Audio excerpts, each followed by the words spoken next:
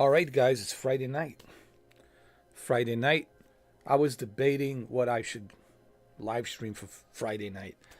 Originally, I was like, okay, let's do God of War Ragnarok, but I was like, man,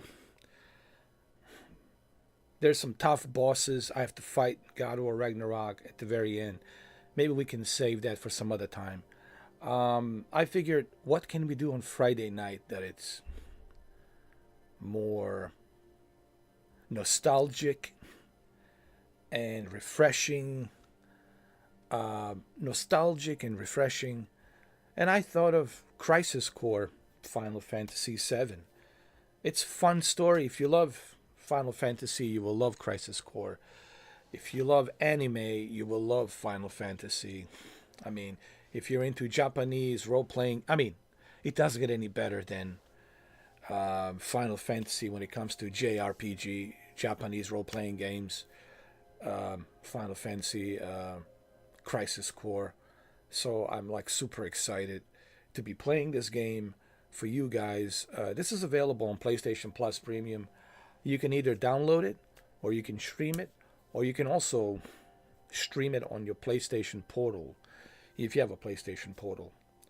So I'm super excited, and I hope my microphone is working good. I hope everything's good to go.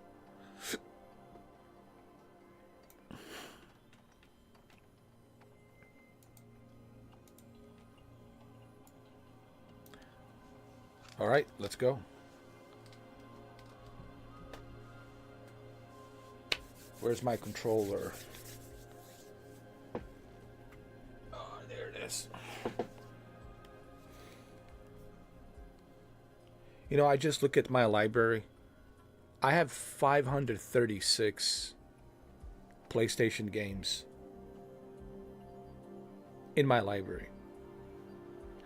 And that's not counting the physical media that I have on top of that, with all the other PlayStation VR1 games and, PlayStation VR2 games and additional physical media. I think I have a total of, if you combine my physical media with my digital library, I think you're looking at like 854 games. That's how many games I have on PlayStation. 854. That's a lot of games. That's just PlayStation. On the Xbox, believe me, it's even more. So, and on the Steam, God knows how many on Steam I have. So if you combined, and then you got Nintendo as well on top of that. If you combined PlayStation, Xbox, PC, and Nintendo, we're talking like easily like 3,000 games. Easily 3,000 games. Now, obviously, it took me 16 years, maybe long. No, it took me more than that, like 18 years. It took me 18 years to get all of these games. So, yeah, 18 years. But in total, I think I have something like 3,000 games. I just want to put it in perspective. But yeah, of course, it took me 18 years to collect and purchase all of those games.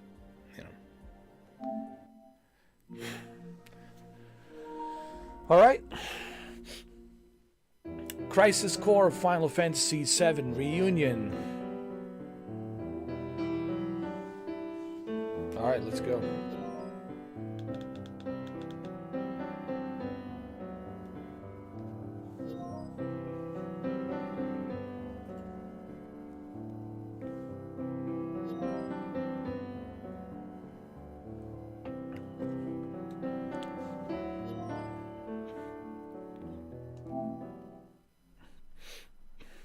I'm super excited, man. Super excited. Square Enix.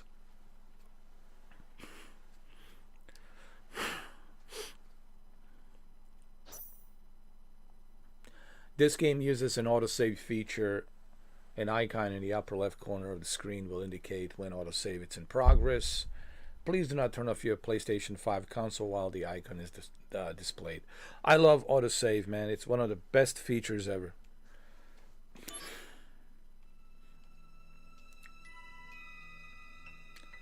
Square Enix presents.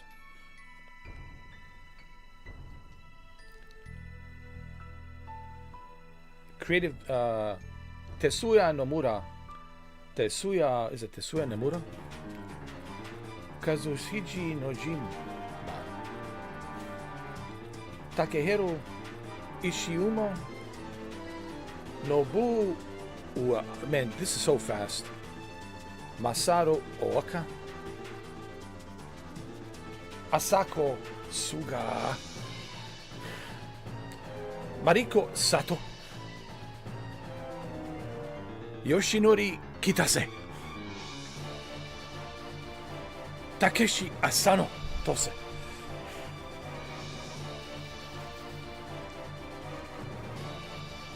Haruyuki Yamaguchi. Takashi Yokota. Kasuya Emi. Ayaka.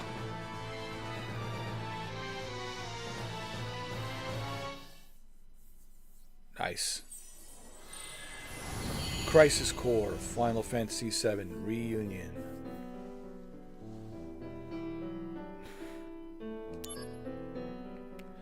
I already played a little bit of a beginning, like a prologue, just a little bit. Nothing too much, you know, just a little bit I played in the beginning. So, you know, we're going to continue up here.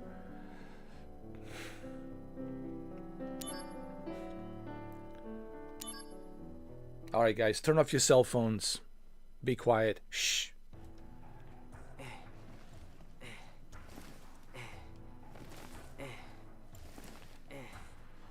Hey Zach, you seem a little on edge. Can you blame me? All this training and no assignments. Like they're hanging me out to dry. You must be pretty busy with everyone off base. Off base? Wait, haven't you heard? There's been a mass desertion at Soldier. Huh?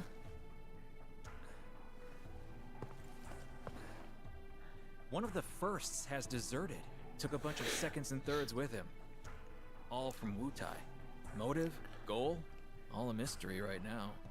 This mass soldier desertion is why your training's on hold.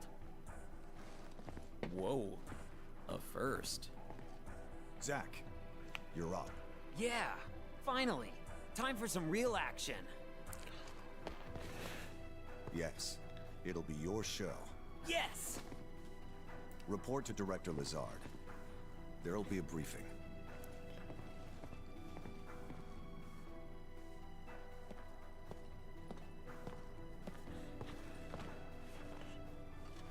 Zach, it's good to finally meet face to face.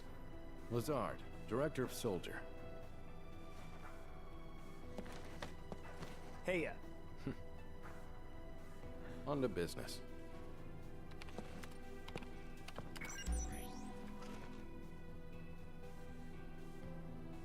Soldier First Class Genesis.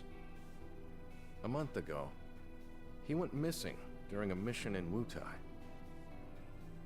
Know anything about this? not a clue.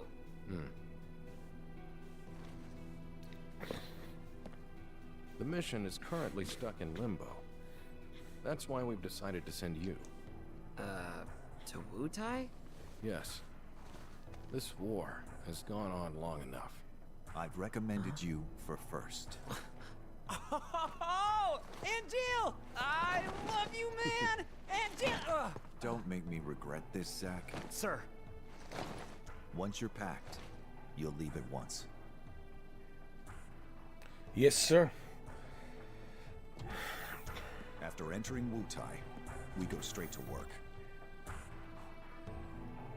If you have any questions about missions and combat, he can help you.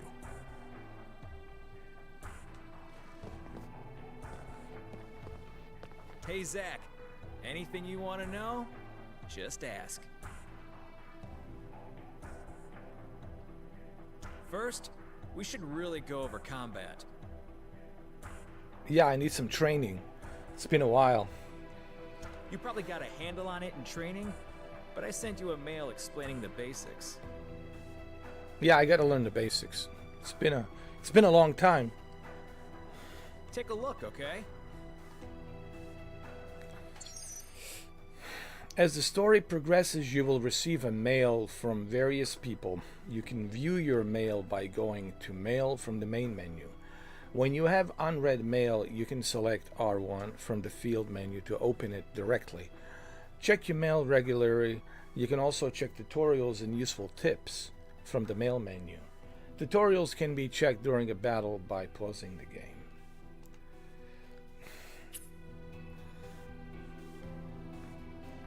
Speak with the consul. Okay. Let me first check my mail. Controls. Tutorial. Field controls. Move. R2. Left. Dash. Dash. Right. Move camera. Reset. Talk. Examine. Okay, I got it. A marker will be displayed when there is someone you can talk to or something you can examine. Approach the marker and perform the relevant action. Available sub-events will be marked with orange marker. HP, the game is over when health points reaches 0 and you are incapacitated incapacitated.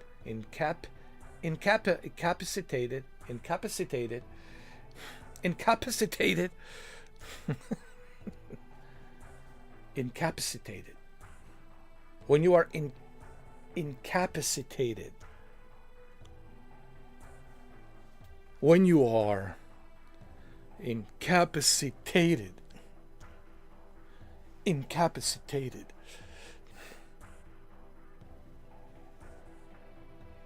I don't know how to pronounce this.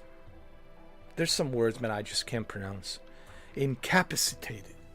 Incapacitated. Incapacitated.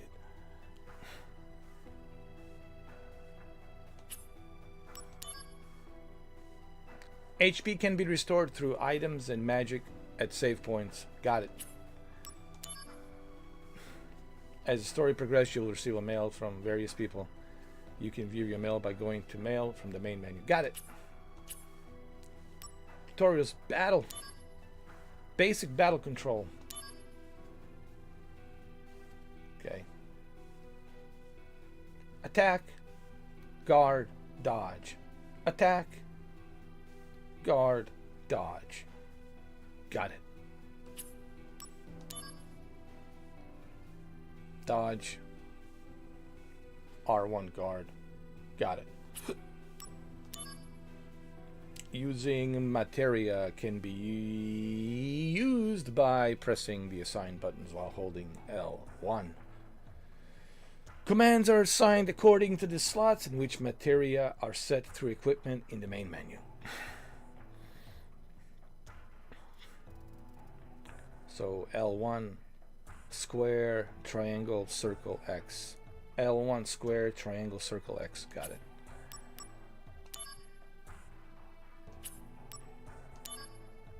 Got it. Got it. Got it. Got it. Got it. I think I'm ready. In all honesty, I think I'm ready to rock and roll. What is this? Shops, potion, ether, soma, remedy. Got it. All right, I'm ready. So, did you read it? Yes, sir. I read it all. I read it all. Thoughts? I mean, I doubt you'd get it all in one read. You would be surprised. I'm Baba Yaga, man. I just need to read it once, and that's it. That is so not true. Well, it's there if you want to review. I don't have to. I got it. It's not my first rodeo, man. Okay? I got it. Oh, the materia you were using during training has been taken back. Why? Powerful materia have to be earned. Those are the soldier rules. Don't worry, I will earn it. Just give me some time. I will prove myself worthy. I will prove myself worthy. Now, let's talk about missions.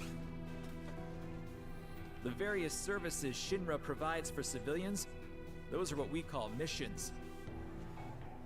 Okay. To take on missions, you first have to register your information on the mission board. Okay.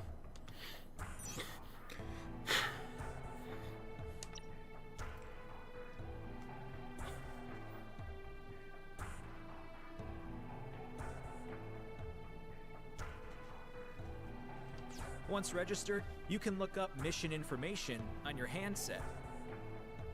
I'll show you how to register on the board. Come on.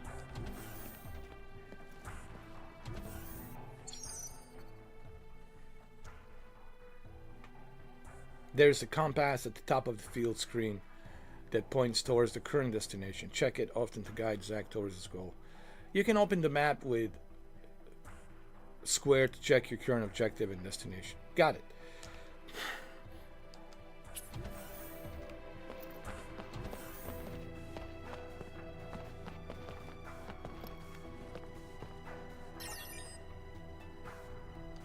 Now that you're officially registered, you should try a mission. Okay. Well, let's do it.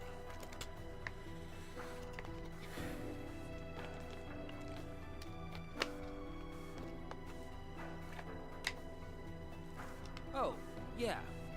Good idea. The save point's that way.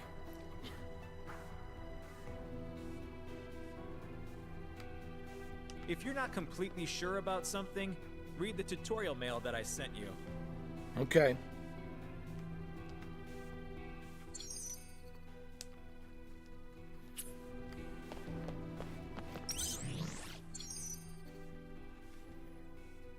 Well, let's do some missions. Come on.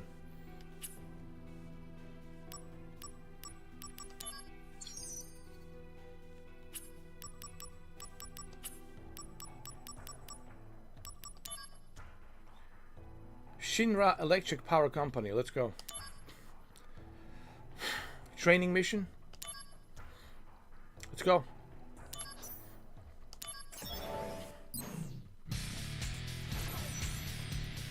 Activating combat mode.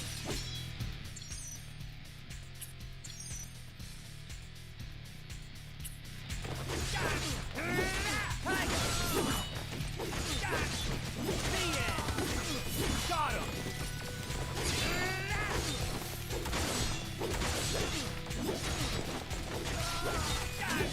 Take that! Conflict resolved. Oh yeah!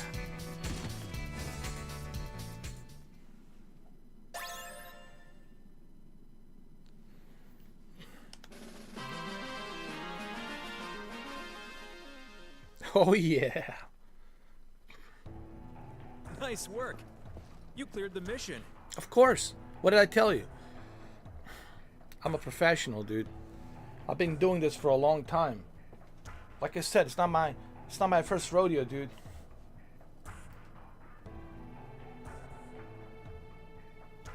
Not my first rodeo. Just saying. Just saying, man. Not my first rodeo.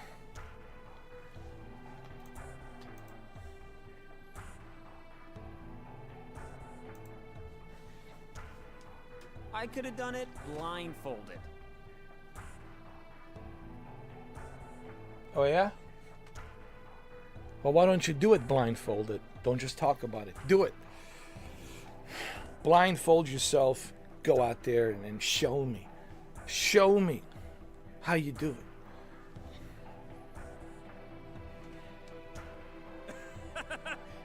man. I can't course wait to I see am. how you do in Wutai. Oh, I almost forgot to tell you. Forgot to tell me what? What?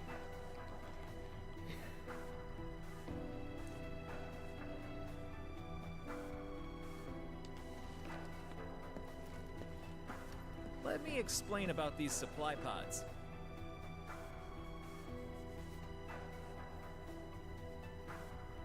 Okay. What about the supply pods? What about them? In these pods, you'll find items that you can use in battle. Compliments of the company.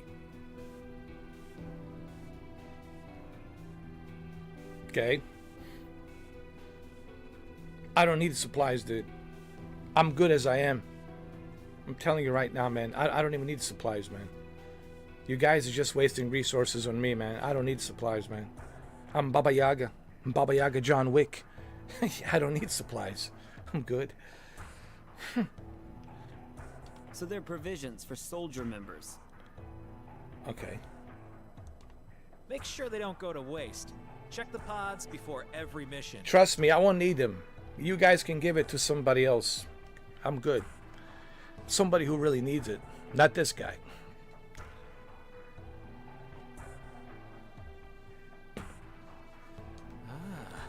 I wonder what's in there today.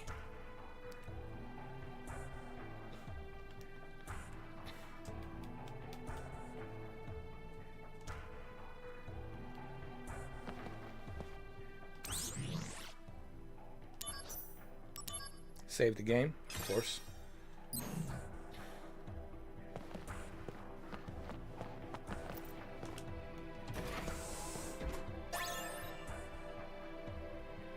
Bronze bangle. All right, looks like you're all ready to head out. Dude, I've been ready to head out like 23 minutes ago. Lastly, let me tell you about mail. Okay. Just now, I sent mail to your handset. All right. Cool. Cool. You can also get messages from Director Lazard and news about the company via mail. All right. You should check it regularly. Who knows? Maybe you'll even get mail from new friends you make. Okay. Yes. But don't just read mail that you get from girls, okay? Hey. Mind your own business, dude. All right? Mind your own business. Okay?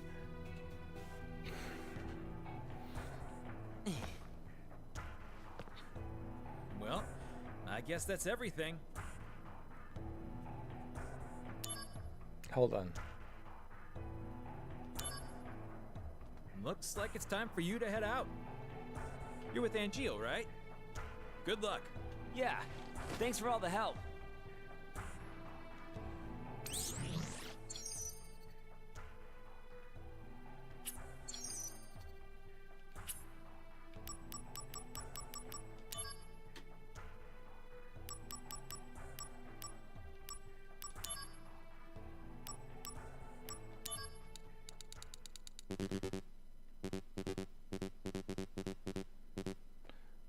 I gotta turn this music off, man. It's like it's a very annoying music.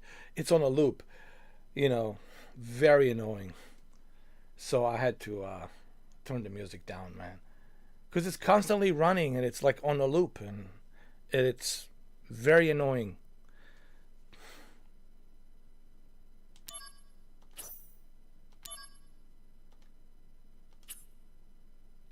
Let me check my mail. Congrats on your first mail. Kunsel, now that you got your mail account ready, allow me, your loyal and well-connected pal, to give you lots of insider info. Why? Because I'm such a nice guy, and I know you and your one-track mind don't know what I know.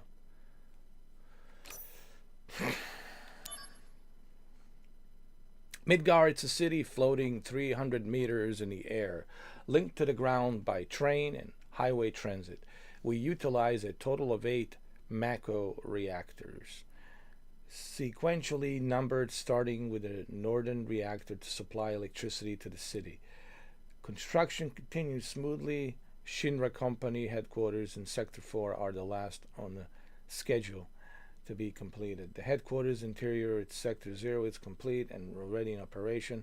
The exterior is slated for completion in 2 years, while the surrounding city will be finished in 7 years. Okay. Director of City Planning, Tuesti. Reeve Tuesti. Midgar. Construction project.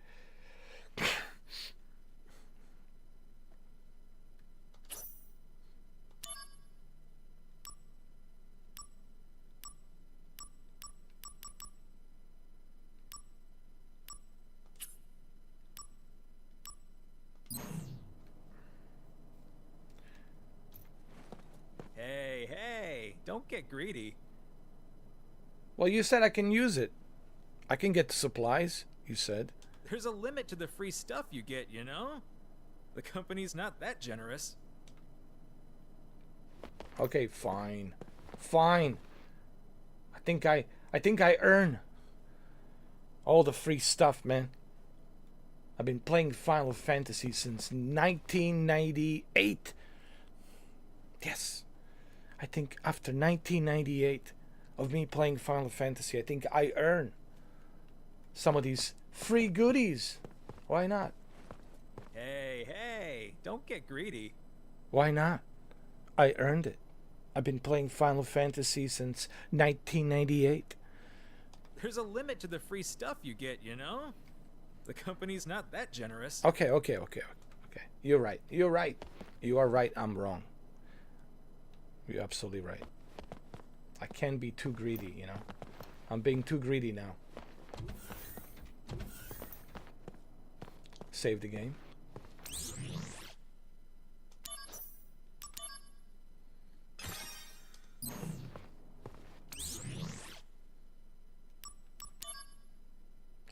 Alright. Okay, let's go. I'm ready. I'm ready to head out. I'm ready to head out and do my very first campaign mission. Chapter 1. It's time to head to Wutai. Are you ready? I'm ready to head out, man. Ready. Ready to head out and do my very first mission. Chapter 1. I'm ready, man. I'm ready, man. I'm all set, bro. I'm ready. I'll be joining you as well. I'm counting on you. Sir, By the way, what is your dream? To become first? Is it? no. To become a hero. Ah, good. Unattainable dreams are the best kind. Thanks? What's wrong with that? What's wrong with being hero? Fort Tamblin is straight ahead. Let's go. The unit is already standing by. You two there! Hold it! Okay then. Leave this to me. Let me show you how it's done. Watch and Activating learn. combat mode. Watch and learn, bro. Later.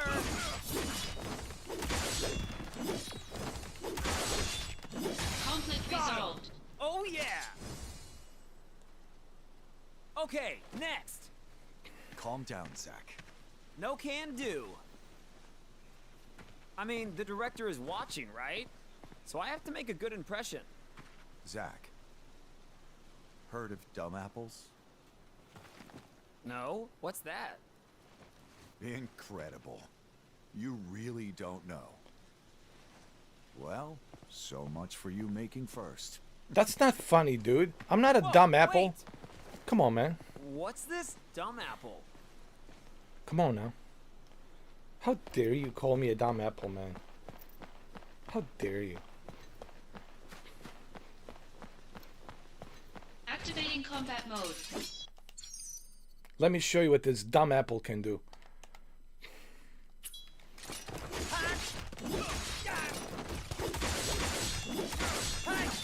Later! Conflict resolved. Oh yeah! That's right. That's what this dumb apple can do. Can do. What can't I do for such a dumb apple?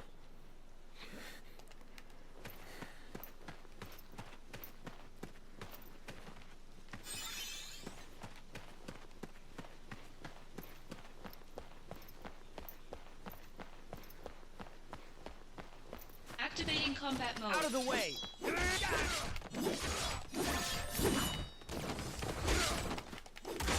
Conflict resolved. Oh yeah! That's right.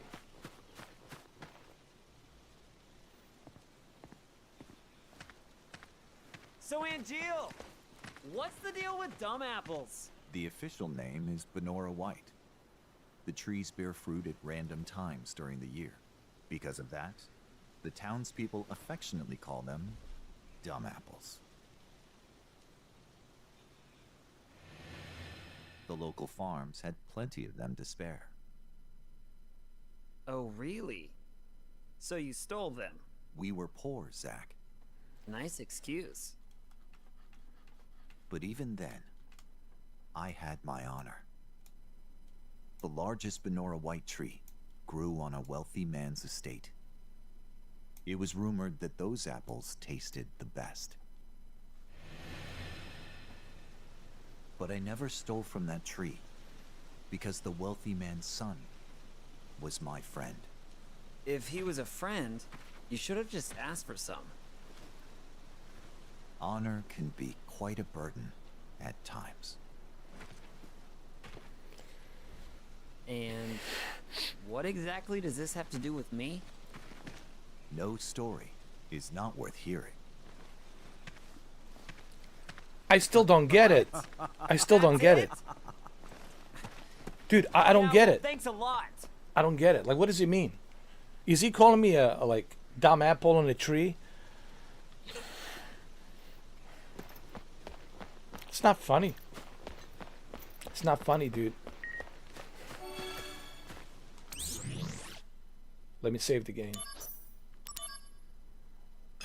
No, it's not funny.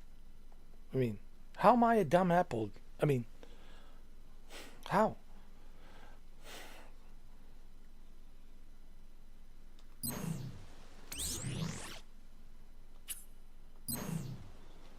Wait, I got a mail.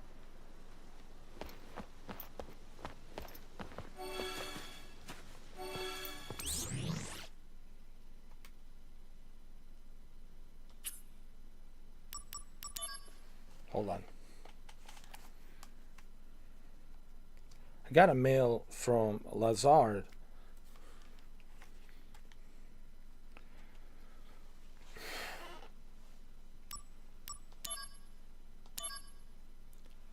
Lazard says, "Soldier members, I thank you for your daily hard work.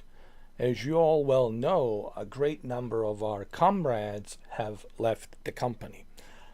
There is now some concern within the company whether this will lead to a decline in soldiers' combat abilities.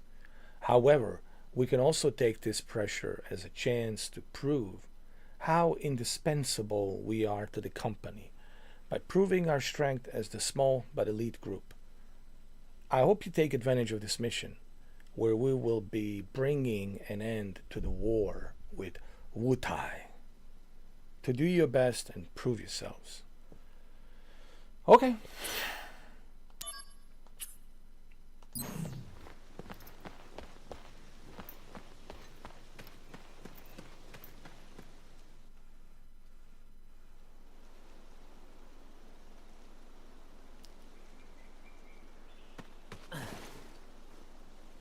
B unit will set off an explosion. That's our cue. The diversion will allow us to infiltrate. Right. I'll set the bomb inside the fortress. You'll charge the front gate and... Uh-huh. And? And? Indulge yourself. You got it. That's what I do best. Come on, B unit.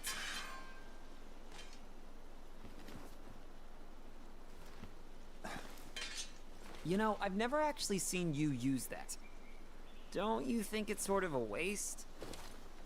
Use brings about wear, tear, and rust. And that's a real waste. You're serious, aren't you? Yeah. I can be pretty cheap. Yeah, no kidding.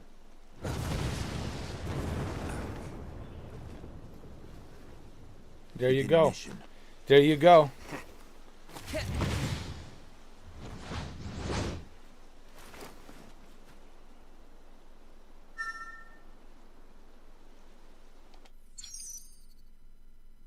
Heightened emotions. As you progress through the story, Zack's emotions toward characters he meets are sometimes heightened. And this in turn affects the DMV. When Zack's emotions are heightened, the relevant character's image reels have a greater chance of entering limit verge. Okay.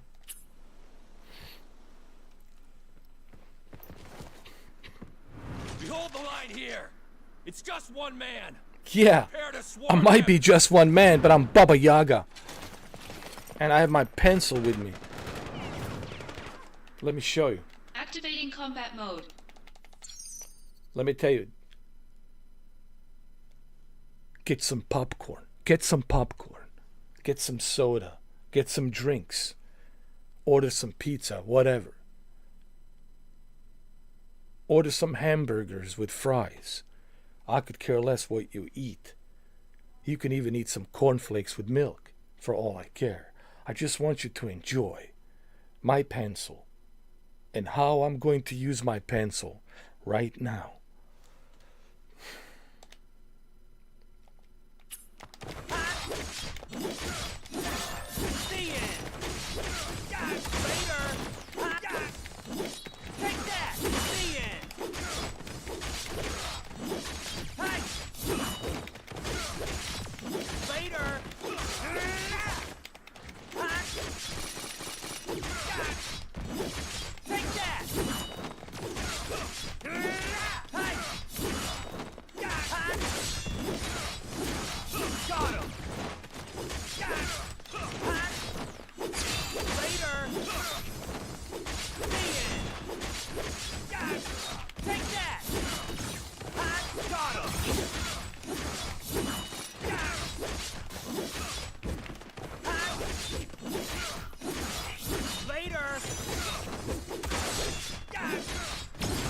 Bringing out the big guns.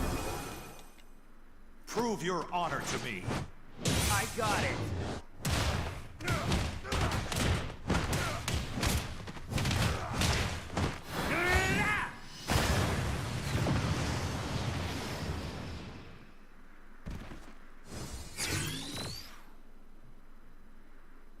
What did I tell you?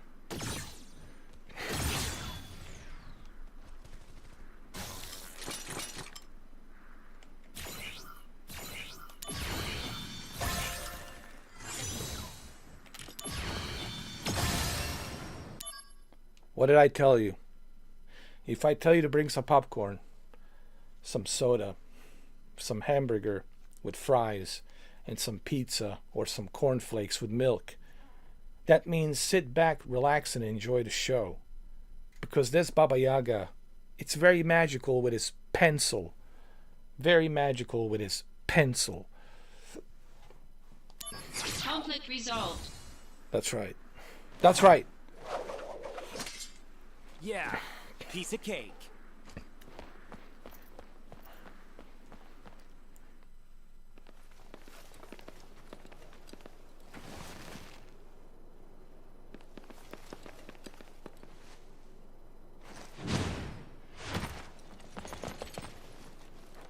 Intruder! It's Soldier! Damn! Stop him! Oh, Activating this'll combat be mode. easy for me.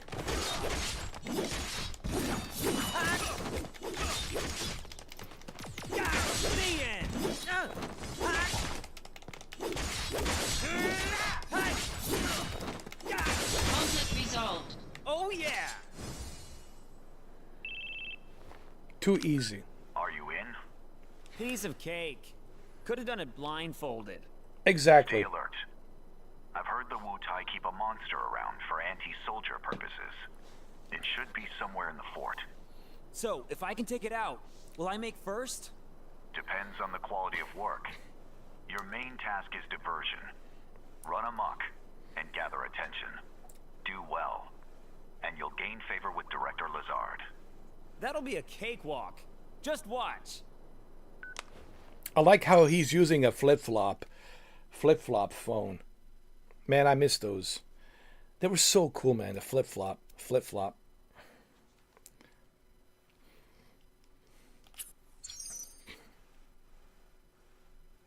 I miss those phones, man.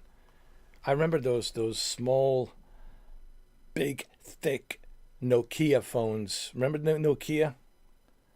Oh my God, Nokia days. They were good, man. Those were good phones. They were like among very first cell phones, right? Like Nokia. Then there was a BlackBerry, right? BlackBerry, Nokia, and a flip-flop. They had these flip-flop phones. Flip-flops were pretty cool. But I remember my Nokia, my very first Nokia, man.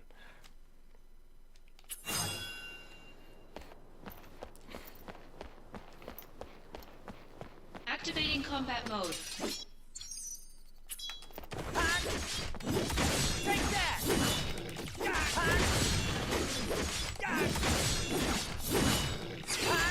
Conflict resolved. Oh, yeah. Super easy, bro. This is super easy. Super easy for me. As it should be. As it should be.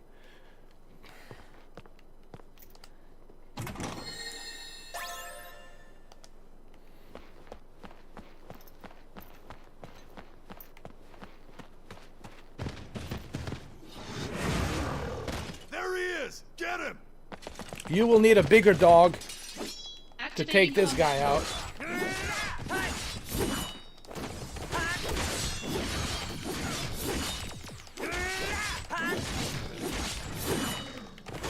Conflict resolved. Oh, yeah. Next time, bring a bigger dog.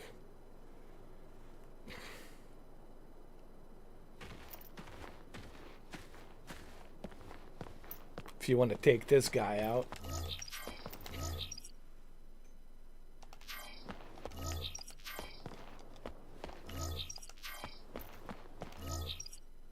Activating combat mode.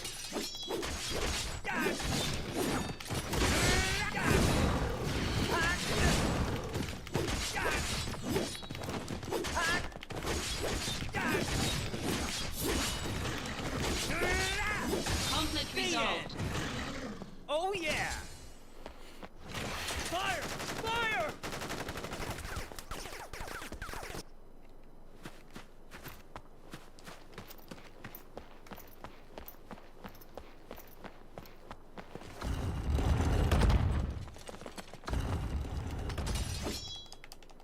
Activating combat mode.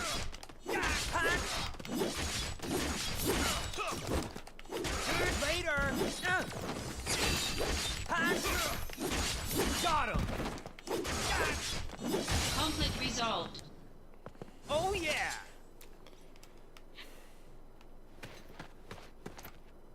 This way! Follow me!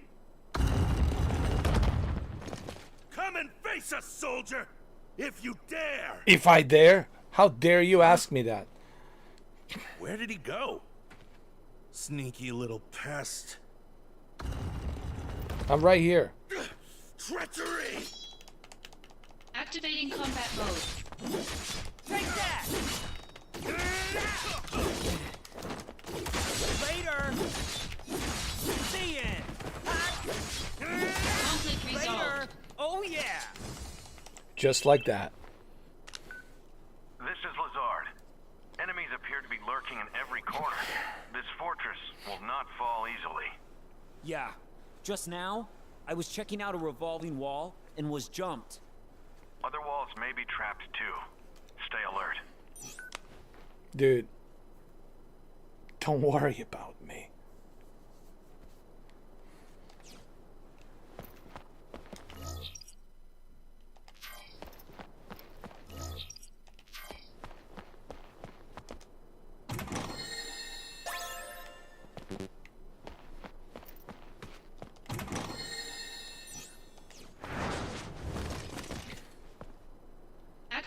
combat mode. Bring it on.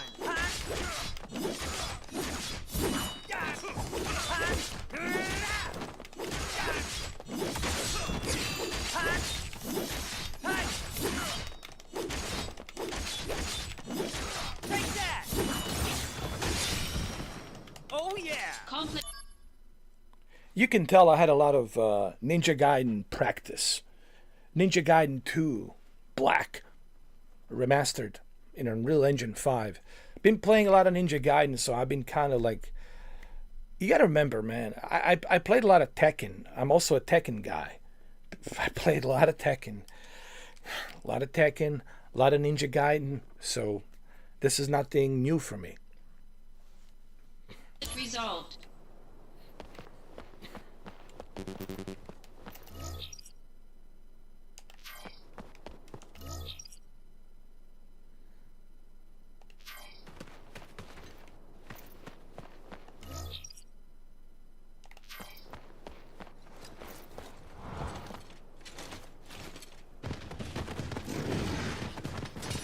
Activating combat mode.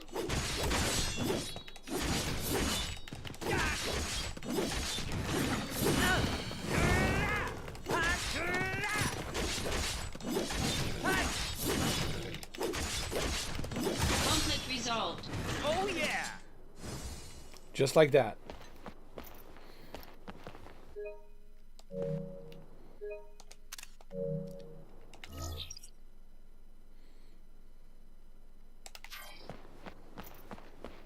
There he is!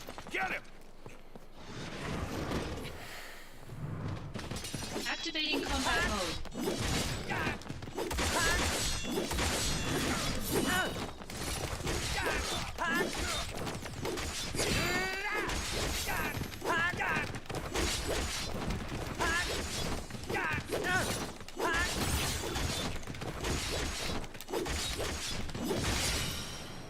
Oh yeah. Conflict resolved.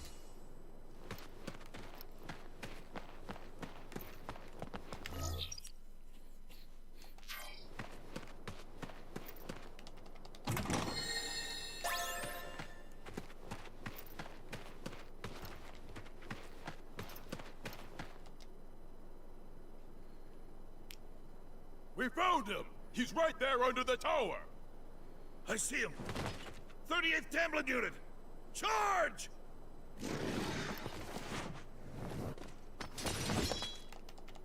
Activating combat mode.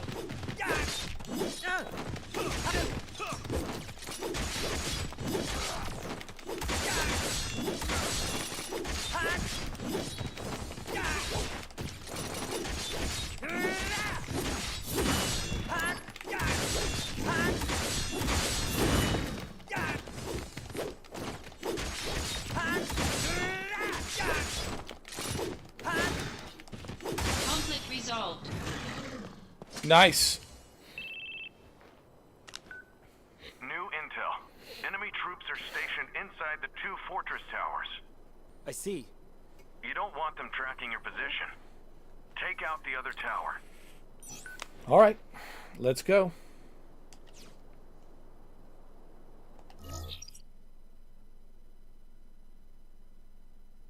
And where's the other tower? This way?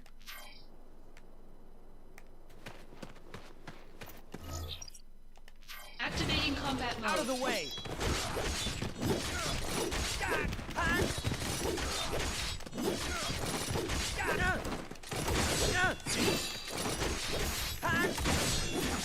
Conflict resolved.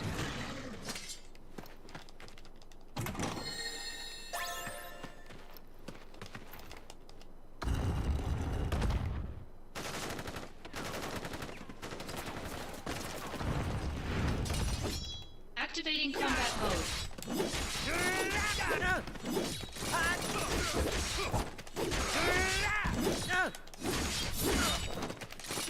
The end. Conflict resolved. Later. Oh yeah. All right, let's go get the other tower.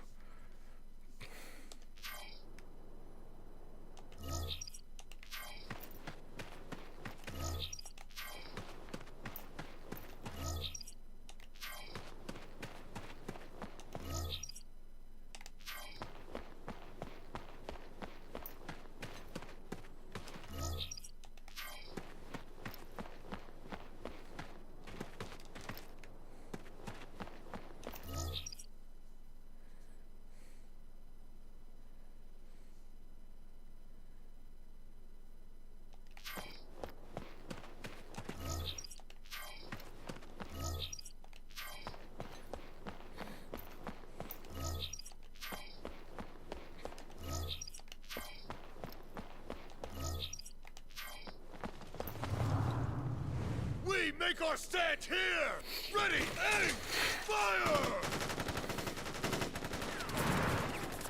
Give it up! More troops are en route! It's over! I'm gonna charge. Sergeant! He's charging! Stand strong and charge back! Cowards! Activating combat mode. Conflict resolved. Long live Wutai!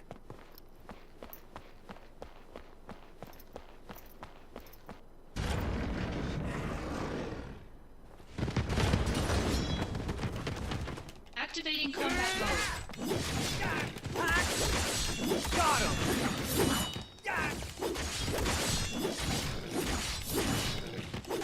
The end!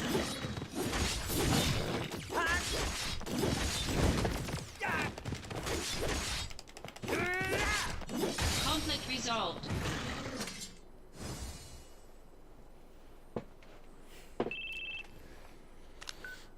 Good work, Zach.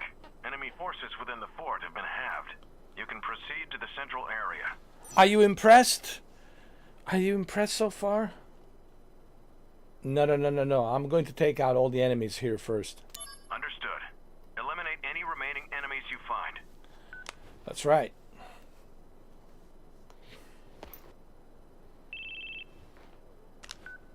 Good work, Zach. Enemy forces within the fort have been halved. You can proceed to the central area. Yeah, I'm going to move in though. Wait, there's some more enemies remaining? Where? Understood. Eliminate any remaining enemies you find. Hold on. I know they're around here.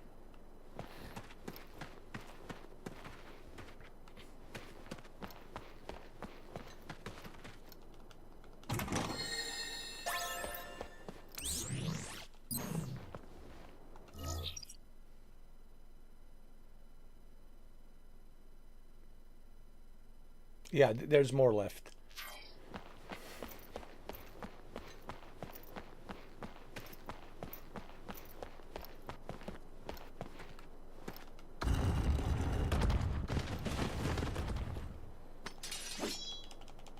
Activating combat mode.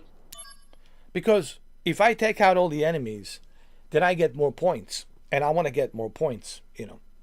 Why? Because I'm Baba Yaga. Yaga. Baba Yaga. Yaga.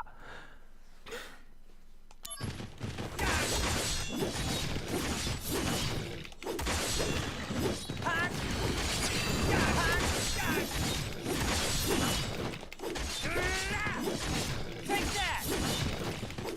Later! Conflict Oh resolved. yeah! I mean, do we expect Baba Yaga to chicken out? No, he's gonna go and finish the job. We got one more left here. Let's take care of it. I mean, they don't call me Baba Yaga for no reason.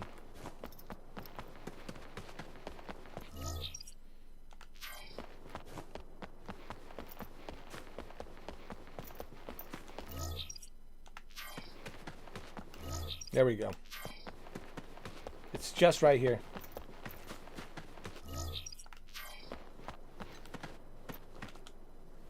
Come out. Come out. Come out of your... Come out of your cockroach tower. I can no longer just sit back and watch. Then come out. Come out. There you go. Face me. Halt! Let's go. You'll pay for what you did. Your life will come to an end here. He's no match for 3 Wutai sergeants. Let's take him out. Good luck. We'll show you the power of Wutai! Activating combat mode. Got him!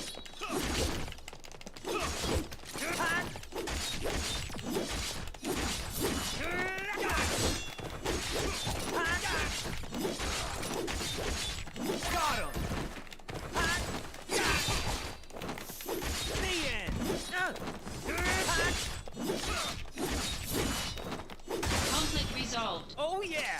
You were saying? What were you saying? Look at that.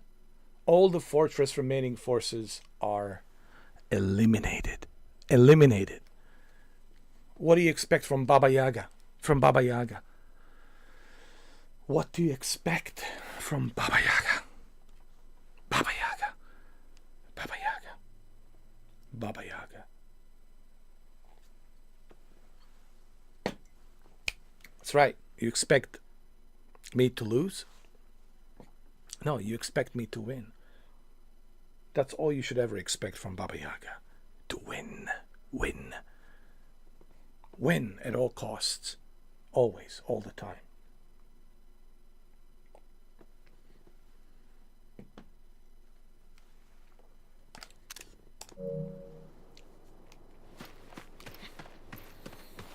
Baba Yaga wins.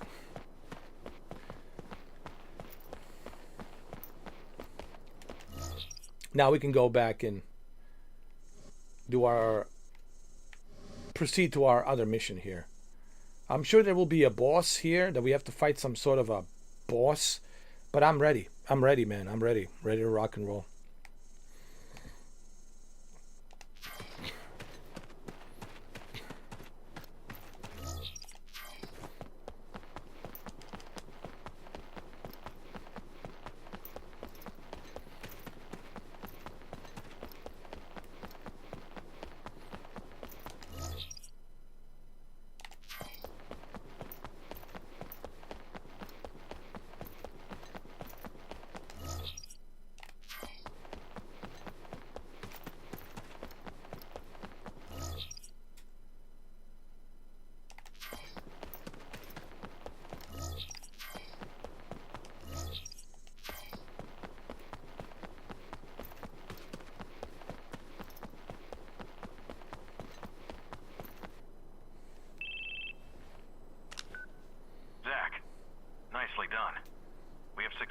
Occupied the fort. I just needed you to keep their attention, but impressive. You did well. Keep pressing forward. Dude. Well, it's under... What's the word? I mean, I appreciate that it says I did well, but it's an understatement. To say I did well, it's an understatement. How about I did perfectly? I did perfectly. You got to give me more credit. Come on, man. Don't tell me I did well. Even though I appreciate well, sure. It's positive, but that's an understatement. Saying I did well, it's an understatement. You got to say I did it perfectly. Perfectly. As I did.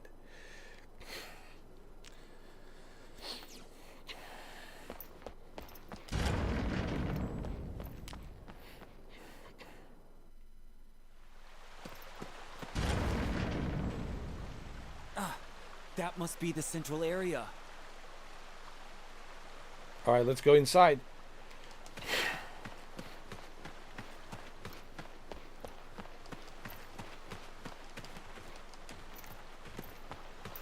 Activating combat mode.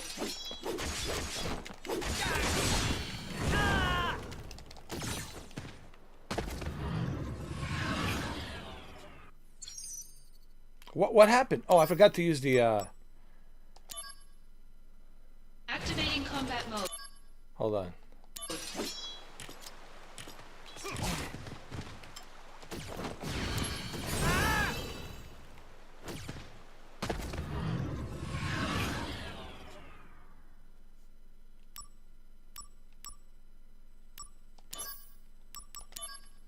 Hold on. I got it. Activating combat mode.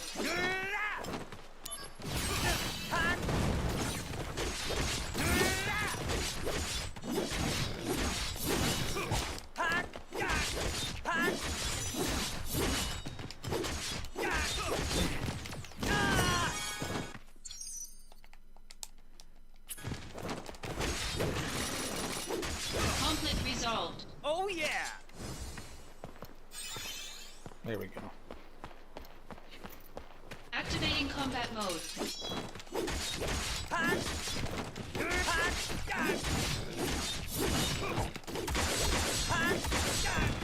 Conflict resolved. Oh yeah!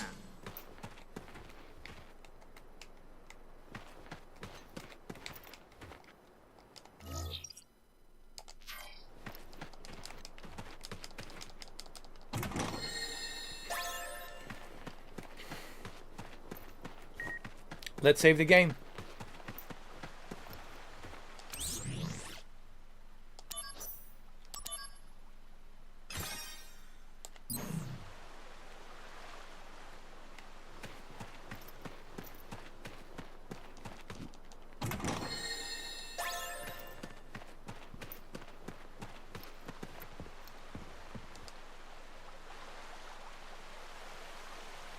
What's this? That is Wutai's guardian deity, the Great Leviathan. We are the Wutai Army's elite, the Crescent. Oh We yeah? serve Leviathan and smite Wutai's enemies. Alright, give it your best. Soldier of Shinra, a query. Is the goal of this invasion to spread your Mako reactors? Yes. A reactor here would allow people to live better lives. And that includes you. Well, This give it your better best. life that you Give it your speak of best shot. Let's comes at go. the grave cost of losing our homeland. Pain and despair. That's what you bring. One more question. You have power, so I must ask. Why do you use it to cause evil? Is it wrong to spread happiness through Mako energy? Is that what you consider evil? I thought we could reason with each other as warriors. But sadly, I was mistaken. Then let us settle things as warriors. Come forth! Activating combat mode.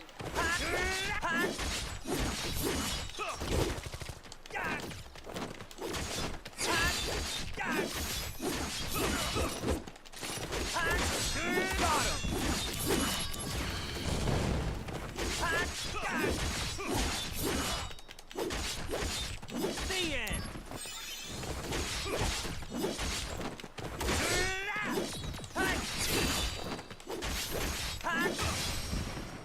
Oh Conflict yeah! resolved. Why won't you finish me? Not in the mood. Great answer. As we draw breath, Great answer. we will oppose Shinra. Now, finish it. He said I'm Come on. he said I'm not in the mood. I'm not in the mood.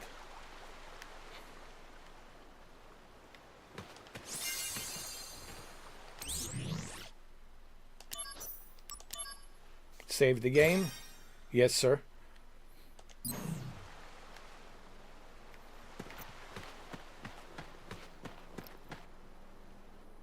One, avoid training when you can. 2, protect Wutai at all costs.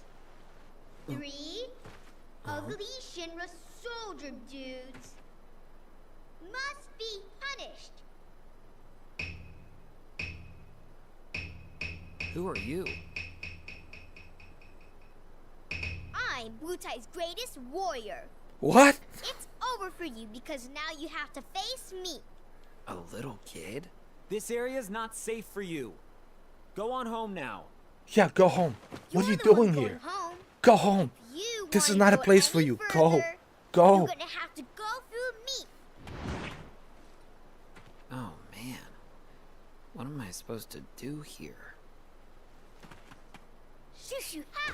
Take that, bad guy. Shoo ha! Ah! No!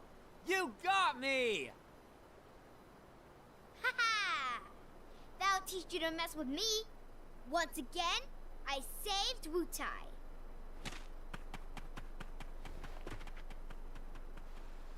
Boy, oh boy.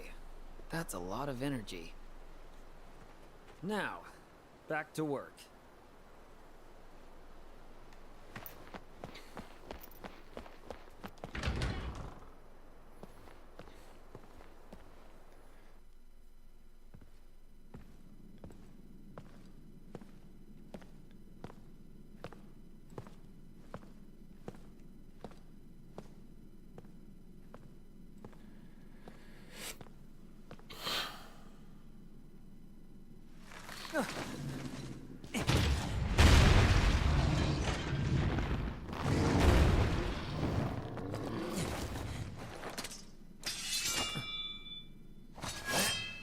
You must be the anti-soldier monsters. Activating combat mode.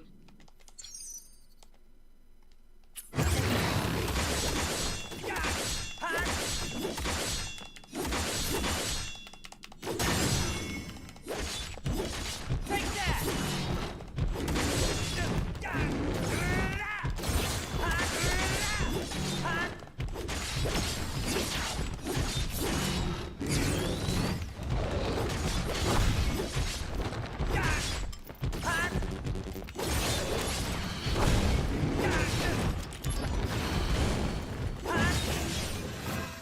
Don't you think it's about time you use that sword of yours? This sword is heavy and unwieldy. Then why don't you bring a lighter one? Better run for it! Prove your honor to me. I got it.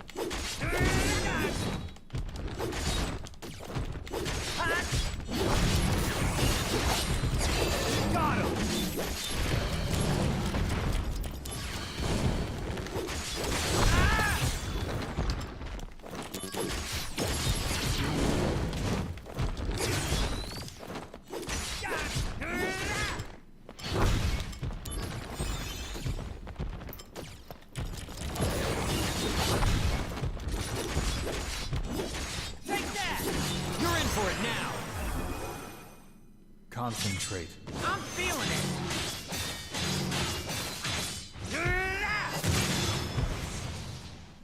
Conflict resolved. Did you expect anything less from Baba Yaga? Soldier second class Zach. Victorious again. Good work. Now, get out of there. You've only got 5 minutes. Got it. Director Lazard, are you watching? Gotta move.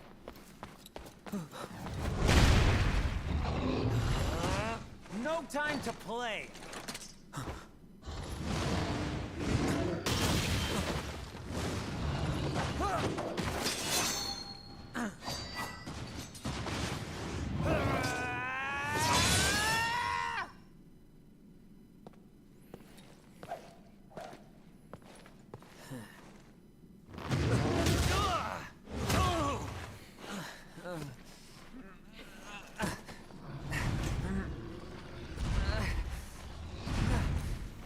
Not good.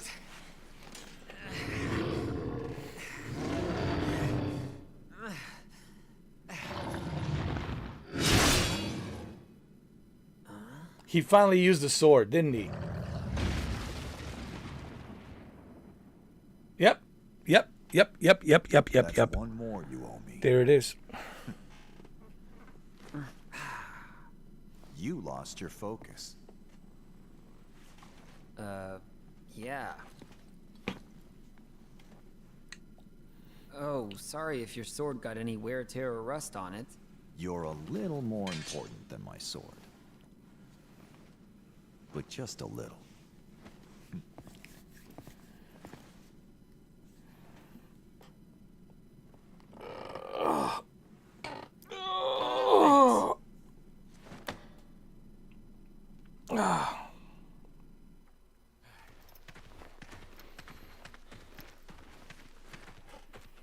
Are you not impressed? I'm here. I must apologize. Being on site is taxing. You didn't have to come personally. This operation will bring an end to the war. I wanted to see it through. Soldier second class Zach. Sir! You put forth a good effort at Fort Tamblin. I saw it with my own eyes. To be frank, my evaluation is... you are a force of nature. I you am. somehow defeated an entire enemy force by yourself. I was shocked as well. I mean, grown strong. Thank you guys, Your but bravery during the Wutai War will be remembered for generations. It seems your dream of becoming a hero has already come true. Director Lazard, that's a bit much. Zack here still has a lot to accomplish. I suppose you're right. Zack, keep up the good work. oh, don't you worry. Don't you worry. This is just me warming up. I'm just warming up. That's what this is about. It's just me warming up a little bit, you know, getting into a mood, you know. Yep. Yep, yep, yep, yep. Yep, yep, yep. Yep, yep, yep, yep, yep, yep, yep, yep, yep, yep. Just a little warm up. Warm up. Warm up session, dude. When you know you're good, you're good. That's it. You know, that's it. Zack, let's go. Sephiroth is waiting. Sephiroth? The hero? Wow, I'm gonna meet a hero!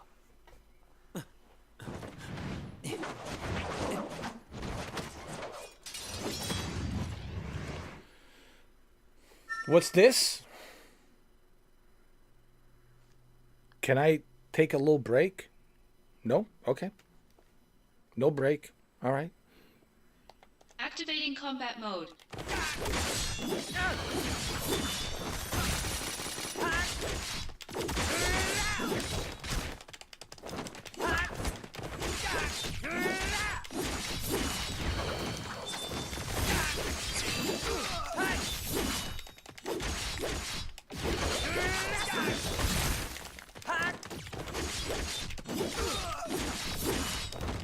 Conflict resolved.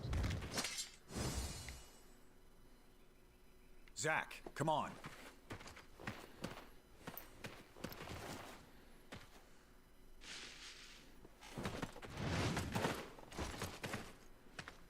Zack, take the director to safety. Contact Sephiroth. Zack can handle it. Now go! Follow me, Director.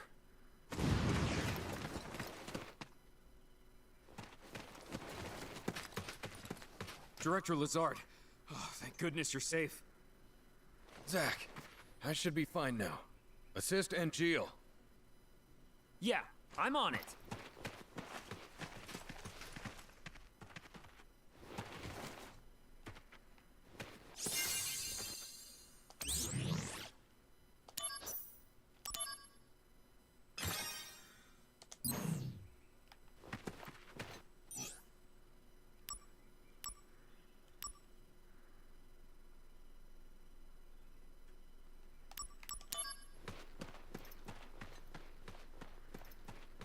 Angeal! Angeal! What? These guys aren't Wutai troops. A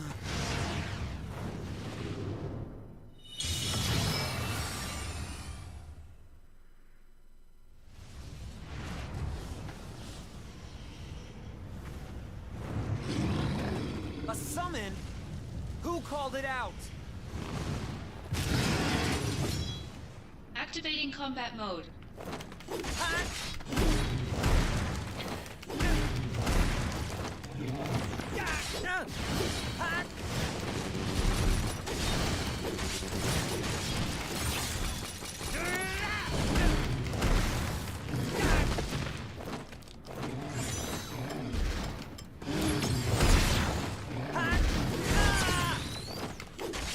Warm-up's over.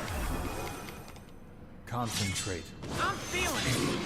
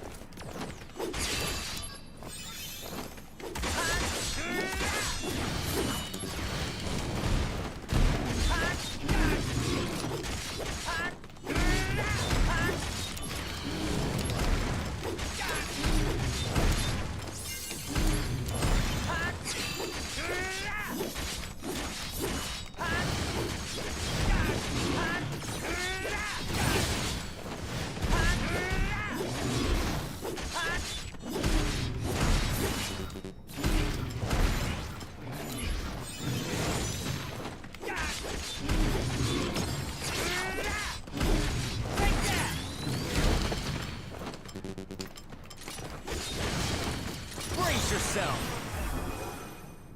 Concentrate. I'm feeling it.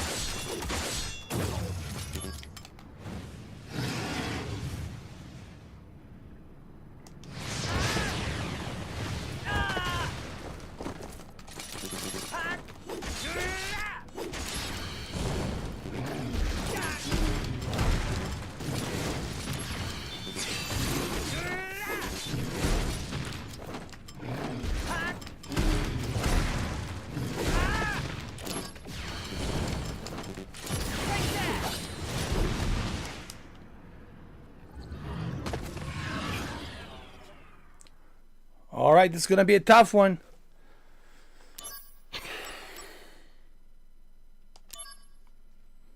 Activating combat mode.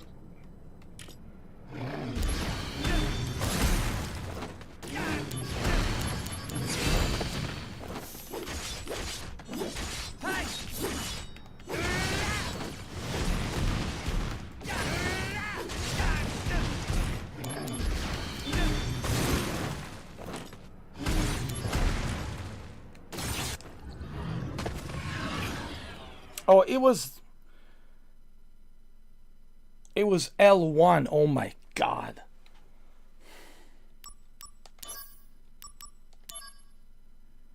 Activating combat mode.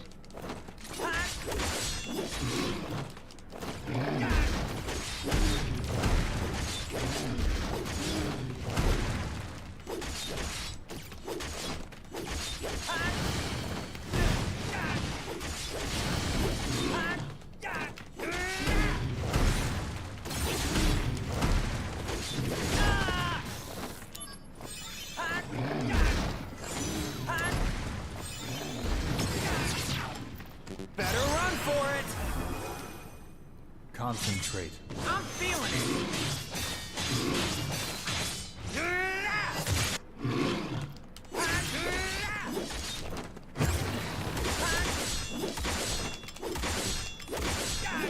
Take that!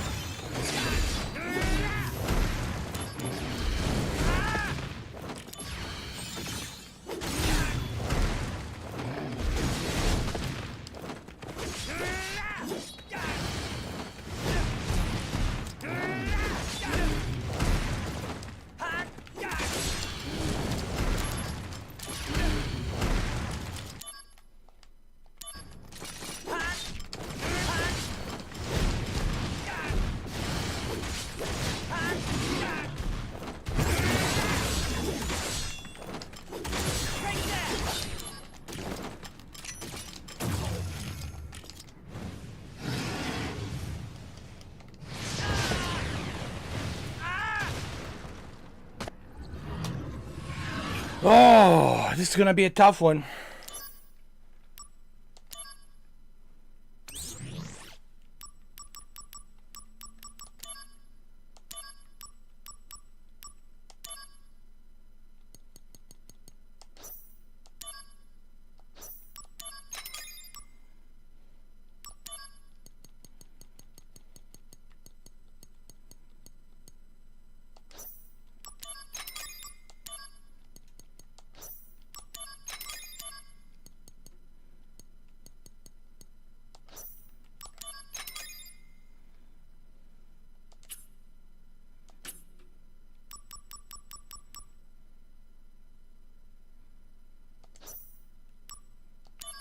Activating combat mode.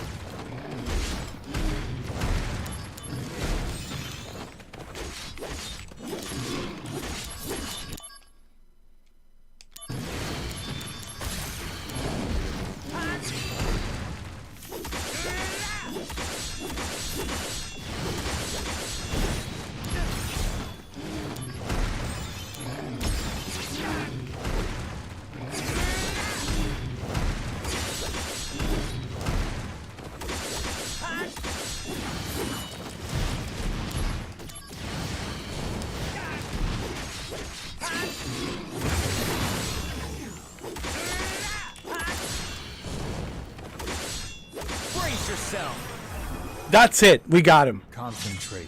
I'm feeling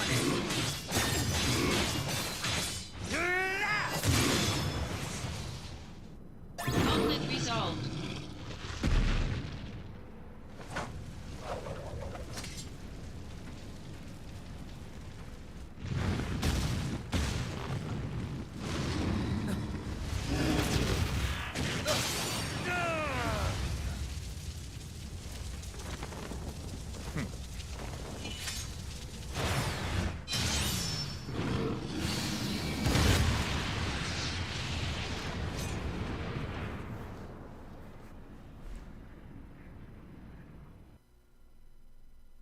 Holy.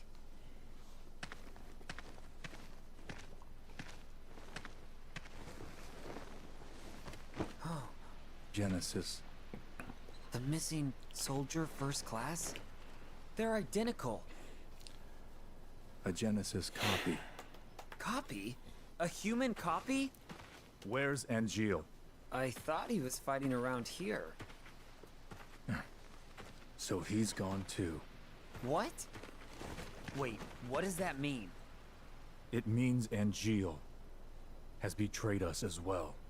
No way! I know what kind of guy Angeal is, and he'd never do that!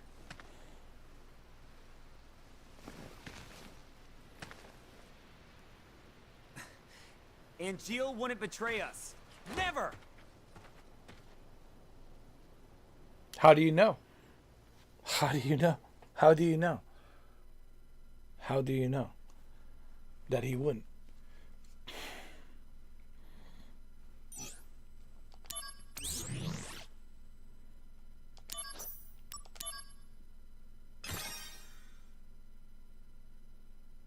So I was debating if I should play God of War Ragnarok to finish God of War Ragnarok tonight, or Final Fantasy VII. I knew that both of these games they're hard.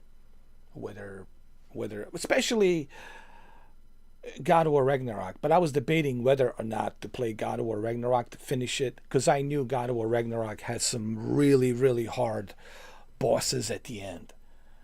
Especially when you have to face off with what you call it, Thor, right?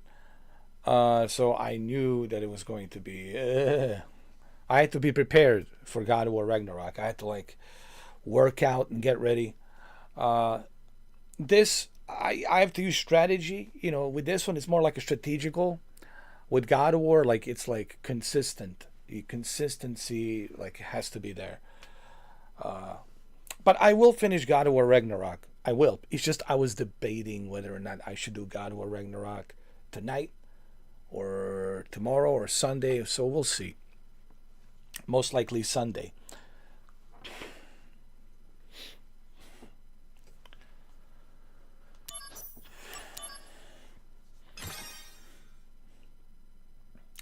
I think God of War Ragnarok it's harder because oh man, I know what awaits for me with the last bosses in God of War Ragnarok. So that's why I was debating whether or not to play God of War Ragnarok or to play Crisis Core. Crisis Core, yes, it's difficult as well, but with Crisis Core, if you're prepared and if you have everything you need and you prepare before you go to fight the boss, then you can win. It's more strategical. God of War, sure, you have to be prepared as well, but God of War, it's more about consistency. You have to be consistent to win the battle. What I mean by consistency, you have to put a lot of pressure onto the boss, and it's tough. It's tough, man. So I was debating whether or not to play, because originally I said yesterday I was going to do a God of War to finish the God of War Ragnarok, but then I realized, man, I don't know if I'm ready. I don't know if I'm, in that zone, to face off with these final bosses. I figured, why not just, jump into Final Fantasy Crisis Core, So, Final Fantasy VII Crisis Core. But we will eventually finish God of War Ragnarok. I just don't know when. I'm thinking possibly Sunday. We'll see. We'll see. So that's what I was debating, whether or not I should, play and finish God of War Ragnarok. Because I know, man, it would be tough. And I knew I wasn't ready for God of War Ragnarok tonight. Like, I just knew it. I was like, dude, you're not ready for God of War Ragnarok because I know what waits for me. And I was like, dude, I'm just not ready. Like, I have to be pumped. I have to be ready. I have to be like, ready to go through the battles. And Ragnarok, it's a tough one. So I knew I have to be prepared for Ragnarok, especially at the very end, And that's where I'm at. I'm like the very last chapter of the game, and I want to finish it. It's super epic. It's super epic. So I'm thinking probably this Sunday. Yeah. That's what I'm thinking. This Sunday. Probably this Sunday. Yep. How come I don't see anybody in the chat room? What's going on? Maybe you guys are busy. It's a Friday night. I figured you guys are probably busy watching Netflix movies or something. I don't know.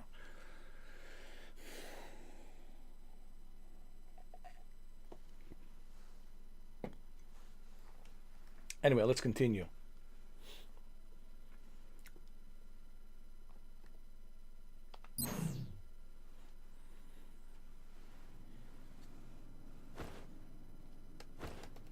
What's with Angeal? How long is he gonna slack off like this? It's already been a month. Sephiroth's no help either. Lumping Angeal together with Genesis. Genesis is a deserter who took a bunch of seconds and thirds along with him. He used copies of himself to attack us. Angeal wouldn't condone something like that. His soldier honor means way too much to him. Everything's so messed up now. Angeal, just come back to us. Well, I don't know, man. I don't think he would betray him. I don't know. Maybe he's got something else going on. Class, Zach. That would be me. Who is this? Director Lazard wants to see you. Go to the briefing room. Hey, wait. I don't think Angelo would betray him. Who was that? Hold on. I don't think Angelo would betray him. I think what's going on, Angelo probably knows something that he doesn't want to tell him, doesn't want to tell Zach. So I think Angelo probably knows something that he doesn't want to say to Zach, some secret or whatever it might be. And I think that's why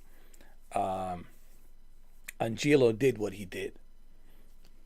That's my opinion. I could be wrong. You know, we'll see. Any word on Angel? He hasn't contacted his family either. So what's this about? A new assignment. I want you to go to the hometown of our missing soldier first class, Genesis. Huh? According to the parents, they've had no contact with Genesis whatsoever. But they can't be trusted. Why? They're his family. Oh, it all makes sense now. I had already dispatched some staff, but we've lost contact. I want you to go and investigate. He will go with you. Who? Song of the Turks. This job is looking really gloomy. Let me know. Listen, John Wick, look-alike. Listen. When you're ready to go. There can only be one. I want to just specifically emphasize something to you. I can't speak. I can't speak. There can, not care, not dare care.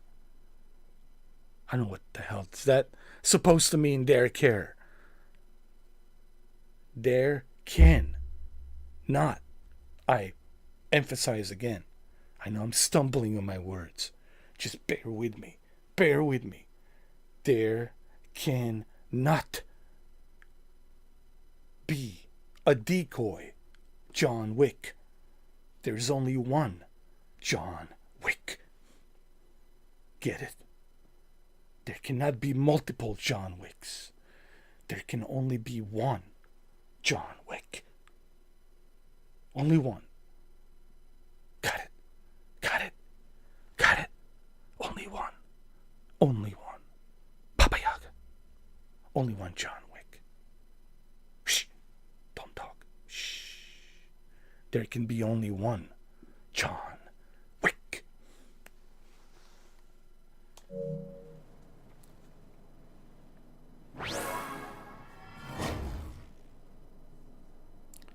Sang.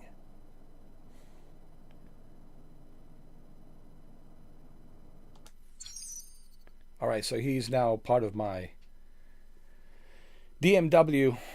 It's connected Zach memories, and when new images added, certain memories may play as images from Zach's heart. Got it. Oh, excuse me. Hello? Oh, hey, it's Kunzel. Did you read my mail? Not yet. I'll read it later. I'm in a meeting in the briefing room right now. Gotcha. Hey, can I talk to you after that? I'm kind of busy, but if you can keep it short... Yeah, that's fine.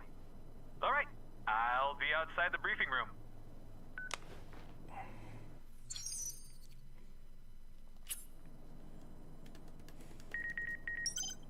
Oh, I got a lot of messages. Hold on.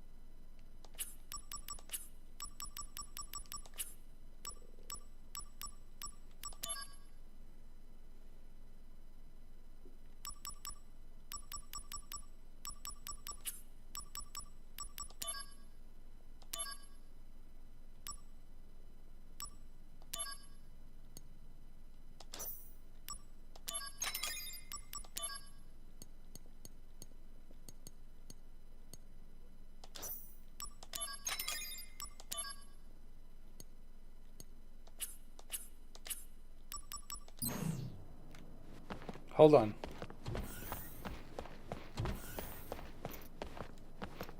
Got some gifts.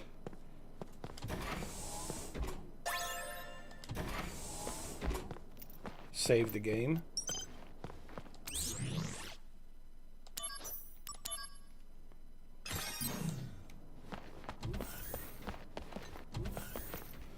All right, I guess you're coming with me.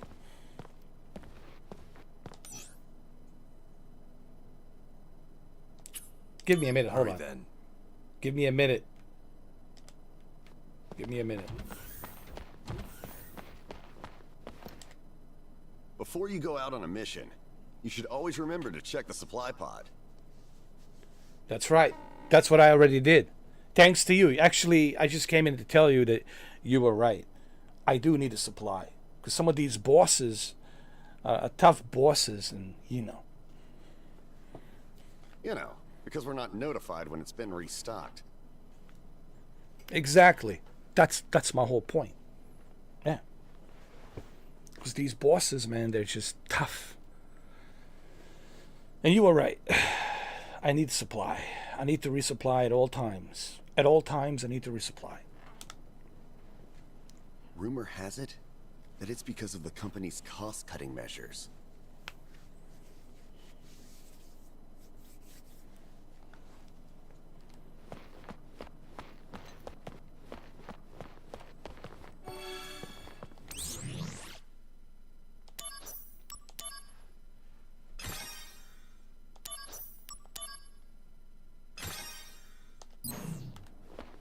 All right, I'm ready to go. Is the chopper waiting? Good, because I'm ready to go. I'm ready to go. I'm ready to go. I'm ready to go. I'm ready to go.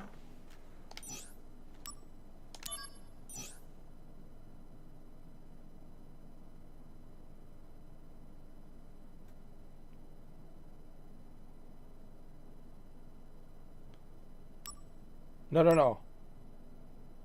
Hold on a minute. I need to get the summon mode unlocked. So let's do some missions. Okay. Hurry then. Got it.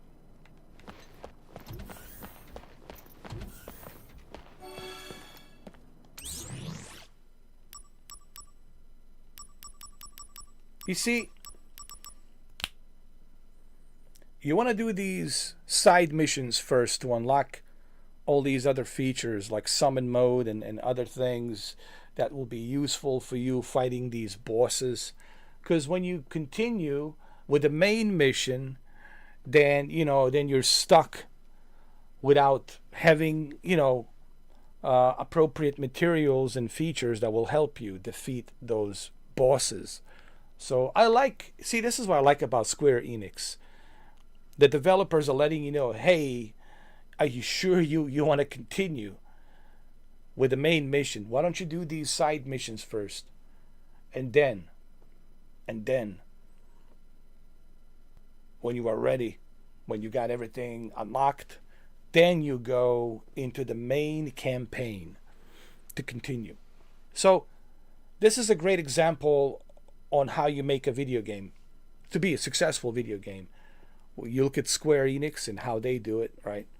So I like this. This is pretty good. It's like giving you a heads up, letting you know, hey, we just want to let you know. Are you sure you want to continue without having all of these materials that you need?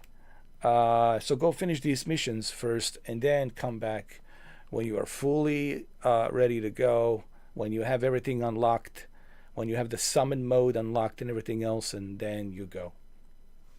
All right, let's go.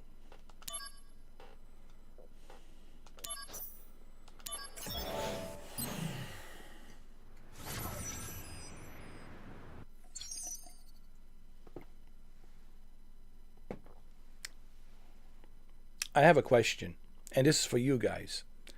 Was Crisis Core on a PlayStation portable on a PSP?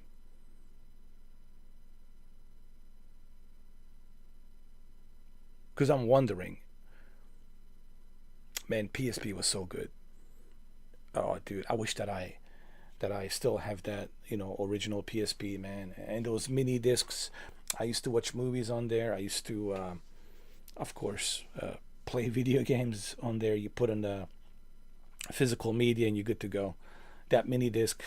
And you don't even, the beauty about having a PSP right now, you don't even need to be connected to the internet, man. You just put in the mini disc inside a tray and you close it and press play and you're good to go, man. PSP was so good back then. Because it was reading a game from mini disc. I used to have mini discs. I used to have a mini disc player. And I used to download the music on there and listen to music on my mini disc. I did like mini disc, but it didn't live too long, did it? Mini disc, only short lived, maybe a couple of years.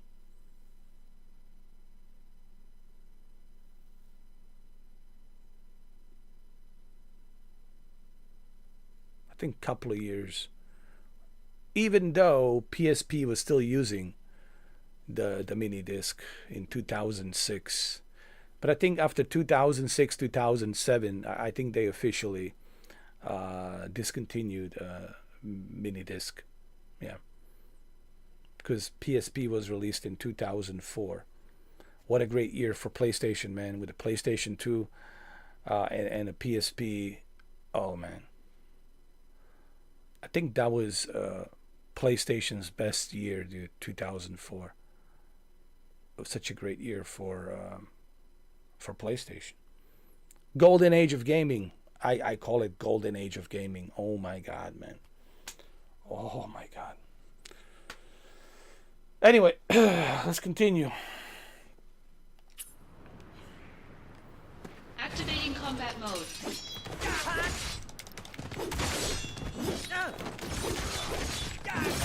Take that! Conflict resolved. Oh yeah!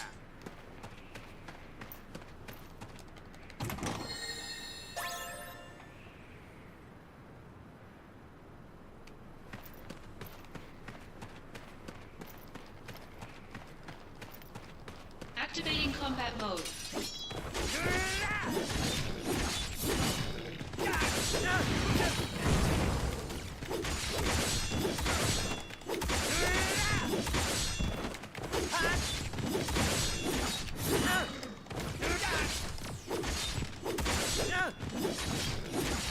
Conflict resolved. Oh yeah!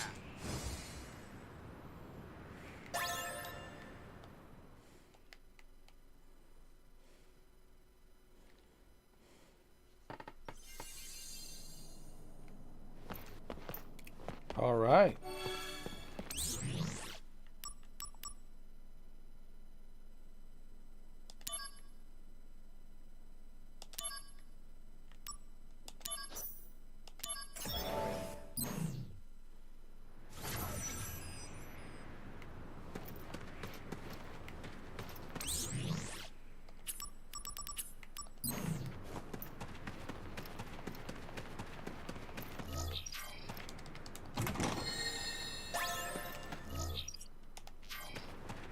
Activating combat mode.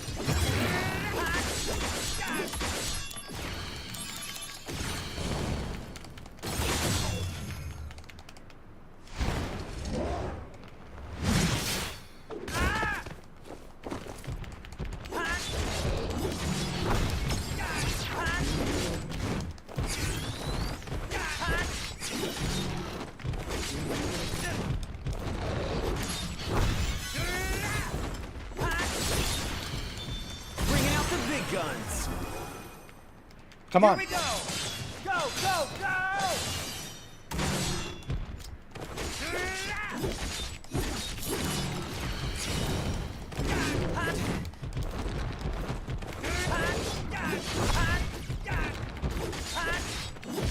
Take that!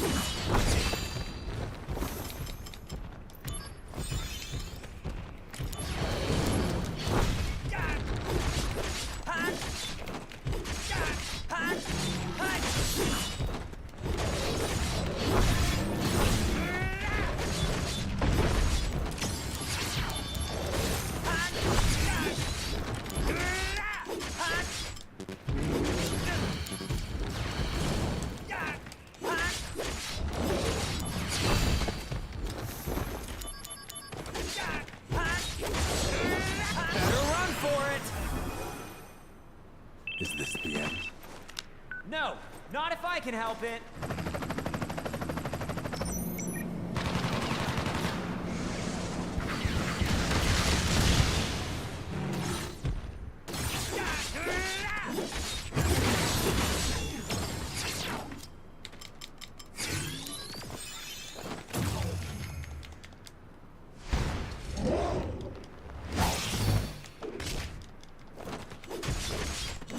Bringing out the big guns.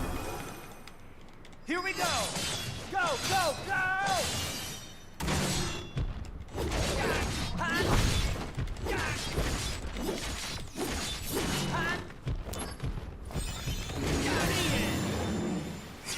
Oh yeah! Conflict resolved. Nice. Bulletproof vest obtained. Nice. Mission accomplished.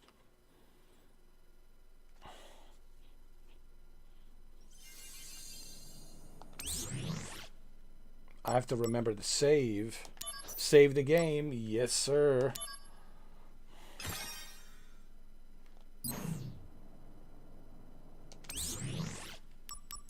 Hold on.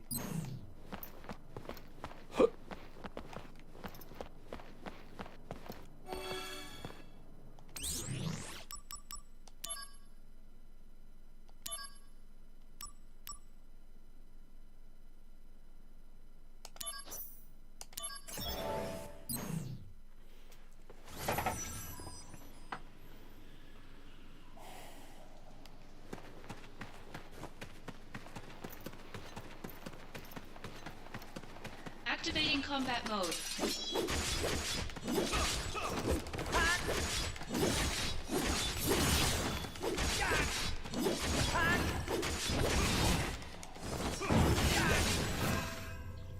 Take out enemies with one blow. Now, do it. One blow, all right? I could use a demo. Fine, let's do this. Yes, got it in one blow. That one was too weak. Now, again. Warm-up's over. Concentrate. I'm feeling it.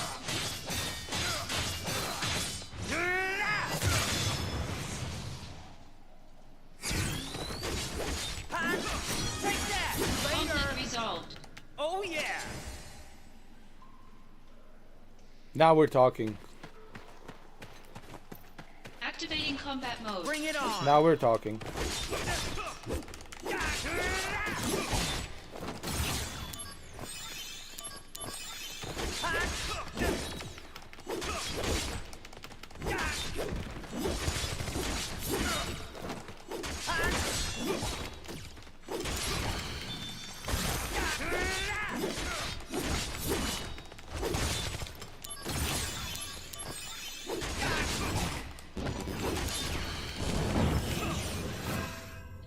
Take out enemies with one blow. Now, do it. Better run for it! There we go. Concentrate. There we go. Now we're talking. Now we're talking. There we go.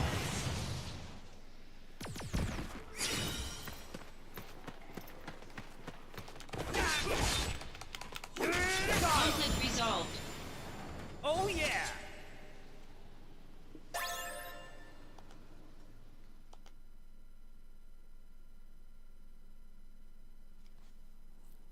On to the next mission. Let's save it.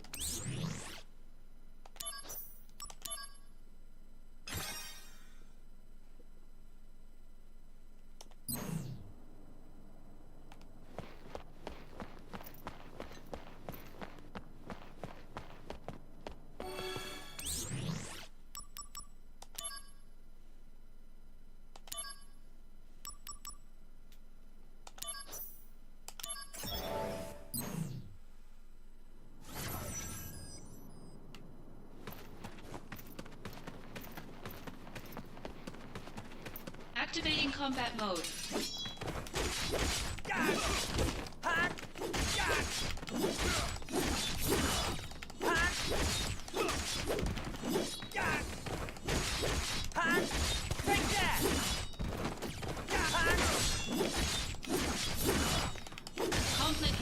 resolved. Oh yeah!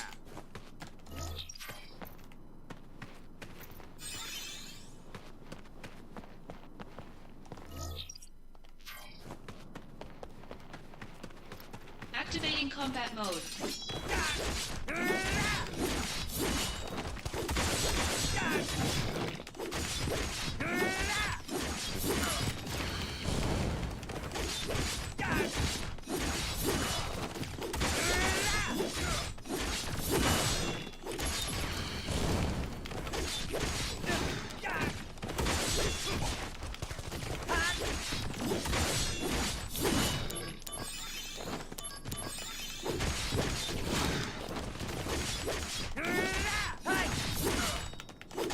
Later!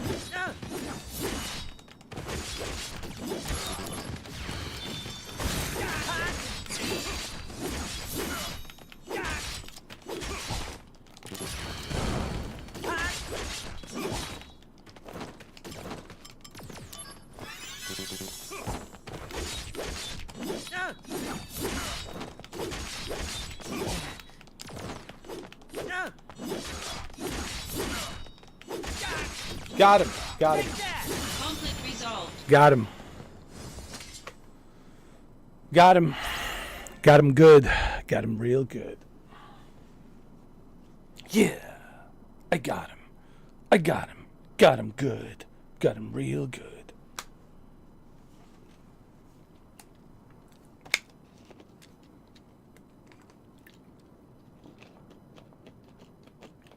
I got him. I got him real good, didn't I? Hey.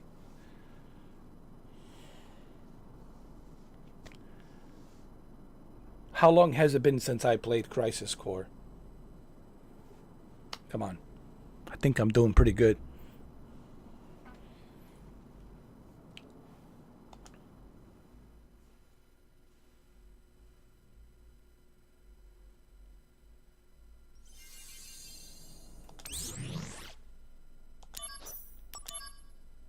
Level 8.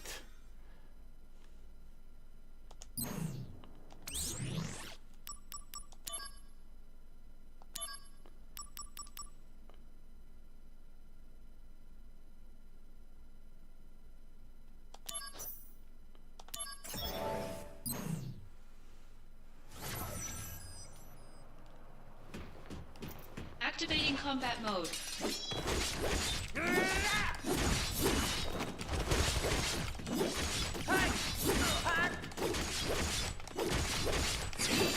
Take that!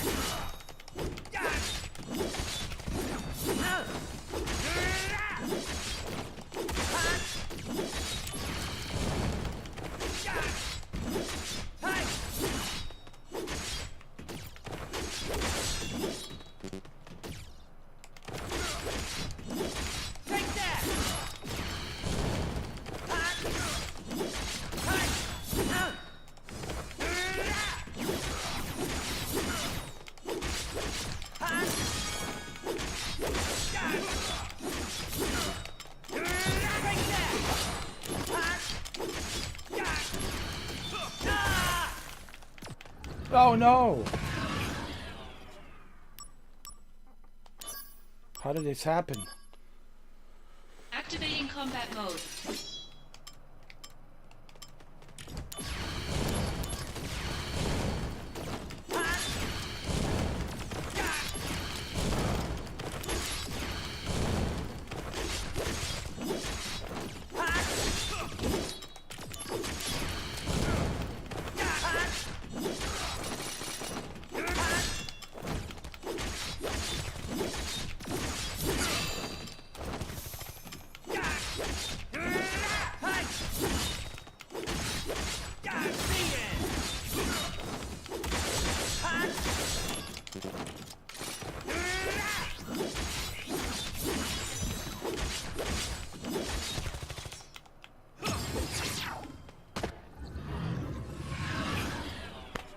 Damn. Maybe I need to stack up on some more health, you know. Activating combat mode. Out of the way!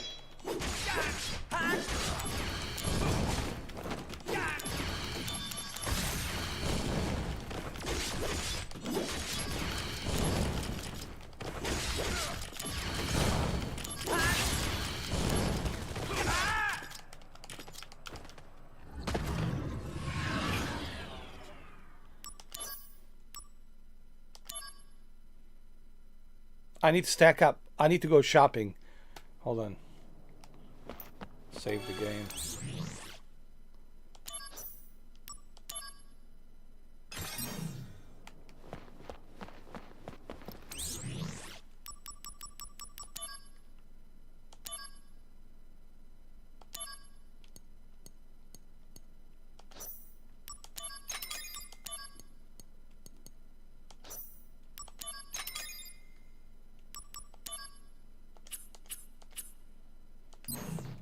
Now I'm ready.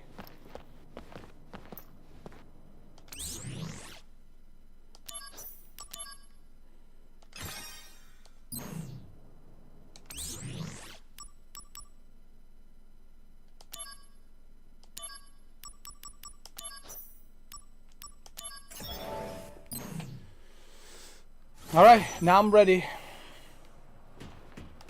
Activating combat mode. Bring it on!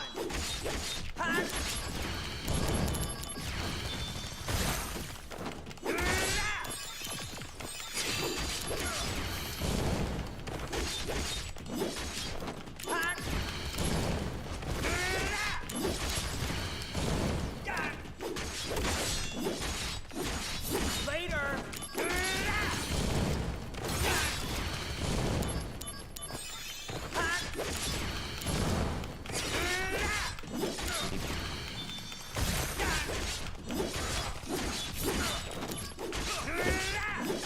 Take that! Got him!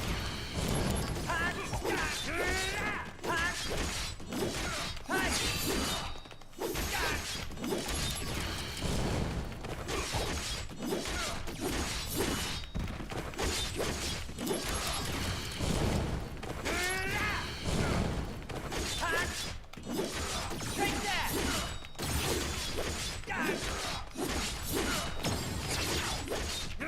Warm-up's over! Here we go! Go, go, go! Oh Conflict yeah! resolved. It's all about strategy.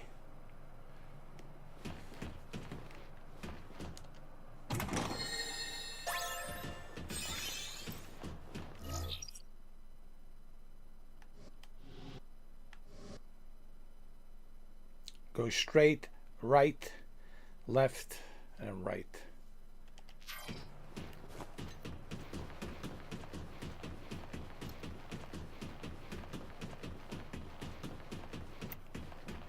Activating combat mode.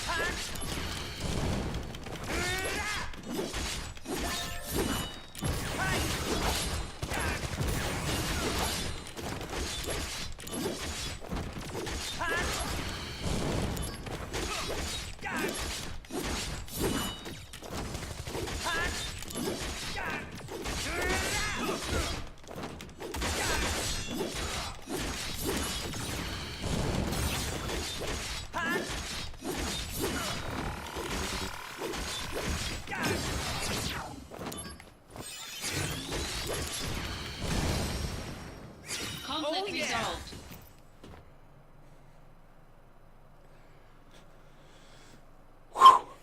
Oh, that was a workout, wasn't it? Wasn't it? That was a workout.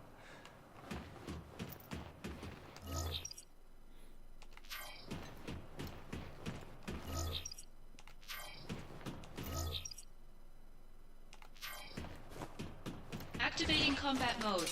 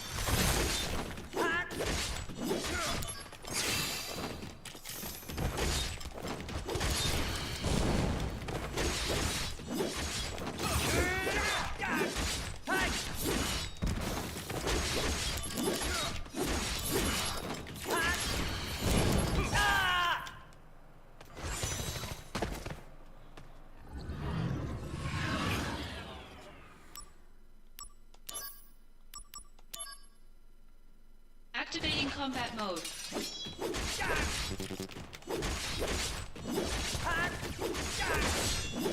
Take that!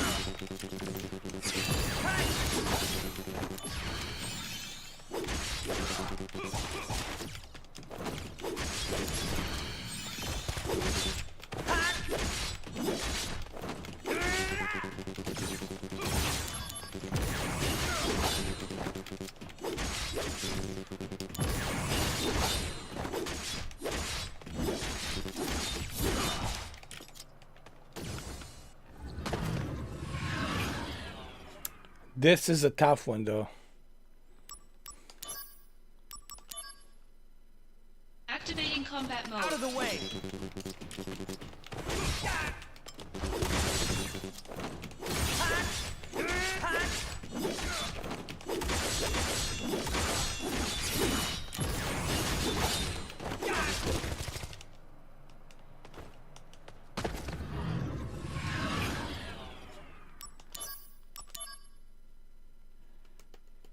I'm not ready for this one.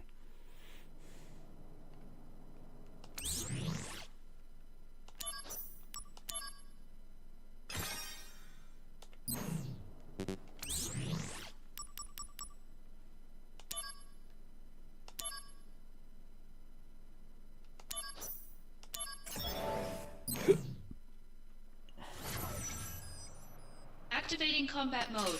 Oh, hell no.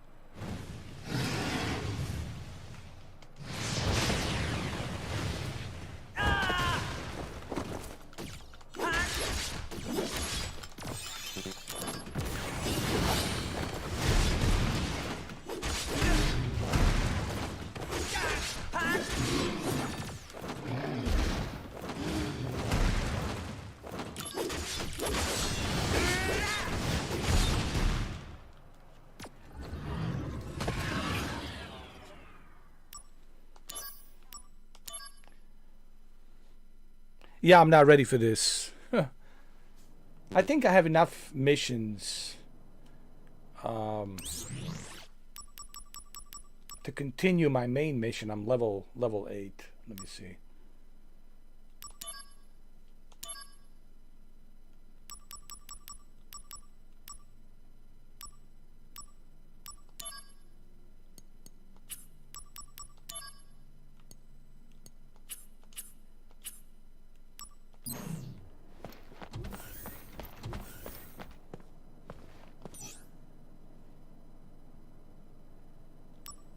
Yeah, I'm ready.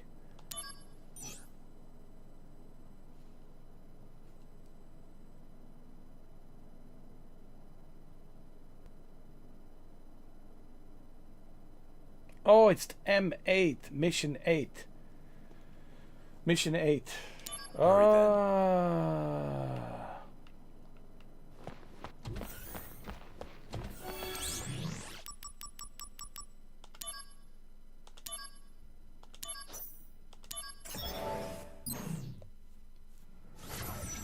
Oh my god. Activating combat mode. Bring it on!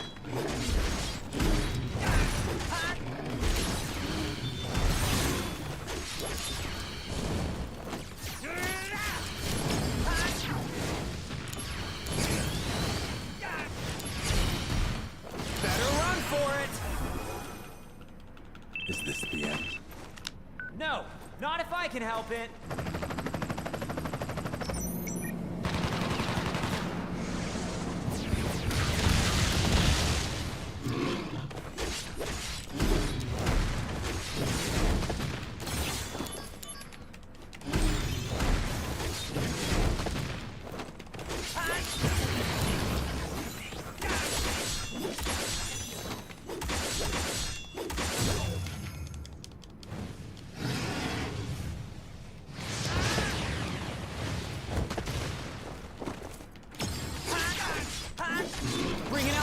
guns. Prove your honor to me. I got it.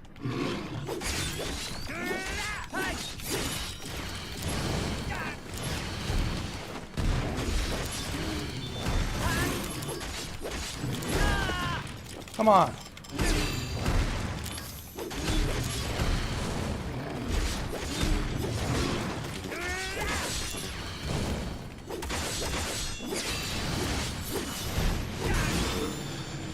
Conflict resolved.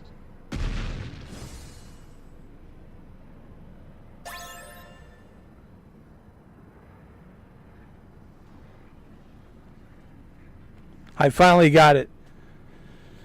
Ifrit materia.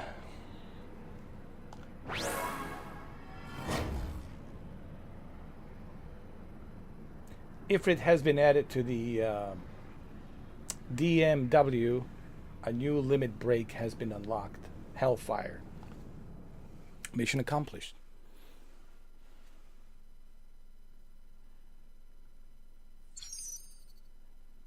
After acquiring summoned materia, the DMW may sometimes enter summon mode. Real images will change into summon mode images, and if they match, corresponding limit break move will be added to your stock. Unleash limit break summon mode. Got it.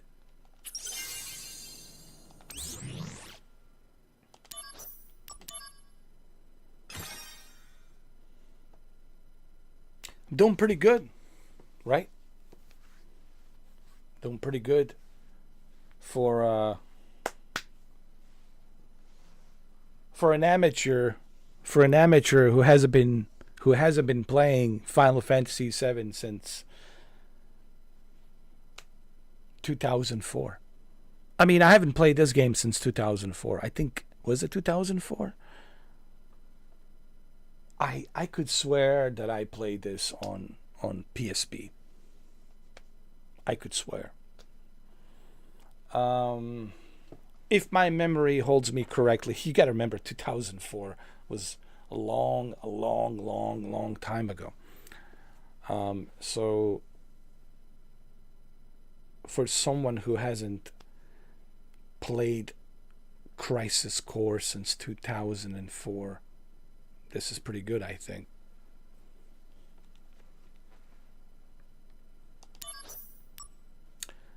What's going on with my chat? I don't see nothing. It just says member chat. You know, a lot of people ask me, why don't I go on a public chat? I know if I go to public chat, sure, people will jump in and they're going to come in and sure, they're going to, you know, talk. But the problem is, if I go to a public chat, then it's not fair to my members. So when my members come in, then they won't be able to interact with me because of so many people typing and spamming and using fake profiles to come in to disrupt the live stream. You know what I mean? And I don't want to put my members as moderators, because then as moderators, then they have to have this responsibility of constantly moderating the chat room. So I don't want to do that to my members, you know. I don't know what's going on. Why my chat's not showing up, I have no idea. I mean, I do see the chat on my OBS, but I don't see... I see the chat window. The chat window, that's what I see. The chat window. But I don't see nothing being written. I just see member chat only. Become a member to chat. And that's it. Nothing else.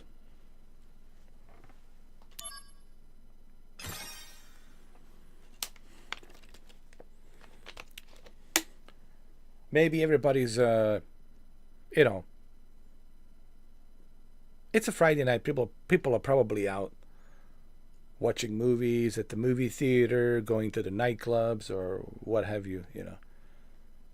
Partying somewhere at someone's house, you know, Friday night.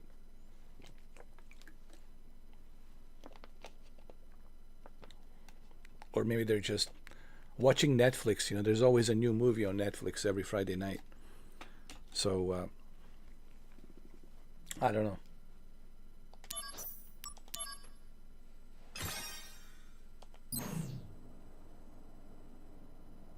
Okay. We're good to go.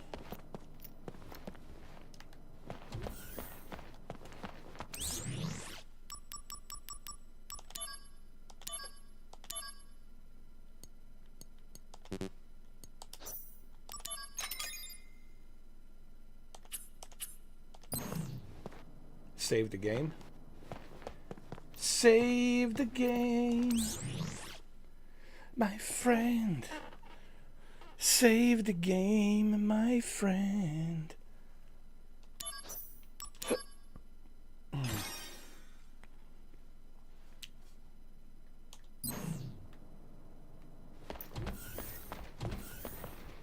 All right, I'm ready, dude.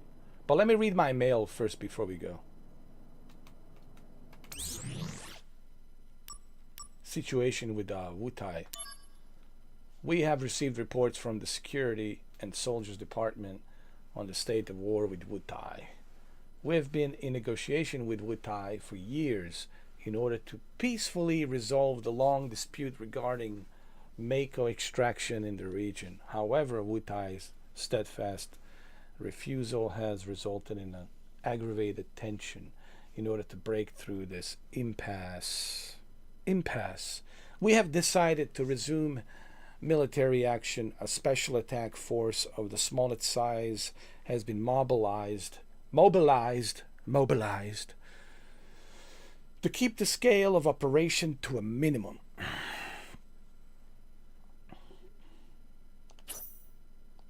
Got it. What I think about Angel,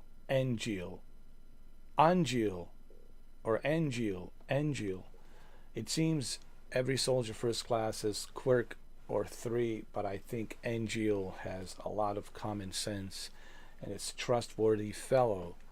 Let's face it, Genesis never found group activities appealing, so Angel is in fact the spiritual leader of Soldier. I've got a lot of respect for him too, and I envy you for getting to work with him so often. Okay.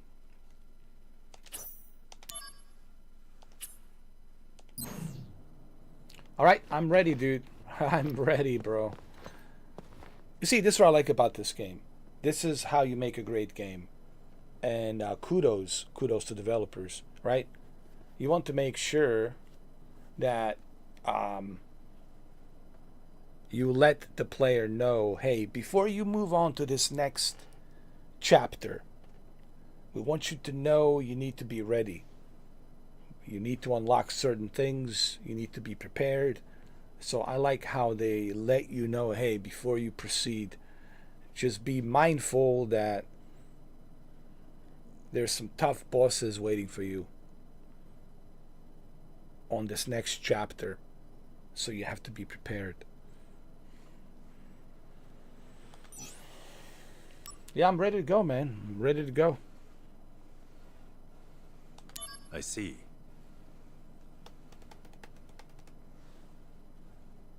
All right, so we're ready. I'm ready. I'm ready. Are you ready? I'm ready. Are you ready? God Ready knows to I'm go. ready. A routine job, right? No sweat. I wonder. Originally, Sephiroth was assigned to this mission. That means it's a top priority matter. Be alert, or you'll fail. And Sephiroth? Refusing to go, apparently. Oh, what is that? They spoil him too much. Why don't you say that to his face? No thanks. I'm not going to fail, dude. I'm John Wick, man. Do you think John Wick's going to fail? No. No. No, sir. No, sir. I'm not going to fail. Weird trees. Banora white trees. Dumb apples. Or Dumb apples. Dumb apples. That means this is Banora Village?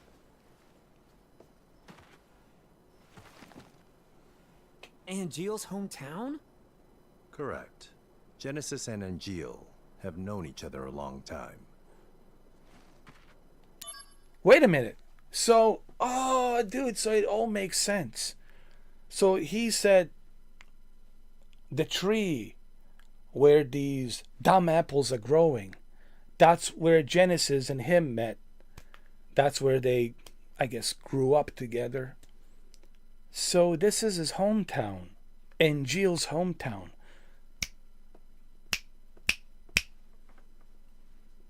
I get it. I got it now. Yeah. That's why I said I don't understand. Like, why are you telling me about these dumb apples? Are you calling me a dumb apple? Or, like, I thought he was insulting me. I thought he was mocking me or insulting me. But then now I'm realizing, no.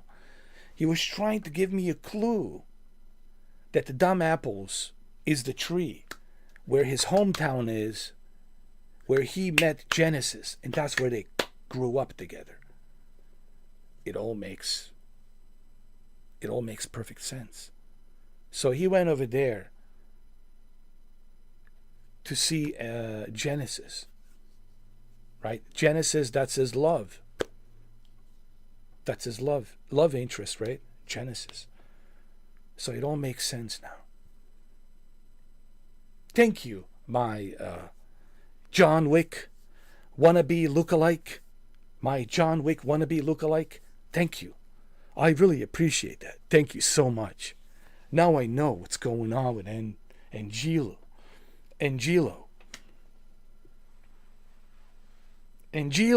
Or Angelo, what's his name? Angelo. My God, did I just forget his name? Angelo. It's Angelo. Yeah.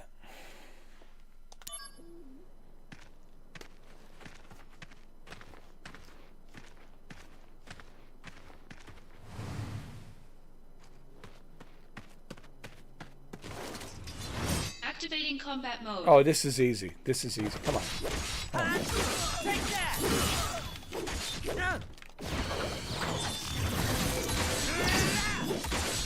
Conflict resolved. Just like that. Done deal. These guys. I saw them in Wutai. Oh, Wutai? So they are here. We've seen no townspeople yet. They may have taken control of the whole town. When Genesis left, he took an arsenal along with him. Retrieve or destroy. Those are the President's strict orders. Wait. Genesis, my bad, dude. I got this all wrong. Jesus Christ. Genesis, it's not a female, it's a male. That's not his love interest. That's just, I guess, his friend. So I got it all wrong, all right? Listen, it's been a long time, man, all right?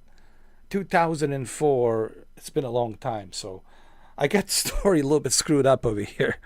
So Angelo and Genesis are friends. They grew up together in this town where these dumb apples grow. Okay, so I just want to clarify, all right? Genesis is not his love interest. It's not his love interest. It's not.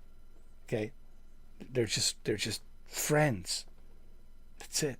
All right? So my apology. I assumed because when I saw the picture of Genesis with the long hair, I thought it was a female. So I thought it was a female, but it's not a female. It's his friend. Okay? All right? So just want to make sure that we're clear on that.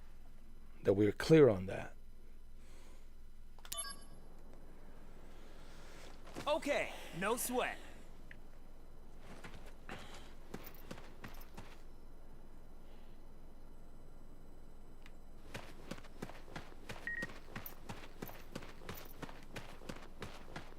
Activating combat mode.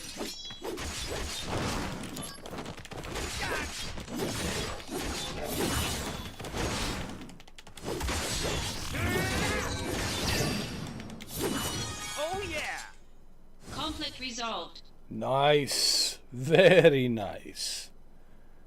Nicely done. Alright, let's continue.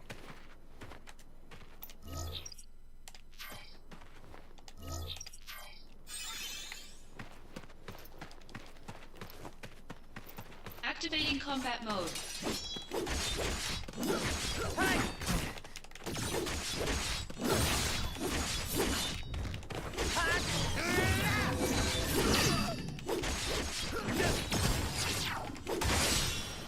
Oh yeah!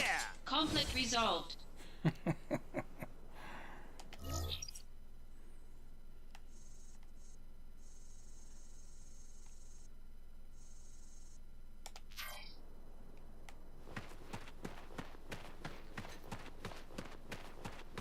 Don't tell me I have to fight that thing. Oh. I better get ready. Hold on.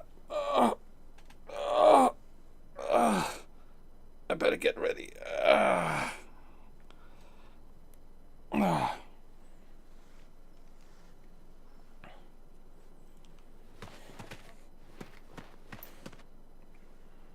right.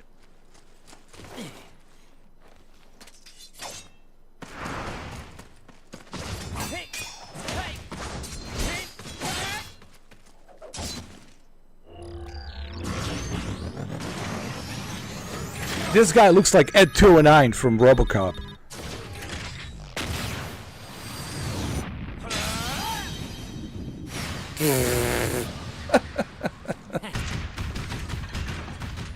That was actually cool. That was pretty cool. That was pretty cool. The president's orders will be met. Activating combat mode. Jesus Christ, am I ready for this?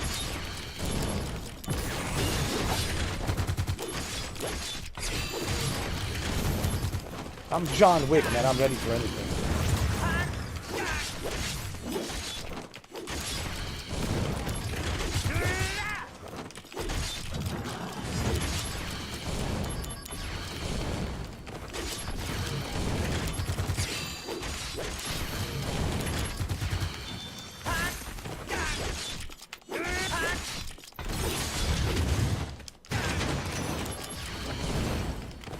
All right, come on, come on.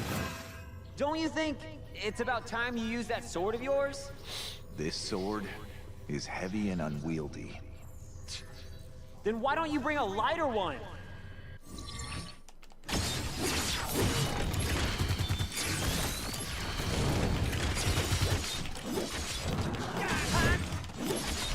Conflict resolved. Yeah.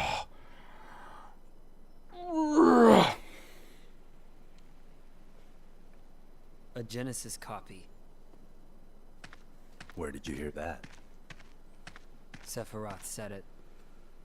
The technology was stolen from our scientists. Huh? It apparently allows Genesis's abilities and traits to be transplanted to soldier members and monsters.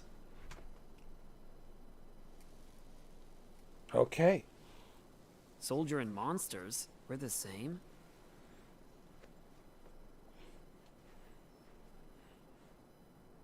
What do you mean soldiers and monsters are the same?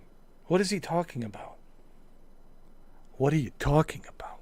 Soldiers and monsters. How are they the same?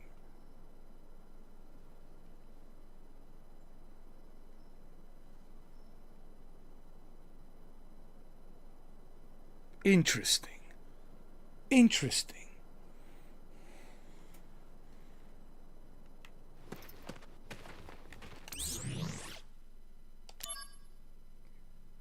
You got an assignment in Banora, right? How is the place? I hear there are a lot of Shinra people there. Apparently the village's main source of income is the production and processing of apples. The rest of their budget is made up of subsidies from Shinra. Now, why would Shinra care about such a tiny village? Could it have something to do with Mako, or there's got to be something fishy going on there? I'm going to look into it. Okay.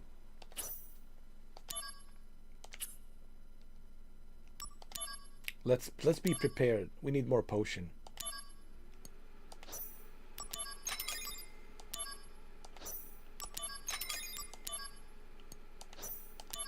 Hold on. All right, we're good.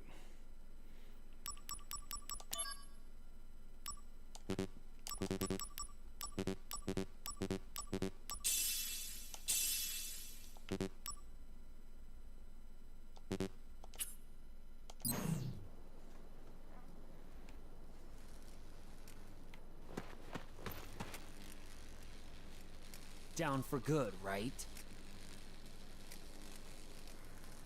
Zach, don't fool around. Let's hurry. All right, John Wick decoy. Hold your horses, all right?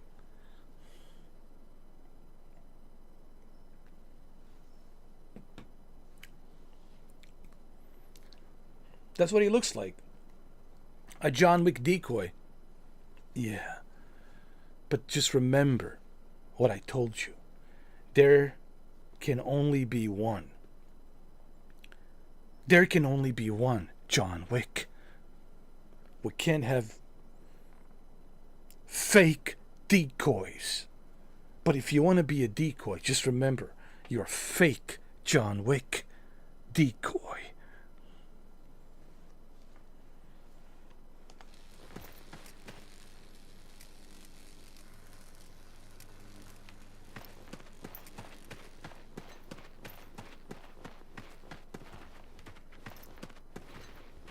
We're going to Banora, huh? Banora it is, huh? That's where we're going. Banora.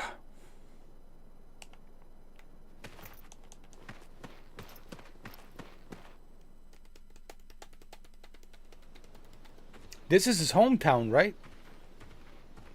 Angelo, or... This is Genesis's home. Oh, Genesis. His parents are wealthy landowners. But I never stole from that tree, because the wealthy man's son was my friend. Oh! They weren't mere acquaintances. Oh! So Genesis is his best friend.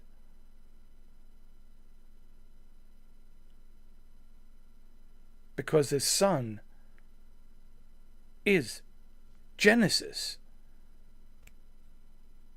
And it's Angelo's friend. Angelo's best friend.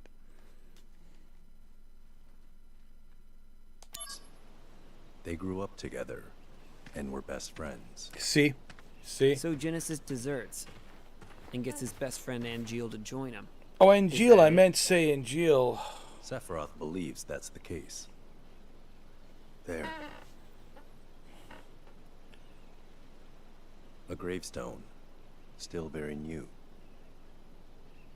Zach, go find Angel's house. Angel's house. I'll find it. Don't worry. I'll find a house. Ugh. So Turks always do this stuff? Someone has to do it. Must be rough. Don't worry. We're paid much better than you are. No way! Hey, come on now. John Wick. Zach, go find Angel's house. Listen. It should be over there. It's likely already in enemy hands. Listen to me. Be careful. Listen. Fake John Wick. Listen to me, fake John Wick decoy. You don't give me orders. Alright? Nobody gives John Wick the orders. Got it? Activating combat mode. Oh, great.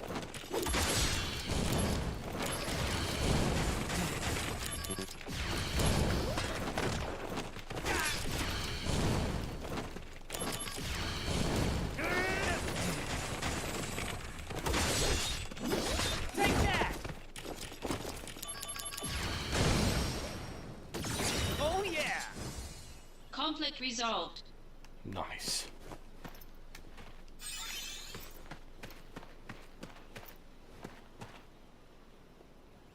Let's see. Angeal's house is...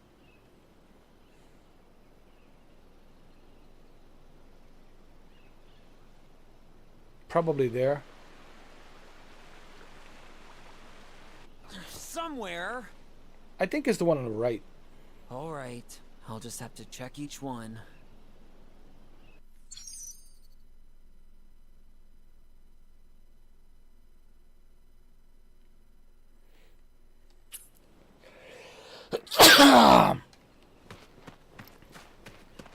Let's save the game.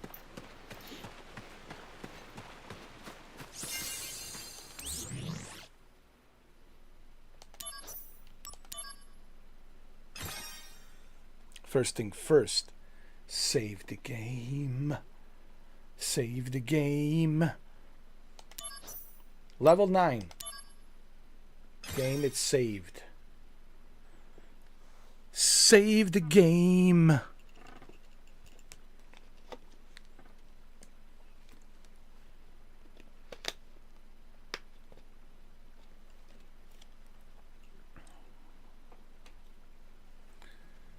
Save the game.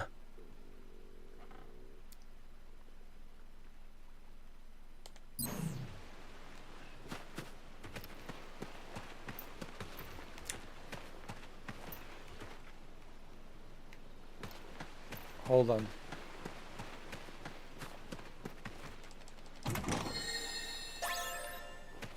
Activating combat mode. Out of the way.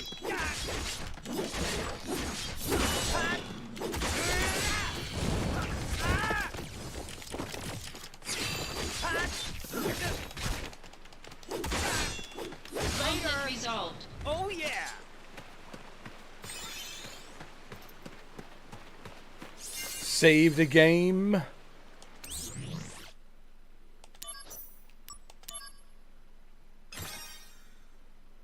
Always save the game. Game. Maybe it's this one. Let's check it out. The one on the left, the one on the right. You know what?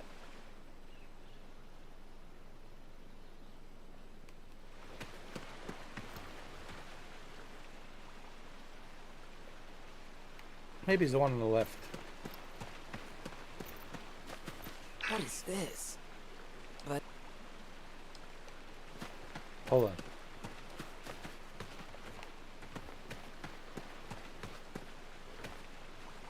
Anybody home?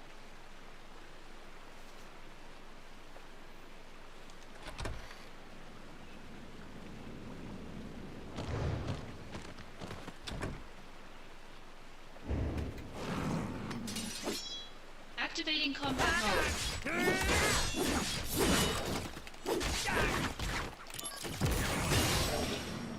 Conflict resolved. Oh yeah.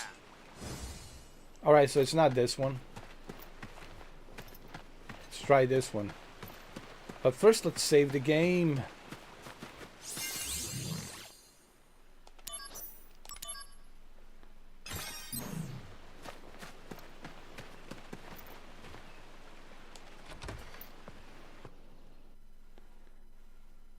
Can I help you? Greetings, ma'am. Are you Angeal's mother? My name is Zach. Are you Zach, the puppy? Excuse me? My son wrote to me once about you. 0 attention span. Restless as a little puppy. Thanks, Angeal. You're not here together with Genesis, are you? No, I'm not. Don't worry. What is happening with my son? I'm not really sure.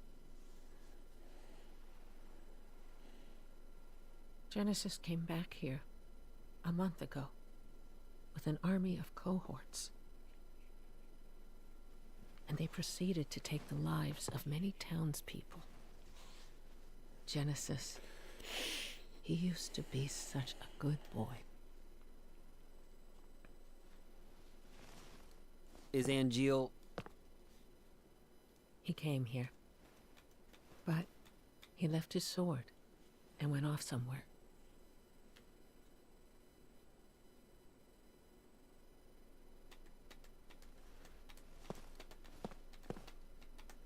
That sword represents our family's honor.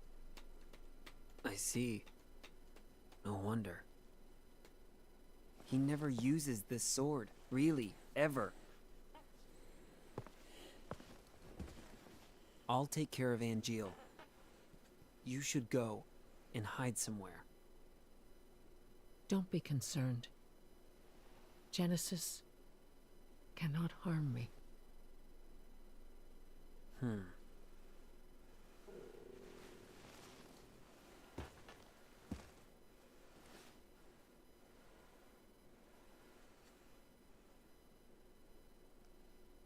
Well, maybe I can take that sword and use it. Huh? Huh? Huh? Huh? Huh? Hold on. I gotta clean my glasses. There we go.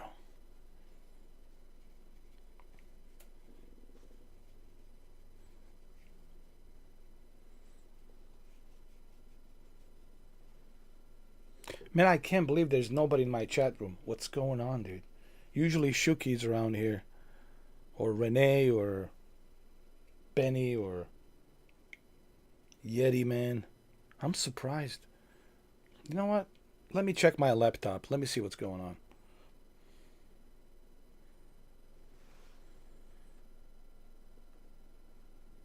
But before I do that, let me first grab this sword.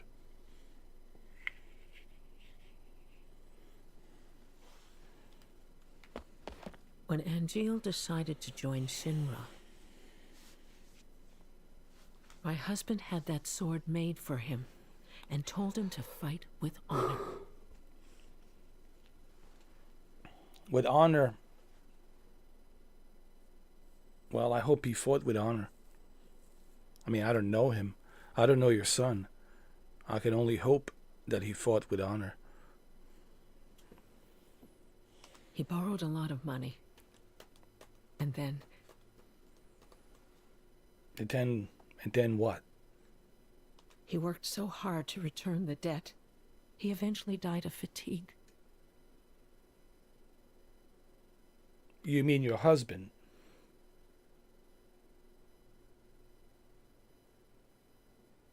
I'm so sorry to hear that. I did not know. I thought you were referring to your son.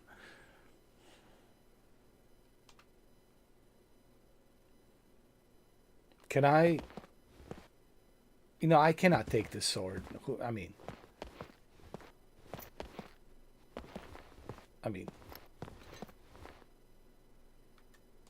When Angeal decided to join Shinra, my husband had that sword made for him and told him to fight with honor.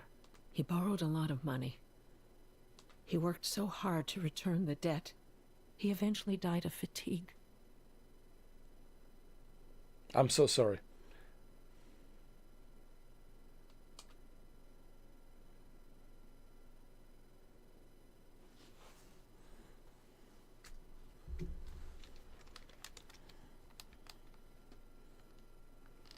I am truly sorry. All right, let me check my laptop. See what's going on.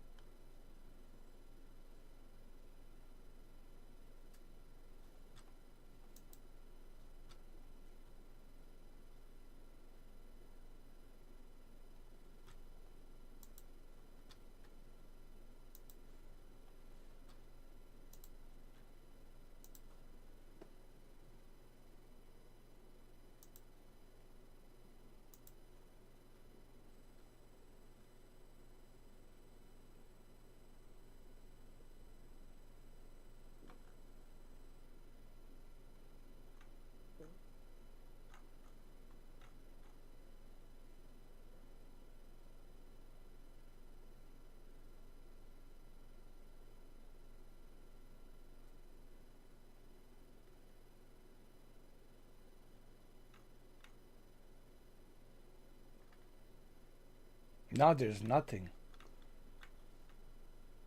It just says members only mode is on. Only members of this channel can send messages. Maybe I got some messages on my PlayStation.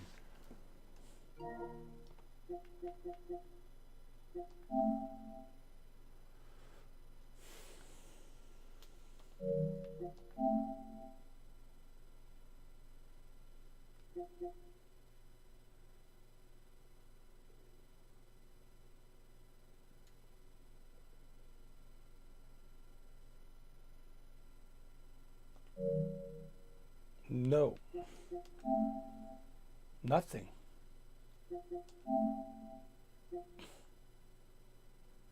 This is only Yeti Man, but that was from yesterday. I don't know. Maybe everybody's out. It's Friday night. You know, everybody's out partying or at the bar. Well, you shouldn't be at the bar, guys. You know, it's a bad place. Don't go to the bar. It's a bad place, and God forbid you're driving. I don't understand people who go to the bar and they go drive. Like, what?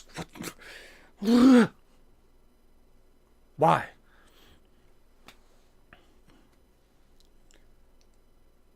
Get yourself a Lyft, Uber. You got two choices: Lyft, Uber. You pick up your phone, and that's it. You call an Uber, you call a Lyft, and you go to the bar. When you finish drinking at the bar, you call Lyft or Uber. They pick you up, they drive you home. I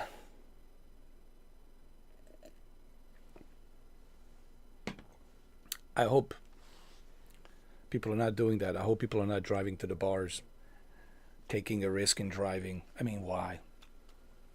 You know, it's interesting. I was watching this judge, a very famous judge in Houston, Texas. I think it's Harris County, Houston, Texas. And his name is Judge David Fleischer. Judge David Fleischer, and he like live streams all of his court just like usual the day in a court. Like he like live streams like an educational, he does one of those educational live streams. You know, he's not profiting any money off of it. You know, he's not getting any kickback from it. It's just for the educational purposes, for us citizens to look and see, you know, what type of cases do they have in the court, throughout the day in the court. Like, and he live streams like his court work as a judge, and you know, you see all kinds of cases in the court, like a daily activities in the court, like what it's like in a court throughout the day in 8 hours. What is like a day in a court in 8 hours throughout the day, and what kind of cases do they have, and the amount of cases that he has, Judge David Fleischer, with people who drink and drive. It is unbelievable, dude. The DUI cases, that, you know, or even worse, DWI. So like DUIs and DWI, driving without, you know, driving without insurance. So you have driving under influence and DWI. Driving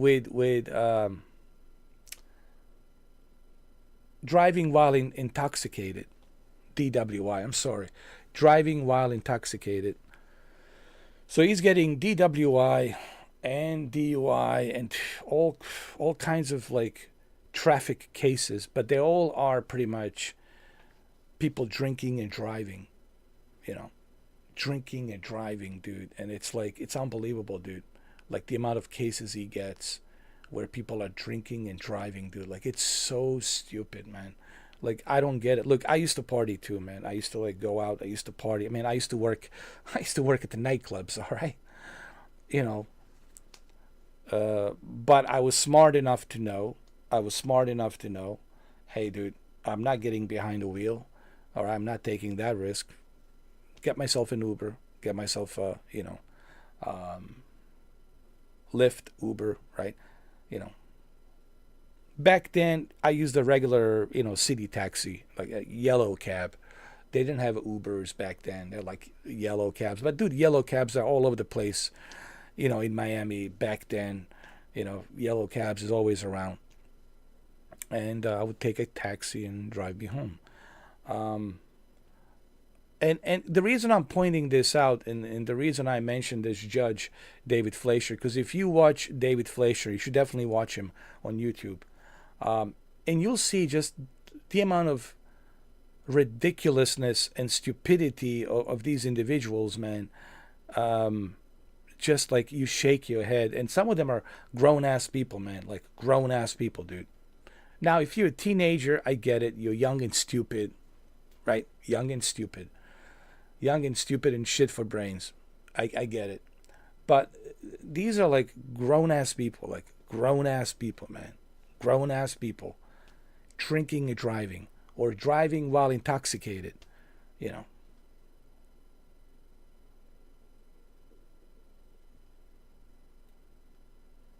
Or driving while under influence. What does that mean? Driving while under influence.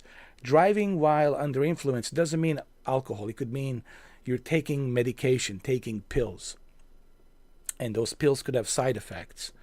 That's considered also under influence. Anything that's going to make you disoriented or sleepy, it's considered the same thing.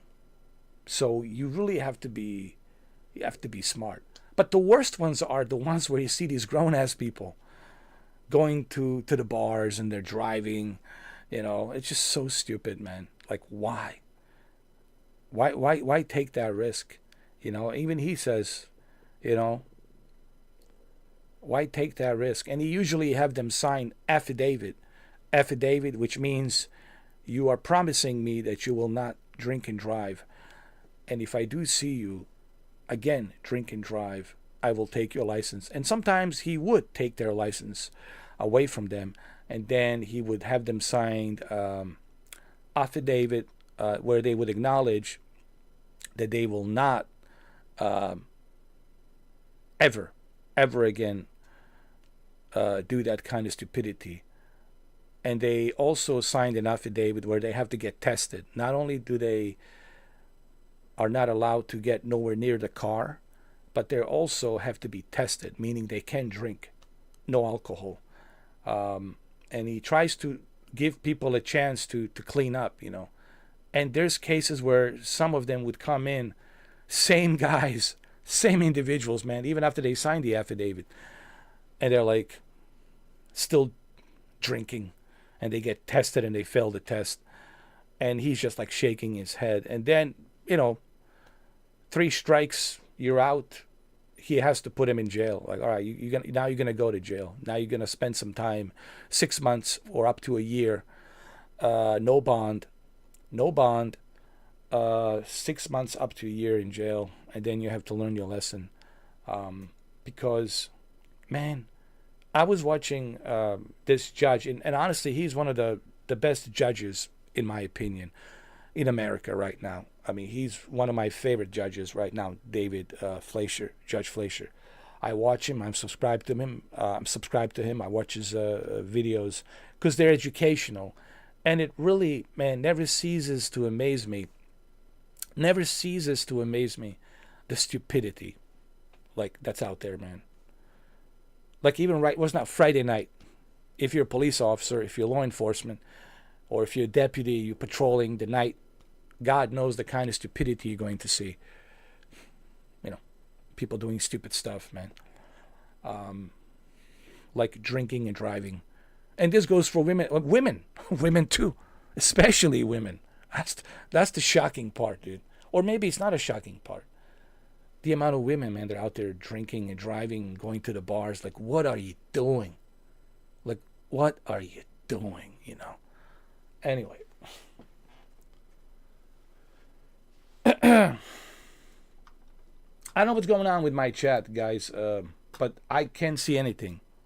Please leave me a message on the PlayStation or on Xbox. Let me know. But I can't,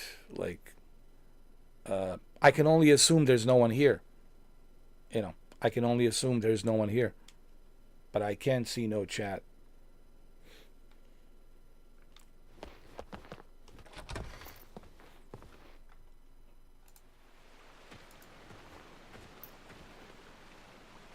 Angeal, where did you go?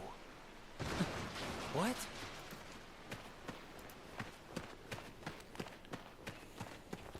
Let's fight. Activating combat mode. Hey! Take that!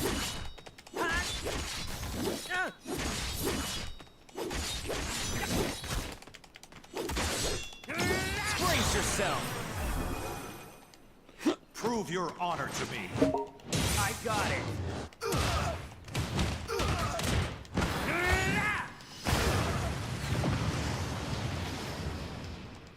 Oh Conflict yeah! resolved. Oh, yeah. There's a factory on the outskirts. I saw a Genesis copy go in. You think it might be their HQ? I do. I'm on a cliff overlooking the factory. The best way in is from above. Come to the cliff top now. All right, well, let's go. What is this? But now's not really the time. I'll come back later.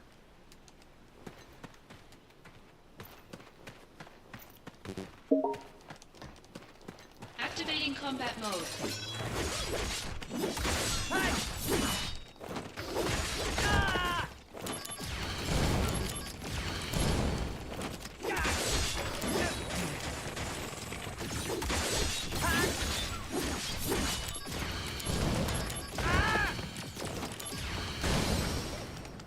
Conflict resolved. Oh, yeah. Activating combat mode.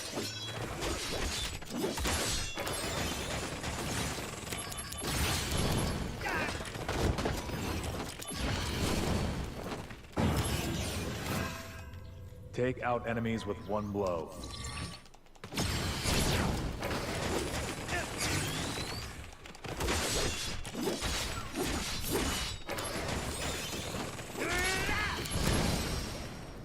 Conflict resolved. Oh, yes, sir. Yes, sirree. Yes, sirree. Yes, sirree. We kicked some ass, didn't we? Yes, sirree.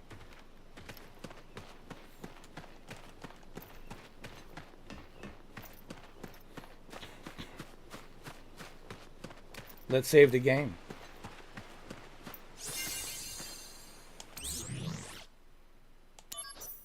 Yes, sirree. Let's save the game. Am I level 9? What am I? Yeah, I am a level 9.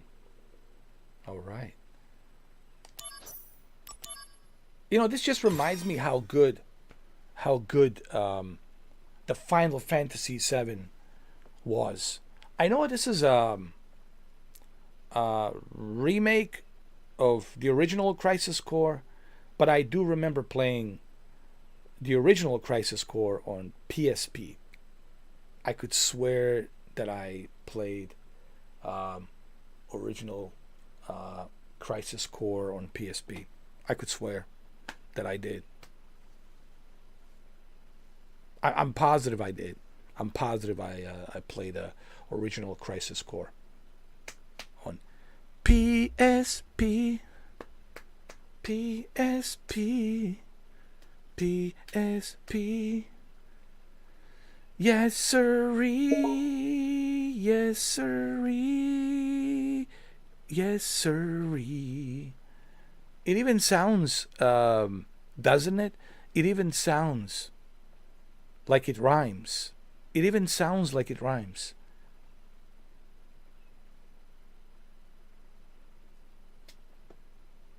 PSP. Yes, sirree. Yeah, doesn't it? It even sounds. PSP. Yes, sirree. PSP. Yes, sirree. Yes, sirree. It's PSP. Love it, love it, love it, love it. Yes, sirree. Yes, sirree. It's PSP. Or PSP. Yes, sirree. I could have done a commercial for PSP. Imagine that if I was selected to do a commercial for PSP back in 2004. Yes, sirree. PSP. PSP. Yes, sirree.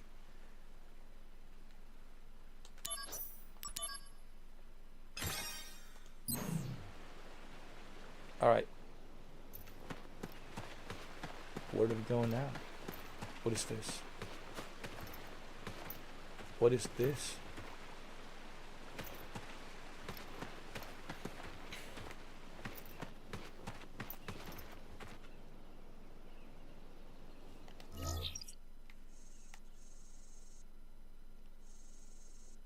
Oh, we gotta go this way.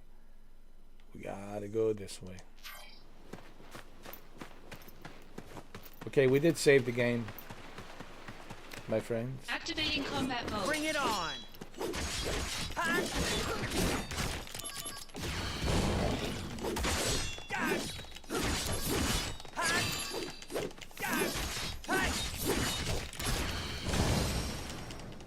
Oh yeah. Conflict resolved. Let's save Activating combat mode. No, not again, dude. Not this guy. Oh.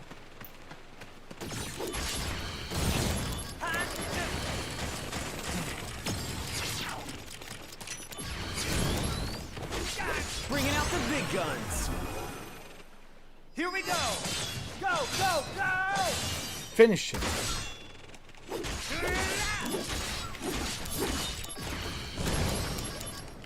Conflict resolved. Nice. Save the game.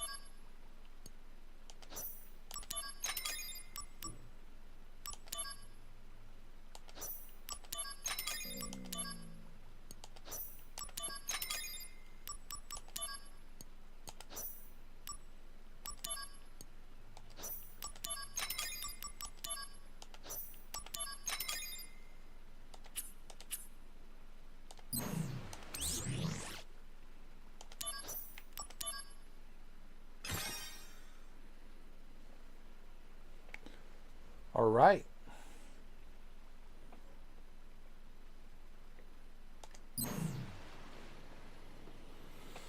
All right, my friends.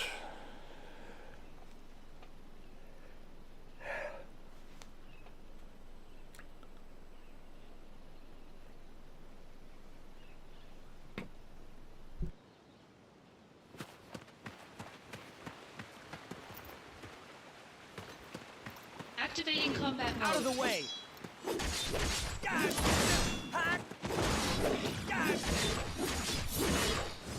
Conflict resolved. Oh yeah.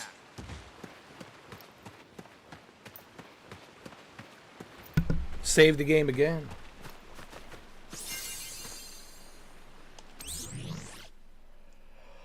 Oh my god, it's already been 3 hours.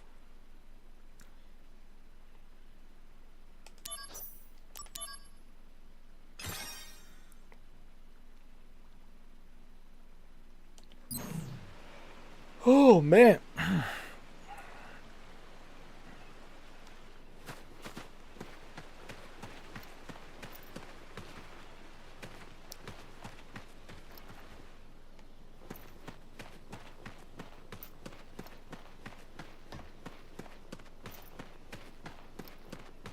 Activating combat mode. Take that!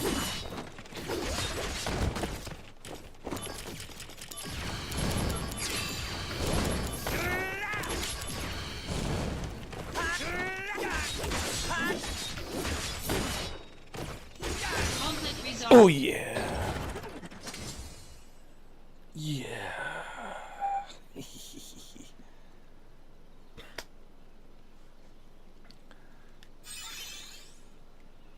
I'm really good at this game. I didn't think I was going to be good at this game, but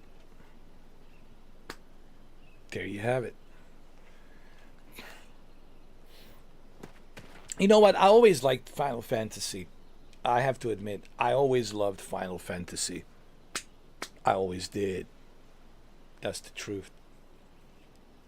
I always did enjoy Final Fantasy.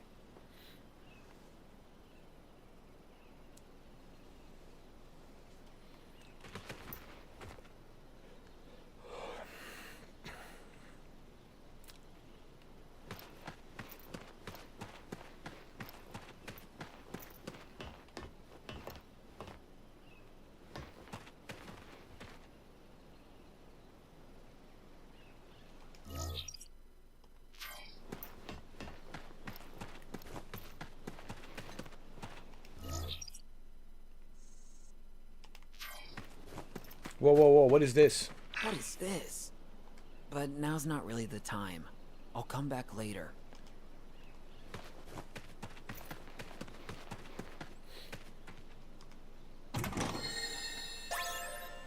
High potion obtained. High potion obtained. High potion obtained. High potion obtained.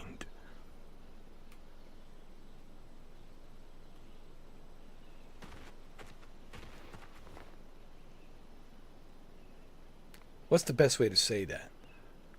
High potion obtained. I think it's the best way to say it. High potion obtained.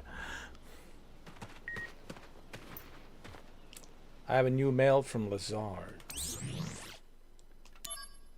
Soldier, members, I thank you for your daily hard work. Upon receiving a report of an unspeakably tragic incident, I find myself thinking about parental bonds, just as happiness can be found in unbiological ties.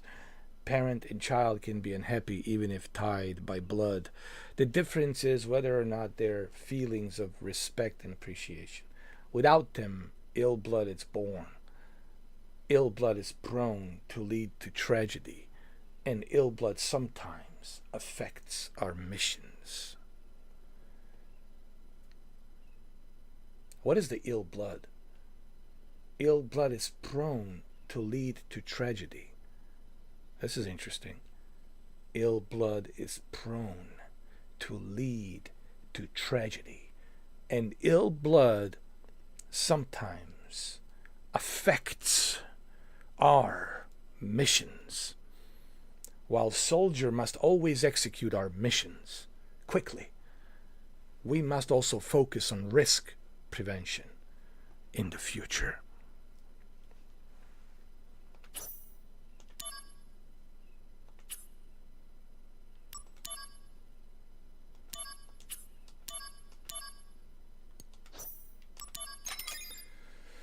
Always stack up on potion because you never know how much you're going to need of that potion.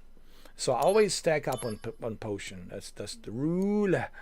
Rule number one.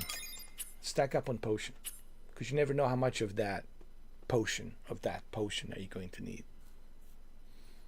You know. what is it? 11:34 p.m. Did I say a.m.? Jesus Christ. 11. No, it's 11:35 p.m. I almost said a.m. If it's a.m., then my goodness, then I have a time machine that I'm fast forwarding. That I'm super fast forwarding. So it's 11:35 p.m. on the East Coast. That is. You know, if you're on the West Coast, for you it's what 8:35, right? Yeah, 8:35. For you on the West Coast. Let me check my laptop though. Let me see if anyone sent me any messages on my Windows. Let me see.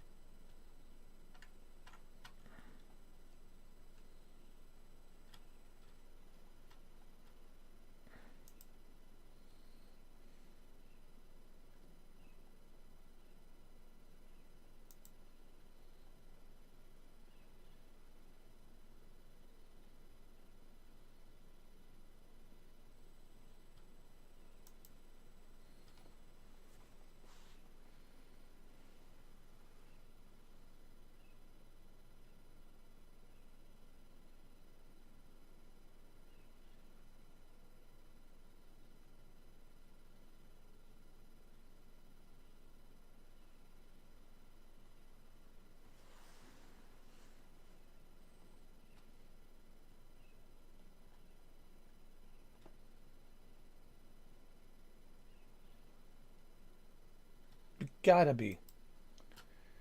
No way, dude. How?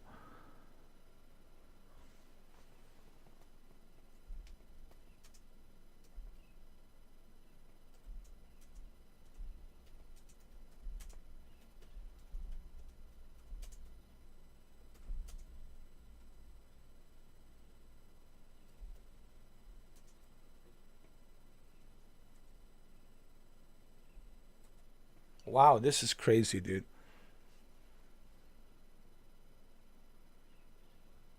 What the? What the?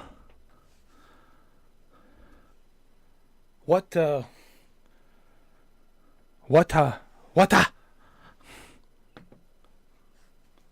What the? I don't want to cuss. I was going to say, what the, you know. What the? What the? I'll just say, what the? What the? What the freak? Okay? I'll say, what the freak? What the freak, man?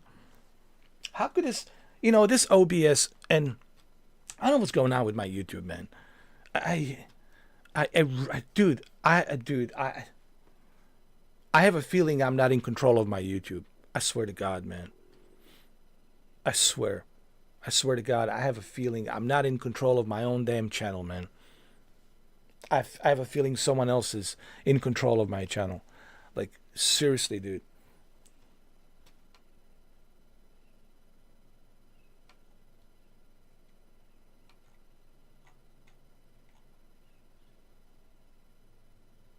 Dude, let me see. Did you send me a message?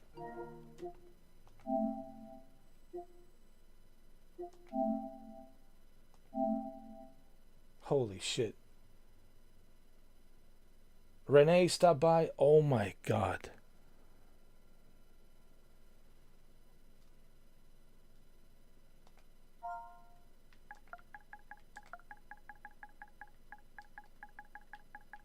This is crazy.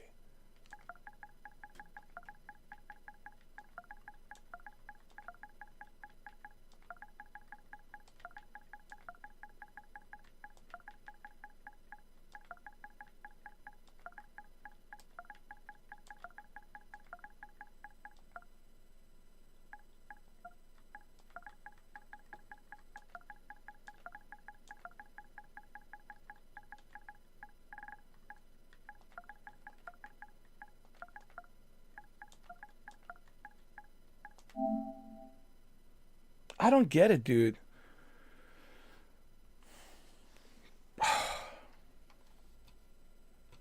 Dude, this happened to me like more than once, man. More than once.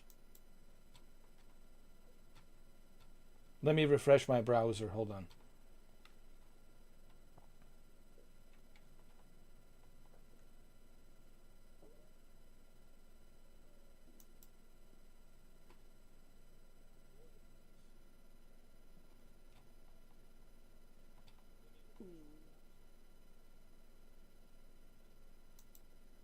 Hold on. It's loading. It's loading. It's still dark. It's still dark, but it looks like it's loading. Hold on.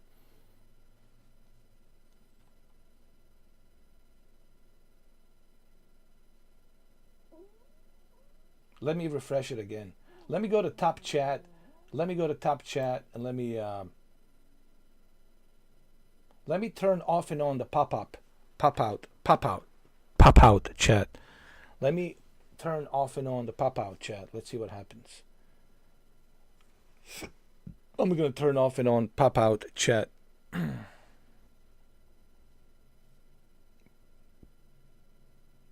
Pop out chat. All right, let me reload pop out chat.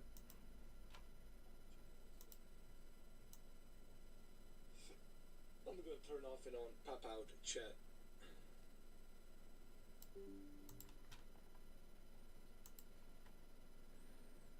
Let me see.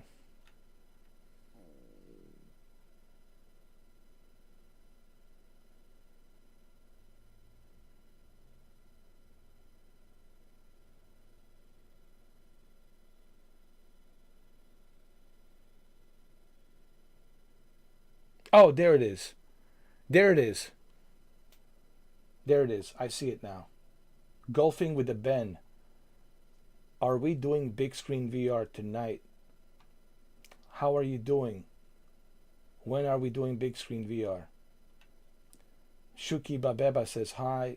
Renee said hola. Hola. Hola. Hola, ¿cómo estás? ¿Cómo estás? Hola, chica. Muy bien. You're charging up your VR. I see Shuki. Hi, Renee. Hi. Hi, Ben. Maybe need refreshed or OBS issued as always. Man, OBS can kiss my you know what. Can kiss my beautifully shampooed behind. Wow, dude. OBS can really kiss my beautifully shampooed behind. Wow, dude. How long you guys been on here? Jesus H. Christ. Oh my Lord.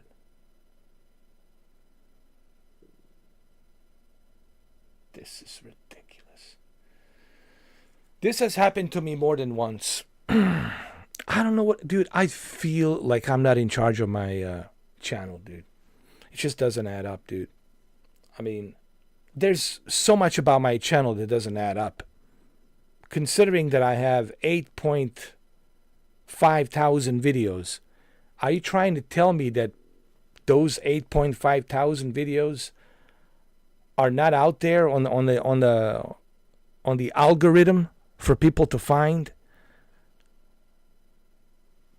I still believe that I am shadow banned, and I don't know why, for what reason. YouTube is claiming what I actually got in touch with one of the representatives on YouTube on the chat, and we were chatting for about 15 minutes.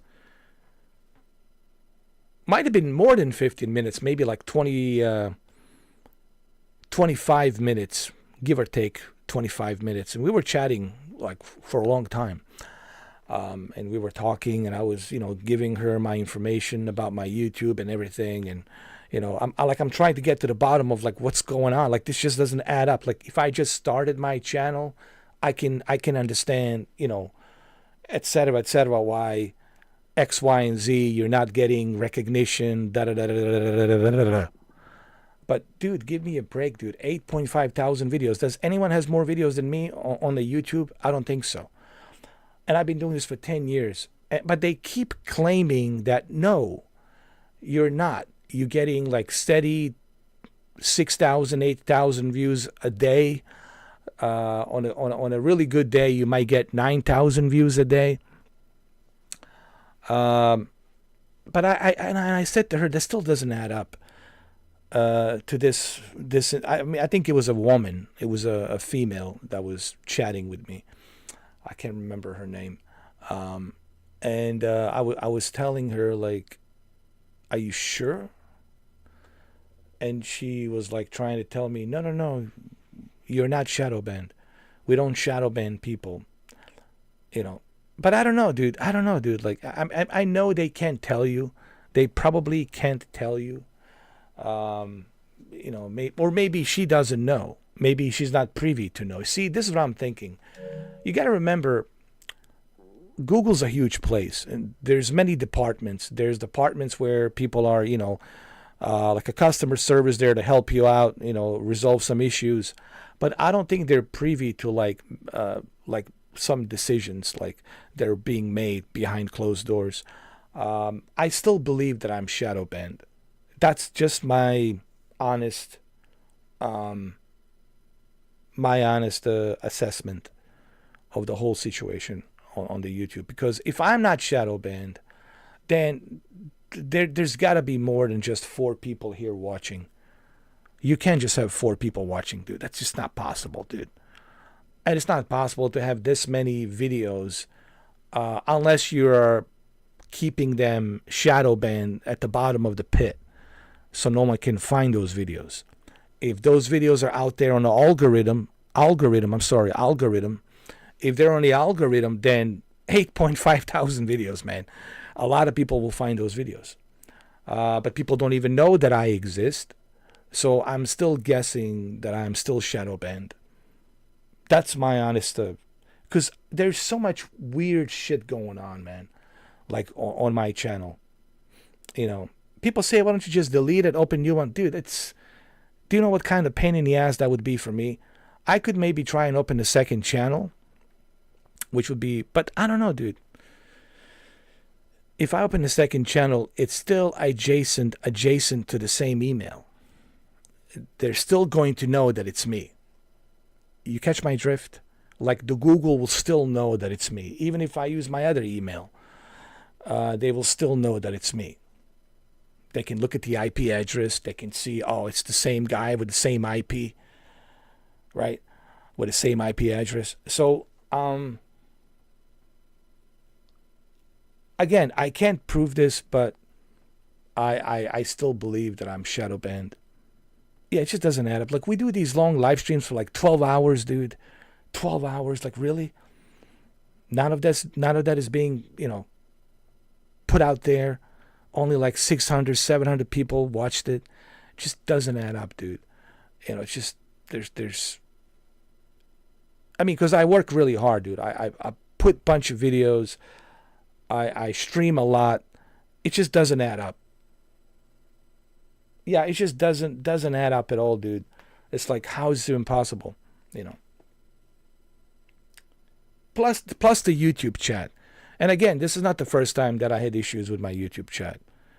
You know, I'm not asking like, ooh, for me to have like, you know, 10,000 people watching me, but I should have at least 40 or 60, you know. It should be at least 40 or 60 or 70. I mean, like, come on. And I should get more views on these videos, man. I mean, you give me a break, dude. The only way you don't get those views is if you are, if you're shadow banned. I mean, 8.5 thousand videos, man. That's a lot of videos. That's, and again, you know, maybe the, you know, these, what you call it, customer representatives on Google, they probably are not privy to that information. If I am shadow banned, they probably don't even know. But who's making that decision? See, someone probably made that decision. up on the top and says, yeah, we don't want this guy. We don't like him for whatever reason, X, Y, and Z. I don't know. Did I piss on somebody's leg? I don't know. You tell me. I mean, I do have opinions, like everybody else. I mean, I'm very opinionated, like everyone else on this planet, and I'm not going to apologize for my opinions. You know, I have my opinions, and that's it. People can kiss my behind. You know, I always will keep my opinions. They're my opinions. That's my right. Trolls, listen. Why should I put up with trolls? People who are coming here to be malicious, to attack me just for the sake of attacking me. Why should I put up with that? I shouldn't put up with that. And I will call them certain names. I will call them out for what they are. You know. So I just don't know, like, what exactly is it that it's causing them to shadow ban me, unless there's some hackers out there who've been trying to frame me and report me with some bullshit, bogus, you know, flagging me for this, flagging me for that, right? Maybe that alerted the algorithm AI, and the algorithm AI decided to drop me down because of all the fake, bogus flaggings of you know, being flagged by, you know, these pukes out there who have nothing better to do than just sit in their mama's basement, or 900 pounds, and just, you know, I don't know how else to describe these individuals. All right. That's what I'm thinking. Because if you guys have a better idea, please let me know. And Google, if you want to reach out to me, Google, reach out to me. Please reach out to me and send me an email. And we'll get in touch. We'll talk.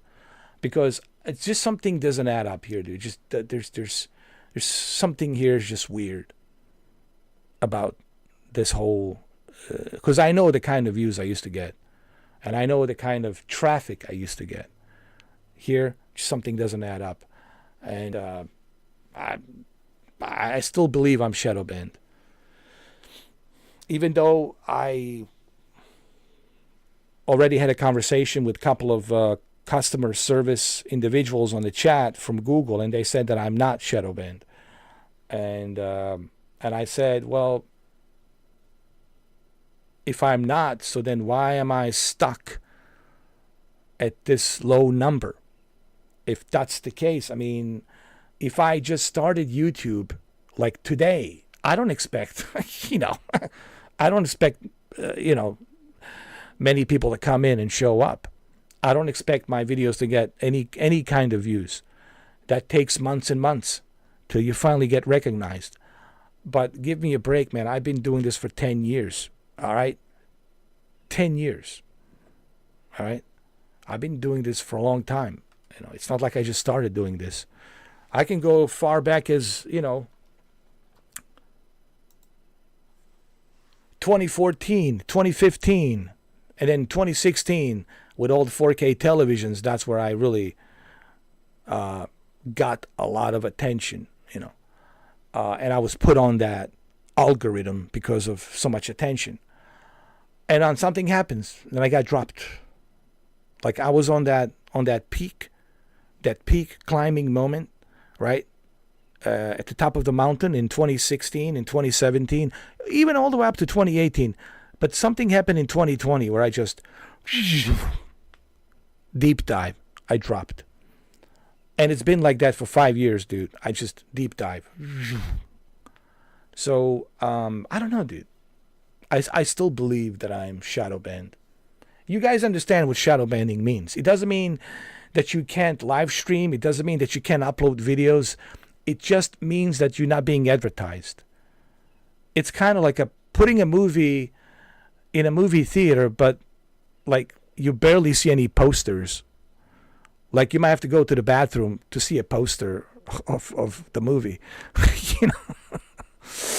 So, I don't know.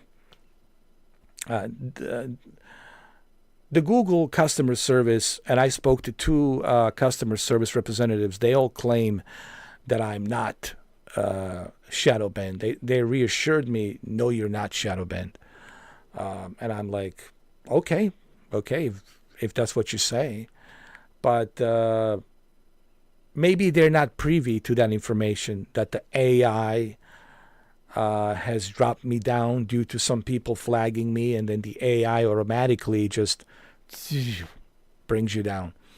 Especially if people are using fake emails, fake accounts, and they multiply those fake accounts, and they're all started, flagging me. And that's what they do. They're like a mob, right? They create like a mob of these fake profiles and these fake accounts, and they unleash these fake accounts into someone's channel just to get even or get some sort of revenge or whatever, right? And they just start flagging you. And then artificial intelligence on the YouTube sees that, and the YouTube artificial intelligence doesn't know any better, and it thinks that you are being flagged by so many individuals. And in fact, you're probably being flagged by maybe a couple of people. But those couple of people have like a 20, 30, or 40 fake profiles, and they're just flagging you. And, if they see so many flags, then automatically your channel gets put into that limbo called shadow ban. So that's the only logical explanation that I can honestly bring out here. Like I said, if Google wants to reach out to me and look more into this, hey, my email, get in touch with me. I would love to give you all the information you need. But there's clearly something going on here. It just doesn't add up, man. I mean, I work really hard, man. I put a lot of hard work into my channel. I put a lot of hard work in what I do. I know that I do. I have evidence to back that up, that I put a lot of hard work. So clearly here, something doesn't add up.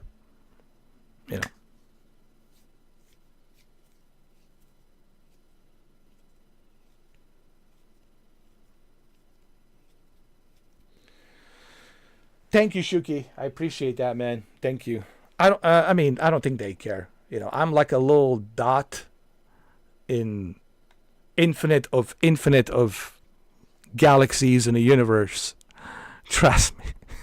I'm like a little tiny dot. You need a microscope to find me, like a digital foundry microscope,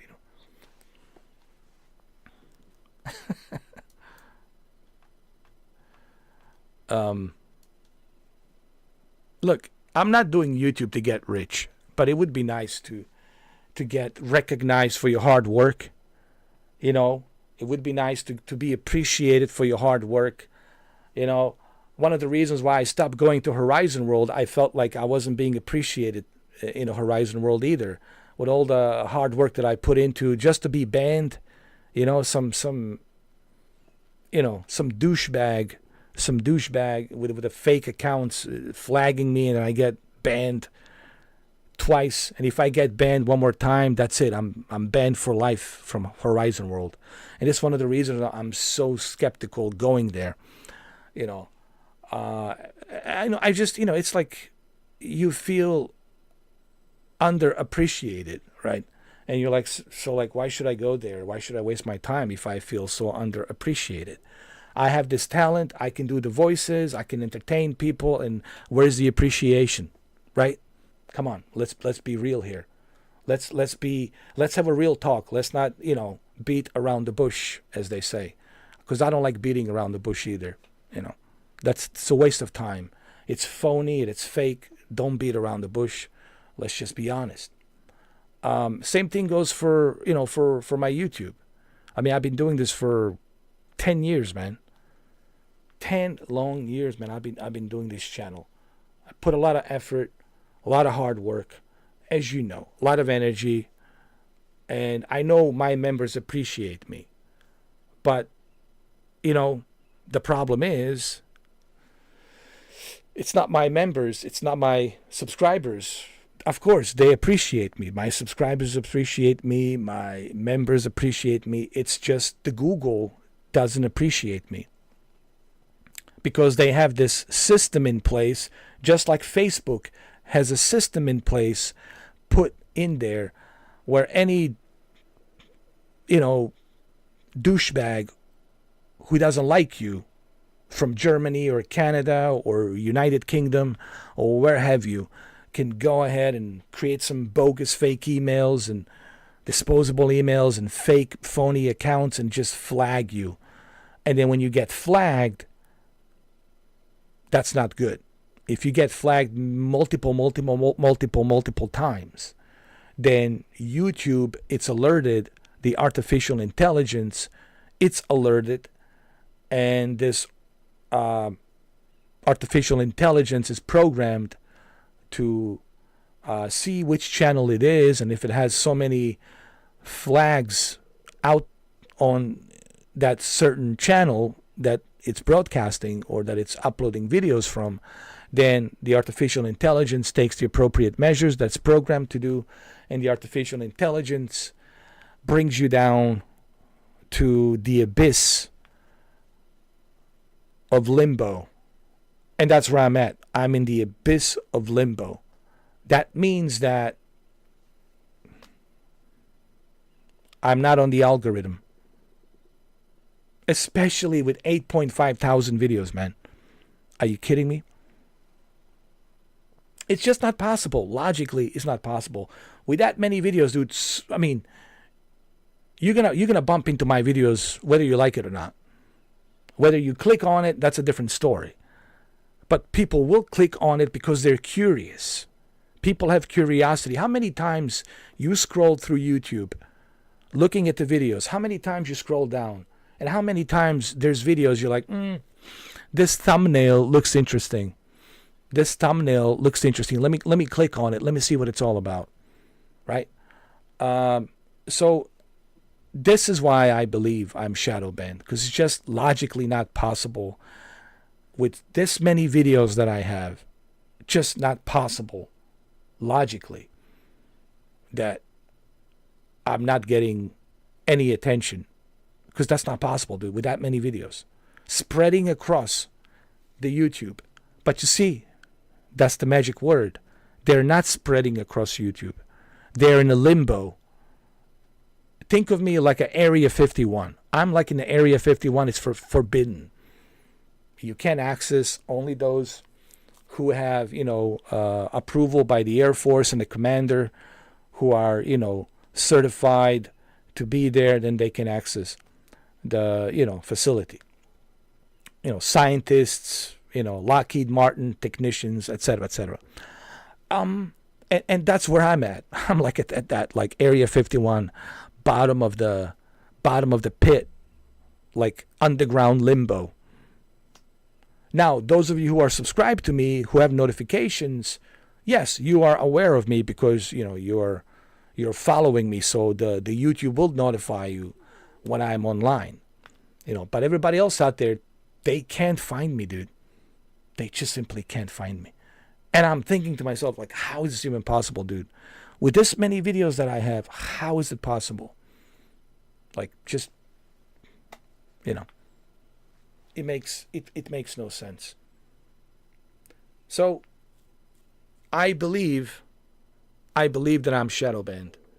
There's no question about it. I believe I'm shadow banned. 100%, man. 100%. There's no question about it.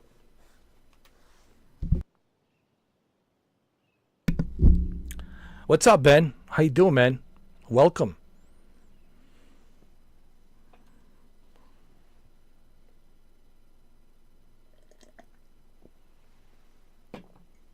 Anyway, let's continue. Let's continue with the journey of Zach. That's my character's name, Zach, right?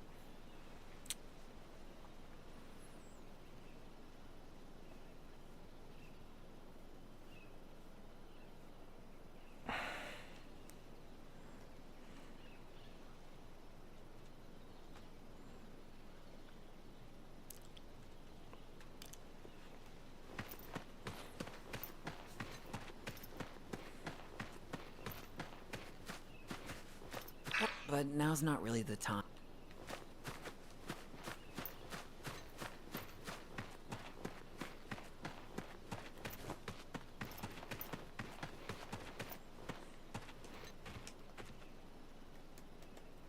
Genesis's parents were in that grave. Wait, his own family? We can't expect reason from him. What about Engil? He wasn't at the house. But please, give me time. If I find Angel, I can talk to him. If I can convince Angel, maybe Genesis will come back too. I understand now why Sephiroth chose you. Huh? Genesis and Engil. Those two were Sephiroth's only friends. He didn't want to fight them. That's why he refused the mission. Well, Angel is my friend too. He's counting on you to bring them both back. Time is short. Let's go. Well, let's go.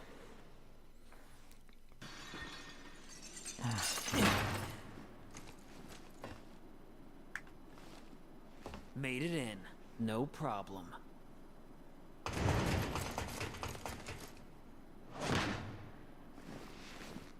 Go on ahead. I've got your back.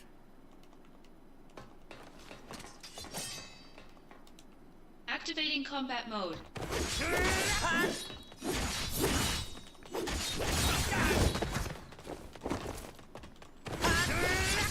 Brace yourself. Is this the end? No, not if I can help it.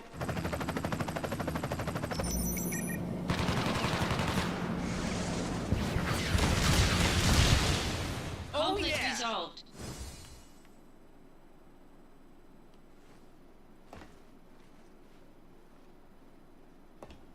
Zack, this way. Keep sharp.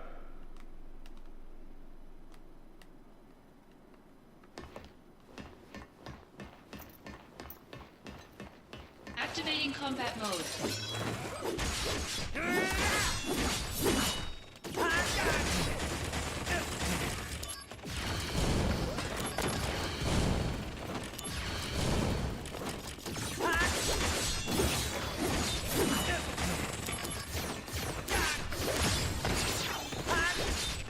Conflict resolved.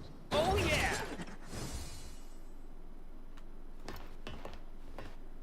That's some real ass kicking right there.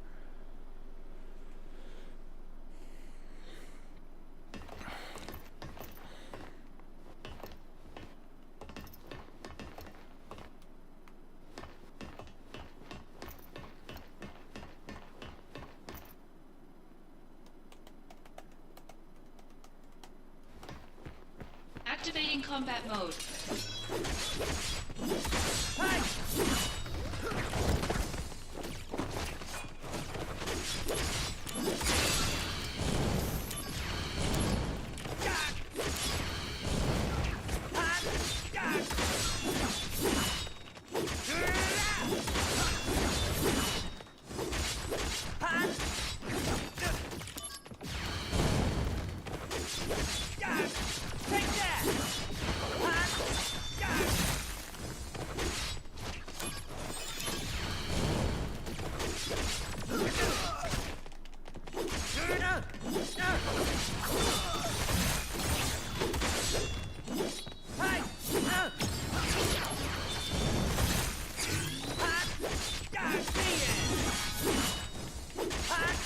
Conflict resolved. Oh yeah! Yeah. Zack, this way.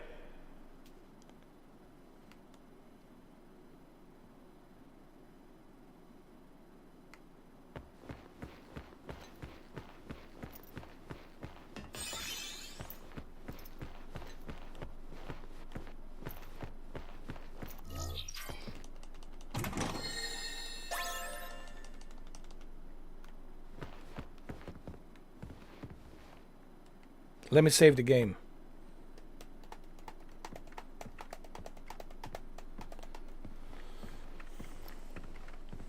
This is where the copies are made.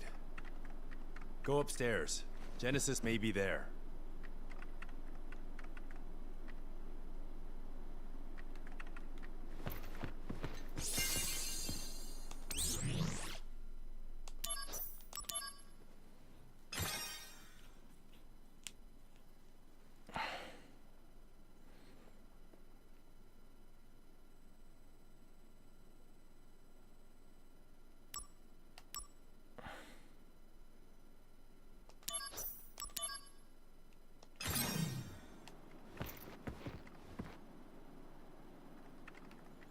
I mean, Ben, we really can't give you any kind of advice on that because, first of all, we don't know the circumstances. We don't know if even what you're telling us is true. So, I mean, you have to, consider, you can be asking random people like, what should I do?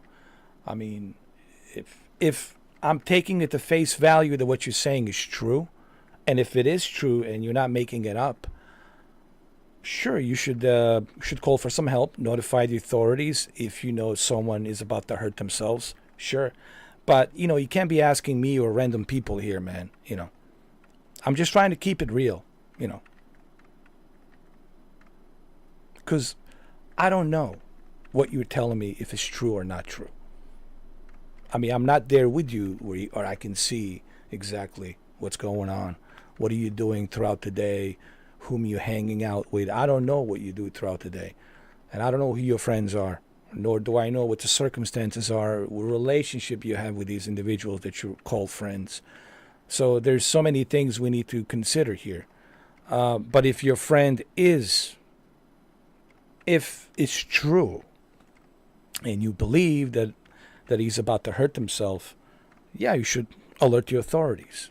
You should definitely call the authorities. But we can't just give you the advice,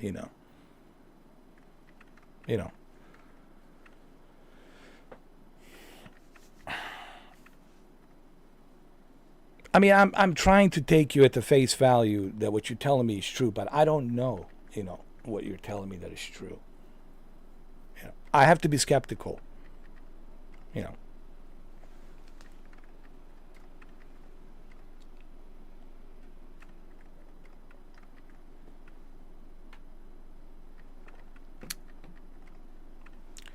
Well, you don't have to be professional. It's just a matter of truth, Benny. This is a common sense. You can call the professionals to help him. You can call the law enforcement to go in there to check on him if that's, what's really going on. But you also got to be careful, because you have to be telling the truth. Because if you're not telling the truth, dude, you could be, facing in front of a judge for defamation, for lying, and then you could be facing some legal charges against you. So you gotta really know what you're doing, man. So you gotta be careful, man. What you're saying, you gotta be careful what you're doing. There's a legal law that's within all of this, and you gotta be really careful, man. So I can't give you any legal advice because I'm not the lawyer.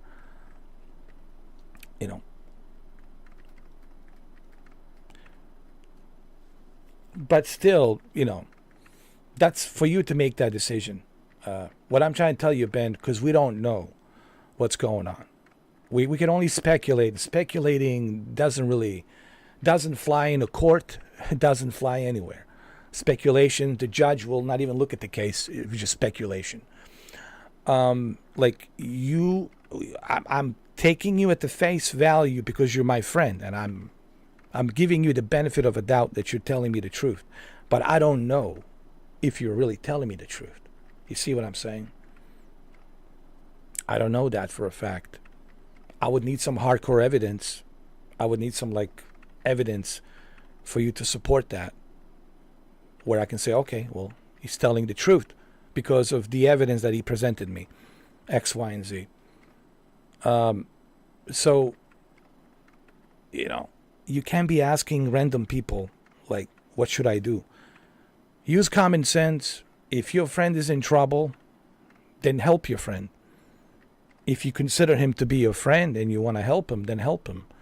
You should definitely have the cops go in there and check on him, right? If you believe that he wants to harm himself, you should, call the authorities and have him just knock on his door, check to make sure he's okay.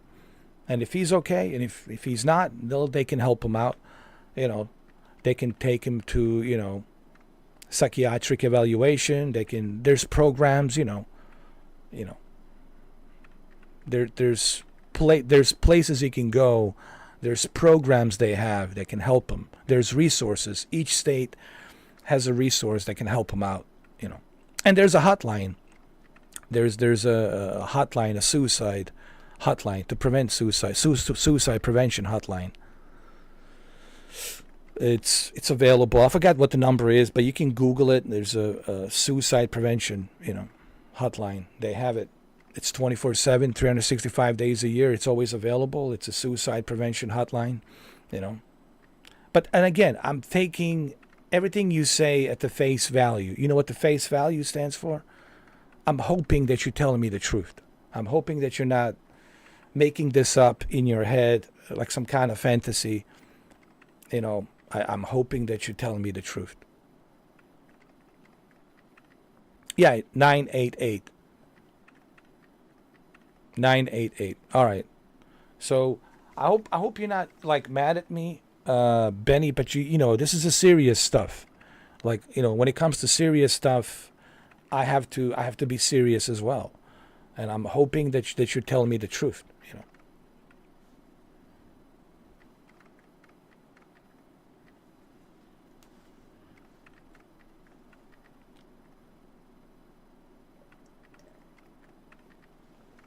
All right, Benny, well, you'll have to make your own decisions on this one, I'm afraid. You will have to make your own decisions on this. And I'll leave it at that. Make your own decisions. It's up to you.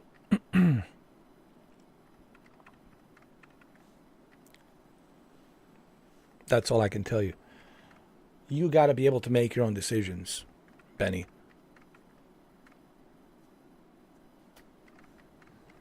Because I'm not always going to be around, and not other people going to be around. You have to make an adult decisions, That's called life. Life will teach you that you'll have to make your own decisions. We are friends, but I'm just, I don't want you to come in here with serious stuff like that, especially on a public chat. I can't have you bring that stuff up here, man,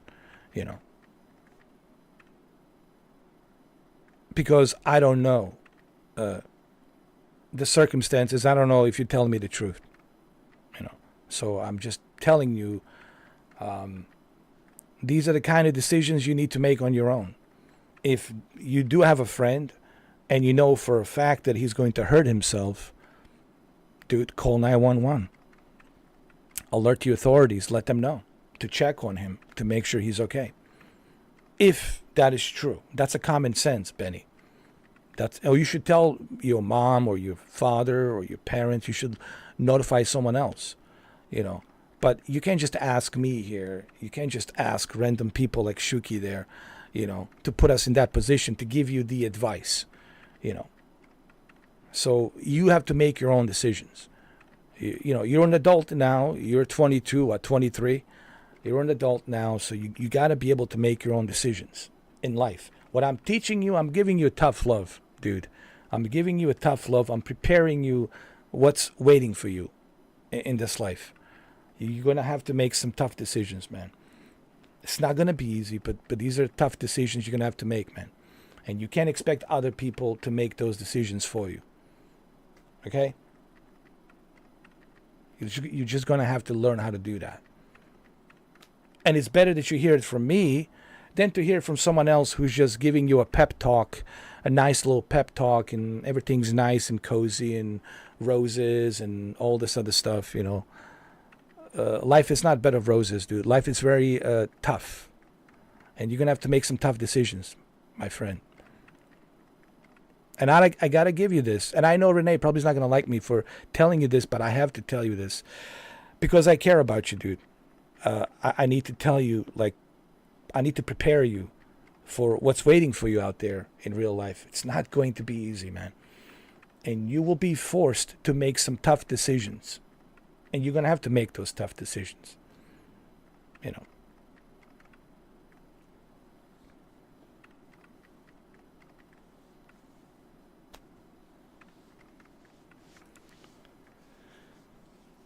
All right, in that case, that's all I can say about that, Benny. Hey, Renee, welcome back. I don't want to get into it. I don't want to talk about it publicly here, Renee. because we're in a public chat. I don't want to turn this into some kind of publicity stunt, and then people are making videos about it, because that's exactly what my haters want. They want to, extract this and make, those stupid ass videos. I don't want to do that on the public chat. So let's just drop it. We're not going to talk about it publicly here. He can talk to you, you can talk to him, and he'll tell you. But I just don't feel like rehashing this and going back and forth, and giving people on the public viewing platform here, the ability to go and make those videos. Because if they make videos, your name will be mentioned, Renee. His name will be mentioned. I don't care my name being mentioned. I'm already being mentioned because I'm on the YouTube. But I don't like that he's bringing this stuff up on a public chat.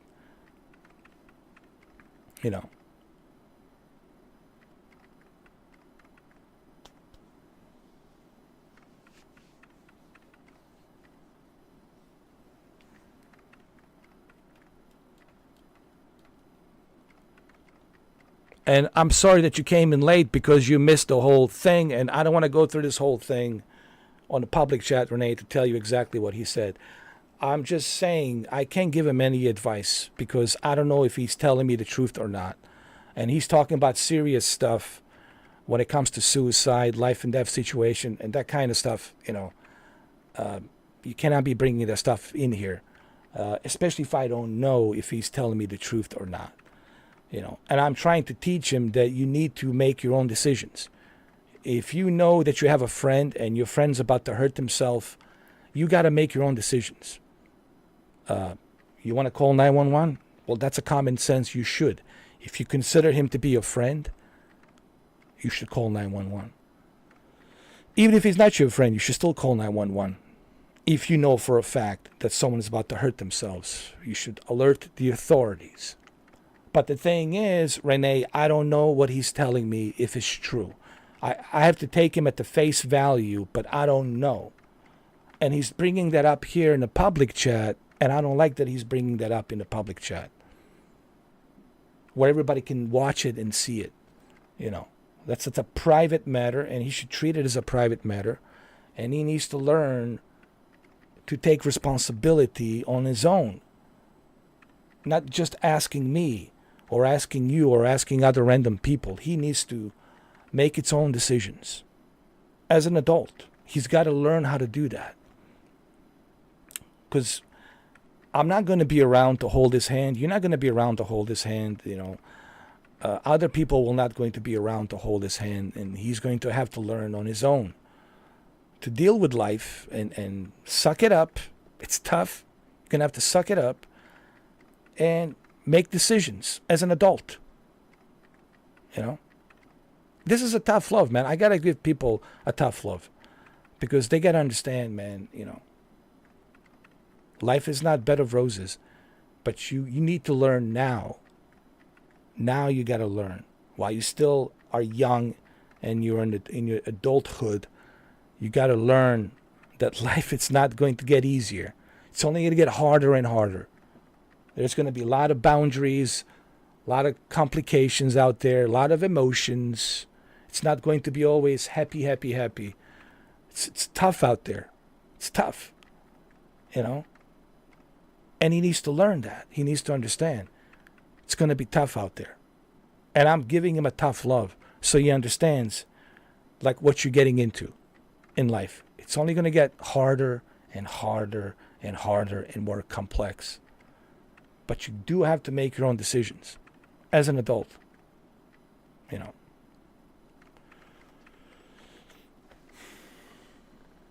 And above all, you got to tell the truth. The trust comes in with telling the truth. You got to tell the truth, man. You can't be making stuff up. The trust is very important, man. Without the trust,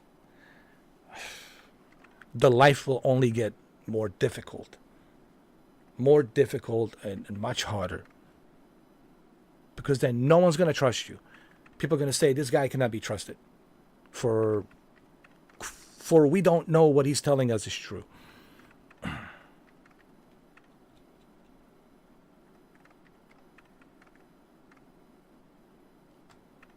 All right. So I hope you listen to my advice, Ben, because my advice is only the best advice. I'm not telling you this to be a jerk. I'm not telling you this to be some kind of a douchebag. I'm telling you this because I want you to understand other people's perspective, you know. All right?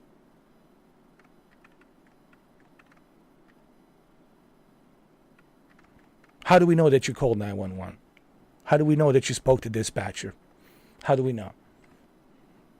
I don't know. It could be all in your head, playing in your head like a movie. I don't know. So you see my perspective, dude? So I have to look at it that way. Are you making all of this as an imaginary thing in your head? You talk about the ghost and this and that and all these things. Talk about becoming an Air Force pilot, and I know how difficult it is to become an Air Force pilot. Then you're telling me you're going to become a ranger or the army, and that didn't work out or something. Then you told me you're going to be a chef, and you're not a chef anymore, and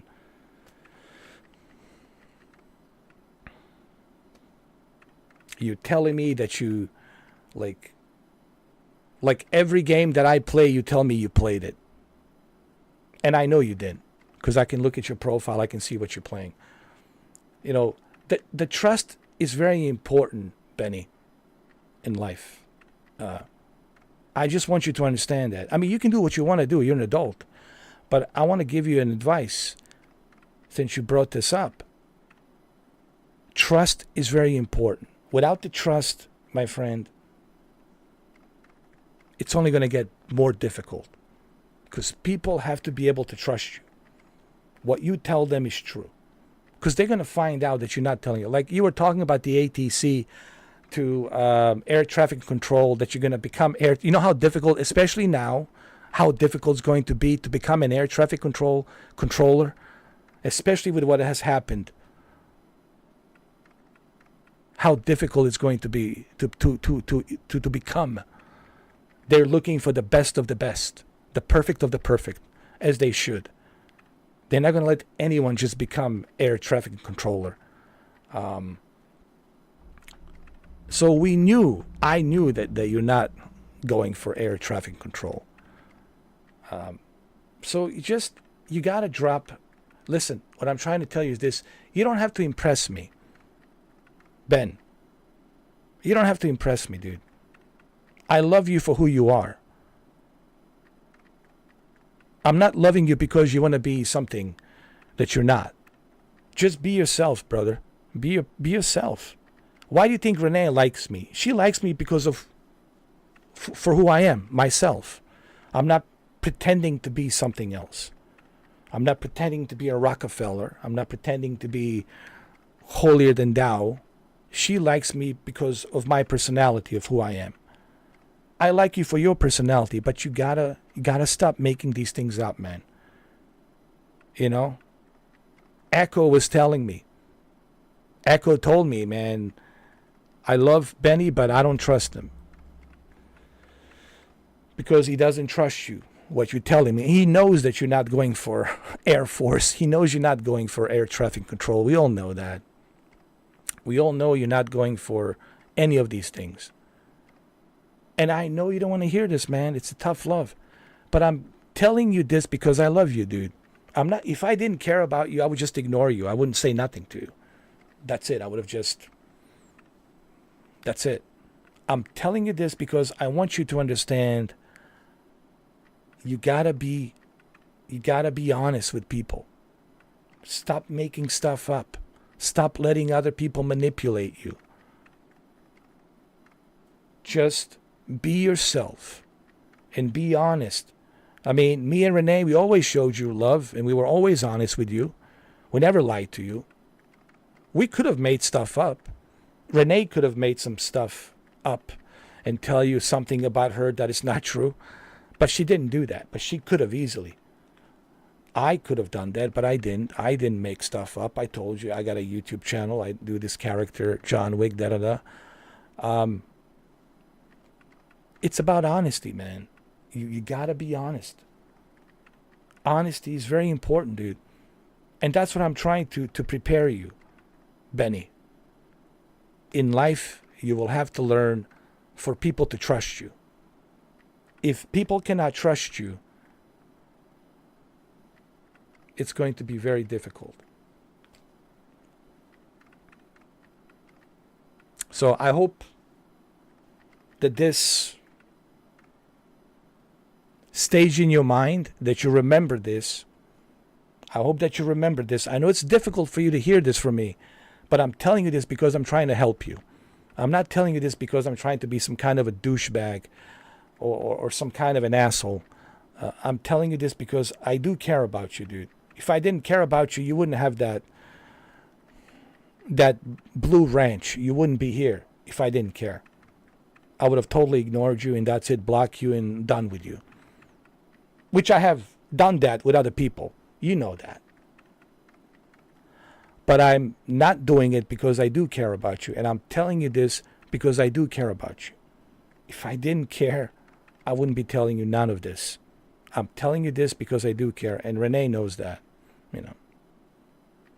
Exactly. We do, man. We do care.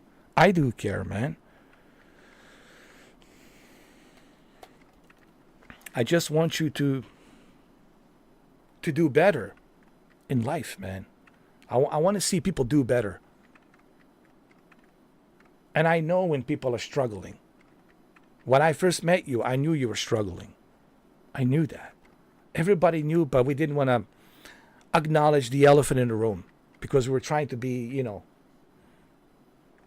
we didn't want to make you feel a certain way. You know, we're trying to help you. We're not here to judge you. We're trying to help you, that's all.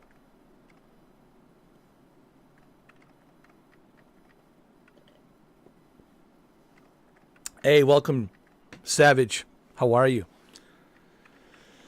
Were you watching NATO combat exercise?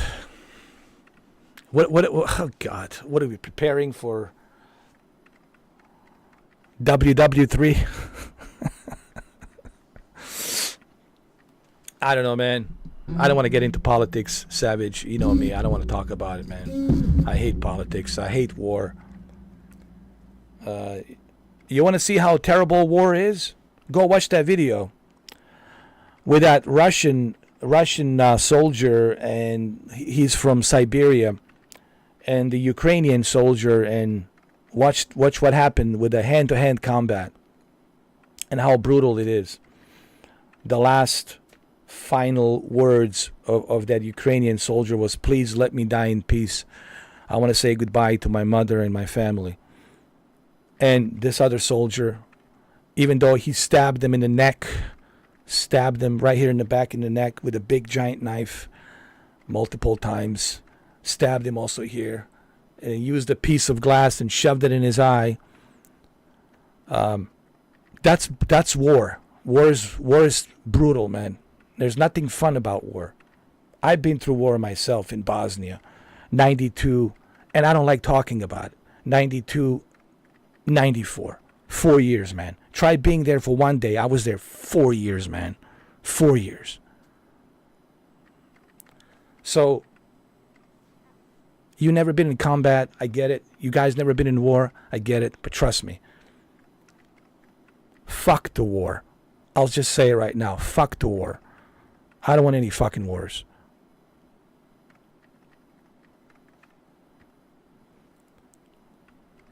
That's it. That's all I'm going to say. I give a fuck less about, you know, my big's bigger than yours. Dude, we all just want to live. We all just want to be happy, dude. I don't care. You know, we're the most powerful. They're the most powerful. This dick measurement, it's so sick and tired of it, man. These stupid ass wars. So many people dying, man. For nothing. Nothing. I can name every single war in the past 70, 80, 100 years. People died for nothing. For nothing. Fuck the war. Exactly. Thank you, Renee. I know because I've been through it myself. Speaking from experience.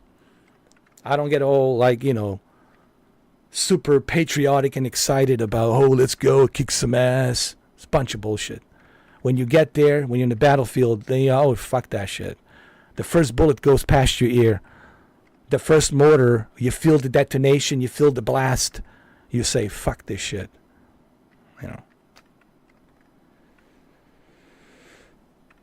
Anyway, let's continue. Guys, I'm a realist. Renee knows this about me, and I know people don't want to hear this, but I just, I want to just be real. Because people always bring this stuff up to me about the wars and about this, about that. And I always try to tell people, have you ever been in a war? No. Have you ever been in a combat situation? No. Have you ever been in a tough situation where you have to sleep on the bus station in a very terrible neighborhood? Have you? No. Have you ever been in a street fight? No. I mean, have you ever been broke with no money out on the street? Like, it's an experience, guys. Life, it's easy to talk about life when you're sitting and making, 6 figures, 12 figures, sitting in a nice comfy home and everything's hunky-dory. It's nice to talk about life in that third person perspective. But experience, this is what I've been trying to tell everybody. Yesterday and the day before yesterday, on all these live streams, experience is the most important. Life, it's about experience. And your best teacher is life. It's not going to be some guy, some Navy SEAL or some Delta Force guy or some Special Force guy or some, Marine or a Ranger. It's going to be life. Life is going to teach you about life. Good, bad, ugly, all of the above. So life is your best teacher. And this is the message. This is the message I give to everybody. Experience comes with life. Yeah. So anyway, let's continue. But yeah, fuck the war. Tired of wars, man. Can we have 1 decade without a war? Didn't we have enough wars? I mean, jeez.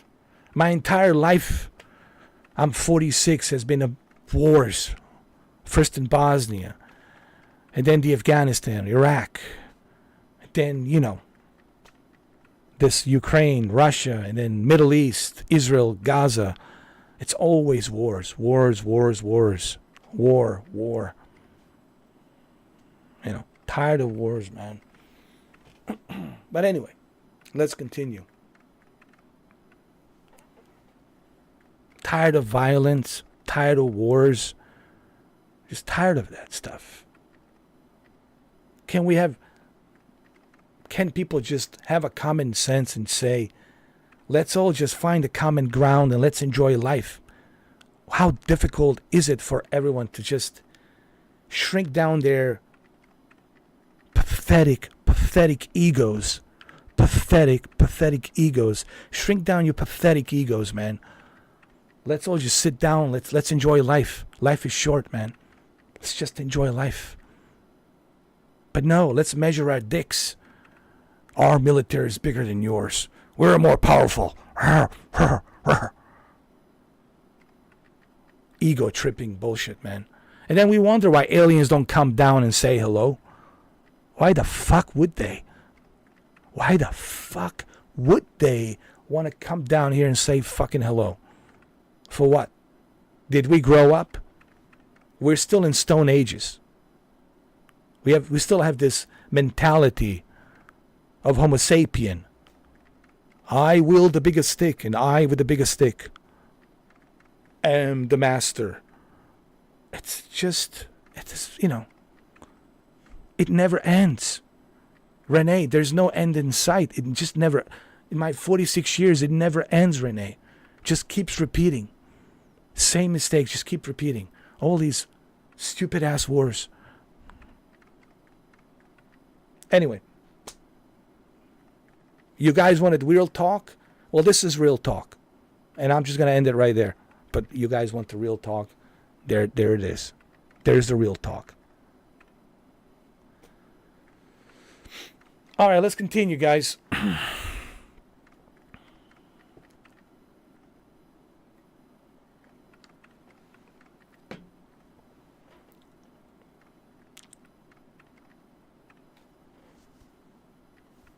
I mean, I was having a great time. I was enjoying this, and then you guys shift me into some other stuff, you know. And then, of course, when you shift me and you bring me there, I'm going to say something that's not going to be pleasing to your ears. But I have to say it because I'm a realist. I keep it real.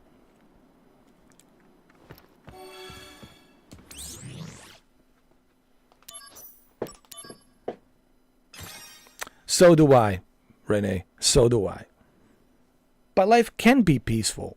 It's just people are such suckers for negative news.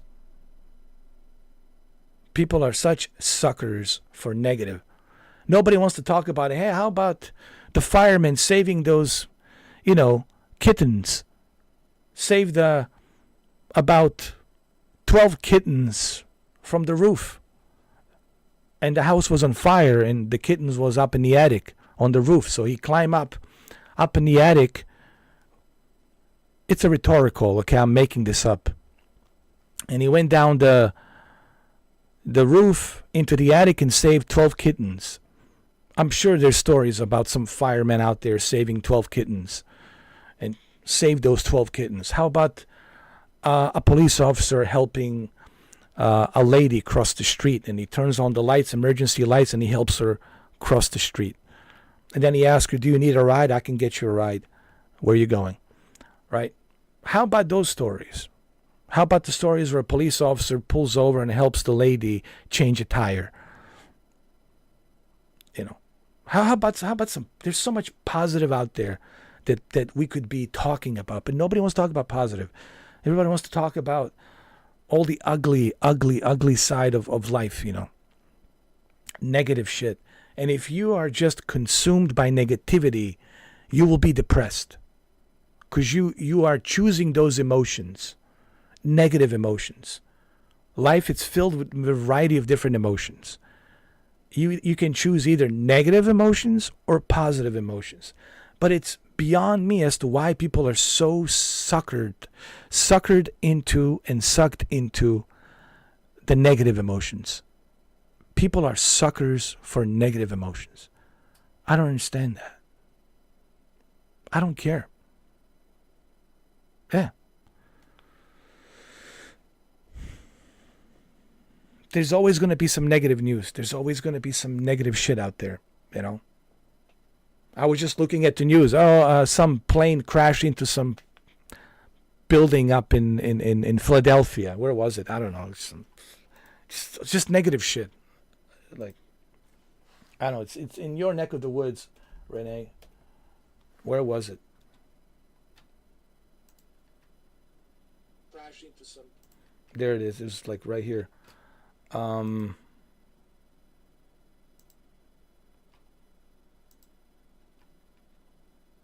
know if it's still there.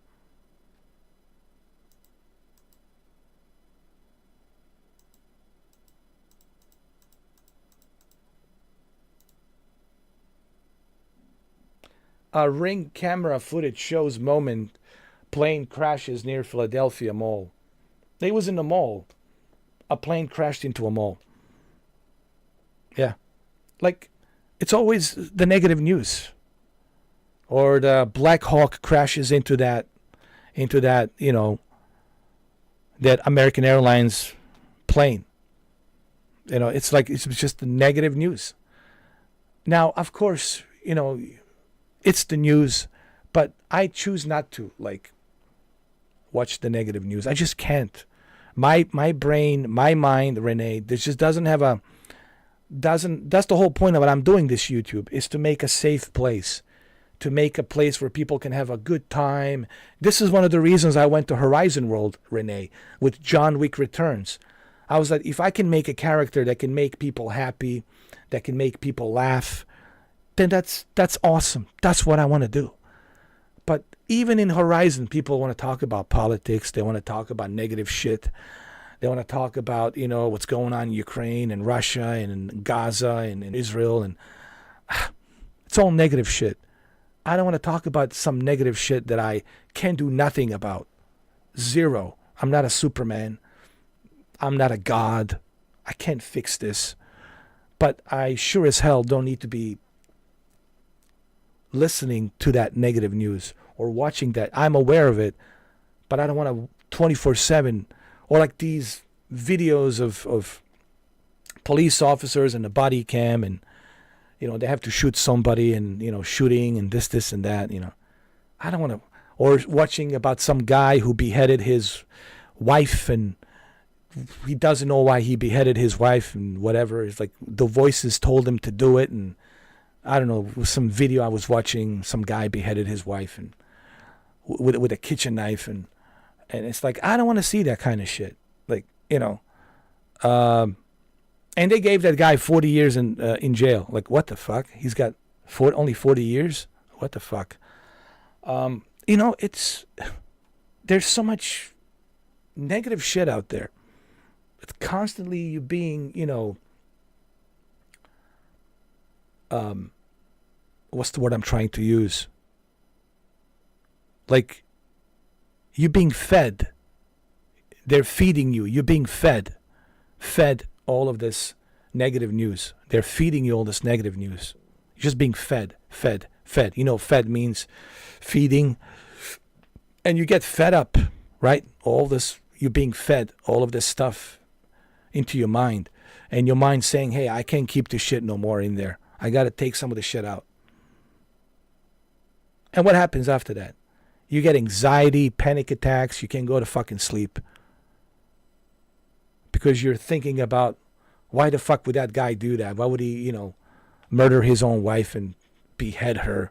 Or why would this other guy do what he did? Why this, why that?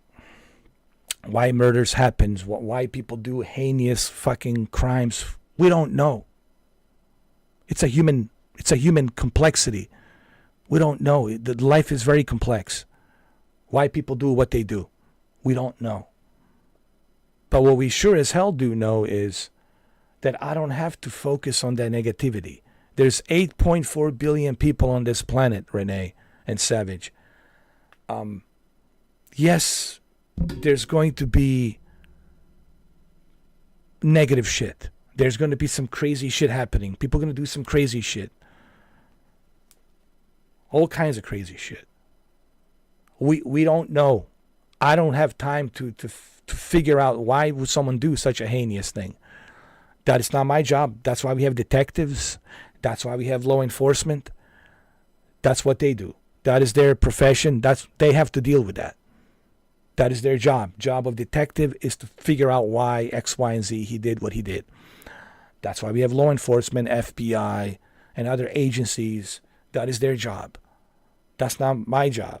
And I sure as hell don't need to be, watching that negative news 24/7. So your life doesn't have to be negative. But if you're being surrounded by negative news 24/7, guess what happens? Then you become paranoid. Then you think, ooh, everyone's out to get me. Everyone's a murderer. Ooh, yeah, there are murderers out there, sure, but not everyone's a murderer, okay? But you're going to become paranoid. You're going to be just being paranoid, looking around. Can I trust this person? Can I trust that? Then you're not living. Then you're living in fear. Then you let the fear take over. And you don't want to do that. The fear will take over and you will become paralyzed. Your mind will become paralyzed. You'll become paralyzed. You won't be able to function because you're allowing fear to control you, to take over you with all this negative bullshit out there, And then icing on a cake, you put the politics on top of it. Oh, perfect, right? Now you're totally paralyzed. That's it. You're done for. You're totally paralyzed. In fear.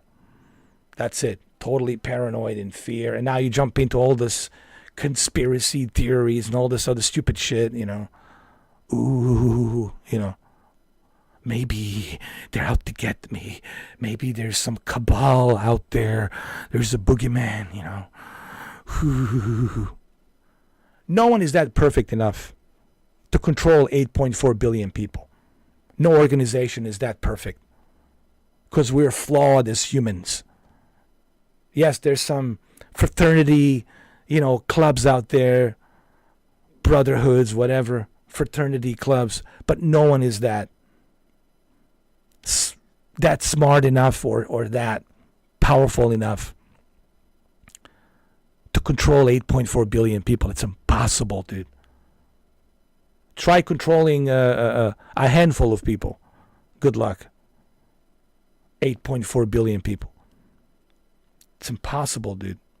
So many different cultures, different walks of life. It's impossible. I heard all these conspiracies, all this bullshit, man. You know. And I'm just being real. I'm just being real with everyone. And I know people don't want to hear this, but I'm being real. People are living in a fantasy world. And on top of that, they're living in a paranoid fear. You know? Almost like a schizophrenic. Hearing voices, you know, the voice tells you, oh, maybe there is a spooky creature in my closet. No, there isn't. No spooky creature. The only spooky thing you will find in your closet is a cockroach. That's as spooky as it's going to get. A cockroach. Or maybe a spider. That's about it. Anyway, I'm sorry, Renee. You know, I'm sorry. You know, I don't want to be like, you know, but sometimes I have to be, you know, she knows that sometimes I turn into Ray Liotta, you know. And I'm not fun when I turn into Ray Liotta. May he rest in peace. But you know, this I just want people to understand that I want you all to have a good time, man. I want everyone to do well. I want everyone to do great in life, man. You know? But sometimes I have to keep it real. Sometimes I have to put things in perspective for you guys. You know? Because no one else seems to want to do it for you. To put things in perspective. And I feel like I have to do that. Because I care about you. I want to see you guys do well. I don't want you to be consumed by negativity. I want you guys to be consumed by fun, happy life. Because life is short, man. You know? Whatever time you get is luck. You don't know what's going to happen tomorrow, the next day, the next week. People take it for granted. Life is short, you know? And whatever time you get is luck. Enjoy the moment. Have a good time. Don't worry about the past, because you can't fix the past. You can't fix it. And don't worry about the future, because you don't have a crystal ball. You don't know what's coming. Live in the moment. And now, let's live in the moment. Let's continue, huh? All right? Let's have some fun, huh? All right, cool. Let's do that.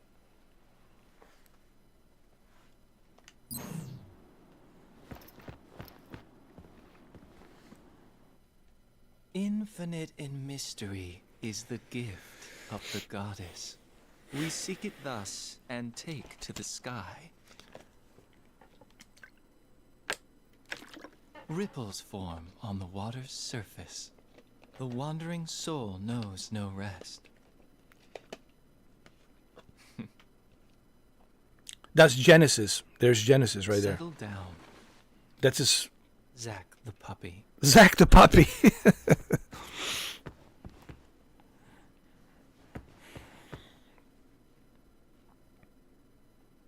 And who's grave at the house? Who's that? Who's We inside? found the remains of our people there as well. It didn't take much to have them send false reports. Just some mild threats. They would have done that anyway. At least your parents would have. My parents betrayed me. They had always betrayed me from the very beginning. What do you know? Shinra lapdogs! I knew it, that Genesis will turn into a bad guy. I just knew it.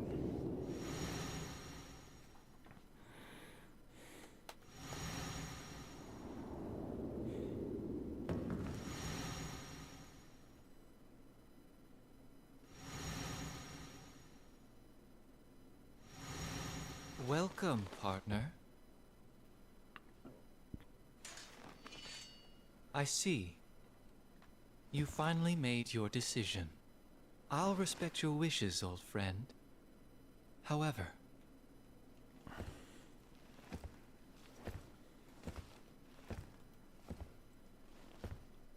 can you really live on that side?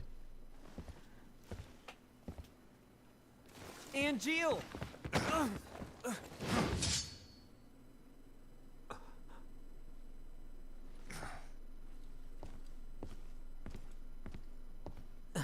Oh my god, so Angeal did betray him. Oh shit.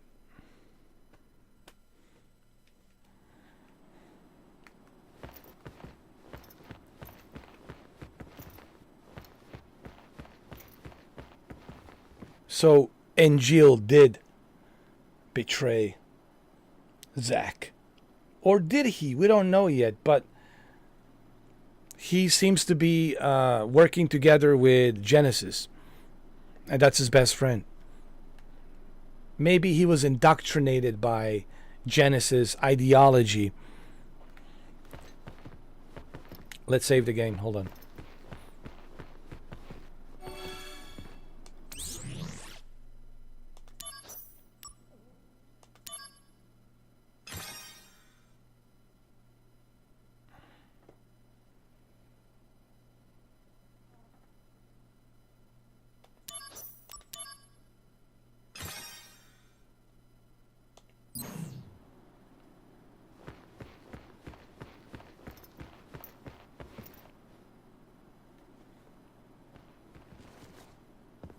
Damn! Where is he? Did he leave the factory?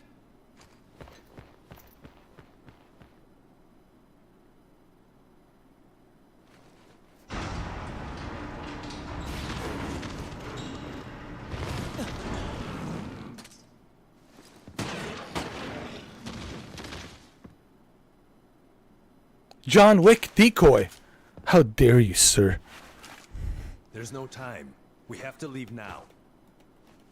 Wait, we're gonna give up the search? We can't leave any evidence. An airstrike has been called.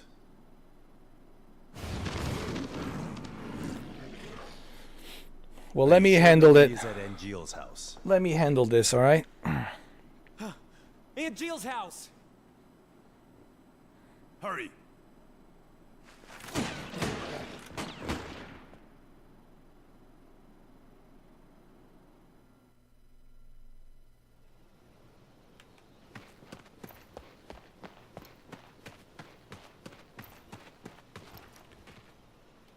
If you guys understand the story of this game, then you would enjoy this. But since you guys, obviously have no clue what's going on,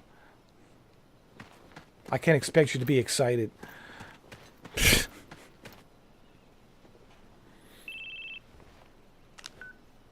has begun shelling the town. Oh man! What do we do now? Use timely sword strikes to destroy shells. What? It can't be too fast or too slow. Keep focus. Same routine as before. Are you ready? I have to be. Pay close attention to the fuse sound and the shell color. That's all the advice I can give you. Fuse sound? This sound. Keep your ears open. This is Final Fantasy, Ben. Final Fantasy Crisis Core. Oh, I am in the game. I'm Zack. That's me. I'm in the game. That's me. I'm Zack. But the other guy, it's called Turk. But I call him John Wick Decoy because he has a suit,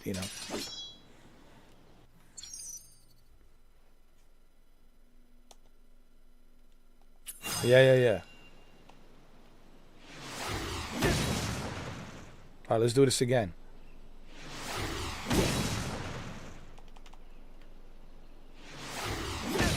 How do I do this? Attack the shells. Hold on, hold on.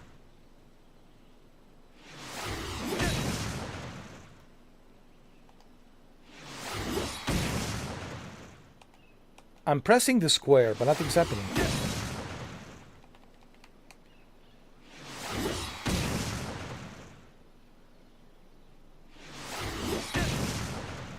It's not working. Hold on. Oh, I see.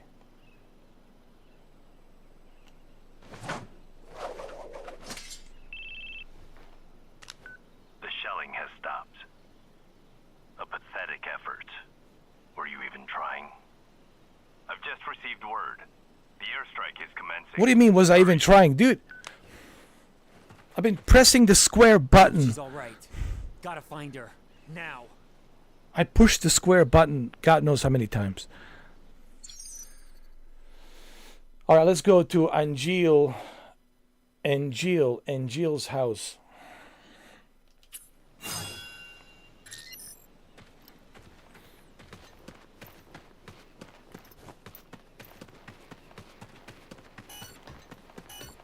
Hurry up! Hurry up! I can check out what I picked up afterwards.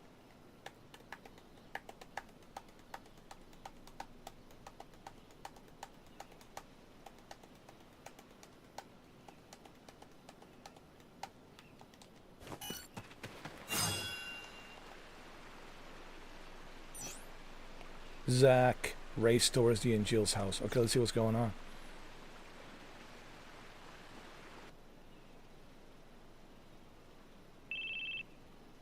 I like how he still has the flip-flop. The flip-flop phone. I've managed to buy a little more time. Go do whatever needs to be done. Thank you, Tsung. This guy sounds like Morpheus. He sounds like Morpheus, doesn't he? He does. The guy on the phone.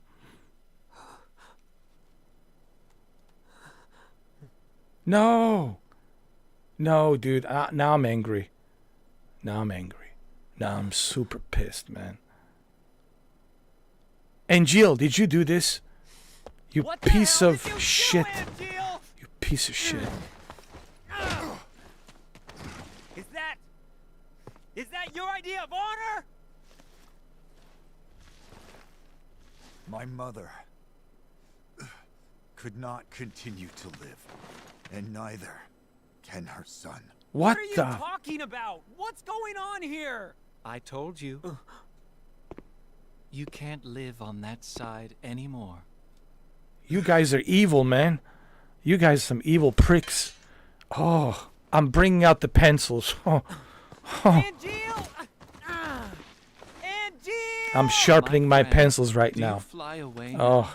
To a world that abhors you and I. Shut up! All that awaits you I'm is a warning you! somber morrow, no matter where the winds may blow.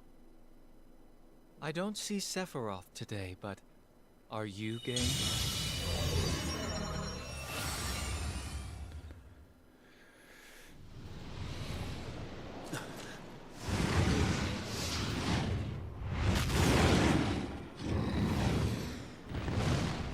Oh, great. You're going to make me fight him now?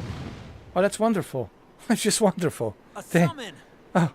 Damn it! Thank you. Activating combat mode. Oh, that's great.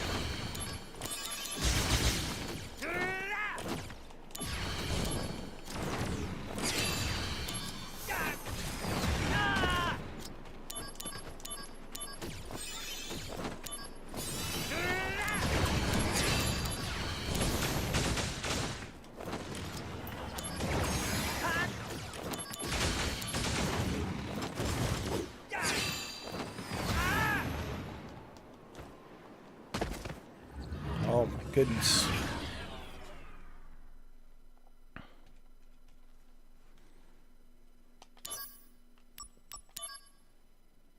Activating combat mode.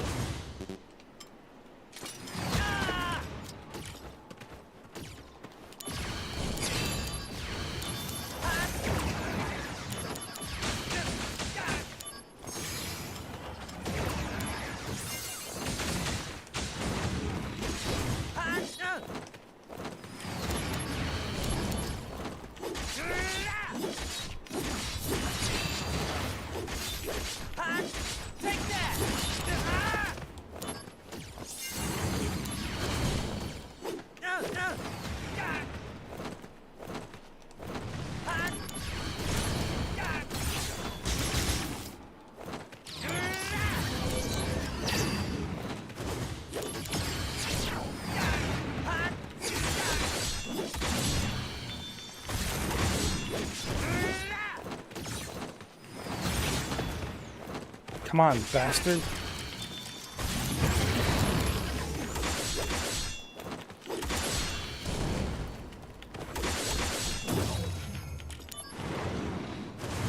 Oh shit.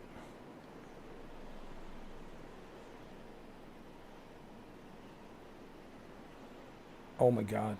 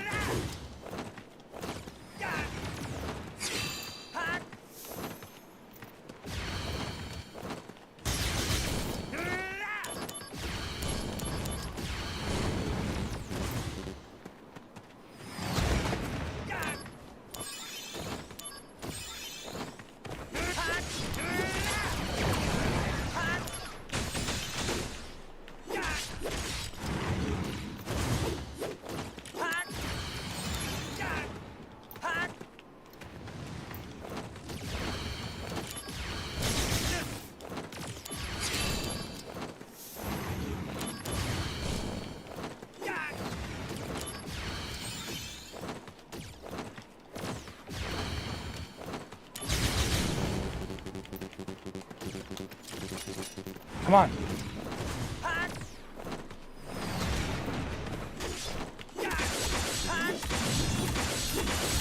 Come on, you bastard.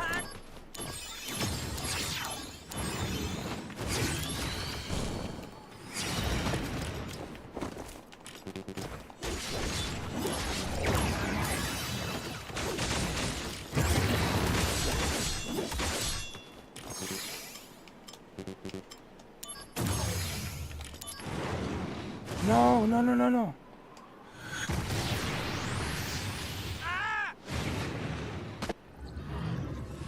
Oh my god. This is gonna be one of those long fights.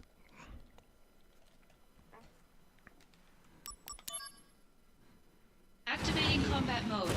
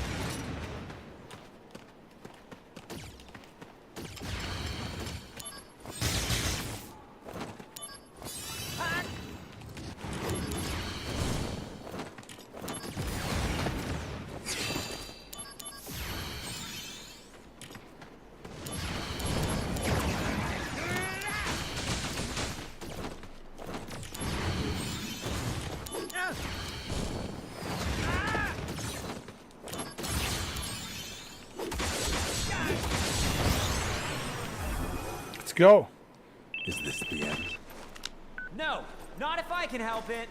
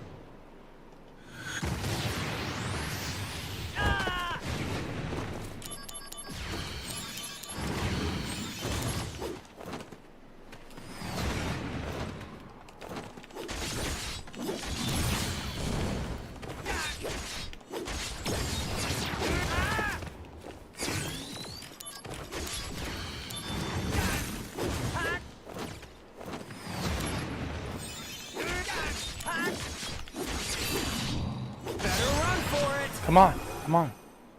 Here we go! Go, go, go!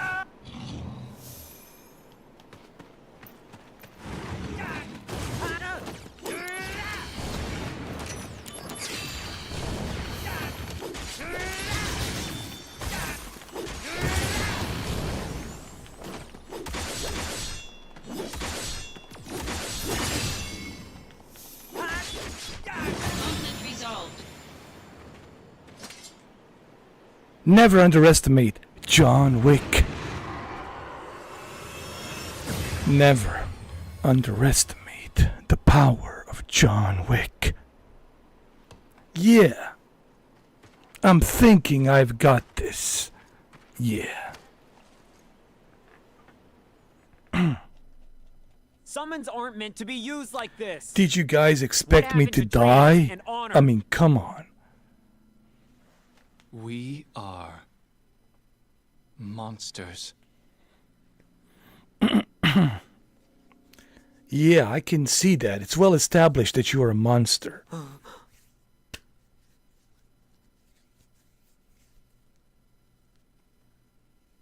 We have neither dreams nor honor.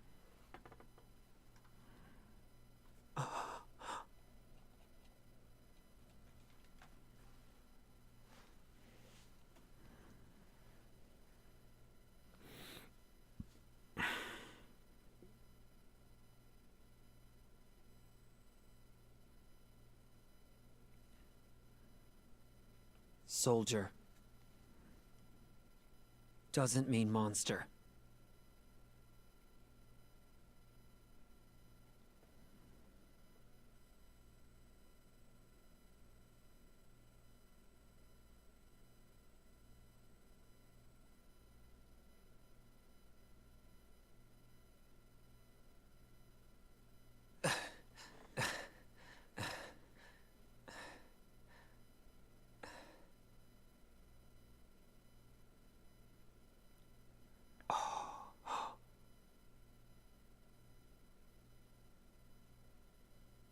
There goes the tree. Dumb apples. So much for the dumb apples. Angeal. Wow, who would have thought Angeal would have turned out to be such a evil bastard? Yeah, but then he did grow up with Genesis.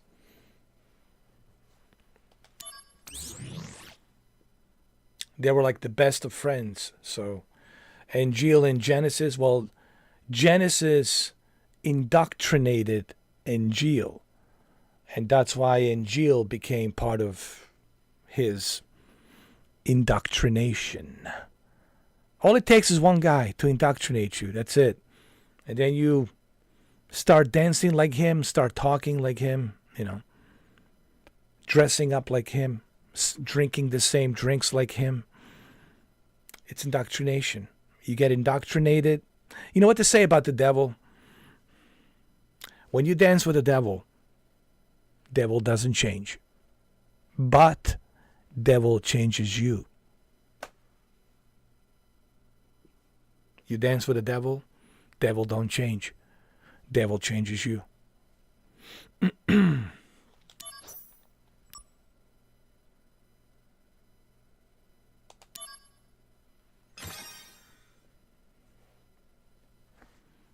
Great game. Wow, it's already been like almost 5 hours. Oh my god. I've been playing this. It's good. I mean, Final Fantasy has always been great. This is one of the reasons why I like Final Fantasy, and I was so happy to see that this was included on PlayStation Plus premium subscription.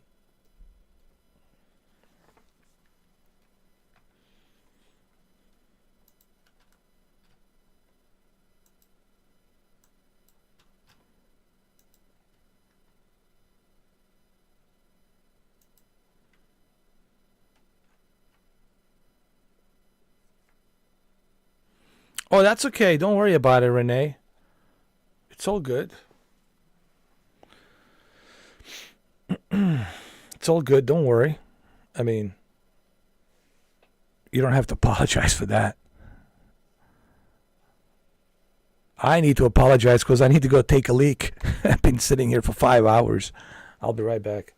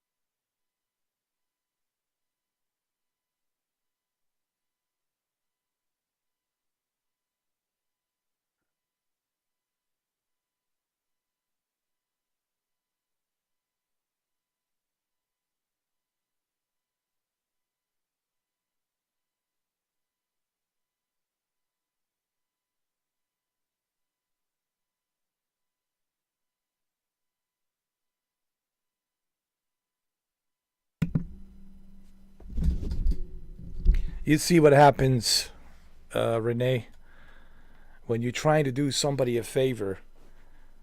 It comes back and fires back at you. Sometimes it's better not to get involved.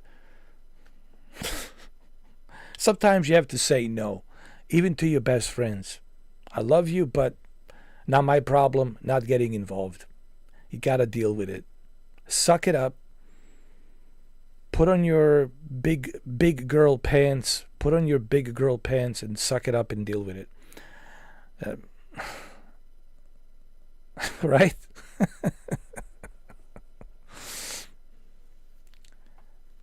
It's just a saying, all right?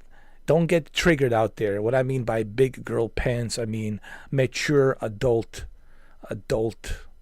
woman should put on her, whatever she puts on her pants and deal with it. Talk to your boyfriend, and if it doesn't work out. There's some other dudes out there, whatever, or but you see what happens. You try to help her, you try to help someone, and now it's backfiring at you. Don't get involved. I learned this shit, Renee. I learned this shit long time ago, not to get involved. The amount of time I ate the shit. I learned so much last year. Oh my God. I learned so much. In 1 year, I learned more about me and about life last year than I did my entire 46 years, which I'm still, of course, living. I'm still here. Yeah. But you learn so much. And again, you asking yourself, no, you're not doing anything wrong by not helping, because it's not your problem, Renee. That's her personal love, thing that she has to deal with. I mean, now you can help someone if they're hurting financially and they need some money. Okay, fine.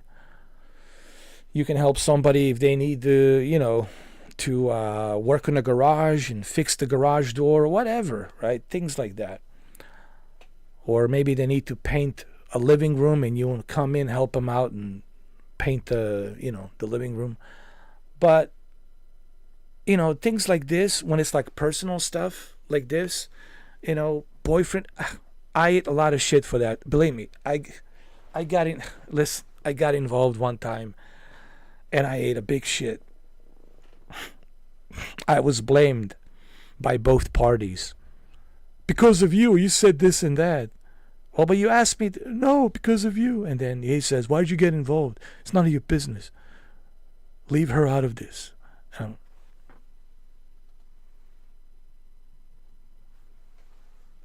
backing away. That's it. I'm done. I'm backing away. Don't get involved, Renee. Trust me. Don't. Right, Shuki? Oh, family drama? Oh, God. Oh, Lord. Family business, family drama.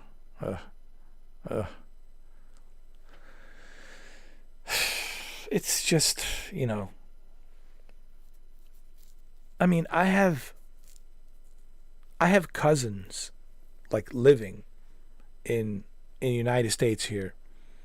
All over the States. I have lots of cousins from both my father and mother's side. But when was the last time I spoke to them? When was the last time I spoke to my cousins? Would you like to know? The last time I spoke to my cousins was 2004. And I haven't spoken to them since 2004. Since 2004, I haven't spoken to my cousins. And they're nearby. They live nearby. They're here in Florida and in Colorado and other places, California, Washington State, Seattle,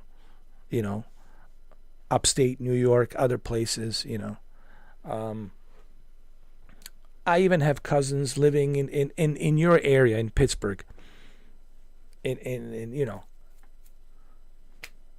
Pittsburgh, yeah. The last time I spoke to them, 2004. Oh, of course, for good reason. See, I hope people understand when they're watching this, and I know they're watching this. I hope they understand everything I tell you, it's a good advice. Like the advice I gave Ben, the advice I gave to everybody here. It's always the best advice. That's because I've been through all of that myself. All the mistakes you guys made, I made them. I've been through all of them. I'm speaking from experience, ladies and gentlemen. I'm not speaking from my ass. I know some people talk out of their ass.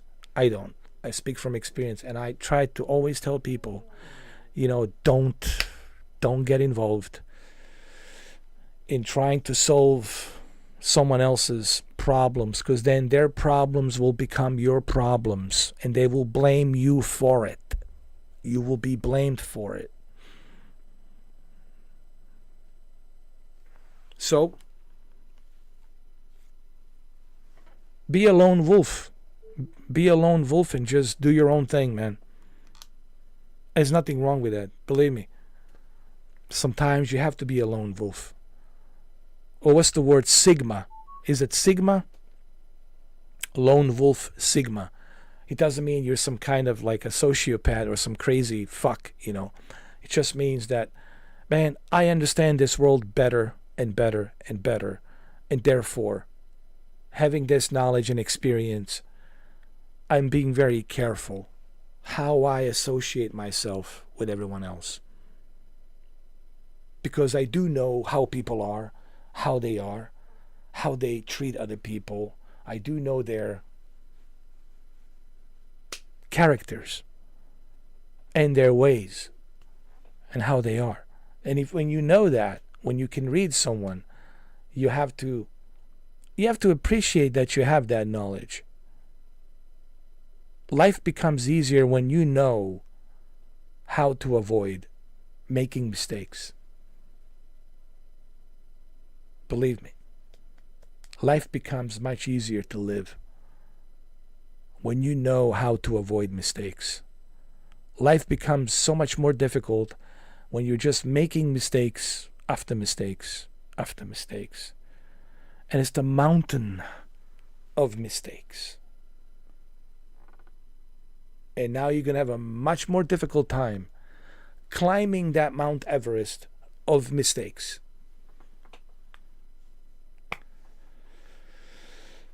Well, anyway. Ben, I hope you're learning from all of this. Because you're young. You're 23, right? 23 years old. And life is hard. I'm not going to lie to you. Life will get harder. Life will get more difficult. I'm not going to sit here and lie. But you got to ask yourself a question. And the question that I have asked myself is, what makes life harder? Life or me? What makes life harder? Life or me? What does that mean? That means that there's things I can do that can make life a little bit more enjoyable. There are things I can avoid. There are things I can learn. There's discipline I can inject to live a better life. There's better choices I can make to live a better life. There's so much you will learn every day, Ben. I learn. I'm 46 and I'm still learning. You learn every day. As long as you live, you're learning. You're learning about people. You're learning about life. You're learning about so many things. You know, just like I did. But my best teacher, guess who it was? Guess who was my best teacher? It wasn't my parents. It wasn't my mother. It wasn't my father. It wasn't my brother. It wasn't my cousins. It wasn't my best friends. It wasn't my ex-girlfriends. Guess who was my best friend? Who teach me about life? Guess who it was? Guess who it was? Can you guys guess? Life. Life was my best friend and my best teacher. I learned everything from life.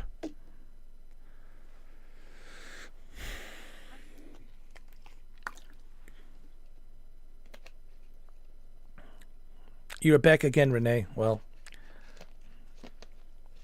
you might have to rewind to hear what I said. Because I'm definitely going to go back through it again. I'll just make it very short. Don't get involved, Renee. If you want my advice, don't get involved. All it's going to do is going to backfire at you. All right? I know you want to do the right thing, but people don't see it that way. They want to use you. She want to use you. She could care less. People could care less. They don't have your best interest. Trust me when I tell you. People don't have your best interest. They're just looking how they can manipulate and use you for their whatever their agenda purpose is. Don't get involved.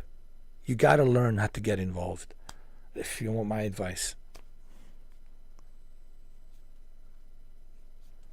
And you're taking the bait.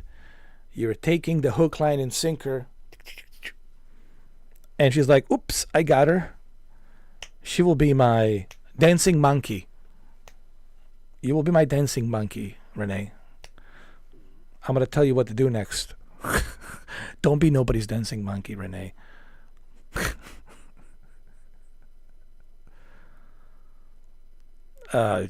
Just, I don't know why you, look. I'm not going to tell another grown-ass woman to tell her what to do, but Renee, if you want my advice, just, hey, see Ben learned. Shuki already learned this long time ago. Shuki already learned this long time ago. Don't get involved. Honestly, if you want my best advice, just don't get involved. Yeah, just put her on a, just block her, and then after a few months you can unblock her whenever, you know. If you remember. Just kidding. You don't have to block her. You can block her for maybe a few days and then unblock her, whatever. You know. Till the situation calms down, you know. I know. Believe me. I learned my lesson the hard way. Crying shoulder. You know how many times I had to change my shirt because it was all wet? Crying shoulder. All these girls would come in and cry on my shoulder. And then once I helped them, I don't exist anymore for them. Like, they totally forgot about me. Oh, who are you again? Yeah, I was the guy you were crying on my shoulder.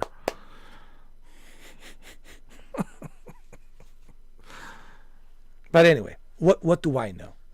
What do I know? Exactly. My problem is I know too much. That's my problem.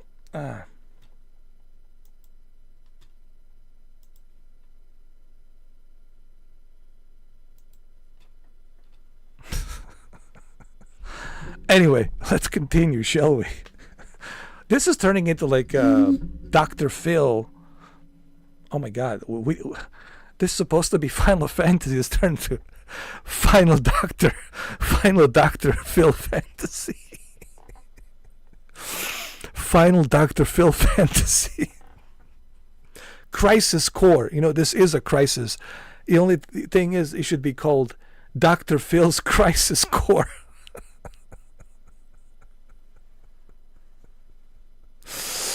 Oh my God.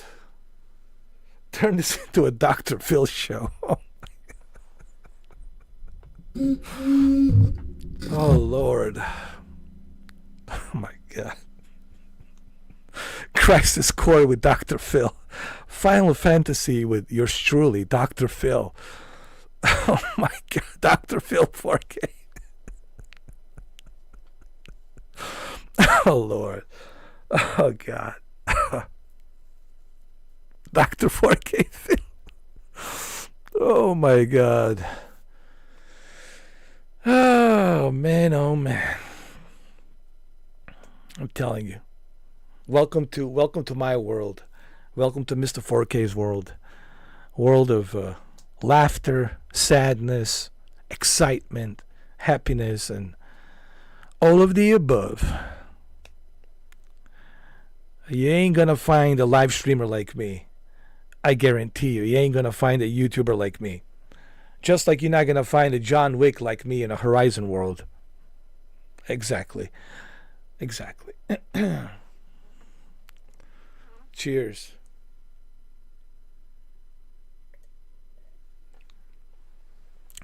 They don't make a guy like me out there. I'm the one. The one. The only one. Believe me.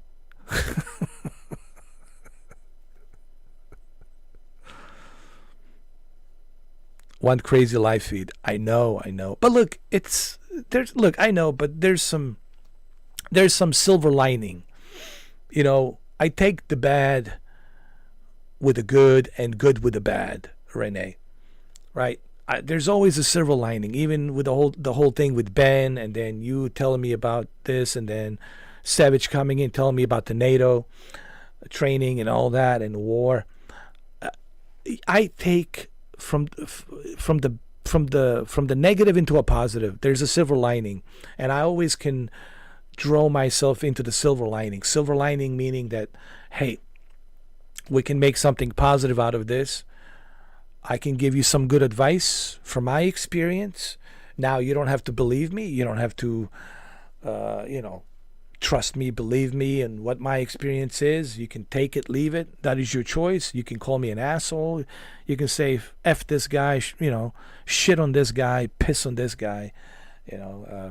That's fine. You have a right to say that. People have a right to say that. This guy's full of himself, whatever. People have a right to do that. That is their opinion. But what I try to do is I try to speak from the heart and from the experience. You know, I want to tell people I'm a realist. You know, I know some people are going to say, oh, he's full of it. He's full of shit and blah, blah, blah. You know, screw this guy. You know, shit on this guy. Piss on this guy. And that's, hey, God bless you. You have a right to think like that. I don't blame you for thinking like that. That is your God-given right to have those, you know, opinions. That's completely fine. But everything I tell people, it's from experience. Everything I tell you, it's from experience. I'll never talk out of my ass. I promise.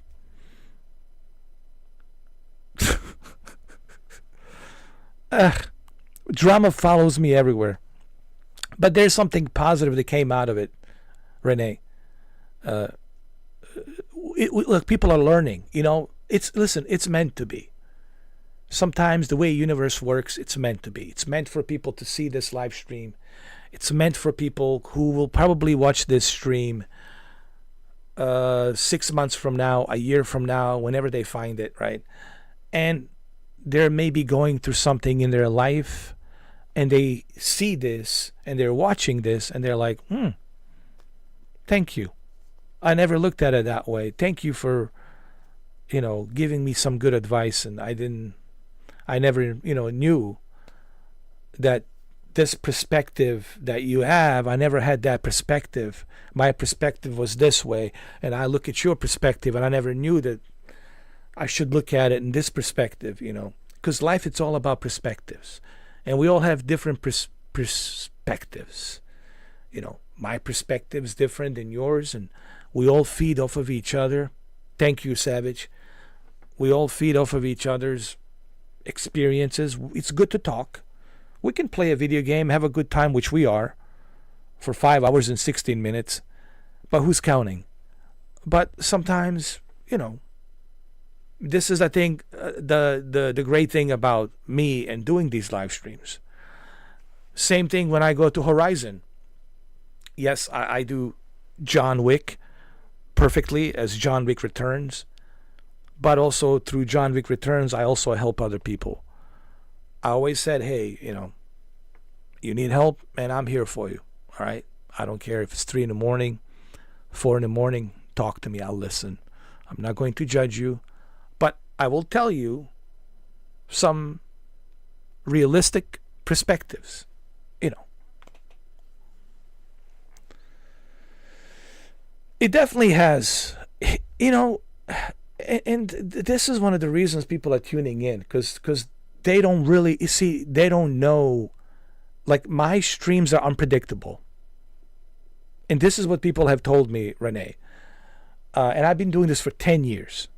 I don't know if you know this, Renee. I've been doing this for 10 years. 8.5 thousand videos. That's how many. And people has always told me, I used to do podcasts. I don't know if you knew this. You might find some of my podcasts from 2018, 2019, early 2020, 2021. I think in 2021 is when we just finally, you know, we had falling out. And, you know, I'm not going to get into that. But people would always tell me, whether it be Horizon World, Gatsby's, or whether it be here on my channel, YouTube, people would tell me, I know you want to focus and have a good time, and I do. I make people laugh. I play video games, and we joke around. We play some characters, role-playing, right?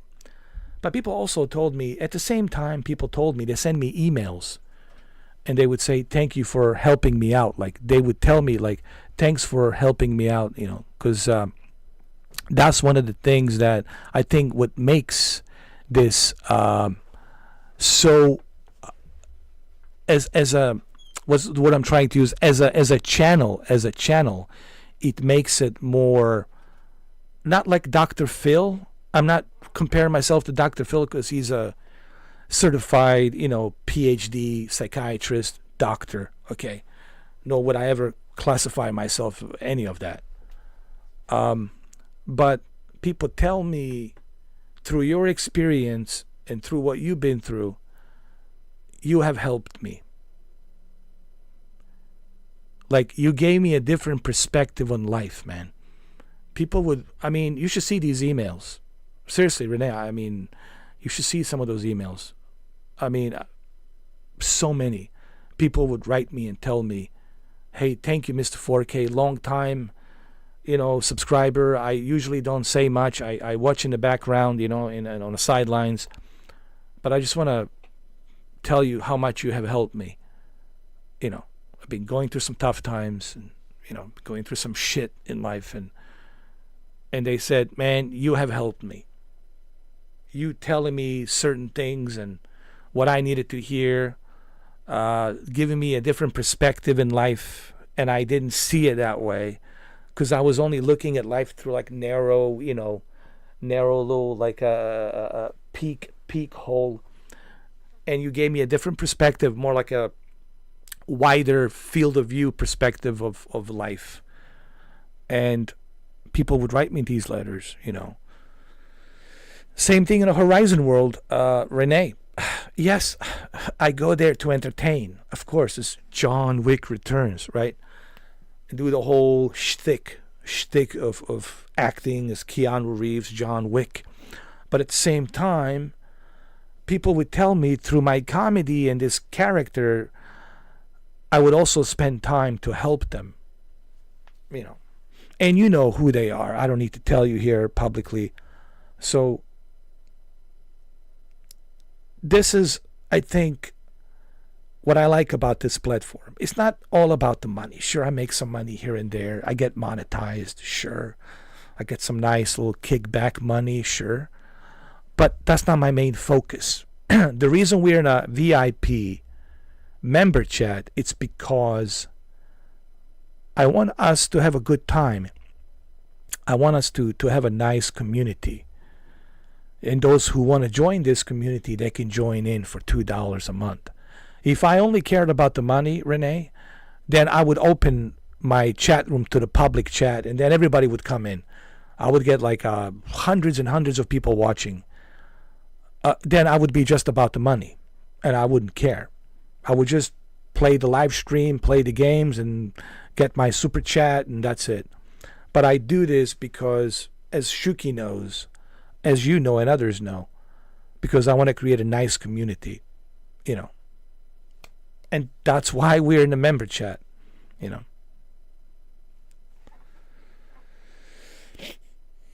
You're our Dr. 4K Phil. I would love to have a conversation with the Dr. Phil on it, but I don't know what we would talk about, to be honest with you. Not sure what exactly me and Dr. Phil would talk about. Look at my orange juice. It's been sitting here. I didn't even get a chance to drink it, man. It's getting warm. It's warm, but it's all right. Warm orange juice.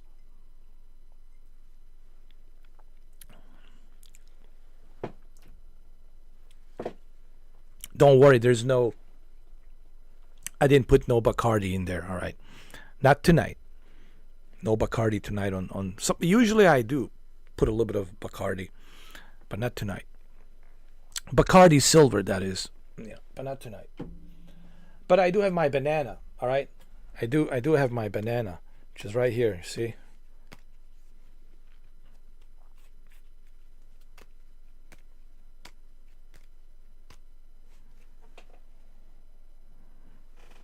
You drank 2 gallons of OJ. Oh my God. Why? In 2 days.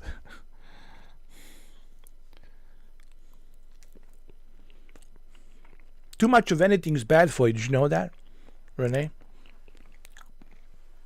Even too much of milk, it's bad for you. Everything's about the balance. Even too much of this banana, it's bad for you. Oh, that's right. That's right. I'm sorry, Renee. I totally forgot. You had a COVID. That's right. You tested positive with COVID. I'm so sorry. I'm so sorry about that, Renee. Jesus. I'm losing my mind. No, vitamin C is good for you. I just real. Oh my God, man. Where is my mind? It's like that song. Where is my mind? I don't know. My mind was in a never land or some shit. I don't know.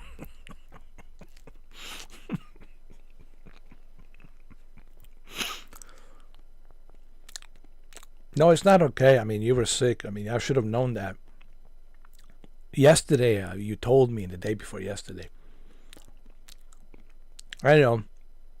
But it's totally understandable. You had a good reason. Renee, you had a good reason because you were sick. You know. You were tested positive with COVID, so totally understandable, you know. It's just my Alzheimer's brain. You know what, Demi Moore? Make some space for me too, Demi. Me and Bruce Willis will play video games together, you know. And you can just, you know, take care of us. I feel so sorry for poor Mr. Willis. Bruce Willis, you know, it sucks. It really does, you know. Going through the what he's going through, you know.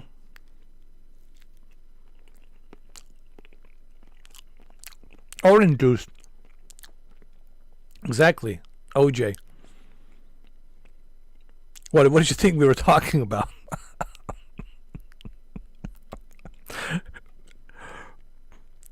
Now, let's not go there. Renee, the blonde girl with OJ in his white Bronco. Let's just not go there. Let's not even go there, right?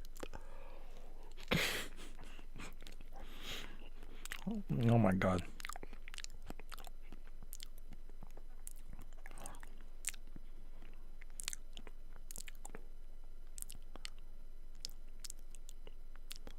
Renee was in white Bronco drinking 2 gallons of OJ. Oh, this will be definitely demonetized. Listen, YouTube, I totally understand. It's such a stupid joke. I mean, such a... Anyway.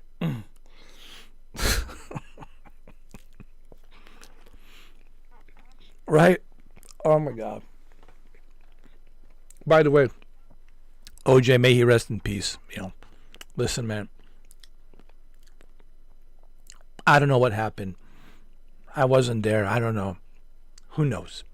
Only the God knows. I'll leave it up to God, and you know. But we have to show our respect. You know, it's a human thing to do. Even with the individuals whom we may not like or we suspect they might be guilty of something, we have to show our respect. You know, that's a human thing to do. You hungry? Well, guess what else I have?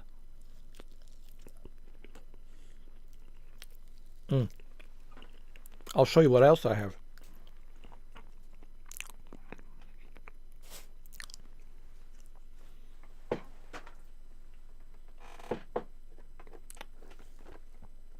Look what I have. Pretzels. Pretzels. Pretzels. Pretzels. Pretzels.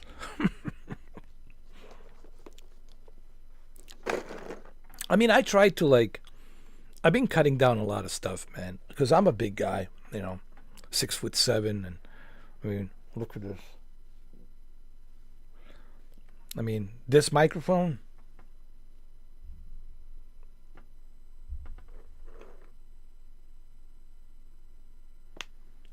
it's small compared to my hands. You know, people I could never play John Wick in real life because I'm too big. I could play maybe a Sasquatch, or I could play maybe, I don't know, a military guy or like a Navy SEAL guy, because I kind of fit the profile, you know. But I could never like play John Wick, because John Wick, it's more slender, Skinner. Yeah, he's more slender, Skinner, right?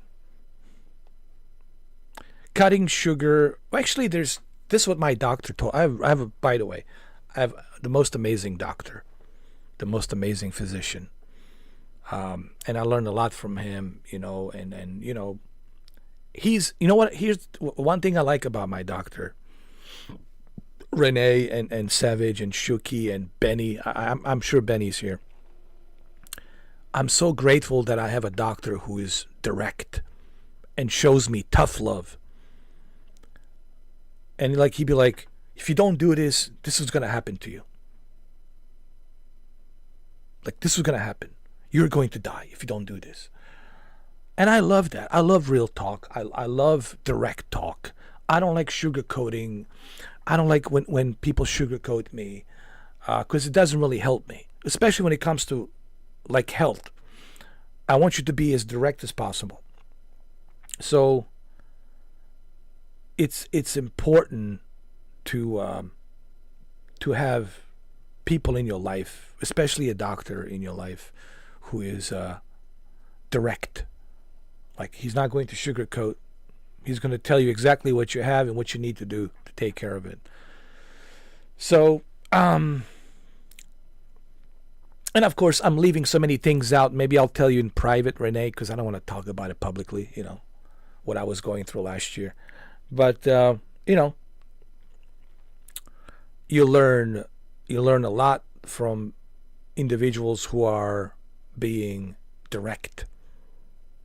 And this is why being honest and direct is very important in life.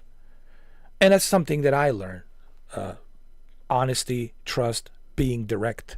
What does it mean when you say being direct? It doesn't mean be an asshole. That's not what it means. I don't want people to get it twisted. Oh, so he means I can be a jerk? No. Jerk, it's a jerk. Asshole is an asshole. Direct means tough love. Like, you care about the person and you want to tell them directly, like, what the situation is, and this is where you are. And if you don't do this, this, and that, here's what's going to happen.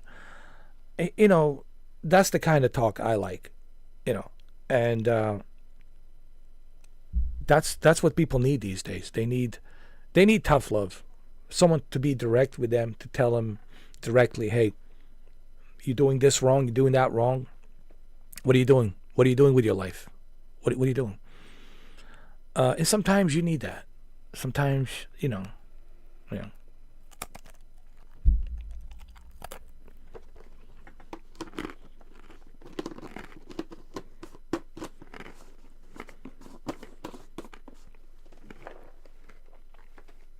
Try to drink water. See these triceps?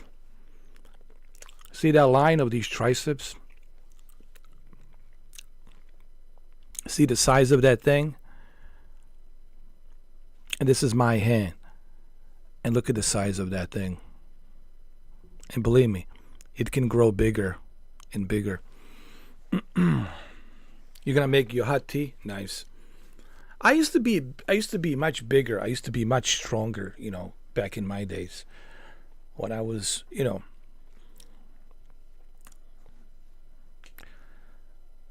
doing the whole nightclub, you know, scene. Because I used to be a team leader for security staff, and you want to call it bouncer, whatever, but we call the security staff. Nobody really used the word bouncer.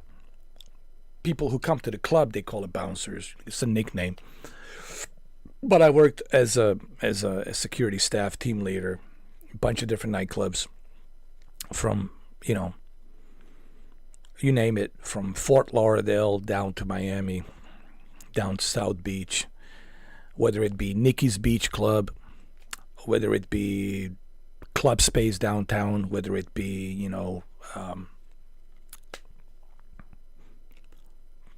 back in the old days, trios at there was a club called Trios. I think it was in Boca Raton. It was in Boca. There was so many clubs in South Florida I had worked at. From Miami all the way up to Fort Lauderdale, Palm Beach County, you name it. Dade, Broward, Palm Beach. And me working all these clubs, I was much bigger. I had to be bigger. But we're talking, this is a long time ago. It was a long time ago. But I realized that I was getting too big. It was like affecting me, like mentally and psychologically, because I was always being, I was always like, you know, I was like always like this. I was always like feeling raged, you know, and I needed to like change my lifestyle. It was one of the reasons why I quit the whole nightclub scene lifestyle. It was just too much for me, you know. It was just it was too crazy. You know, there's so many stories I can tell you about that, but we're not going to talk about that right now. Believe me, there's so many stories. And did I have a great time? Of course I did. But there also has been a lot of crazy shit, man. And you know, you see all kinds of crazy shit. Yeah. I mean, and this is where I met celebrities. People ask me, well, how did you meet Joe? I mean, not Joe Rogan, the O.J. Simpson and what's his name? Dennis and Electra, Carmen and Dennis and Carmen. Remember back in the days, they used to, they were together, you know, Dennis and Carmen Electra and Dennis Rodman. And there was this club I was also working at called Voodoo Lounge down in Fort Lauderdale. And the Voodoo Lounge was a place in downtown Fort Lauderdale, South Florida, Broward County. And this was back in 2004. And Dennis Rodman was still obviously with, you know, Carmen Electra. And he leased outside patio. Like, this club has indoors dance floor, right, where people go in there and they're dancing. It's the nightclub. It's an inside, right? Inside, it's indoors, outdoors. So the way the Voodoo Lounge was set up was indoors, outdoors. And on every Wednesday, which is ladies drink free, as a matter of fact, you know, every Wednesday, ladies drink free from the Red Cup, you know. He would actually lease the outside patio. Dennis Rodman would pay money to lease outside patio, and he would call it Dennis Rodman Rehab with Dennis Rodman on Wednesdays. And he would bring all kinds of celebrities, you know, because he's a celebrity himself. You know, Carmen Electra would bring her friends, and OJ was invited one time. This is where I met OJ Simpson. He was there with some other chick, some other model, I don't know, some blonde lady. I mean, really, it was blonde lady. It was, I mean, I know. He has a thing for blondes. I don't, whatever. Anyway, he was sitting there. He had like a white shirt, a little bit unbuttoned, you know, all that, and that's where I met him. I met, you know, Dennis Rodman. I also met Anna Nicole Smith. One time she came in, this way before she passed away. She came in with that guy, that boyfriend of hers, or the guy she was fooling around with, I don't know. Anna Nicole Smith was there. She used to come in. Who else? Let me see. So we had Dennis Rodman, So many celebrities, man. I mean, God. The guy from Sopranos, what's his name? Pussy from Sopranos. He called himself. It was like some guy named Pussy or something. Or was another guy called Big Tit Tony or something. And who else we had there? I mean, and then at Nikki's Beach, Vin Diesel came in to celebrate his birthday. Vin Diesel, although his real name is it's Mark something. I forgot. I know it's Mark something. That's his first name is Mark, because that's what they were saying. Because there's Mark, and then also known as Vincent, and then Diesel. Mark, Vincent Diesel. What? Mark Diesel, and then his sister was there.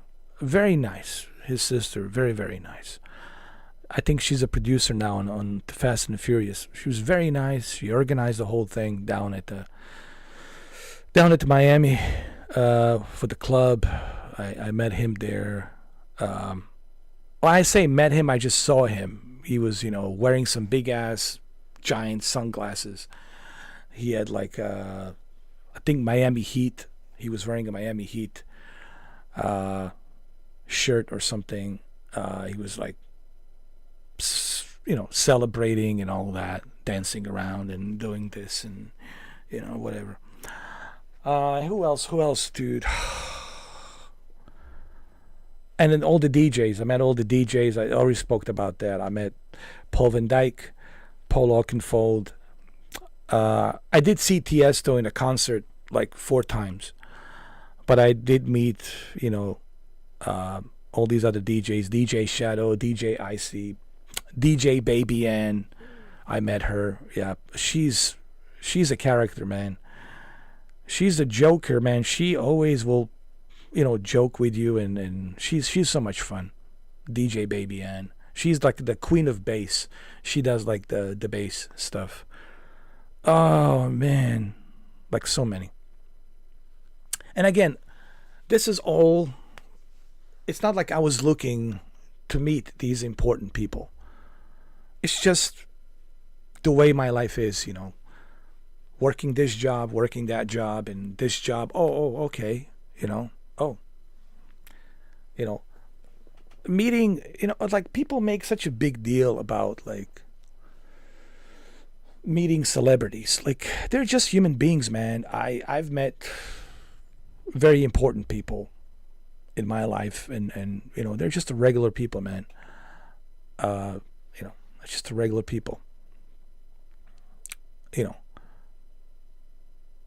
Even though their title is obviously a big responsibility, whatever their title is, right?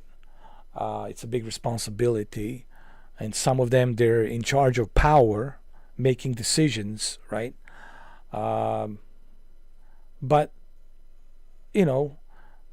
when they're not working their jobs, when they're not making these decisions, like making the new laws, and I met some congressmen, I met a lot of congressmen as well, and sure, they have to make some important decisions, write certain bills and sign certain bills, and they have to vote on it, of course.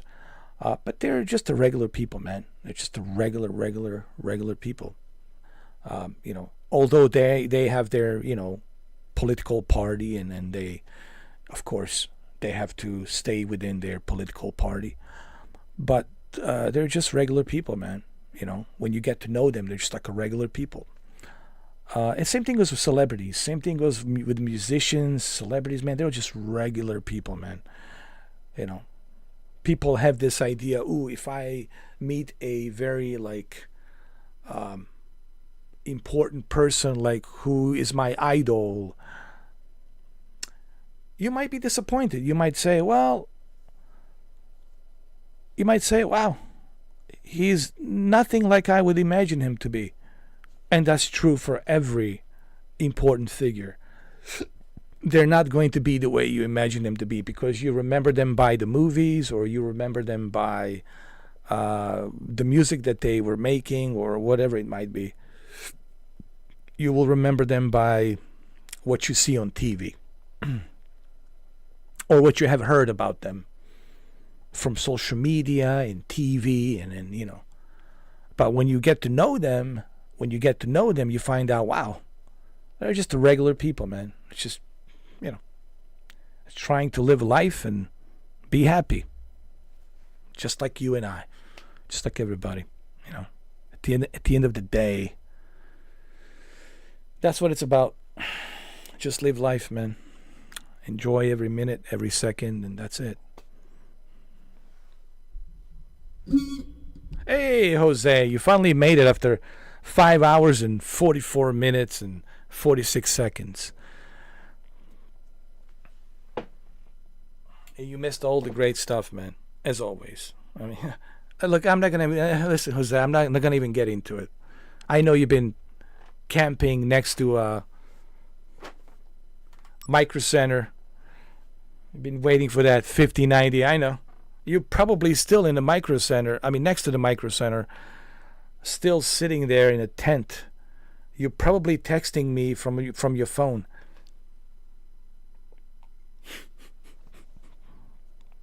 That's okay. I totally understand. I get it, Jose. I get it. Well, come on. You already know. You already know it. I mean, come on now. This is super easy. This is not even shocking.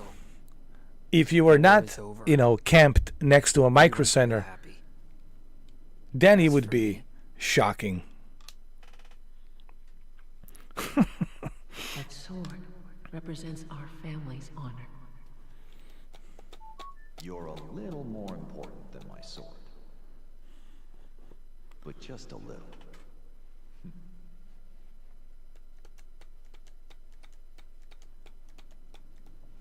Where did you go?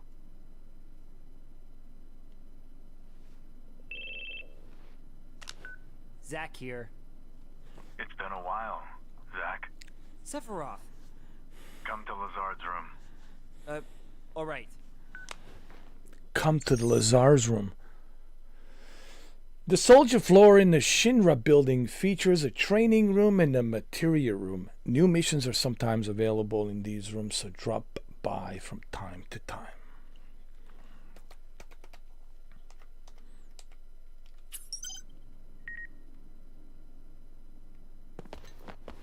Now we have a training room? The training room is currently being used for top secret research. All right. Take it easy, man. Okay, I get it. Training room. It's currently being used. I get it. Hence, entry is strictly prohibited. It is off limits, even for you, Mr. Soldier. Oh my God, take it easy.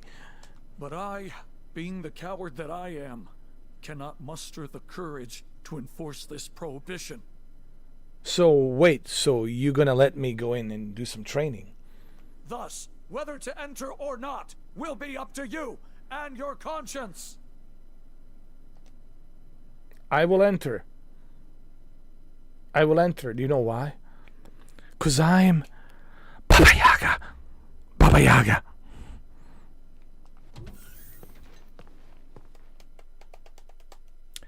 You know, it's funny because I was talking about that earlier.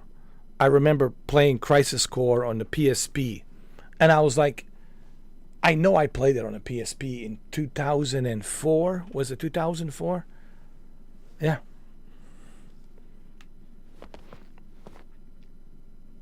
Oh my God, you're in a bubble bath. Renee, thank you for that visual description. You're in a bubble bath, hopefully, with your, bras and, brassiere holder bra and all that stuff.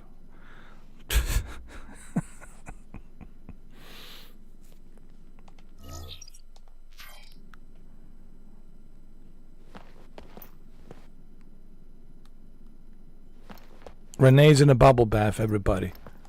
Just so you understand. Hopefully Texas Ranger is not handing out the soap. Would you like to be my gal? Here, take the soap. Here, let me rub your back a little bit. Is that better? This is how we do it. You mind if I go out a little bit in the front? You know, this is how we do it out in the West.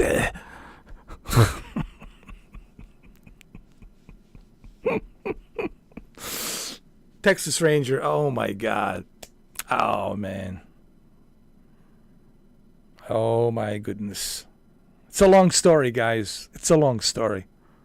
Texas Ranger, and we're not talking about, okay, look, we're not talking about, Chuck Norris, all right? All right. We're talking about a different Texas Ranger who's a Navy guy. He's a Navy guy, but it's just disappointing, the way he turned out to be, right? To say the least, very disappointing. Well, that's how he sounds, actually. Tex, right? That's how, right, Renee? That's how Texas Ranger is. You want to be my gal? This is what you see is it's what you see is what you get. It's what you see is what you get. It sounds more like the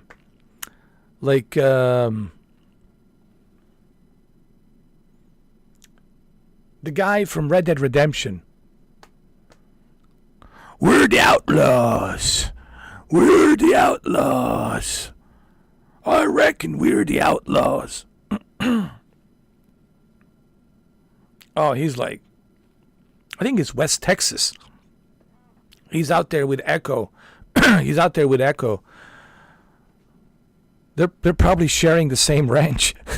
God. No, I think Echo is a little bit north, but northwest. But I think they're both in West Texas. Texas is a huge state. It's huge, but I think they're both in West Texas. Yeah. Yeah.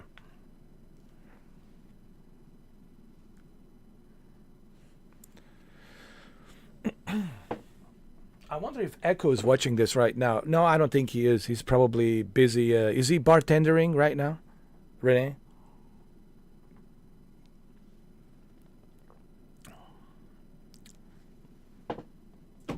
Anyway, Texas Ranger. Hey, Tex, would you please mind passing on the soap to Renee? Thank you.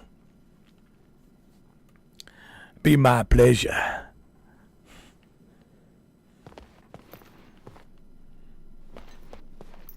You don't mind if I squeeze in a little bit in here? I think I can find the back door. Let me just squeeze in behind you a little bit. I'll find the back door. Yeah, he is. He's a bartending. Yeah, at Gatsby's. He is. He does. He's there with Bo, with Shy, with Bo and Shy. Yeah. You want to be my gal? Hold on a second. Let me spit on that thing a little bit. That's how we cowboys do it. Come on now.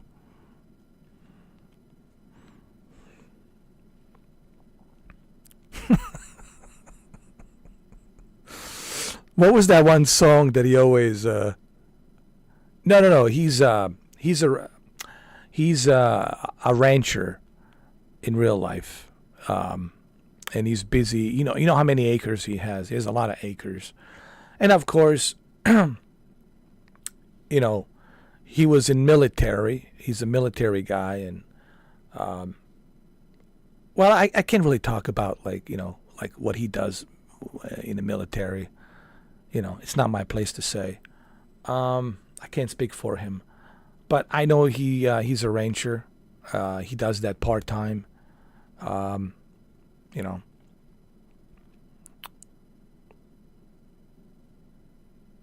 I know he's got like so many acres of that land over there. You know, he was telling me about. You know, I if you see him, ask him how's his leg. You know, because he told me that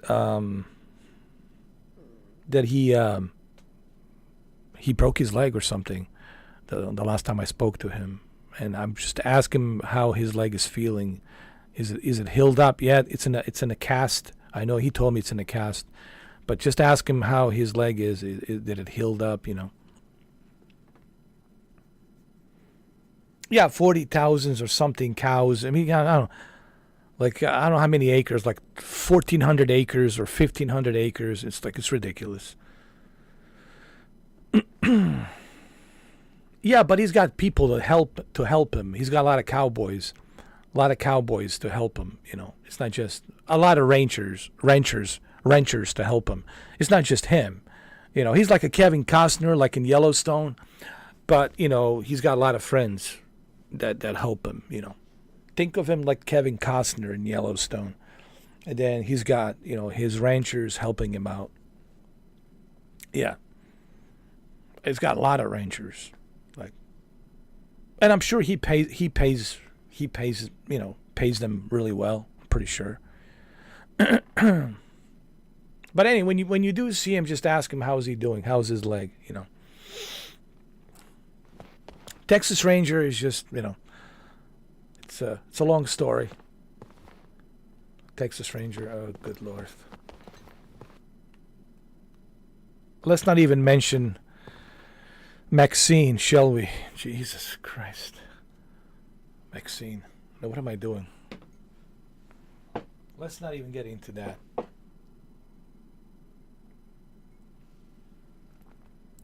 my God. Nightmares and sleepless nights. Just thinking of Maxine. Nightmares and sleepless nights. I only met her once there, Maxine, and it was me and Echo. Me and Echo were there, and she saw me, and her eyes, I swear to God, her eyes was like,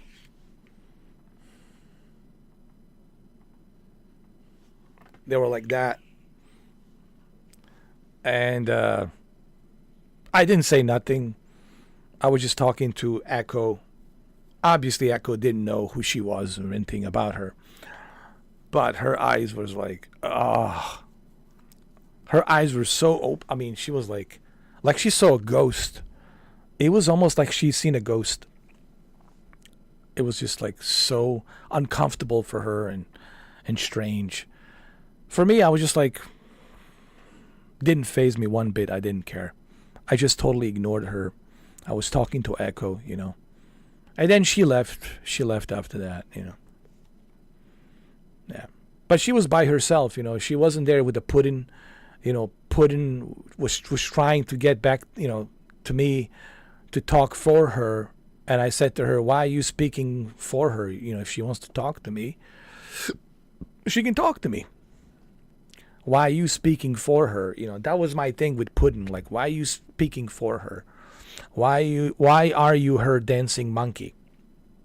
You know, you didn't come here to ask me how am I doing. You came in here because she wants to know how am I doing. So, like, why are you coming in, you know, speaking for her? You know, I said, if Maxine wants to talk to me, hey, you know, talk to me. You know? So. Hi, John. Oh, God. Oh, Lord. Yeah.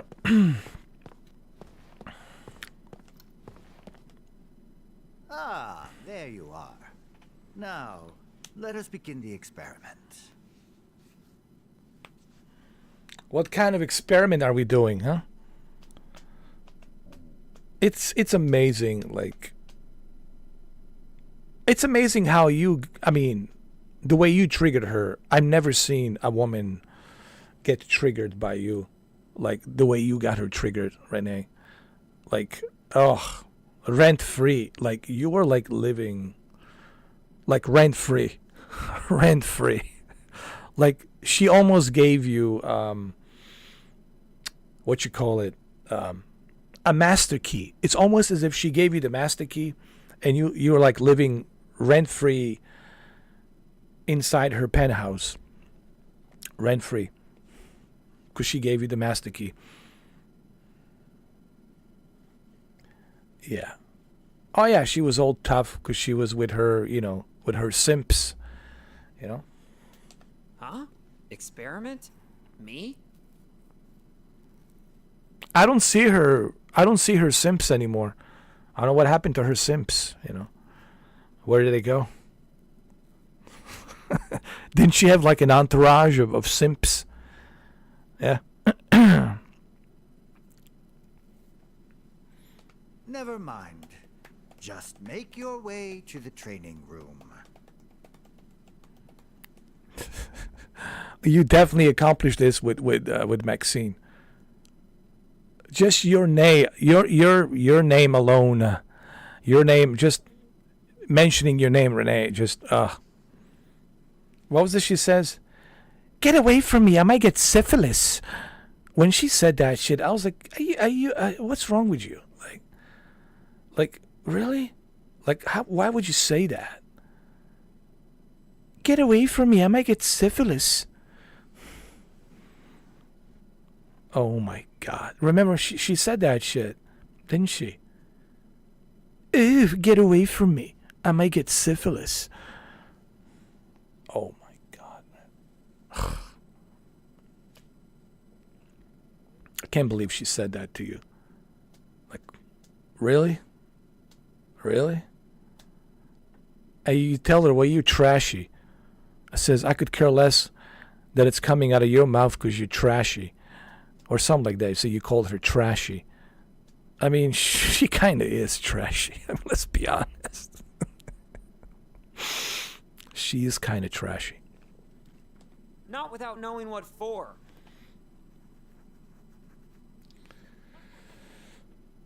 You wouldn't understand it if I told you anyway. But... Yeah. Exactly. I mean, that's the funny part, though. That's the funny part. You know. But for her simps. She's doing it for her simps. You know. You know, the simps. You know, the ones, you know, they're desperate. They never seen a woman in their entire life, and God forbid they've ever see a naked woman, God forbid, right?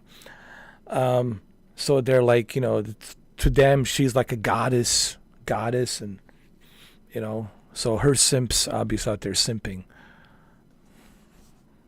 But I don't see their simps anymore. Like, where are her simps? I think they probably unsubscribed for her OnlyFans. It's like, yeah.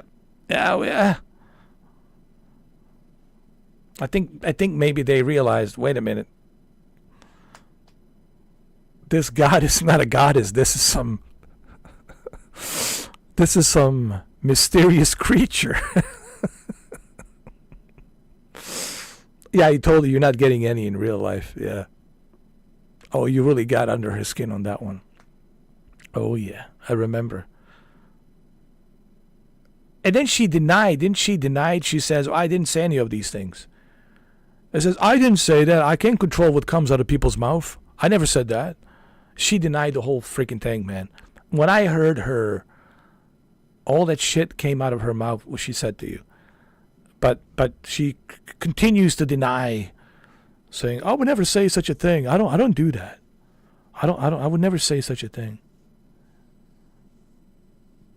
Oh my God. Oh my God. You know what's interesting? No one is hanging out with her anymore.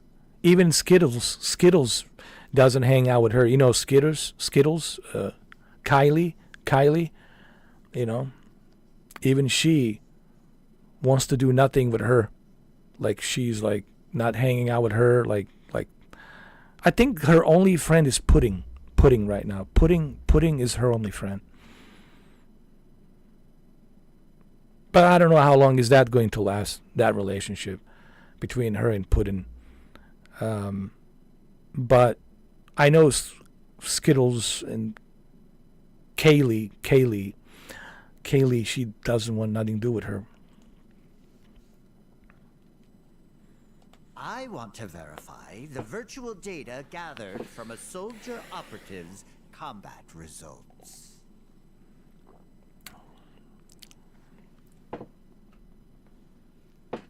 Sorry, guys, we turned this into a, New Jersey Housewives or Beverly Hills Housewives or something. Sorry. People are watching like, what's going on? We went from Dr. Phil to Housewives, New Jersey Housewives or Beverly Hills Housewives or whatever.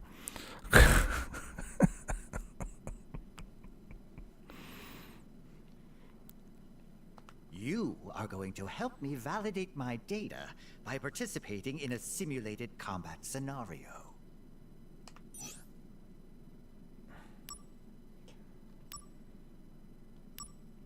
I'll show you what soldier can do.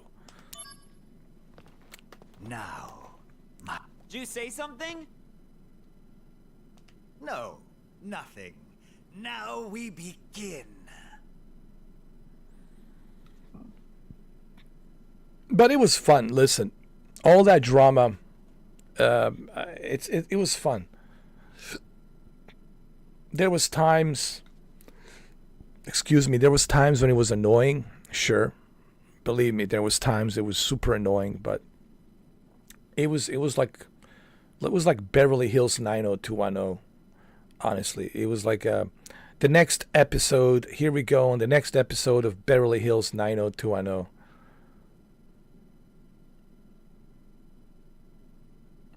Maxine not worthy of being called a New Jersey housewife. All right, she's a Canadian housewife. Let's just call her Canadian housewife, because she's from Canada. But it was fun though. It was entertaining. OnlyFans housewife. OnlyFans housewife. Oh man. Activating combat mode. Yeah, Toronto. Conflict resolved. Oh yeah! No, this can't be. With the settings off again. No, the settings are great. That's just how good I am, sir. Mr. Hojo. Sticky crotch housewife. Oh my god. Or maybe I'm just playing better than your data? She lives in her own little world. You gotta to understand. Like, she is living in her own little world, and she wants to control everybody. That's her thing. As a mistress, as a dominatrix, she wants to control everybody. She wants to be in power. She's looking for cuckolding, Where can I find another cuckolding? Well, I think she's struggling trying to find some cuckolds out there, She'll find some cuckolds. They're out there, She'll find them. Trust me. They're out there. Shouldn't be too difficult. Shouldn't be too difficult.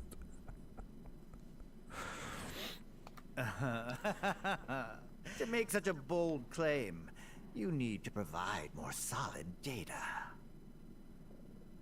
Why do we need more solid data? Isn't this enough data, Hojo? I went in there and I kicked ass. Fight this next monster and prove your superiority to me. Oh, I will. Hey, is Benny still here, Renee? Is Benny still here, or did he leave?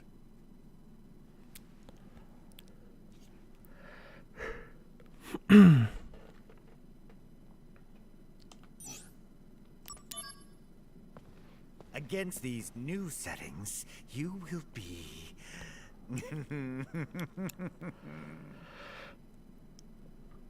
these new settings, well, let me show you what I can do. Say again?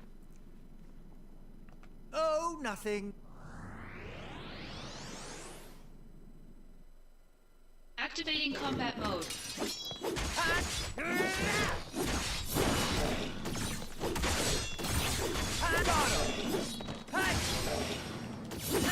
Oh yeah! Conflict resolved. This is impossible. Were the settings off yet again?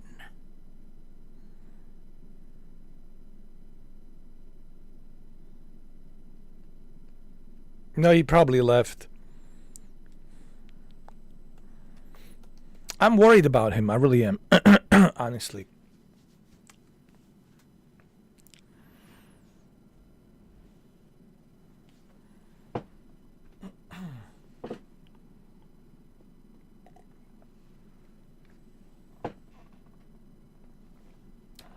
You see? That's what Soldier can do.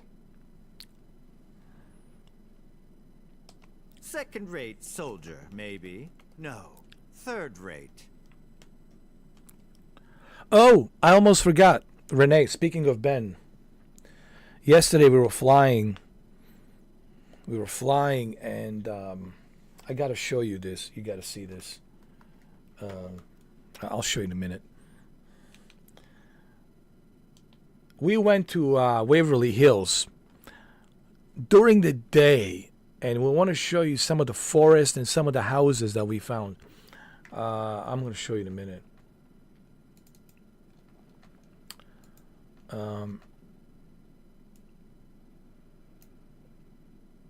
Let me show you how creepy some of these houses are. Like, look at this house, for example.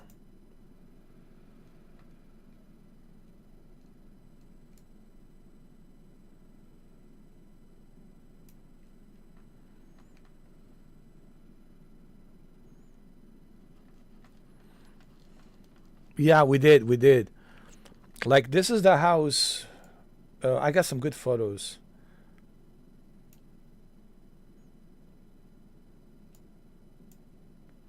So this is the house that it's like middle of the woods. It's like,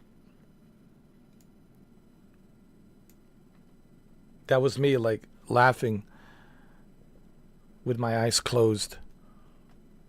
I think I fell asleep. There is this house and it's middle of nowhere. And look at this house. It's like in middle of the forest. But oh, look at this. Would you want to spend the night here? Look at this. And then I'll show you another photo. I got to show you like a better photo. Hold on. A better photo.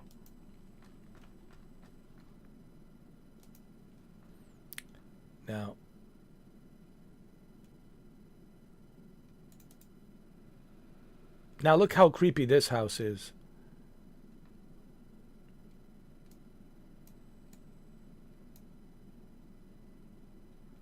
I want you to see this.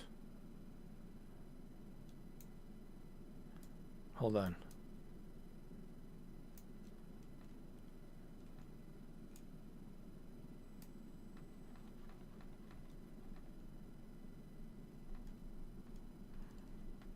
Look at this. Look at that.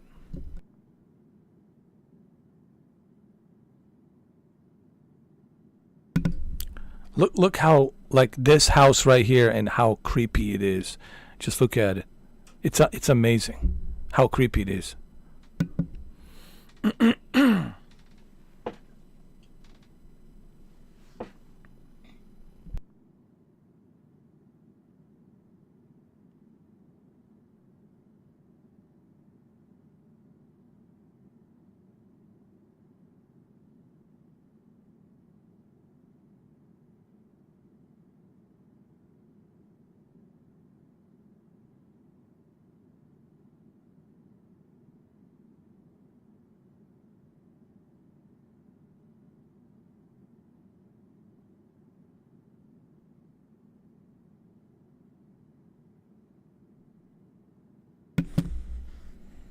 Yeah, it's a near sanitarium. Yeah. It's in Waverly Hills.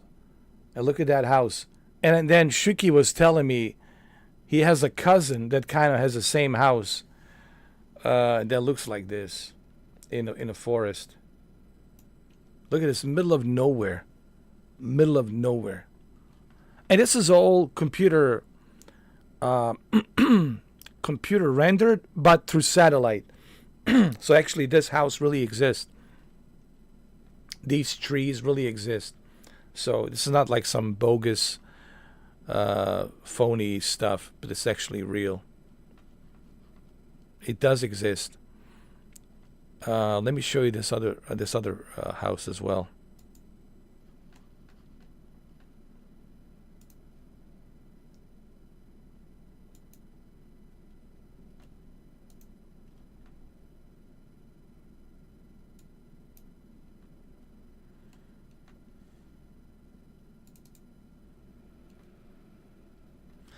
And look at this. Why would you want to build a house here? I mean, this is the one that really, I'm like scratching my head. Look at this, like middle of the woods. It's like, why, dude? And then Shuki was telling me that he has a cousin, I think in Pennsylvania. Was it Pennsylvania, Shuki? You told me. I don't know if Shuki's still here. Like he had a cousin that actually has a house like this built in the middle of nowhere. Look at that. Creepy. Creepy. Look at that. I mean, if that's not creepy, then, I mean, Renee, then I don't know. Just look how creepy it is. Yeah, was that in Pennsylvania?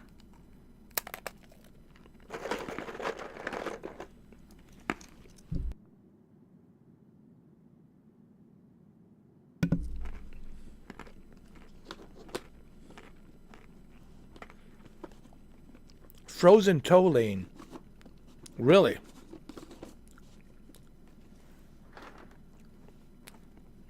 That's where he lives? Your cousin in a frozen tow lane? Wow.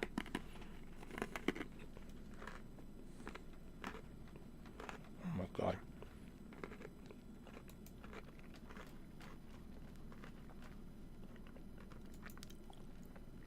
Now, look how creepy this road is.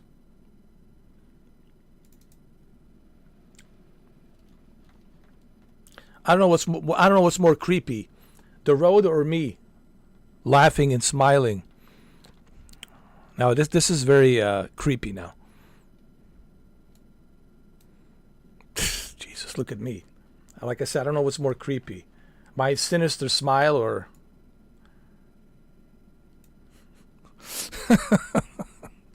This is the road. This is the road that leads to Waverly Hills Sanitarium. And look at this road, just how creepy it is.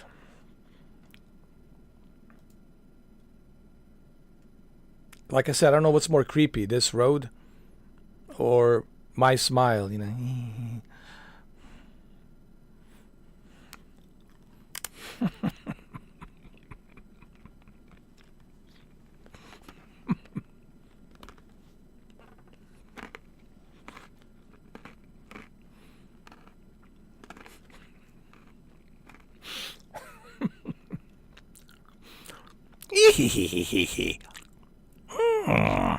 Come to Waverly Hills.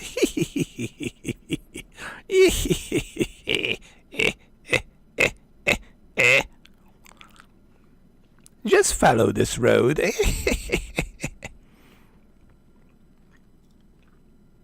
telling you.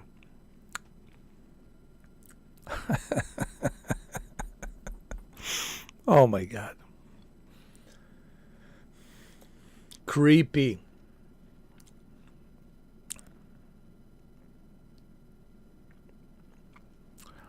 Oh yeah, Pennsylvania has some creepy forest. Well, remember that movie from M. Night Shyamalan? You know, he always films his movies in Pennsylvania. He never films. Did you guys know that? He always makes his movies in Pennsylvania. It is so strange and bizarre. And the movie called The Village was entirely filmed in Pennsylvania, and you saw how creepy the forest is in Pennsylvania. Yeah. I don't know if you guys remember the movie The Village. Yeah.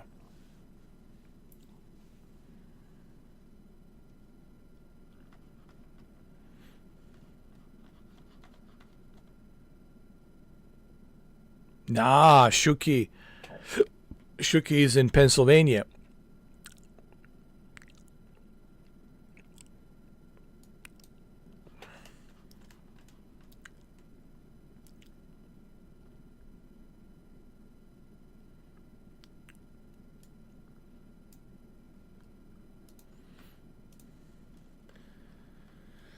He is in Pennsylvania. Well, you guys are not that far from each other. You're in you're in, well, I'm not going to tell people exactly where you are, but you know, you and Shuki are not that far.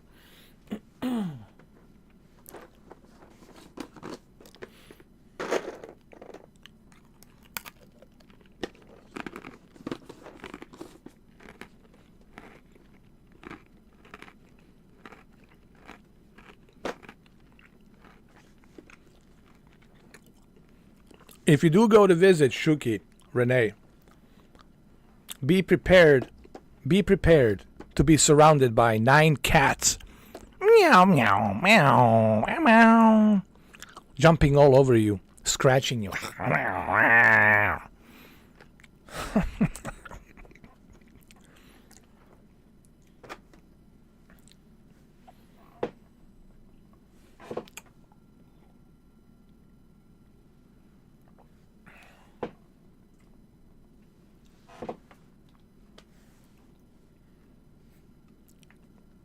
Pennsylvania is a nice state. Listen, Kentucky, Ohio, Tennessee, Western Virginia, North Carolina, upstate New York. They're all beautiful states, man. Beautiful nature. You know, like this is what I was trying to tell Benny yesterday. I said, Benny, sure, yes, you know, what happened at Waverly Hills Sanitarium Hospital in 1926, it was due to the outbreak of tuberculosis. And of course, sadly, that one nurse at age 29 hung herself on the ceiling in room 502. But other than that, I mean, it's a beautiful state. Kentucky's a beautiful state. You know, a lot of nature, beautiful. Man, during the winter, it sucks, of course. You know, you got a lot of snow and all that, ice. But it's a beautiful state, especially during the summer. It's nice over there.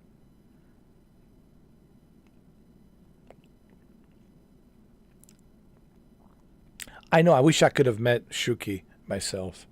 Listen, I know what it's like, man. I used to have a German Shepherd, and I know what it's like, man, to lose a dog. I used to have a Belgium German Shepherd with the long hair, pointing ears, and you know, when I lost him, it was like part of me was like missing, you know. So I know what it's like, man. Dude, it's hard. You know, losing a pet, you know, it's like losing a family member, you know. It's tough, you know. This only applies for those of you who have had pets. If you never had a pet, if you never owned a pet, then you don't know what it's like, you know. But owning a pet, you know, raising that pet, it's like raising your own son or a daughter. And then, you know, you watch them grow up, right? And then they're gone, right? It's like part of you, it's gone. It's kind of like the same thing.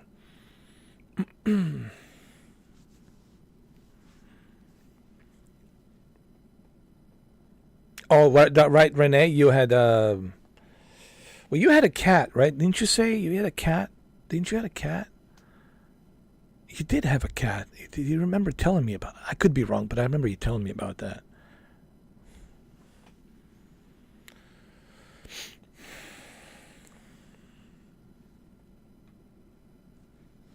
Yeah.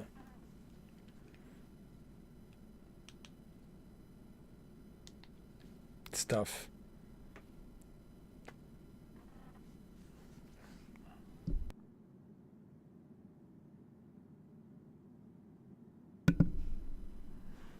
Is Jose still here? Jose? How's the wind chill? What's the temperatures like outside? Micro Center. Do you at least have a heater or something to heat yourself up there while you're waiting for the 5090? Oh my God, where's Jose? If you truly are first rate, then fight my next data. Prove to me that you can win.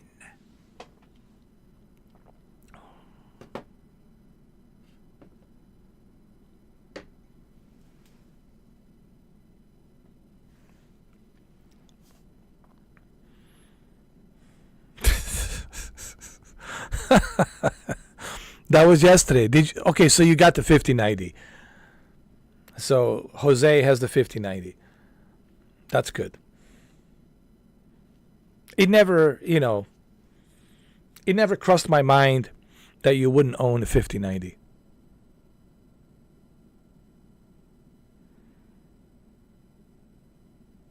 Four or five 5090s. Good Lord. Before you had kids, you had your dog. I remember you telling me about that, Renee. I mean, look, losing a pet, it's like I said, it's like losing like a family member, because they contributed so much to your life, but you cherish the memories that you had with them. I think that's what it's about. It's about cherishing those memories that you had with your pet, and you remember the good times. Don't remember the last moments. I think this is where people make a mistake. Don't remember the last moments. Remember the good times. And those are the times I remember with my dog. I don't remember the last minutes of him dying. I remember the good times, good 12 years that I had with him.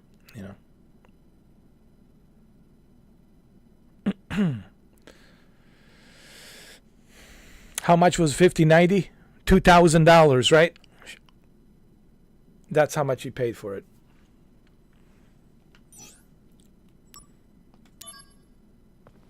Not everyone can become an elite warrior like Sephiroth. Huh? What? Oh, nothing.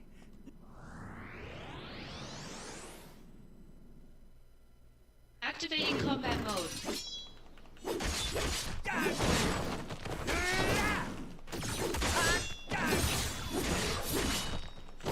Oh, what time is it?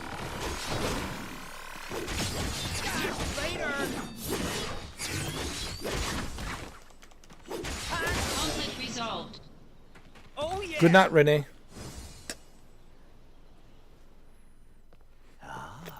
Magnificent. It appears that you have the talent to become a Oh, that's right. It's almost 3 o'clock. Everybody say goodnight to Renee. Renee's going to go out of her bubble bath, fully clothed, of course, into her bed.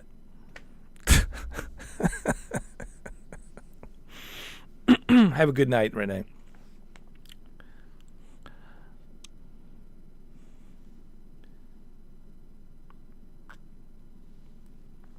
Good times, fun times. I excuse me, I wish that I didn't have any issues with my chat, because I know you came in earlier, and then Shuki told me that you came in earlier, but my chat wasn't working properly.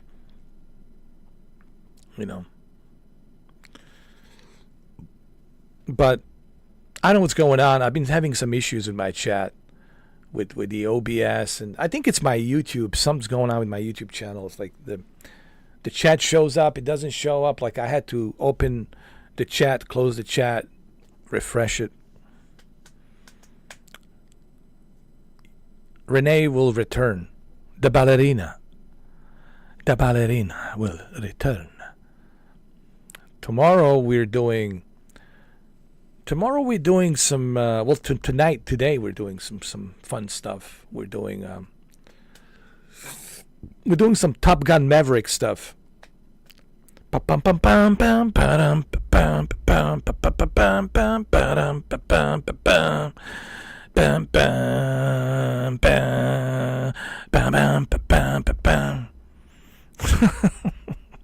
doing some Air Force fun stuff. I think you guys will love this. What I'm doing tomorrow, see, I'm not even telling you what I'm doing. You're probably thinking Flight Simulator, but it's not. It's something else. But it's very Top Gun Maverick style. Okay, ballerina. Ballerina, thank you for being here, ballerina. It is always the pleasure to have you here at my castle. Thank you, ballerina. Good night, ballerina. This is John Wick Returns. I just want to say thank you. You are breathtaking. All of you are breathtaking. Shenmue. No, it's not Shenmue.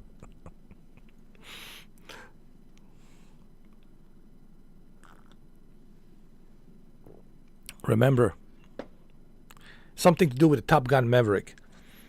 The last I know, they're not flying jets in Shenmue.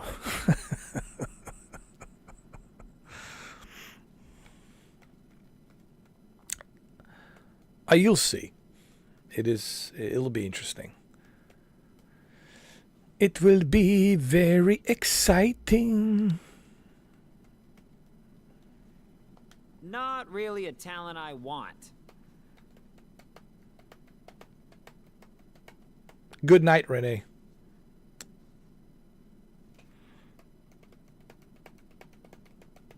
Where's Savage? Where did Savage go?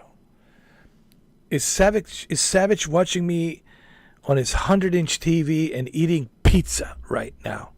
Thin and crust pizza. Well, cheers. Enjoy the pizza, Savage.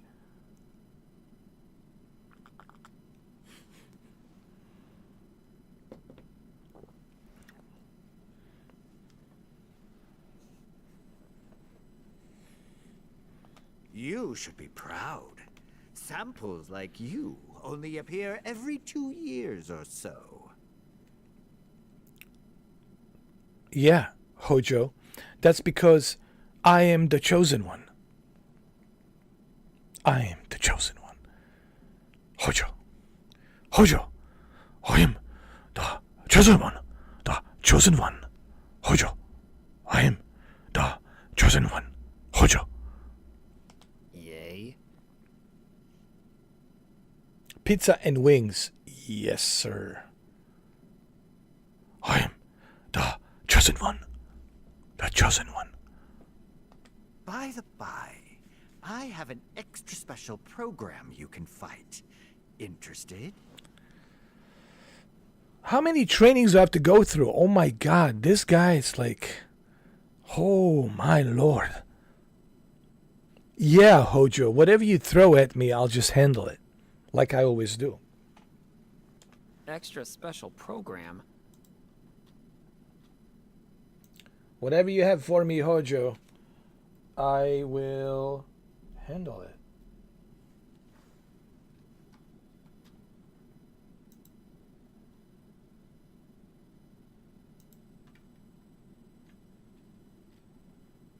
What do you got for me, Hojo? Some data I designed on a lark that displays power inconceivable in reality. Okay, Hojo. Bring it on. Professor Hojo, you can't possibly mean to use that data on a human. Not that one. It's way too dangerous. It would be a worthy opponent for a first-rate operative. Such as yourself. Oh yeah. Oh yeah? Really? Okay. Well, why don't you test me, Hojo? And let's see if I can handle it. Hmm? Bring it on. Bring it on, Hojo. Bring it on, bring it on, bring it on, bring it on. Hey, I'm warning you. Don't do this. That program is way too dangerous. Listen, Hojo. It's not dangerous for me. It might be dangerous for some other people.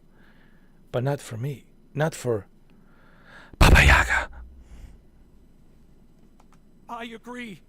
It may cost you your life. I'm not exaggerating.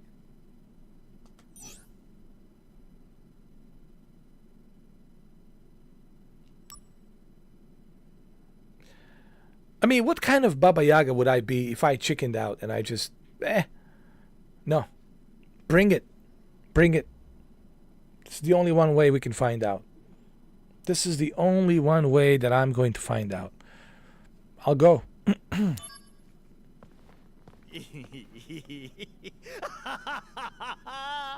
You are indeed a sample worthy of my attention.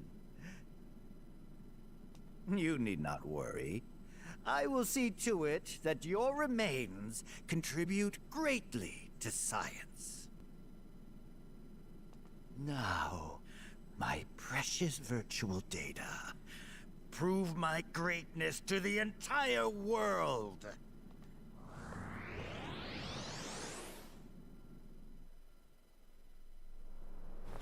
Oh, really? This guy?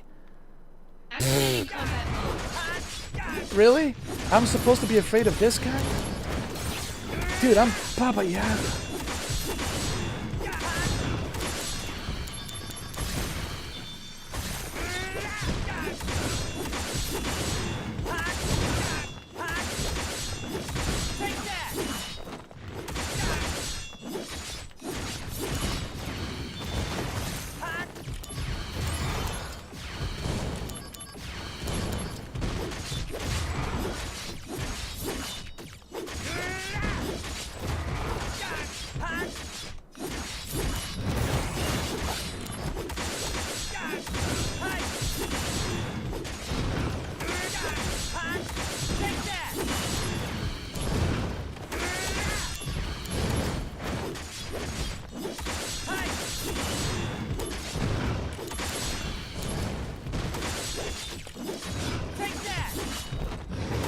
Come on, come on.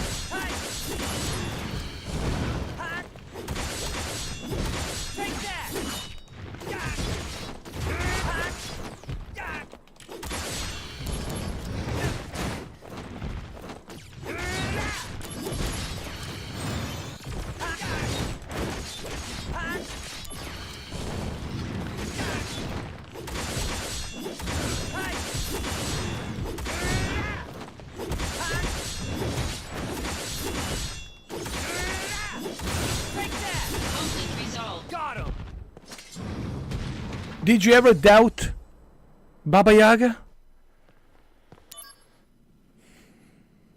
Did you ever doubt Baba Yaga? Don't ever doubt Baba Yaga. Never. Never. I want to see what he says. Mr. Hojo. Hojo. Scientist. Astounding. This is most unexpected. No, it's expected because I'm John Wick.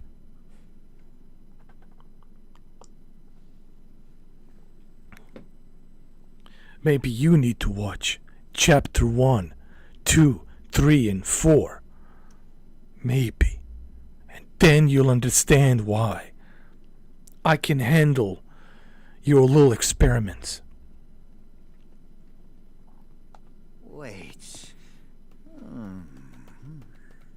I formulated a new hypothesis. You can formulate all the hypotheses you want to formulate. I will handle anything you throw at me. Anything. Anything. Anything. Anything. Anything. You were saying something about my remains? Mm-hmm. How did that work out? How did that work out, huh? I defeated your beasts. Your beasts. Your beasts. Your Frankenstein beasts. They didn't do nothing. They only tickled me a little bit. You know, tickle here, tickle there, you know. Just a little tickle.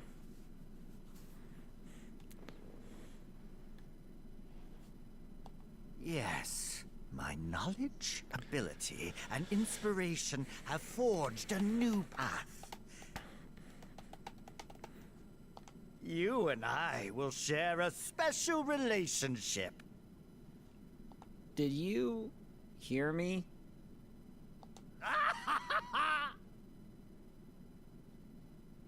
All right.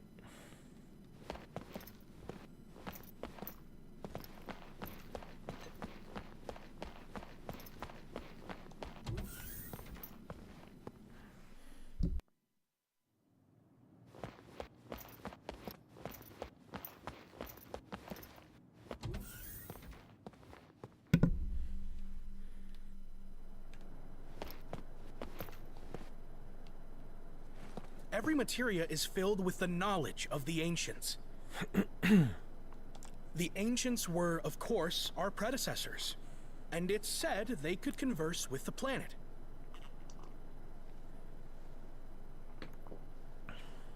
The ancients had knowledge, the knowledge to control the planet's power.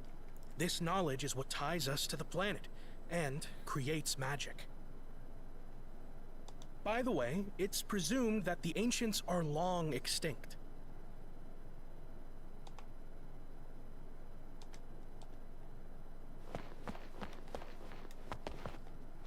Naturally formed materia are extremely rare, but Mako stones are relatively easy to obtain. A Mako stone is crystallized materia, made of concentrated Mako energy. It doesn't function as materia, but if we process it here, we can make it into materia. Soldier sometimes runs Mako stone excavation missions. You should go sometime. Maybe. Maybe we will.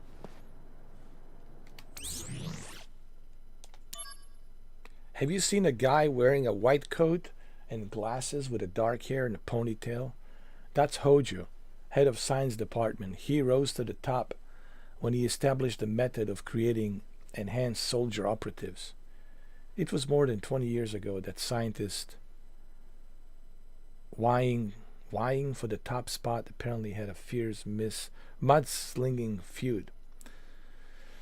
Hojo is the training room now. We already did that.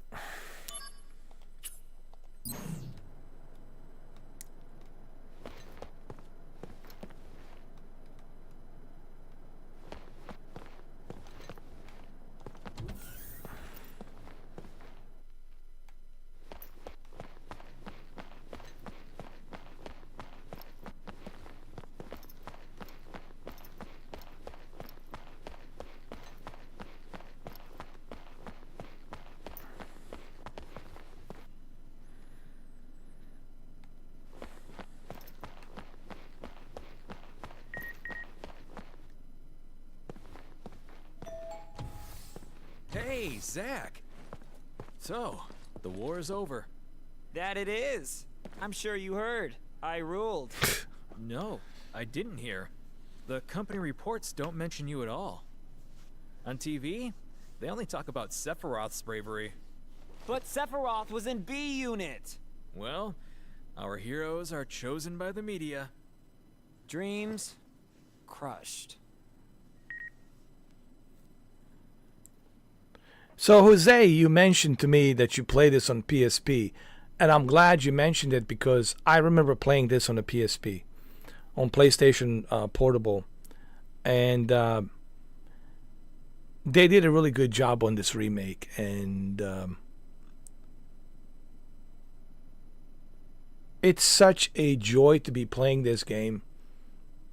And I think Crisis Core, it's very underrated, in my opinion. I think it's a good companionship to Final Fantasy VII World and Final Fantasy VII characters.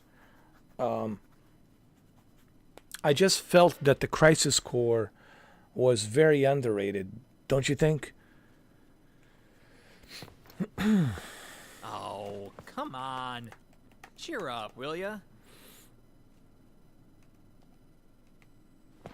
Hey, what is this? Hold on, I need to purchase some potion.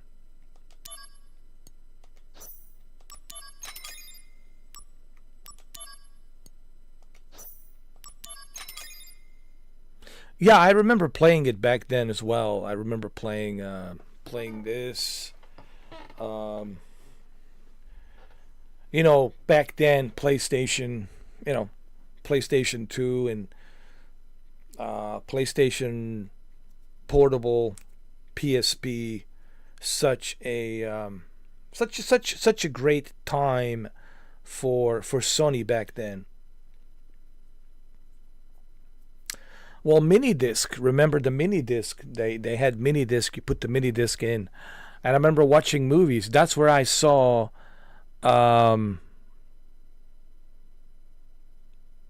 Layer Cake. 2 movies. That's where I seen 2 movies.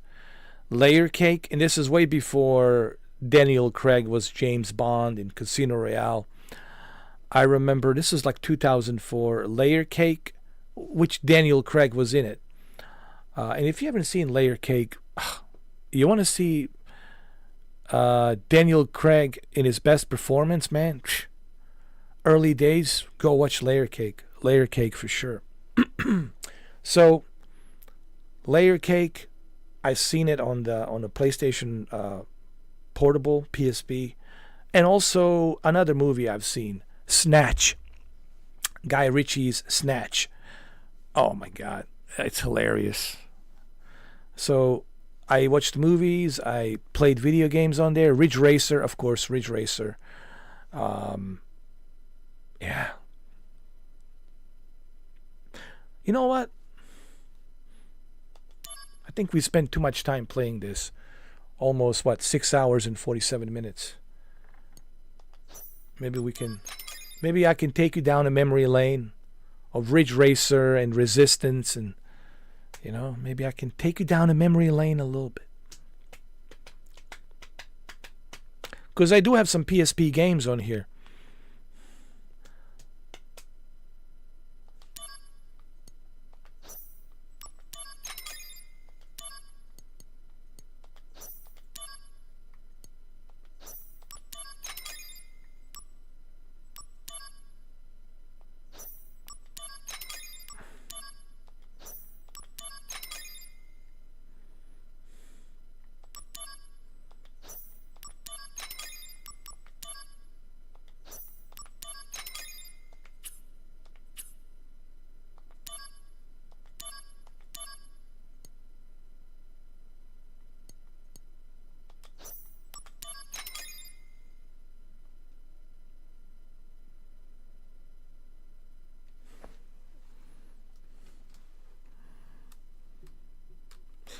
But you have to remember something, Jose.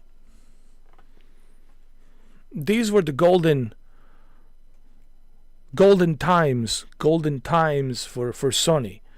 I mean, 2004 was such a great year for Sony. So many cool games, were coming out. So this was like the golden times for Sony back then in 2004. And of course, PSP was icing on a cake,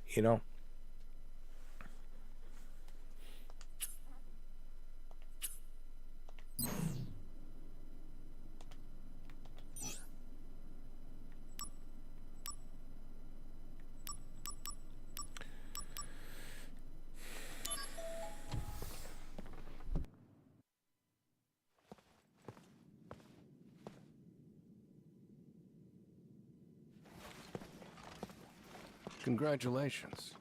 As of this moment, you're promoted to Soldier First Class. Huh. I thought I'd be happier. Understandable. Too much happened too fast. Zach, I'm afraid I need your assistance again. Are you pushing another assignment on me? My apologies. Whatever. I'll fill you in, Zach. But before that, go to the briefing room and change into a first-class uniform.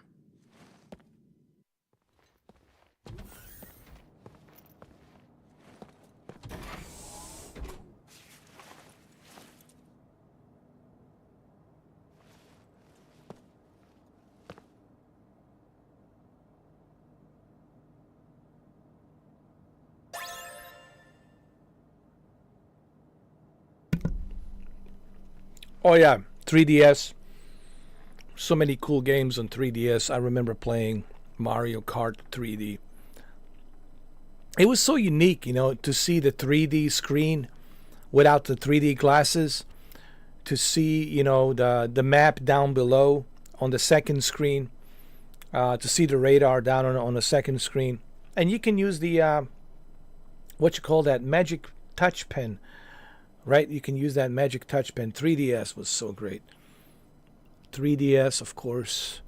I also played Metal Gear Solid 3 Snake Eater on 3DS, and it was amazing to play Metal Gear Solid 3 on 3DS. It was truly an experience. Like I said, golden times.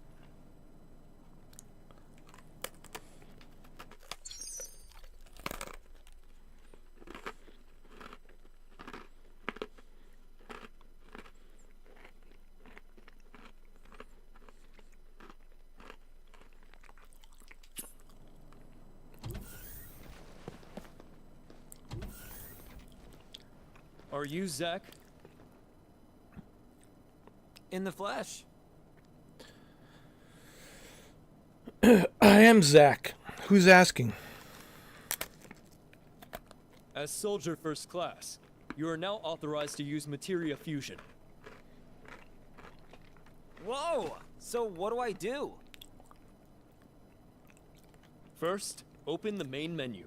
You should now be able to select materia fusion. Okay. Now, try fusing these two materia. That should give you a general idea of how the process works. If you have any questions, just let me know.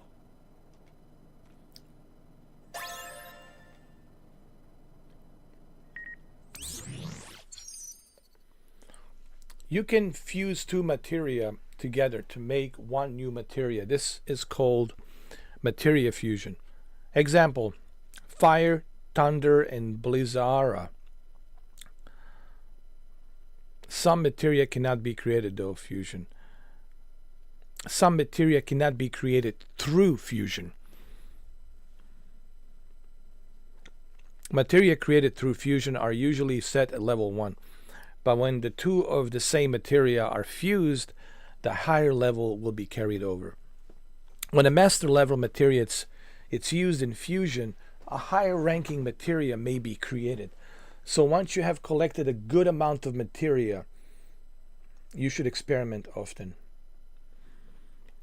So I can combine fire, thunder, and blizzara together. However, some materia cannot be created through fusion. Okay.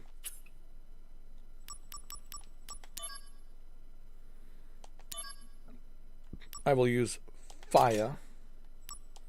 I will use assault, no, blizzard.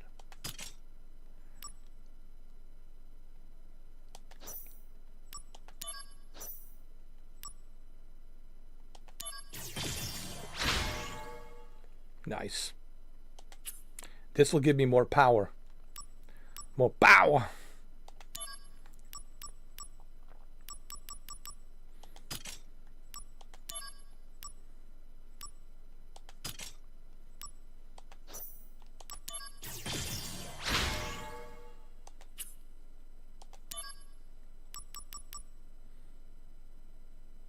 You know, I was playing this yesterday early in the morning after I finished the live stream.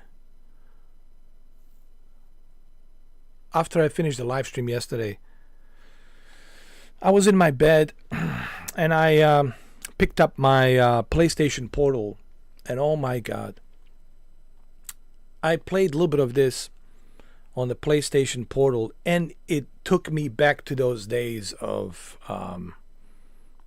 PSP. I cannot tell you how much like the PlayStation Portal has reminded me of PSP, especially when I was playing this yesterday. I was laying on my bed just chilling out, you know. I was watching something on YouTube, and I was chilling out on the bed, and I was, you know, I picked up my PlayStation Portal and I started playing this, and I was like, oh wow, dude. Wow. Just, it brought me back to 2004 when I first got my original PlayStation Portal PSP in 2004.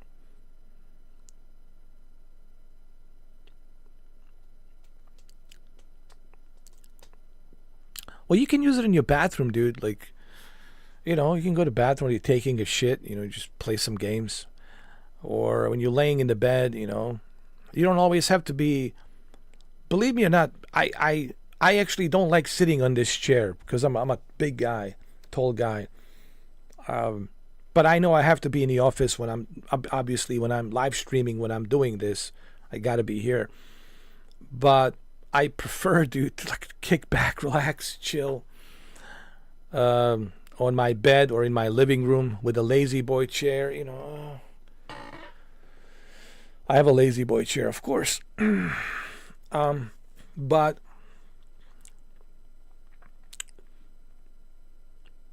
I love using my handhelds. My dude, there's something about, I don't know what it is, man. Look, there's nothing wrong with my C2 OLED. This is my 32-inch C2 OLED. It's fantastic, beautiful OLED screen, beautiful quality, all of that. And it's beautiful.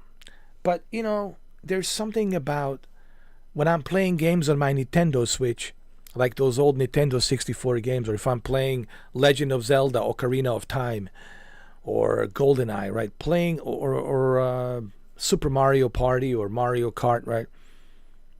Or Star Fox. There's something about playing games on my PlayStation Portal, Asus ROG Ally. I use my Steam, not my Steam games, although I do play some Steam games on Asus ROG Ally. But I use my Asus ROG Ally mainly for Game Pass. So I use my Asus ROG Ally for the Game Pass and PlayStation Portal for PlayStation Plus. And of course, I can also remotely use my PlayStation 5 with the PS Portal, PlayStation Portal. And then I use my Nintendo. So I have three devices. PlayStation Portal, Asus ROG Ally, and Nintendo Switch OLED. So I use those three righteously. And it's fun, dude. To be able to play PlayStation games in your bed with PlayStation Portal, to be able to play your Xbox games, Game Pass library on your Asus ROG Ally, on top of the PC Steam games, you know. To be able to play Nintendo Switch games on the OLED screen, Nintendo 64 on the small little Nintendo Switch OLED screen. I use my handhelds righteously. I do. I use them. But I'm also using my PlayStation VR 2, PlayStation VR 1, and of course I have my, and it sits right here, my MetaQuest, which is right over here. You know, I have my MetaQuest, which I do use, you know, when I go to like Horizon, or if I'm on a big screen, you know, things like that. You know, I do use it.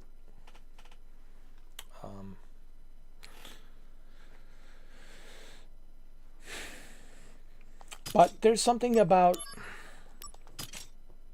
my whole point, what the point I'm trying to make. There's something about handheld device when you're chilling out in bed, relaxing.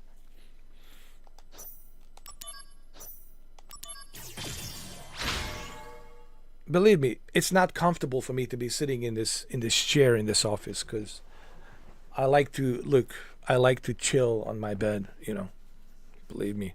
But of course, I cannot be that kind of a lazy prick to live stream while I'm laying on the bed. I mean, I could, but people would say, well, this guy's some really lazy prick. I mean, I gotta be here in the office for you guys,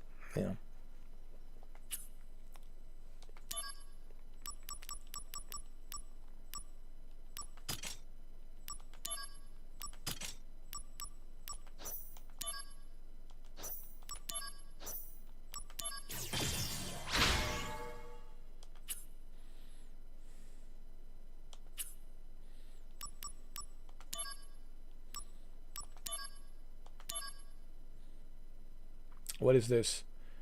President's Declaration. We hereby declare the end of the war with Wutai.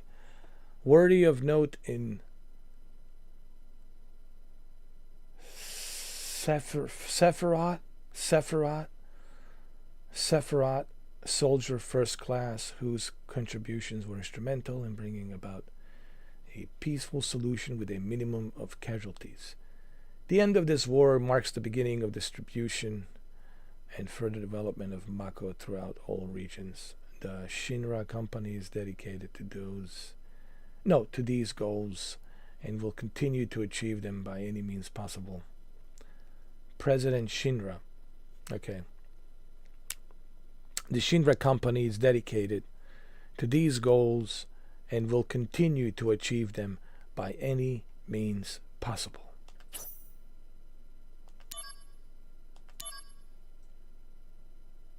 At the end of the war, soldier members, I thank you for your daily hard work. The long war has finally come to an end, all thanks to the heroic efforts by Sephiroth and everyone soldier. However, the air around Shinra remains tense. Threats from powerful marked forces and anti-Shinra elements are too numerous to list. We could deem the distortions born out of Shinra's meteoric rise to glory, and we as members of Shinra must always face these distortions with integrity. I hope you keep this in your hearts as you continue in your duties.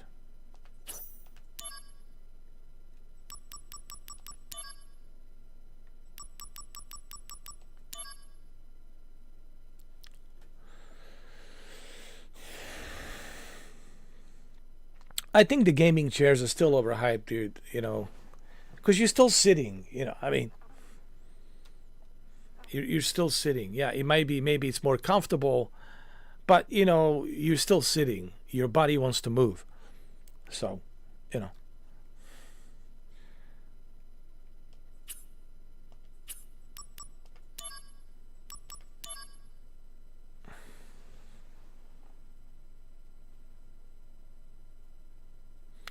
And they're super expensive. Now, for racing, if you are somebody who's into racing, then absolutely those gaming chairs can really benefit.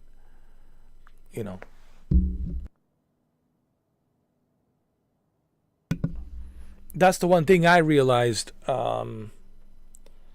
with gaming chairs.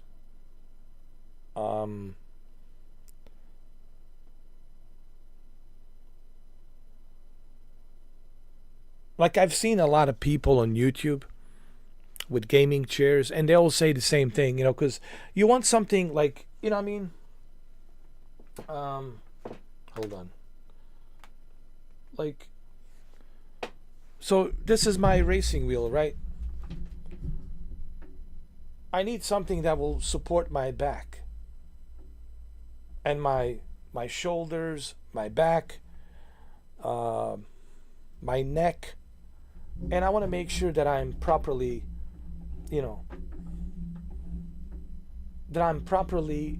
aligned properly aligned with my racing wheel, with my pedals, you know, gas, brake, clutch, with my shifter.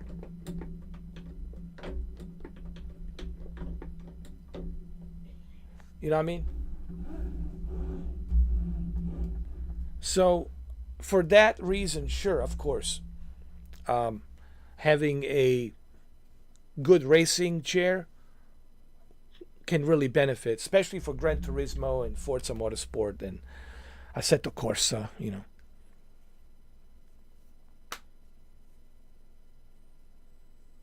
I heard about the seats, like they will hurt your ass. And, you know, I'm a big guy. I got a gigantic ass. I'm just kidding.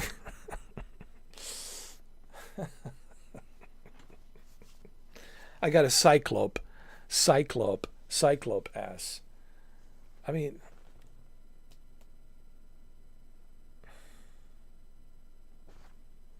people forget when I stand up, dude. It's like, even this camera, like when I stand up, dude. It's like, I mean, it's like.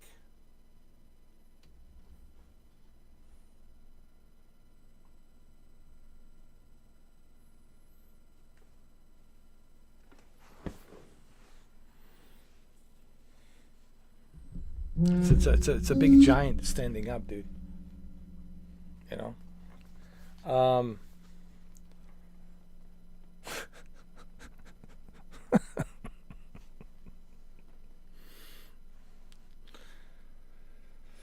Shuki Babeba.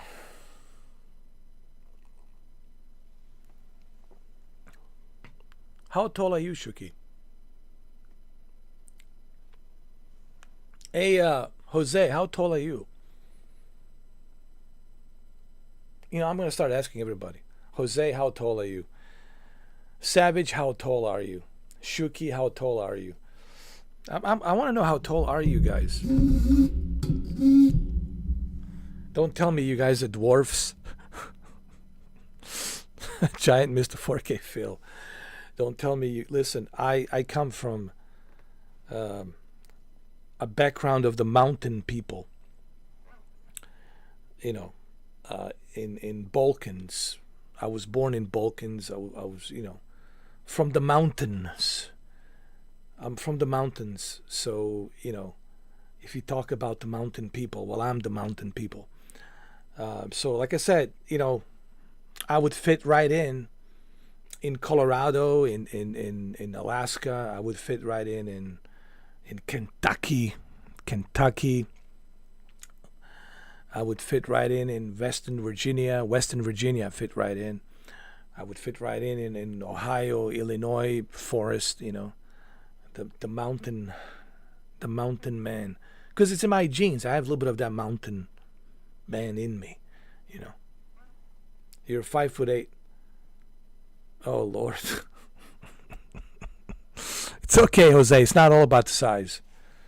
It's not all about how tall you are, man. I've seen midgets. I have seen midgets like beat the dog shit out of a giant individual. When I was working in the nightclubs, I've seen midgets beat the shit out of some giant dudes. Like I said, dude, I've seen small dwarfs beat the dog shit out of this one giant bouncer we called him Big Mike. This guy was called Big Mike. Called him Big Mike. This guy he could have been a linebacker. He was like 394 pounds. Dude, his neck was this big. His arms are like the size of me. This guy was just like a giant. And I've seen midgets, man, beat the dog shit out of him. You know. And he was you know how they did it? What's the most sensitive area for a giant? that will bring him down. Come on, guys. You can bring a giant down. You just got to know where to hit. Okay? What's the most sensitive area? Okay, what's the most sensitive area for a guy, period? Do I need to demonstrate? No, I cannot demonstrate. All right. It's his nutsack, his balls. You know how bad it is when you get hit really hard in the balls. You're gonna be squealing like a pig in Deliverance, going down on your knees. Yeah. Yeah. The nuggets, the nuts. Okay. So I've seen giants crumble down. Like I said, I've seen dwarfs beat the shit out of giants. You know, beat the dog shit out of this one guy. I mean, and then once you're on the ground, man, that they can punch you in the face, they can jump on you, and you know. So I've seen all kinds of crazy shit, man. So the size doesn't matter. Just because you're big doesn't mean that you cannot be, defeated. That's a bunch of BS. I can tell you that right now. It's all about up here. Right? If you know where to hit, if you know how to hit, where to hit, the weak point and where to hit, then it doesn't matter how big he is. It doesn't matter how giant he is. But there's definitely some advantages of being big and tall. You can lift certain things easier than others. Like, you can move things around a little bit better because you have more reach. You got more reach. You can reach out, and grab things and move things around and,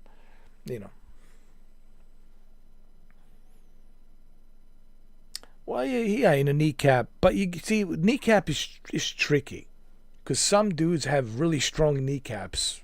And then you hurt your leg. You're like, Actually, I've seen guys break their leg trying to hit some giant kneecap. It depends on the kneecap, how strong the kneecap is, It all depends, man. Yeah.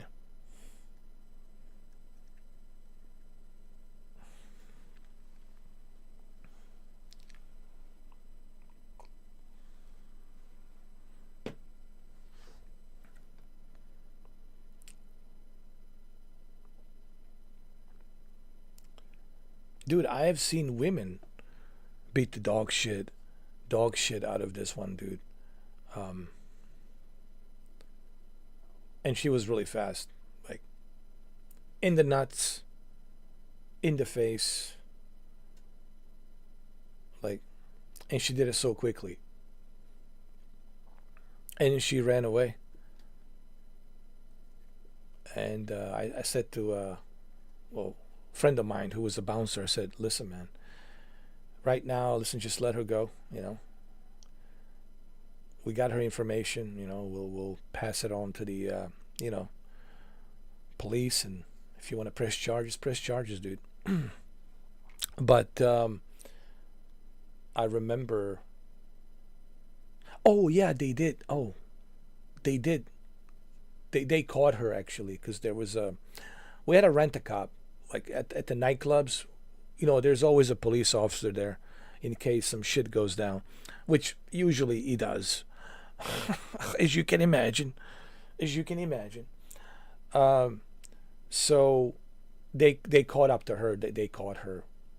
He didn't actually press any charges. He was just like, she's banned from coming to this club. She can never come back to this club, and that's it. But he didn't want to press charges. And it was all, I remember, it was all because, like, her boyfriend wasn't on the list. And we says, well, he's not on the list. He's not going to the VIP. He's not on the list. I'm sorry. If you're not on the list, you don't get in. It's that simple. and they didn't want him there. He says, nope. They wanted her because she was good looking. She was hot. Yeah, my friend got beaten by a hot chick. But anyway, maybe that's why they didn't want to press charges. I think he was hoping maybe he'll get some. I don't know, whatever. This was a long time ago. And then, like, they didn't mind her being in there because she was hot, but they didn't want him. Like, it says, no, he cannot come in. And we tried, he tried to tell her, like, dude, like, you can't come. I mean, he cannot come in. You are okay because they let you come in. They don't want him in there. And she was all upset about it. She was pissed off and da-da-da-da-da. And then she was causing trouble, and then they wanted to kick her out too, so she got kicked out.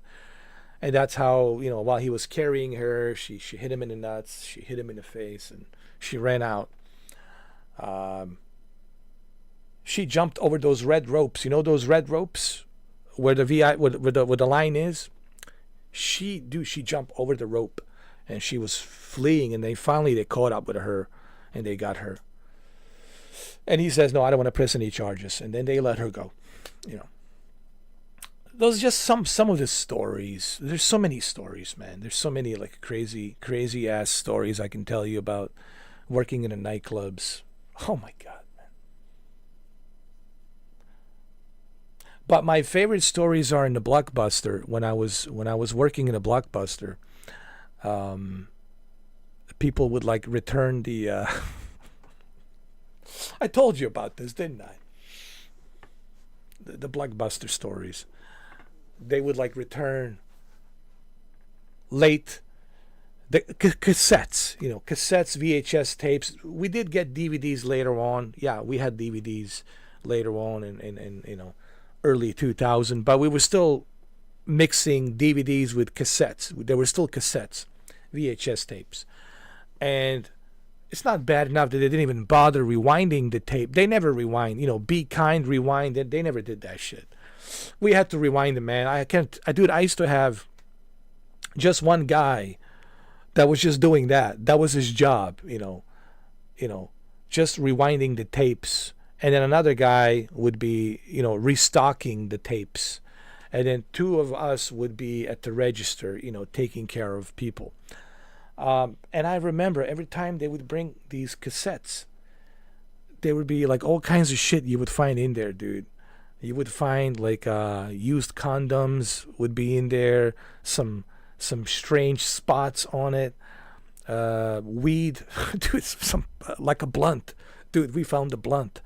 It was in the which movie was it? My goodness, the blunt that we found the blunt in was trying to remember. Oh my God, what was that Adam Sandler's movie? Big Daddy? Was it Big Daddy or something? Or it was Adam Sandler's movie. It was a Big Daddy or something. I don't know. And I remember there was a condom. No, one of them. The condom was a different one. That was Titanic actually. They had two cassettes. I remember now. Titanic had two tapes.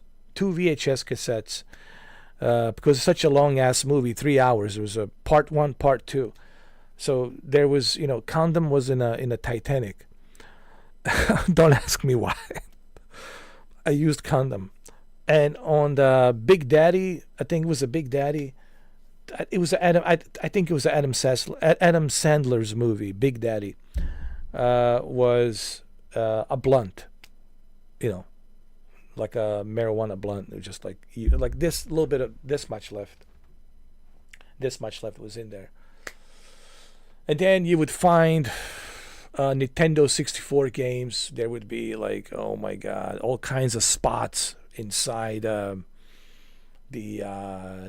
cartridge, like all kinds of nasty shit in there, man. Dude, we tried brushing it off everything. Nothing, man.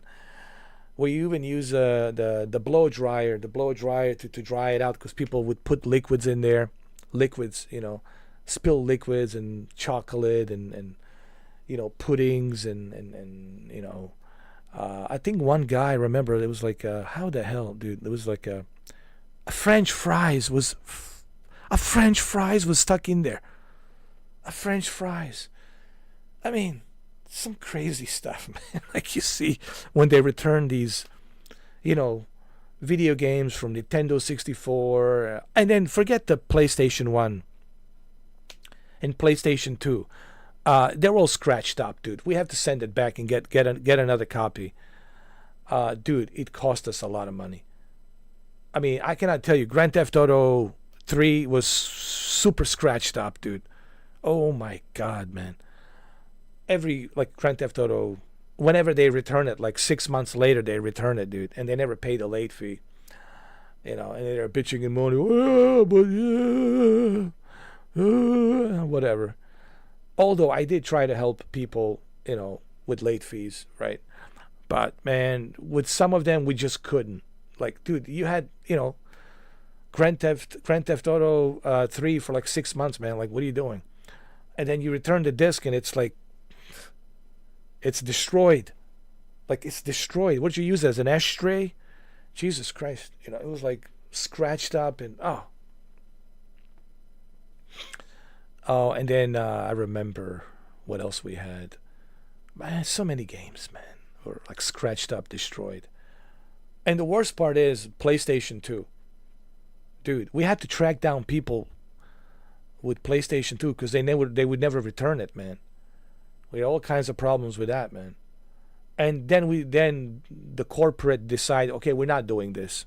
Clearly, people are not returning these PlayStation 2s. God knows what they're doing with these PlayStation 2s, and we can't, There was all kinds of like problems with that, People would not return it, and but they would track it down, like, because there's a serial number. They would track it down, and sometimes the police would be involved, and they would knock on their doors and hey, you still have the PlayStation 2? This is the court order. You have to return it to Blockbuster, and if you don't, you will be arrested. I mean, all kinds of situations, man. Like, it's crazy. People coming in, they want to fight you. It's like, I'm gonna fight you right now, man. All kinds of crazy stories. And that's with the PlayStation 2. Then the corporate decide, all right, man, people are stealing our PlayStation 2. Yeah, practically they would never return it. They were stealing it. And we would have to get police involved to track them down and get them arrested and return it, and charge them for, theft. And then the corporate decide not to have the PlayStation 2 anymore. Because you could rent PlayStation 2, but you can only rent it for a certain amount of days, right? There was a certain limit of how long can you rent it. 7 days per each person. I think 7 days gives you a good opportunity to check some games out. And then you can bring it back and you extend it again, right? But there was people who didn't do that. There was people who didn't do that. They kept it. And they never returned it. So we have that issue. Not only were they charged for the theft, but also they were charged for penalty that they had to pay, and they were banned obviously from Blockbuster, and they have to pay penalty. I think usually they had to go see a judge, and then judge will make them sign affidavit, and then meaning they're not allowed to go nowhere near Blockbuster store. They can never go nowhere near Blockbuster store, and they have to sign that affidavit. Those were the cases that I do remember. Crazy stories. Working at Blockbuster, man. People want to fight you, and dude, it's like, you know what I do? You want to fight me? I just lock the door, and I call the cops, and I go fight me now. That's it. And I would smile, like, I would just lock the door, and then you see a black and white pulling in with the lights. Right now you can explain to the officers what you want to do. Some dumbasses, man. Some idiots, bro. I mean, oh my God, man. I mean, I met a lot of cool people. I met a lot of cool people working at the Blockbuster. All right. But my God, there's some dumbasses, bro. There's some dumb motherfuckers floating around, man. Some dumb motherfuckers floating around. Ugh.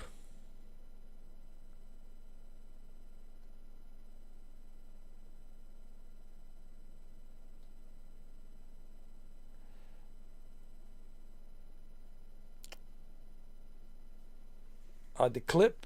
Oh wait, you created something?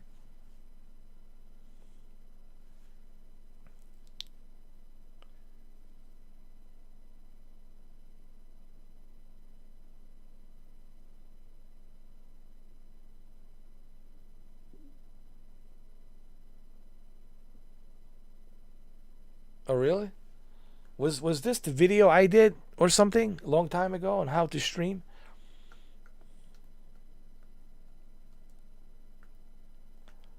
You know, streaming is not that difficult.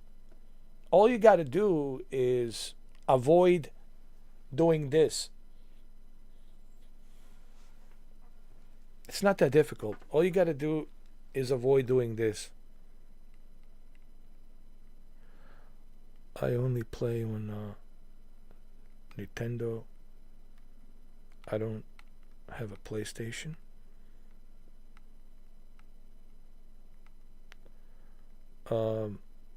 If you could please subscribe to my other channel, second channel.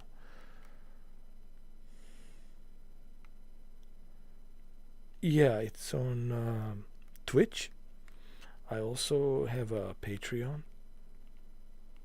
If you could please donate some money there, thank you.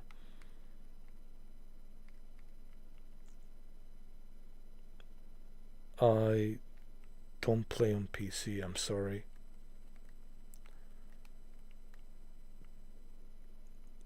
Nintendo's a good console. That's very rude, sir. I don't appreciate those comments, sir. It's my first time streaming, sir. Please don't be rude to me, okay, guys? Be nice to me. Thank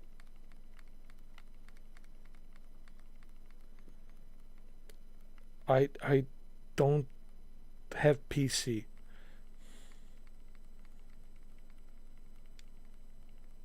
I mean, I have PC, but I only use it for gaming. I mean, streaming. I'm sorry. You see, guys, I can't now focus. My Pikachu just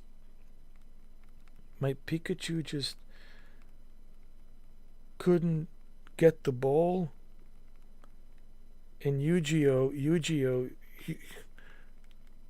guys,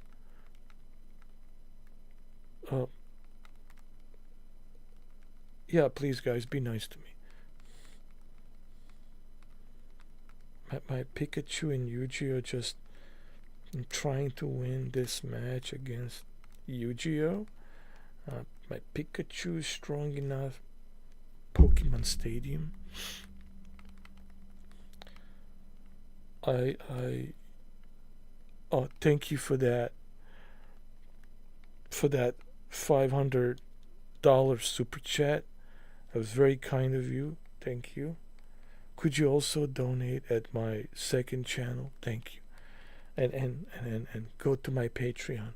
Thank you.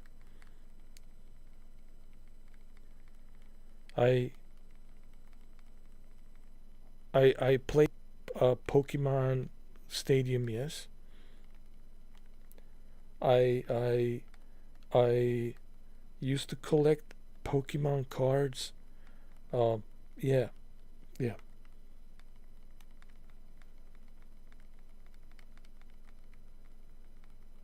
Oh, guys, if you like this stream, don't forget to like, share, subscribe, and also check out my merchandise. It's down below. It's down below. And make sure you click on it, and make sure you check out my t-shirts. Pokemon for life.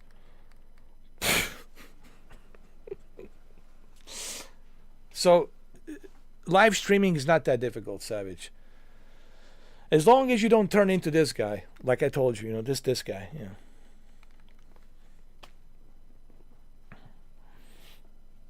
But look, man, it's you know what it is? It's experience, man. It's not easy. Look, look. Some people they think, oh, this is easy. No, it's not. You gotta know how to start a conversation. You gotta have some brains. You gotta know to how to like navigate the stream. You gotta know when to entertain people. You gotta know when to have a serious talk. You gotta know how to,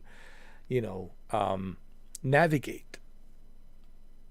And if you're nervous and you're trying to copy someone else, this is where people make a mistake when it comes to live streaming. They're trying to copy everyone else. Hi guys, it's me. Whoa. Yet another great video for you. Whoa. Come join me, guys. Whoa. They're all trying to copy each other. It's like it's ridiculous. And they're trying to like super heavily edit videos. And wow, isn't this great? This is one of the greatest games I ever played. Guys, I got something super exciting. I got a very exciting news. And the exciting news is, I need you guys to sign up down below. It's only $500 a month. Just sign up down below. It's only $500 a month. And you can use my Pikachu forever and play with it. It's only $500 a month. Come on now. Come on, guys. Come on in. Come on in. Get in. I'm exaggerating, of course, but, that's the whole point, right? That's what people are doing, man. It's ridiculous. I see some of these live streams, man. It's like, it's a snooze fest, man. It's so boring, man. They're like, just like, it's like, why even bother, man? It's like, but you know what it is, man? Well, why wouldn't they bother? Because it's easy. They're just, it's beyond me, man, as to how they're like getting so many views, man. And how on earth is it possible that I'm not getting that many views? I mean, good God, man. I don't mean to stroke my ego, but man, compared to me, those other individuals, come on, man. They can't even hold a glass of water to me. Not even a glass of water, man. It is a snooze fest. It is so boring, dude. It's so boring. Like, there's nothing there. But the reason I'm not getting a lot of attention is because I'm shadow banned. I already talked about this earlier. I was telling Shuki, I think I'm shadow banned, dude. It's impossible, man. I have 8.5 thousand videos since 2014. 10 years, man. I've been doing this for 10 years. 8.5 thousand videos. And how is it possible that the algorithm, it's not advertising those videos, it's not putting those videos out there on the algorithm? It's not on the algorithm because I'm shadow banned. I could have trillions of streams and videos. If you're not on the algorithm, it doesn't matter how good you are, how funny you are, how entertaining you are, because no one's going to see it anyway. So I'm super convinced that I'm shadow banned, and I have been shadow banned since 2021, I think. I don't know what happened. Apparently something in 2021. Either people flagged my channel so many times with their fake accounts, and YouTube and algorithm notice that, and they start dropping me down to the bottom of the pit. I think in 2021, that's when it started.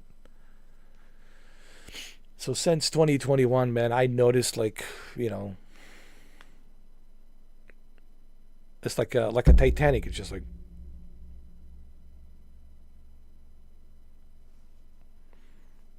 and I can only, honestly, Jose and Savage and Shuki, I can only think of just one thing: Shadowban. Because it's impossible, dude, like, that I'm not getting those views. I mean, people will click out of curiosity. How many times do you go through YouTube videos and you scroll down and you want to click out of curiosity because you see a thumbnail? You see a thumbnail and you're like, man, this is an interesting thumbnail. What is this about? Let's click. People will click out of curiosity. Doesn't mean they're going to watch the entire video, but they will click out of curiosity just to see what is this all about.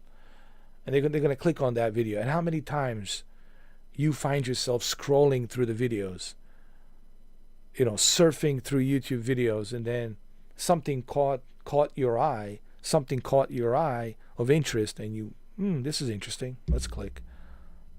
So it's impossible that I have this many videos, 8.5 thousand. That's a lot of videos, dude. Since 2014, 10 years. I've been doing this for 10 years, man. You know, if I just started doing my channel like today or yesterday, then fine. Of course, I understand. I just started the channel. I can't expect much. But dude, I've been doing this for a long time. It's just, it doesn't add up, dude. It just doesn't make any sense. Well, it does make sense. That's because I'm shadow banned.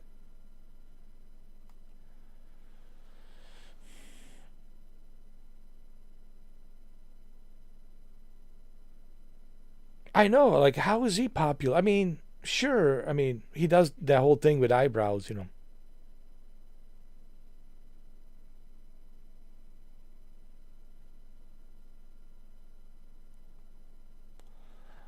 You know, I mean, he's got his own shtick. Yeah, he can be entertaining, you know. But, you know, I mean, I've seen... I mean, Osmongold is good, actually. He's good. But I've seen some other YouTubers, man, and it's like a snooze fest, and they get like 250,000 views a day. Like, how in the hell, dude? And Shroud is, to me, Shroud is like snooze fest. And he's always bitching and moaning, you know, you guys need to be a better players. Yeah, better players. Remember when Dr. Disrespect disrespected you, and remember find you hiding behind that tree back on a Twitch? Yeah, he forgot about that. Shroud forgot about that. Yeah. When Dr. Disrespect used to mop the floor with him, remember? Remember Dr. Disrespect used to mop the floor with this guy? And because of Dr. Disrespect, Shroud only got the attention because of those videos and live streams, very popular live streams that Doc did. And thanks to Dr. Disrespect is the reason why Shroud is famous. Because a lot of these guys got famous because of Dr. Disrespect. Same individuals who were taking a shit on him and taking a piss on him, calling him all these labels, all these names, remember? Let's not even start with, oh my God, my favorite, oh Jesus, Nick Merck, oh God, man, oh Jesus Christ. What a sellout, Nick Merck, you know. Oh no, it's Alex. I love Oh no, it's Alex. He's funny, but even with Oh no, it's Alex, you know, he's struggling to get to the 100,000. You think by now he would get 100,000 subscribers, you know, because he's popular. I mean, in my opinion, but even he is struggling to get to that. 100,000 subscription, you know. I don't know, man. I think there's something with the algorithm, dude. And it's not just me that's saying this. It's a lot of people have told me this. There's the whole algorithm thing gets screwed up, dude. Like, people don't even know you exist. Believe me, there's people out there who don't even know that I exist because the algorithm never tells them, hey, I exist. It's just like, you know,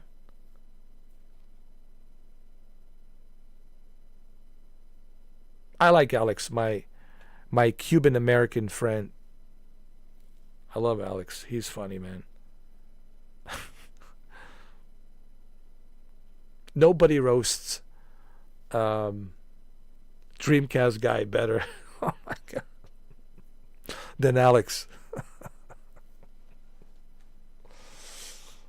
Hi, I hope you're having a great day. Let me show you my PlayStation controller, my God of War PlayStation controller, just so you're clear. I just want you to know. I just want you to know that I have my God of War PlayStation controller ready with me. Just so we're clear. Today we're talking about PlayStation. Hi, I hope you're having a great day.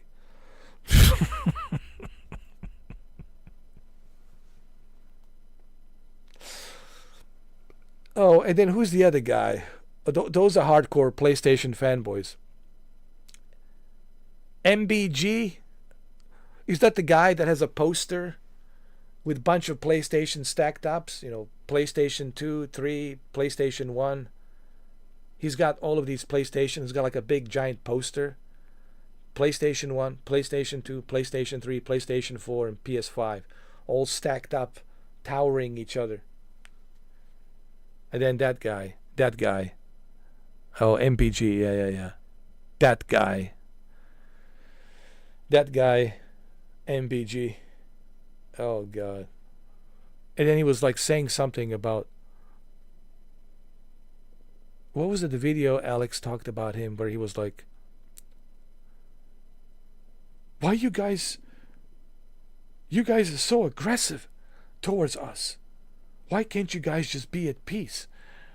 And no one's being aggressive. Like, and Alex trying to tell him, dude, you were the one talking all this nonsense about Xbox is dead. Xbox doesn't exist. Xbox, it's never happened. Xbox is just a fantasy. It's a rumor. It's a legend. It's a, you know, a folklore tale. Like you're the one spreading all that BS nonsense, you know. Xbox 360 was a mammoth. Even with the Red Ring of Death, dude, I cannot tell you how many Xbox 360 I have purchased. God knows how many Xbox 360s. And even though I knew that there's a good possibility I will get a Red Ring of Death, but I didn't care. I still bought it. Because it was such a great console.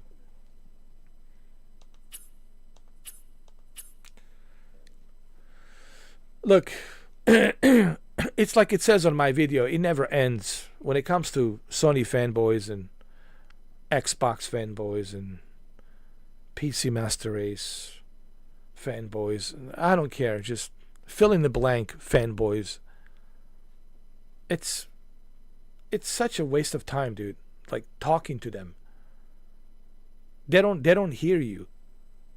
They don't want to hear you. They're just like, are you with me or are you against me? Are you taking a shower with a Herman Holst poster? And if you say the answer is no, I have a Phil Spencer poster while I'm taking a shower. Then that's it. They don't want to hear it. It's such a bizarre phenomenon, dude. Such a bizarre phenomenon. It really is.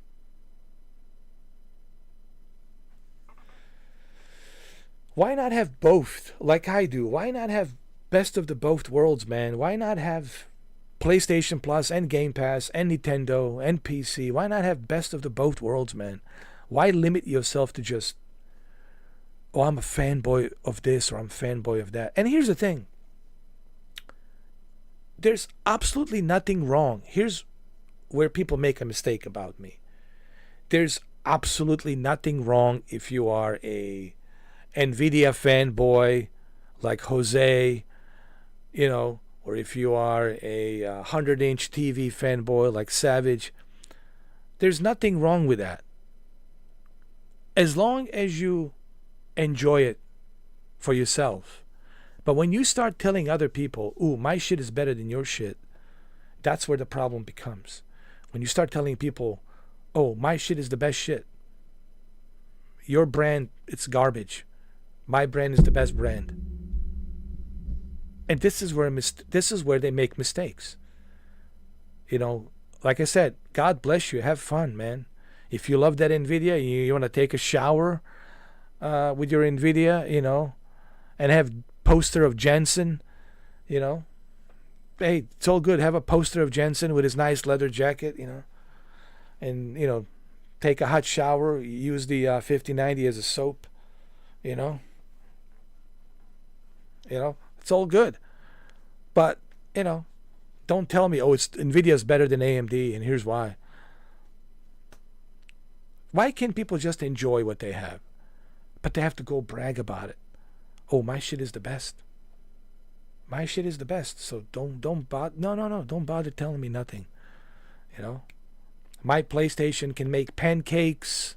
My PlayStation can, you know, take me to the moon and Mars and bring me back.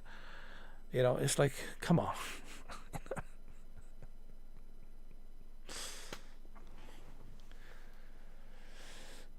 From BenQ to ultra-wise to now 100-inch quantum color display, Dolby Vision is packed with features. There you go. But you see, that's how it starts, Savage. You know, I know you enjoy it, but, you know, that's how it starts, man. You know, it's the bragging rights, you know, like, look at my shit, you know. I know, but that's how it starts. This is the origin of fanboyism. It's a validation. I got a lot of things, but you know what? I don't brag about it.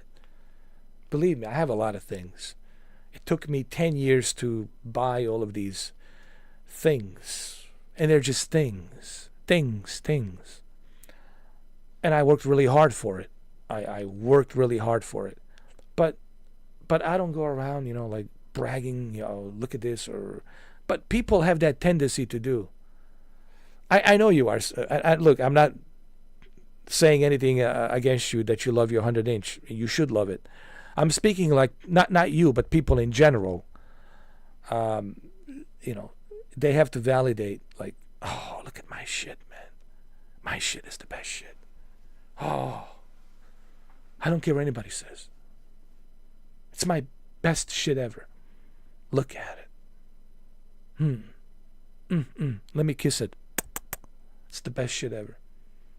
It's what it is. That's the origin of fanboyism. That's how it starts. It starts through validation. I gotta validate. Same thing with a car. Ooh, look at my car. Ooh. It's just I don't know how else to say. It's bragging rights. Validation and bragging rights. I've been around long enough to know that, you know, people just can't help themselves. They want to, it's like the bragging rights. Oh, check this out, huh? What do you think, huh? Are you jealous? Yeah, you can't have it. You can't afford it. Only I can. It's what it is. It's validation, bragging rights. And that's where the whole fanboyism starts, man. You know, it's the validation, you know, to validate. You know, that's how it is, man. I know you guys don't want to admit it. That's okay. You don't have to admit it. You know, we're not in the court of law. You know, I'm not making you sign affidavit. You know, I'm not making you sign affidavit where you have to promise me that you will be honest. I'm just simply saying. I'm simply saying.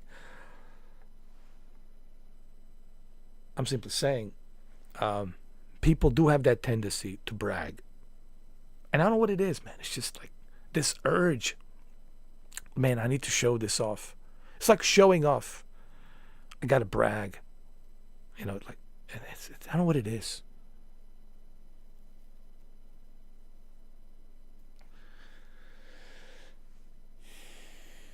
Well, you know, the thing about Savage, he's a cinema guy. He loves movies. And I know this for a fact because I do follow him on Instagram. And that's how, you know, I've seen his 100-inch TV.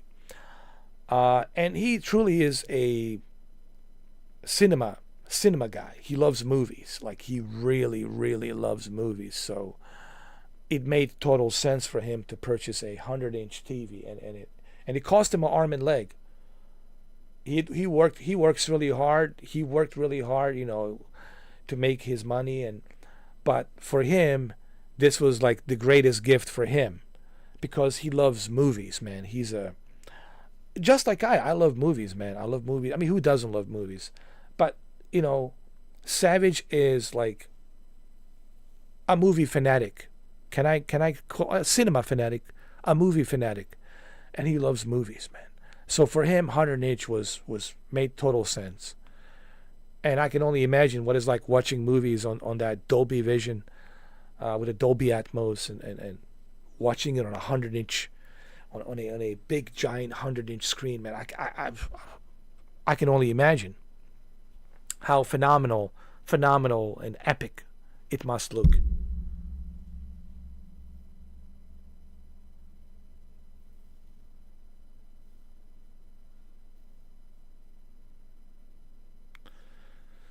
Well, look, I love movies, but I'm a gamer at heart, and I think it's no secret that I'm a gamer in heart, and I have been since 1984.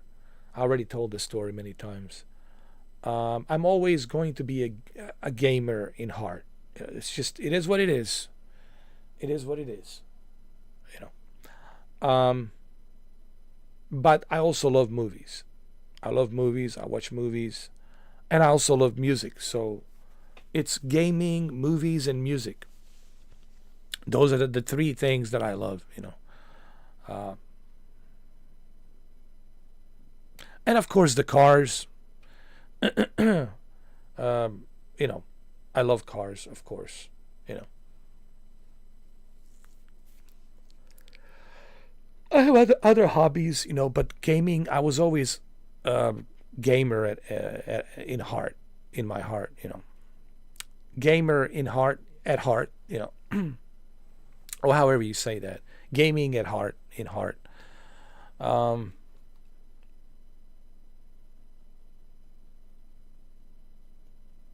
Yeah. Well, 80s and 70s and 90s, man. And even early 2000s, some great movies came out, man. Phenomenal, great movies came out throughout those decades, of course. Well, we got Arnold, Stallone, Bruce Willis, Steven Seagal. We got to put him in there. Jean-Claude Van Damme, Chuck Norris. I mean, my God. Don Johnson, Miami Vice, Don Johnson. I mean, we got Mickey Rourke.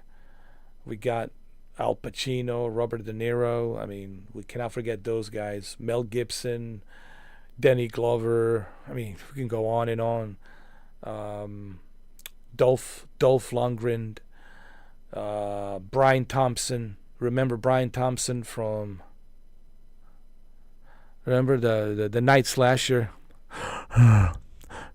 Even I have rights, don't I, pig? Same thing with music.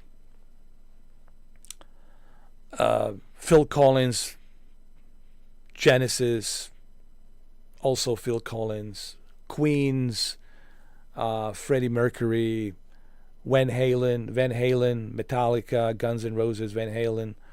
My God, Alice Cooper, Aerosmith, Motley Crue. Oh God, so many. We can go on and on and on. David Bowie, David Bowie, Aha. Remember Aha, Depeche Mode. I mean, come on, man. Oh, Vanilla Ice. Stop. Let's collaborate. Vanilla House in the house. My DJ will collaborate with you as well.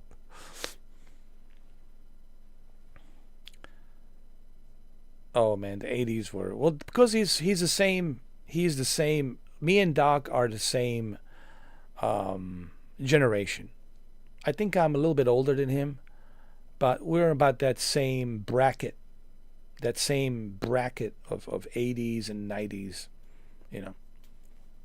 So he's very familiar with Amiga A500 computers and Commodore 64 and Atari 2600 and Super Nintendo, you know, Entertainment System and Genesis, etc., etc. Sega Genesis, right? But we're in that same bracket, me and Doc, because we're, you know, the kids of the 80s, bro. We're the Goonies, man. We are the Goonies. You know, people talk to me about Goonies. We are the Goonies. You know, Josh Brolin, it's in the same bracket as me. We're from the same, you know, same bracket. Josh Brolin. Well, Josh Brolin was in the Goonies. I mean, yeah. So we're the kids of the 80s, bro. You know. Yeah, Brian Thompson. Yeah. Brian Thompson, great actor, man. He's such an underrated actor because he was in so many movies. And he always played the bad guy.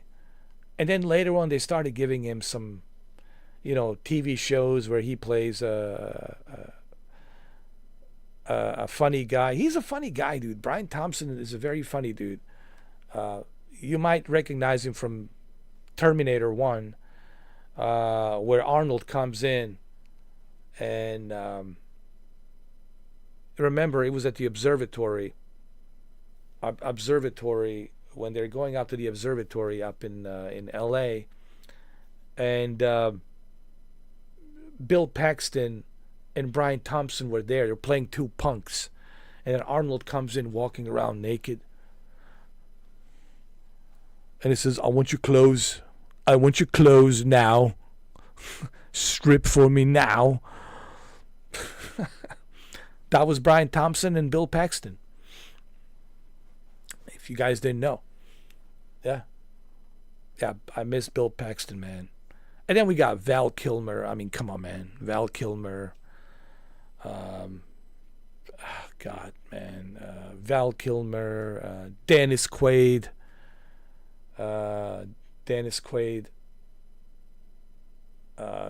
Who else? Kurt Russell. Tom Selleck. Are you kidding me? Tom Selleck. Magnum P.I. I mean, come on, man. David Hasselhoff with you know, the Knight Rider. I mean, come on, man. Jesus. Of course, Al Pacino, Robert De Niro. We did mention Mickey Rourke. Mickey Rourke, of course. And oh my God, man. It's so many. Michael Keaton. Well, he's from Pittsburgh. Michael Keaton, yeah. Batman. Oh man, the Baldwin brothers. I mean, come on, the Baldwin brothers: Stephen Baldwin, Alec Baldwin, William Baldwin. I mean, oh my God. David Keith, right? Oh God, so many. David Keith, right? You guys remember David Keith? He was in the They Live, in that movie called They Live. When you put on the glasses and you can see who the real humans are and which one are not. And you're being controlled by everything. You're being controlled. They Live. John Carpenter's movie. Who else are we? Harrison Ford. I mean, for crying out loud, Harrison Ford. Are you kidding me? Tom Cruise. Rob Lowe, Patrick Swayze, Keanu Reeves. Yeah. I mean, we can go down. We could spend another 6 hours just going through the list, man. Are you kidding me? And that's just the 80s. Let's not forget the 90s and early 2000. So those 2 decades, 80s and the 90s, I mean, are you kidding me, dude? But I'll even go to the 70s, dude. Like Charles Bronson. I mean, Death Wish 1, 2, and 3. Or is it Death Wish 4? Yeah, Airwolf. Yeah. I mean, dude, I mean, it's, there's so many actors, man. 80s and 90s, man. Are you kidding me, man? Are you Wesley Snipes? Wesley Snipes. I mean, even Ice-T back then, Michael J. Fox, back then. Tom Hanks, of course, in his early days. Denzel Washington, of course. My goodness, I mean, the list is, it's an endless list, bro. It's an endless list. When you look at 80s, 90s, and early 2000s, I mean, my goodness, man. Oh, well, I already mentioned Mel Gibson, of course,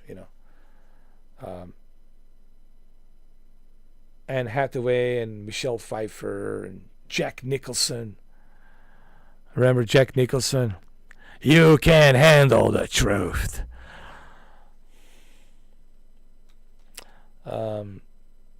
Yeah. So many actors, And it's just the 80s and the 90s, of course. Gary Busey. I mean, come on, Gary Busey. Remember Gary Busey? And, my God. Michael Ironside. I mean, come on, Michael Ironside. He did a voice for Sam Fisher, Splinter Cell. But he's also known for Siete Pati, Ricta. Remember in the Total Recall, Siete Pati, Ricta. That was Michael Ironside. Oh my God, dude. What a great time to be alive back then. Ray Liotta. I mean, the great Ray Liotta. Are you kidding me, dude? May he rest in peace. The great Ray Liotta. Oh, man. Oh. Kevin Costner. I mean, come on, dude. Armanda Sante. Armanda Sante. Another great one. Armanda Sante. Armanda Sante. Of course, Antonio Banderas. I mean, come on, Antonio Banderas. Denny Trejo. Man, the list goes on and on. It's a huge list, man. Like I said, we're gonna be here forever, just going through. Daniel Day-Lewis. I mean, we'll be here till like Sunday morning, and still we're not even scratching the surface, man. I mean, golden times, bro. Those were the golden times. Those 2 decades, bro. 80s and 90s. Oh my God, man. Even 70s. You look at Charlton Heston, Charlie Bronson, Clint Eastwood. I mean, Steve McQueen, Lee Van Cleef.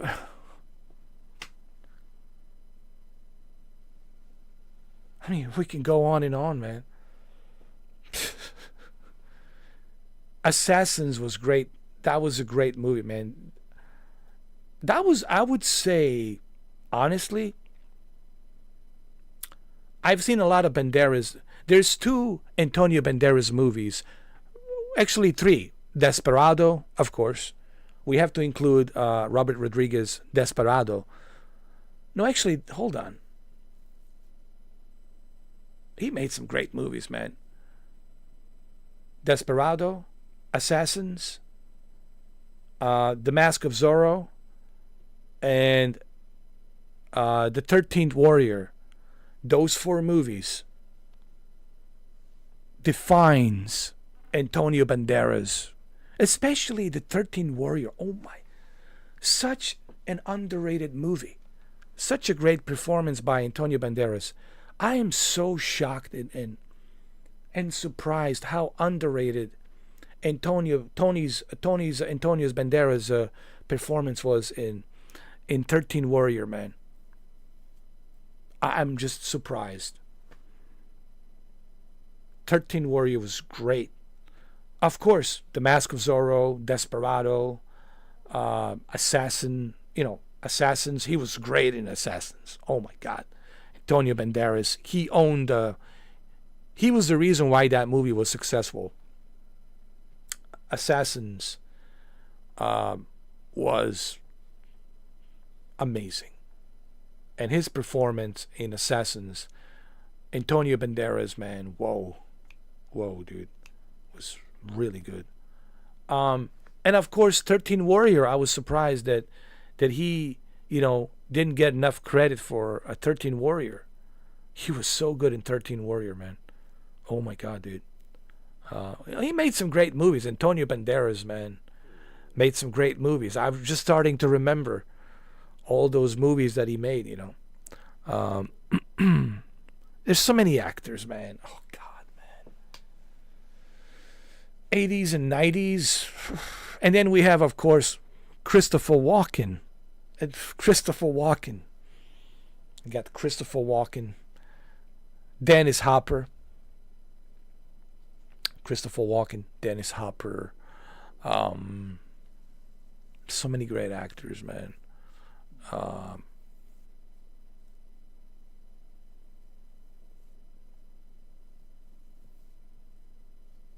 There's another actor, man. It's a really good actor. And he was, he played, I don't know if you guys can help me out here. We're going back to the 80s. I wish I could remember his name. Such a great actor. He played in a TV show, and he made a bunch of movies, man. He's like an old school actor. He played a chief of police in Miami Vice, TV show Miami Vice. And he played a chief of police of Miami Police. Chief of police. He had a mustache. Great actor, dude. I wish I could remember his name. Oh, he was another great actor, man. Whew. Wow. I don't know if you guys know who I'm talking about. And then we got Sean Penn, of course. Sean Penn. Who else? My God, dude.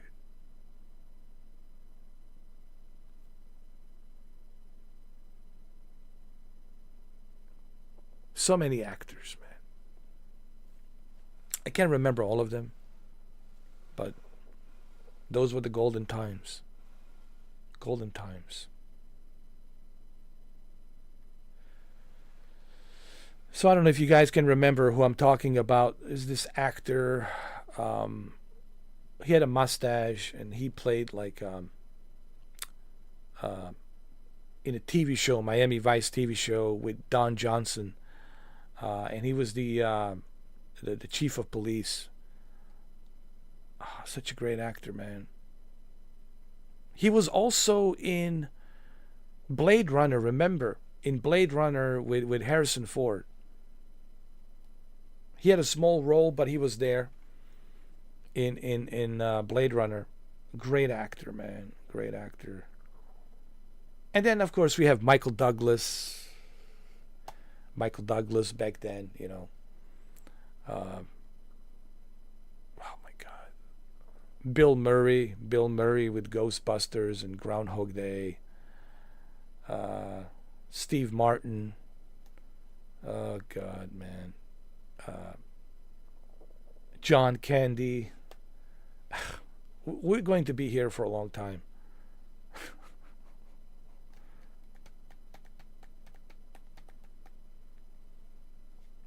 What I'm simply trying to say is those were the golden times of originality, of the upcoming movie stars. Everything was original. Everything was new and fresh. Today, I mean, what do you have today? Let's be honest, you know. It's just... Today, all you have is what? You know.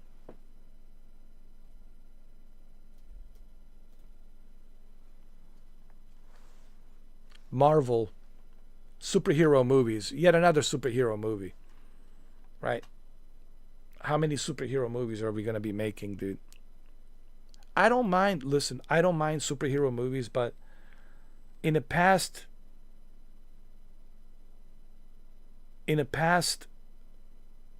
15 years, nothing but Marvel, DC, dude, it's like, how many of these superhero movies are going to be coming down the pipeline, you know? And they're so cheesy with their CGI, man. It's like, you know.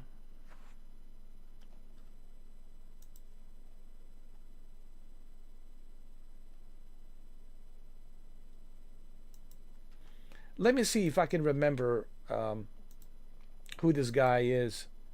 Miami Vice. Let me see. Miami Vice cast.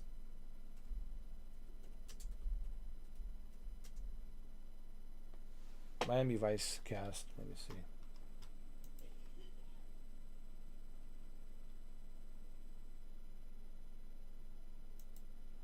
Miami Vice TV show.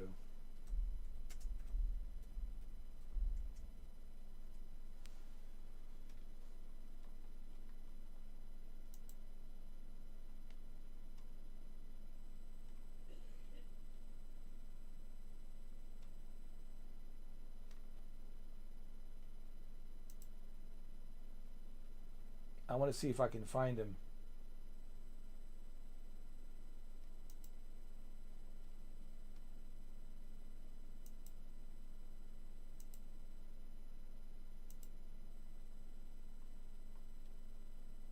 Yeah, Edward James Olmos. Edward James Olmos, man. Another great actor. I don't know if you guys remember him. Edward James Olmos. Great actor. And of course, Philip Michael Thomas as Ricardo Tubbs, and James Crockett, Detective James Crockett as Don Johnson, of course. I mean,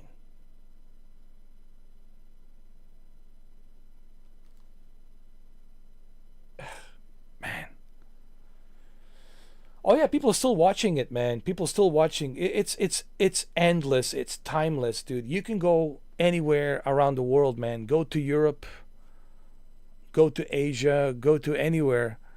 You'll see, if you like scrolling through the channels, you'll see Miami Vice somewhere in there through one of these channels. Whether you are in Germany or France or Italy or Switzerland or what have you. Denmark, you're gonna see Miami Vice when you're scrolling through the channels. You're going to see Magnum PI. You're going to see the Knight Rider. I think in Germany they're still playing Knight Rider, but it's because of David Hasselhoff. But they're still playing a Knight Rider. Yeah, dude. Yeah, those are timeless.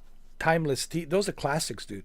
Classic TV shows, and they're forever, you know.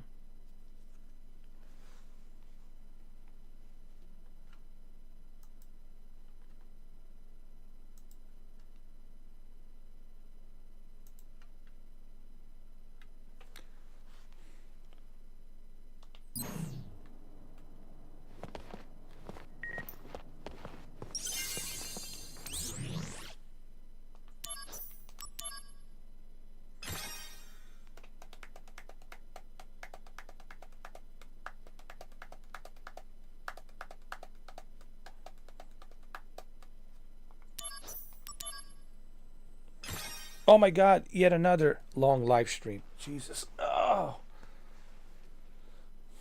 Yet another long live stream. Another great live stream. Here we are, 8 hours and 14 minutes and 30 seconds. But who's counting, right? I am. It's already 4:37 in the morning, man.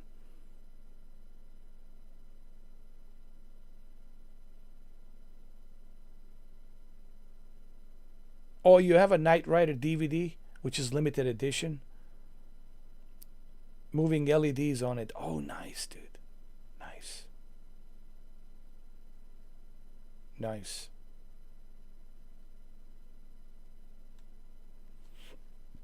That's pretty cool. I also have this Close Encounters of the Third Kind limited edition box set. Dude, it's filled with extra features and extra 4K Blu-rays in there of extra features and behind the scenes and interviews and commentaries, and oh my God, there's like everything in there, you know. And of course I have my Predator collector's edition with all the Predator movies in there in 4K, of course. And I have Christopher Nolan 4K Blu-ray collection that comes with all the Dark Knight trilogy and everything else he has done.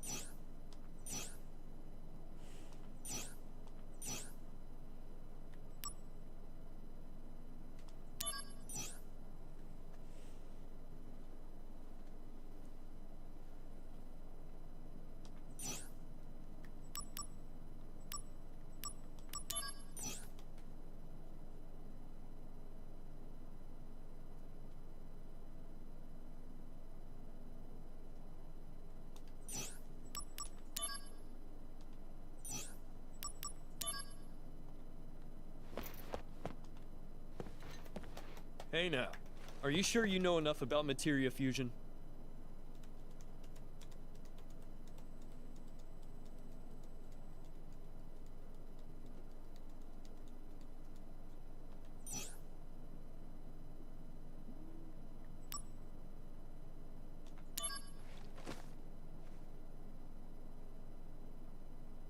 Materia fusion is still a new technology. Some combinations and results have not been tried or discovered yet.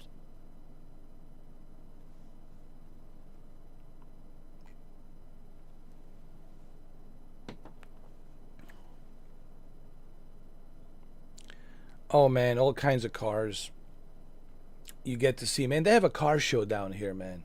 I've seen it all, from Bugattis to Ferraris to Lamborghinis to Maseratis and you name it.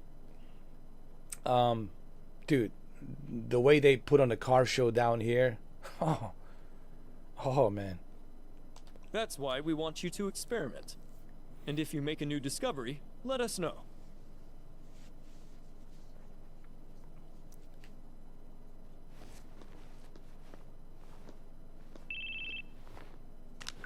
Finished changing? Yeah, and I picked up materia fusion too. Then return to my office. I'll brief you on the mission. Yes, sir. Brief me on the mission. Oh my God. Let's save the game.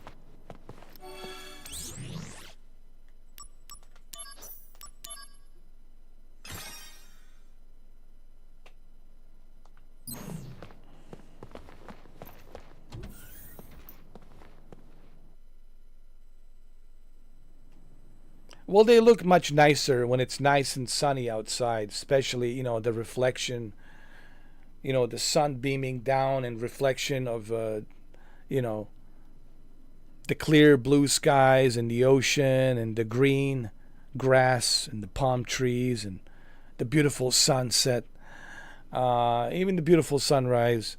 So yeah, of course, you know, I mean, the cars will look so much nicer down there. I mean, down here where I'm at.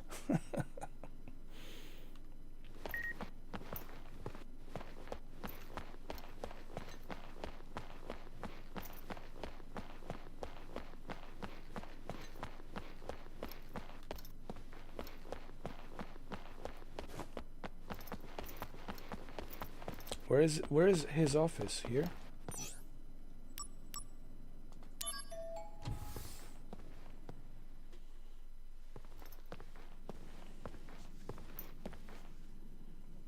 The company has decided to eliminate Genesis and his cohorts. This includes Angeal as well. And you want me to do it? No, the Shinra army will handle it. What about me? They don't trust you. They believe your emotions will hamper your judgment. Well, of course. That's why I'm going too.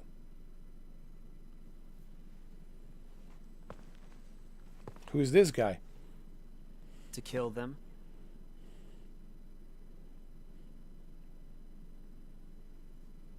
An intruder. Where? Close. Sephiroth, the president. Zack, entrance. Yeah, you got it.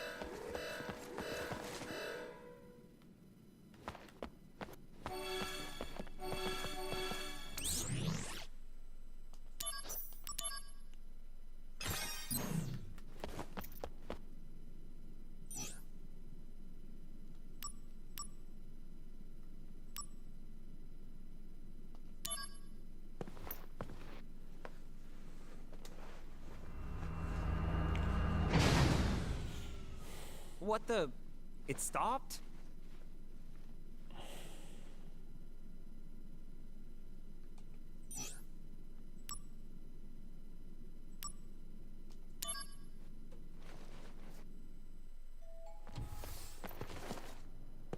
Soldiers here. Thank goodness. Hurry up and deal with that. That? Whoa! What is this? Activating combat mode. Later! Conflict resolved. Oh, thank you.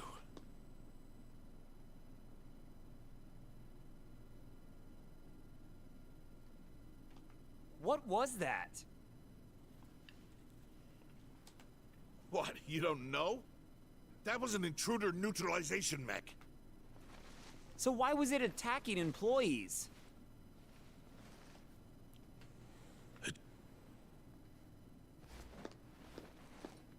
But I was ordered to go to the entrance.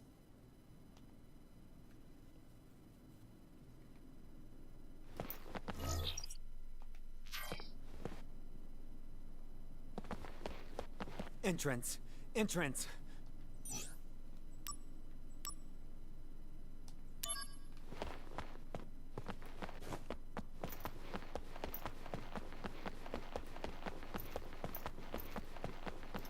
Let's save the game.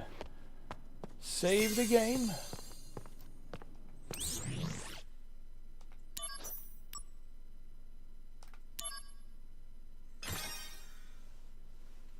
There it is.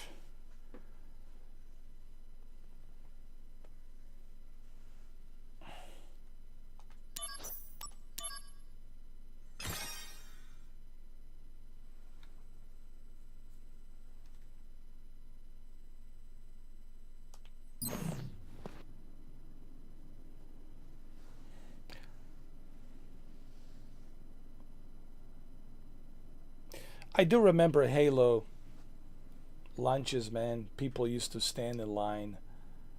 Oh my god. Halo 2, I remember Halo 2. Oh my god. People standing in line on EB Games back then. EB Games, standing in line at the Best Buy, you know, waiting for Halo 2 midnight lunch. I think Best Buy used to do it as well.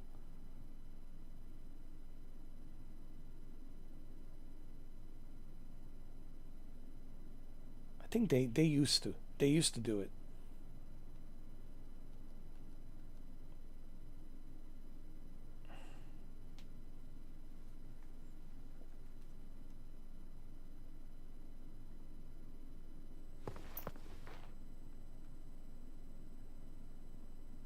But I do remember people like standing in line.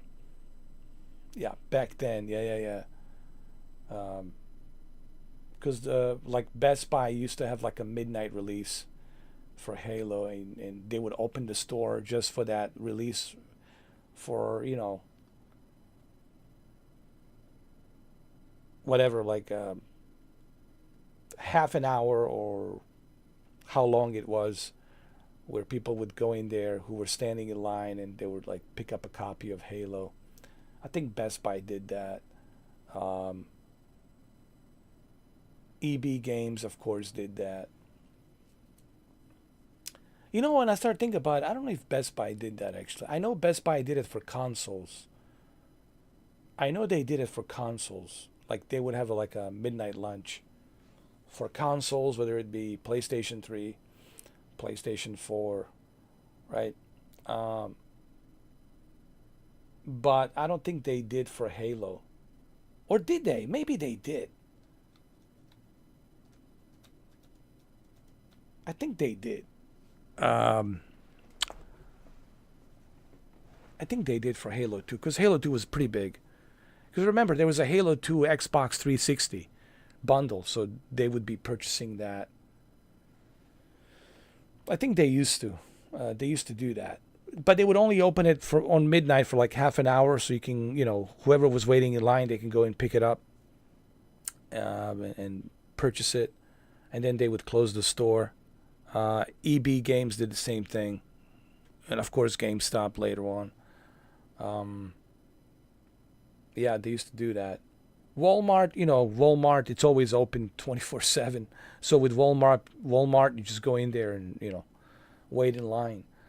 But I do remember Best Buy doing it. Best Buy was doing that. Good times, man. Good times.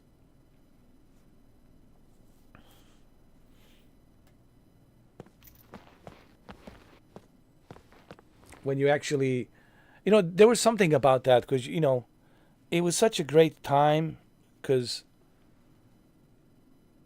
like the gamers were rejoiced. They were like, you know, having this nice social experience. You know, you wait there, you wait in line, and finally you get the copy of that Halo 2, or, you know, the copy of the Grand Theft Auto 3, or was it Vice City? I think they did the same thing for Vice City. The copy of Vice City, or copy of Splinter Cell, or, you know, Xbox 360. I remember the lines for the Xbox 360 and PlayStation 3, man, were just ridiculous. Yeah. Good times, man.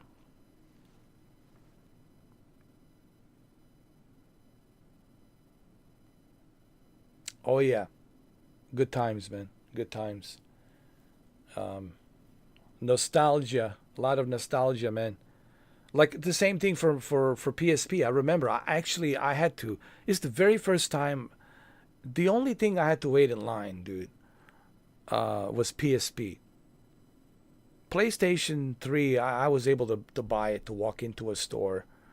You know, I was able to walk in and buy it. But I had to wait, like, you know, few months after the official release. I wasn't able to buy it on the month of the release, but like a few months later, I was able to pick one up, and I walked in and picked one up. I think I bought it at Best Buy. Yeah, I think I bought it at Best Buy. Yeah. But the PSP was different. I had to pre-order the PSP in 2004, and there was GameStop. Was it EB Games or I can't remember. It was either EB Games or GameStop. I can't remember. I think it was EB Games. I'm pretty sure it was EB Games. EB Games, and I already pre-ordered it. I went to the store, pre-ordered it long time ago, and then I had to obviously bring my receipt, and I had to stand in line on the midnight lunch for 2004 midnight lunch. It was, I believe, 2004 midnight lunch for the PSP. And I think it was during the summer, spring or summer.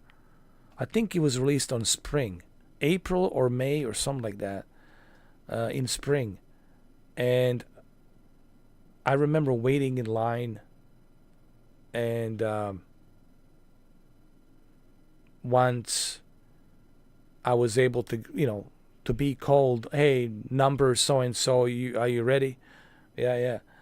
But while I was standing there, dude, I met so many cool people. I met so many cool people who shared the passion for gaming, who shared the passion for the PSP and Sony, and they were excited about this new technology, handheld technology from Sony. And what was the game that I picked up?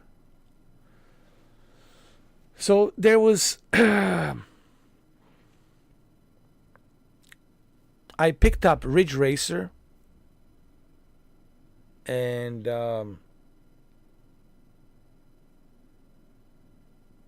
what else did I pick up?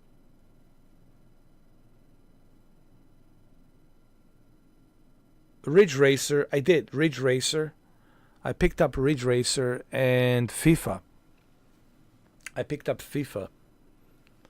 I think it was FIFA 2004. So I picked up Ridge Racer and FIFA 2004 and a couple of movies. Layer Cake and Snatch. Layer Cake and Snatch. So I picked up those two movies, Layer Cake and Snatch. And I've got Ridge Racer and FIFA. And there was another game, dude. Maybe I can find it here. There was another...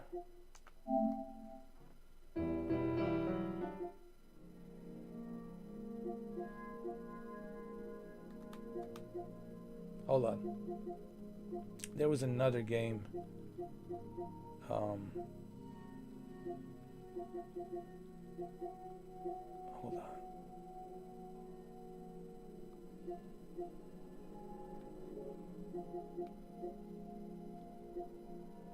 If I can remember it. What was the name of that game? Oh, man.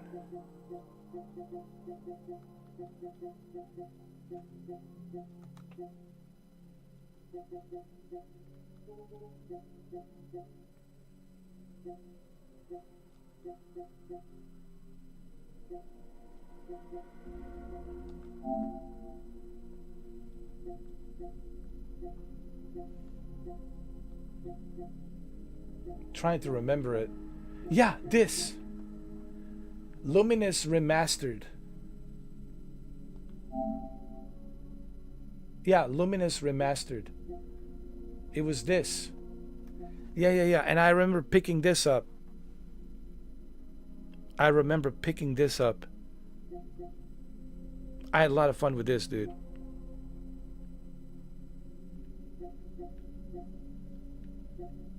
Yeah. Here's a cool thing.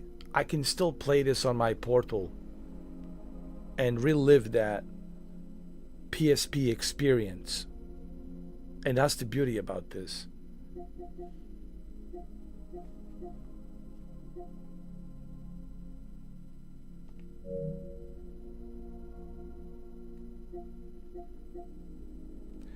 I remember Resistance, Retribution. Yeah.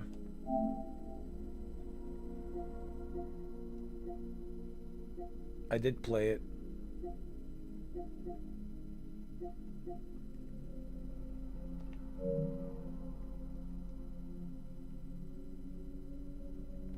No, he didn't. Metal Gear came in. Peace Walker came in first. Peace Walker came in first, and then Metal Gear Solid 3 later on. But I think Peace Walker was the first one. First we had a Peace Walker.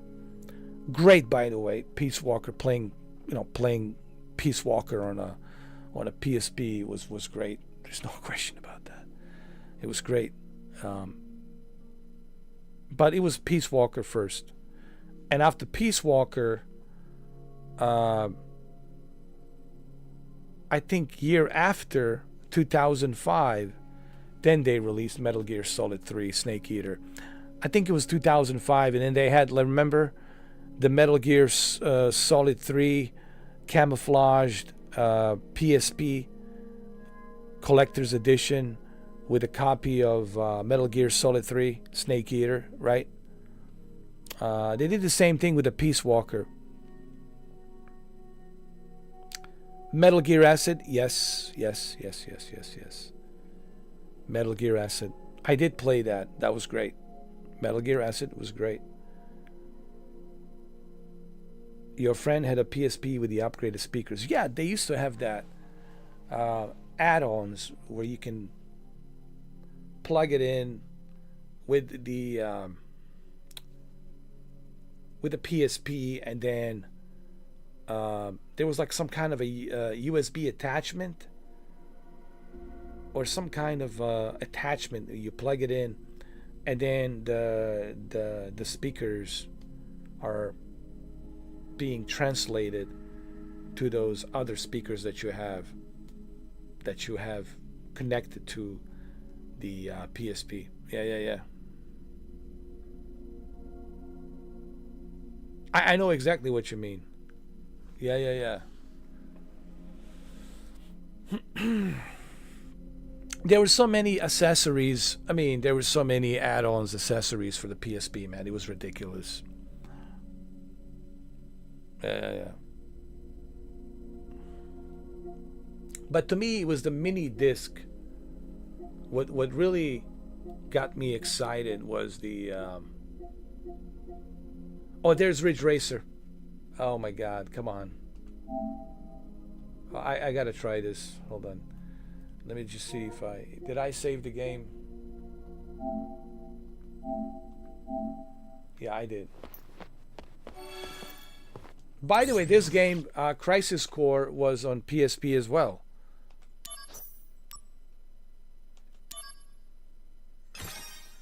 Crisis Core was on PSP as well. But I do remember Ridge Racer. Oh my God, Ridge Racer. Good old Ridge Racer, man. How could I forget?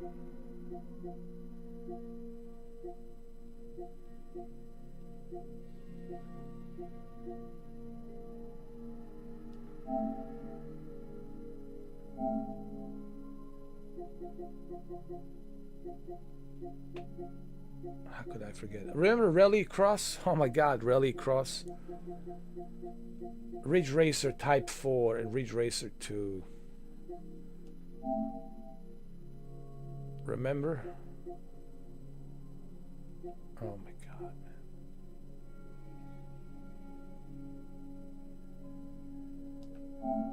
Remember Ridge Racer?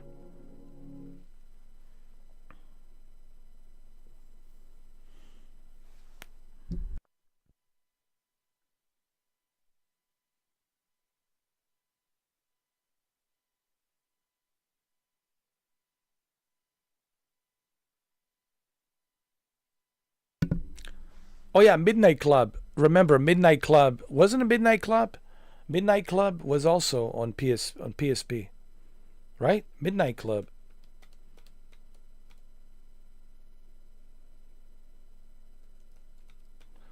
What time is it? 5 o'clock? Of course. What do you expect from yours truly? Of course.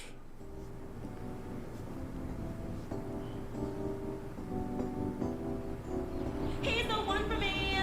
There's no place I'd rather be. Yeah, yeah, yeah. To the finish line. Everywhere you look, he's right on time. The silence there. Pushing through the ocean there. He's without care.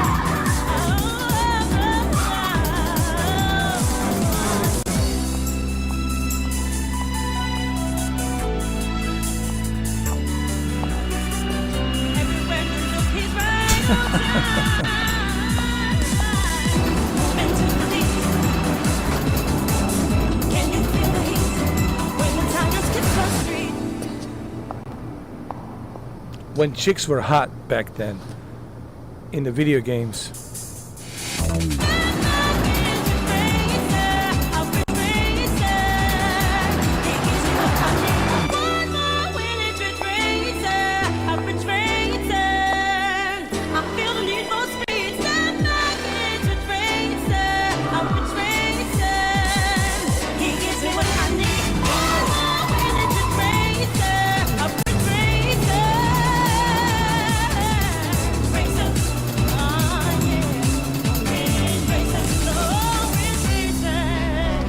Oh yeah. See, they didn't mind having a little bit of a, you know, they were all about, you know, sexy chicks.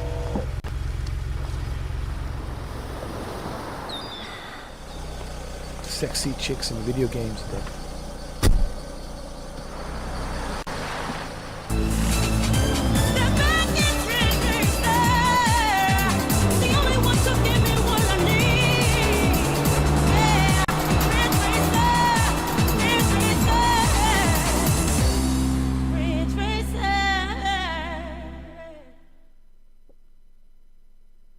Nice.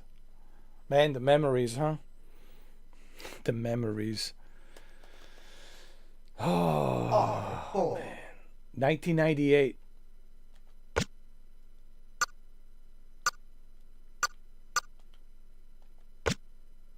Good old days, man. Oh. Good old days. Welcome to the Real Racing Roots 99 Grand Prix. Here are the rules of competition for this Grand Prix. The Grand Prix consists of 3 stages with a total of 8 races. Stages 1 and 2 each consist of 2 races, while the final round consists.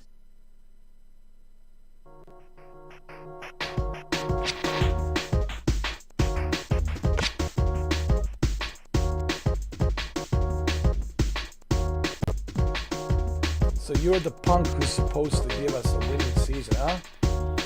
An inexperienced punk at that. Oh, come on, man.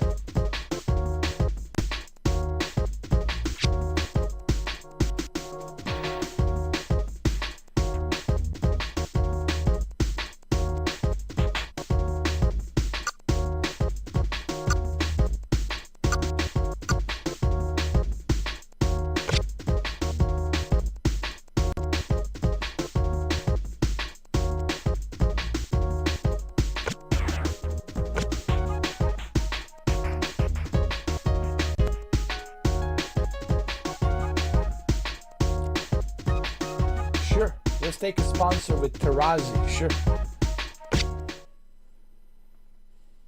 First heat, race 1 circuit, Helter Skelter in Yokohama. Nice.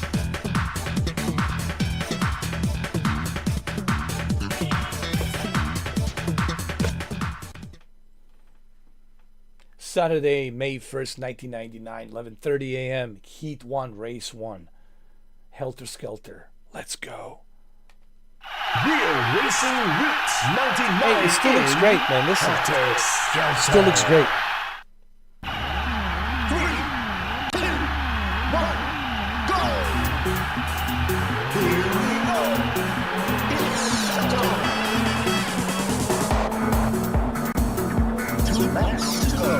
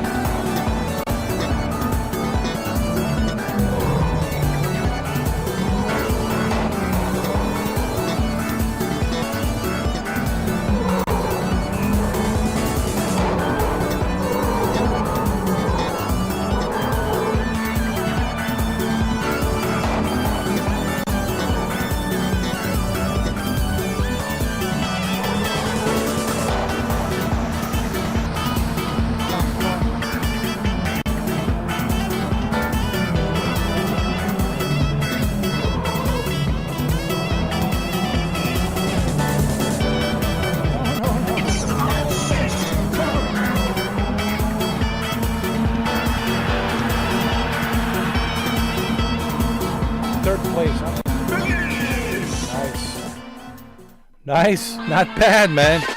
After all these years, I still got it.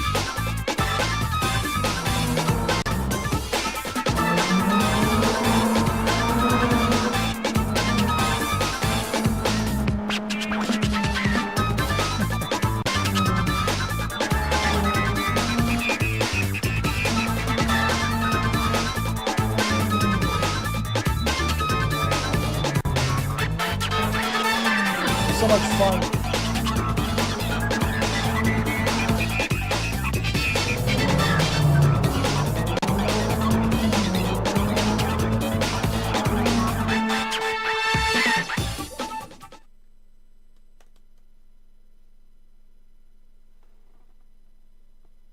This looks even better on PlayStation Portal.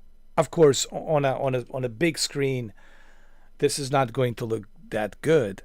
But if you play this on the Portal, oh man, it takes you right back to that PSP experience, you know. And I think Portal will do that for you. It will take you back to that PSP experience. Especially now, since you can play these games with the PlayStation Plus premium subscription on your PlayStation Portal.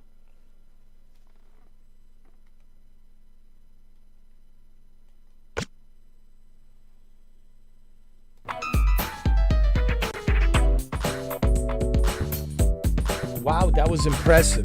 Yeah. Of course. When you have John Wick in the house, it all becomes more impressive when John Wick is driving.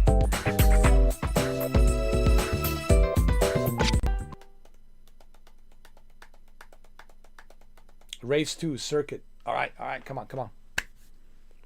We're not out of the woods yet, guys. We're not out of the woods yet.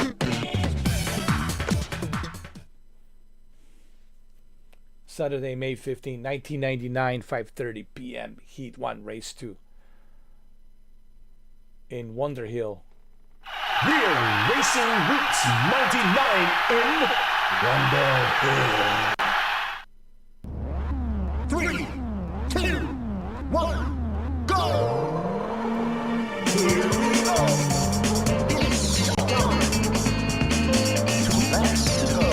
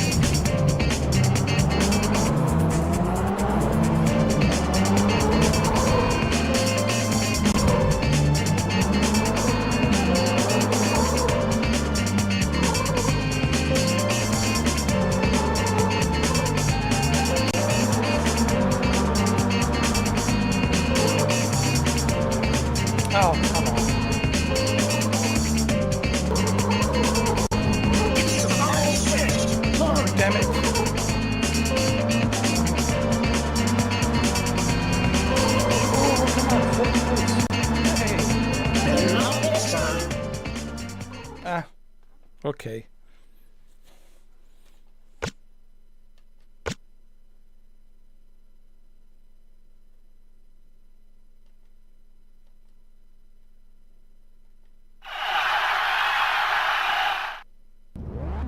Three,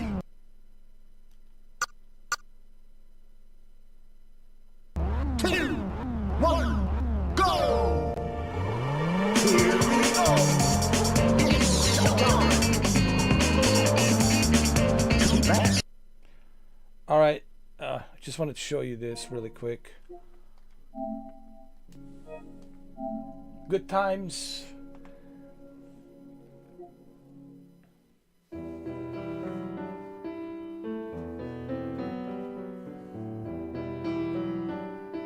Good times, man. Good old days with good old games. You know, golden times of gaming.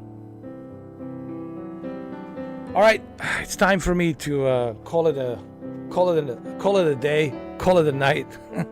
Time for me to retire this live stream. Well, good morning. I can't say have a good night. I can only say have a good morning, because we made it again. 5:17 or 5:18 a.m. It's Saturday morning. Great live stream as always. Great. You know, this is the reason why you should consider becoming a member, so you can be part of this awesomeness and greatness, because my live streams are different from all the others. But what I do offer you for that $2 is a great experience, great time, and you will always remember my live streams. You will not forget them. But above all, you will have a great time. And you're not going to get that with some other live streams, you know, content creators, because their main focus it's this. You know what I mean? Because others are mainly focused on this. That's their only focus. That's not my main focus. That obviously is not my main focus. If my main focus was the money, then I would be in a public chat. And I would just say, everybody, come on in. You know, give me the views. Let me monetize off of hundreds of people coming in. So clearly that shows you that my main intent is not for this. Even though I definitely could use some of this, but my main intent is to create a good community. You know, and that's what I try to do here. You know. It's all about that, making a great community where people have a good time and they can enjoy it and cherish the good memories of fun that we had. I mean, just past 7 days. If you look at, past 7 days since last Saturday. I mean, it's been just great live streams, and they're all very long, like 9 hours, 10 hours, 12 hours. They're very long live streams, and you know, we go to the distance every morning. Here we are, 5:20 a.m. in the morning. Yesterday was what, 6 in the morning? Or 6:30 in the morning or something like that. It was like 6:17. It was like 6:17 in the morning. Right, 6:17 a.m. I think yesterday was 6:17 a.m. The day before that was like 6:30 a.m. So, you know.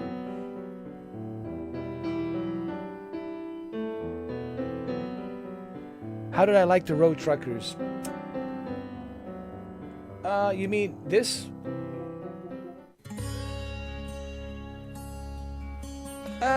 it's good, but it's not fun because you always have to. I mean, it has some issues. There's some issues. I mean, it's good, but there's a lot of issues, problems with there's still some bugs. You know, you get stuck, you can't move.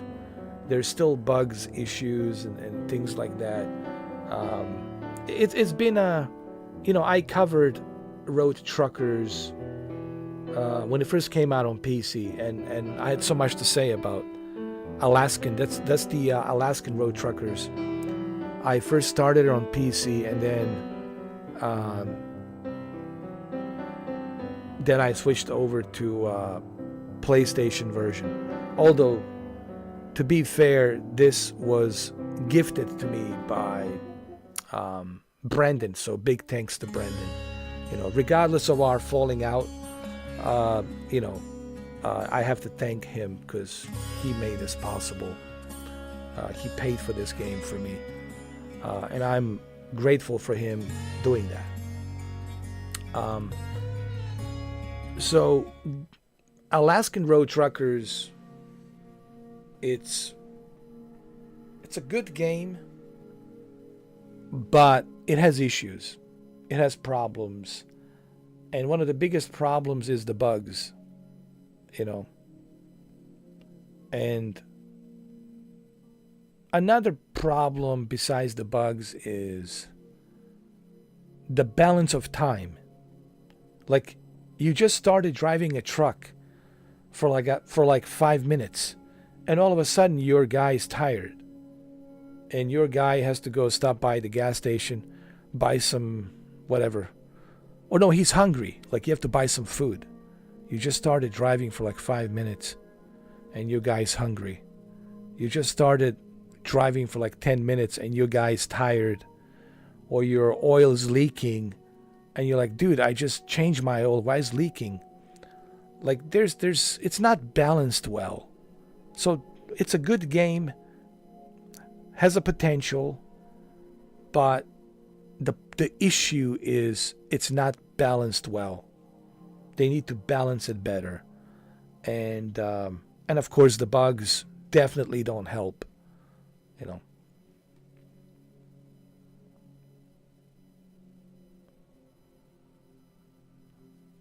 So I haven't played it in a long time. I don't know what they have changed. I might have to, go back to it and check it out and play it, which we will do one of these days. I will go back to it and check it out, But we have other games to play, obviously, besides this. There's also Taxi Life. I have Taxi Life. There's a lot of games that I played, Shuki, because you only met me in October. You gotta remember, I've been doing this for a long time. But we will definitely revisit Road Truckers, Alaskan Road Truckers. And again, big thanks to Brandon for purchasing this for me. Regardless of our falling out, which I don't want to get into, I appreciate, and I did mention, I appreciate him buying this game for me. But I will definitely revisit Road Truckers for sure. And also the Police Simulator as well. There's a lot of games. Like I said, I have a surprise for you today. And it's a Top Gun Maverick surprise. And that's all I'm going to say. It has to do something with the jet fighters. And it's not what you think. I mean, I don't want to tell you. I know what you're thinking. Flight Simulator, DCS. Nope. It's something different. But you will find out what it is. But it has to do something with Top Gun Maverick. And it's really good. It's Need for Speed, bro. I mean, you feel the need for speed. And it's going to be very fun. It's going to be adrenaline rush, Top Gun Maverick style. Oh, it will be great. I can't wait either to show it to you guys. Trust me, it'll be adrenaline rush, super fast, super exciting, adrenaline rush, and I think you guys will enjoy it. But I'm, not saying anything else other than it's like Top Gun Maverick. It's kind of like that. But you will see. All right, guys, it's time for me to go. It's 5:27 a.m. It's Saturday morning. Good morning. I wish I could say have a good night, but have a good morning. Because it is morning. Listen, Crisis Core, Final Fantasy VII Reunion, great game. You can watch this live stream from the beginning and you will see just how awesome it is. PlayStation Plus has been putting out some great, impressive lineup of games on their library. Listen, I can give credit when the credit is due, and I have to say, PlayStation Plus has been putting some good titles. Indiana Jones, I want to finish this. It will be finished. We'll see. I don't know when, but we'll finish it. And of course, God of War Ragnarok.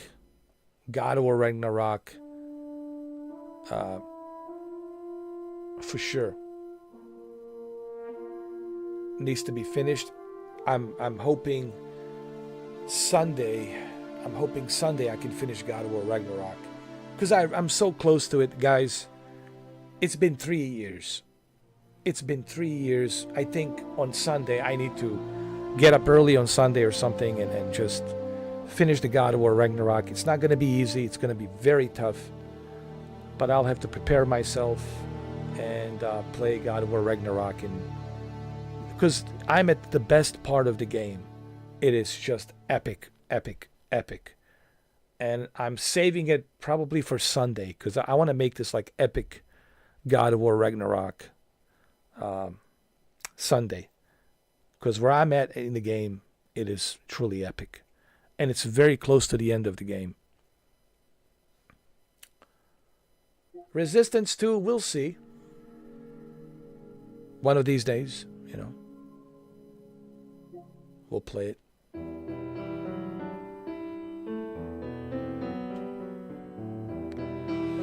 And again, I need to figure out what's going on with my chat. Been having issues with the chat. I have to double check next time I go live. I need to see what the deal is. I'll try and refresh my browser. I'm not going to use my OBS. I will just use my browser chat, and I'll just keep refreshing the browser chat to see what's going on. All right, guys, 9 hours and 7 minutes and 23 seconds, and it's 5:30 a.m. 5:30 a.m. February 1st, 2025. Can you believe it? Already.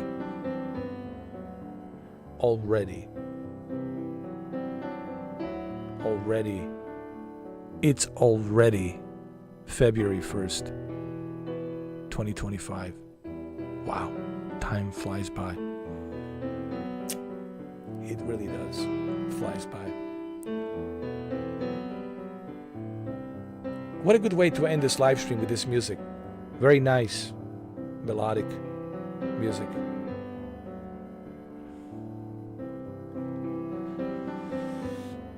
I definitely will keep an eye on those messages. For sure, Shuki. And thank you for that. Thank you for doing that. I really appreciate that. Again, everyone who came in today, Shuki, my lovely Renee, Benny, my friend Benny. I hope that you don't take it the wrong way. I just want you to have the best, man. I want you to do well to do well in life. And if I give you an advice, I'm giving you an advice because I want you to do well, because I care about you, man. I want you to do well in life.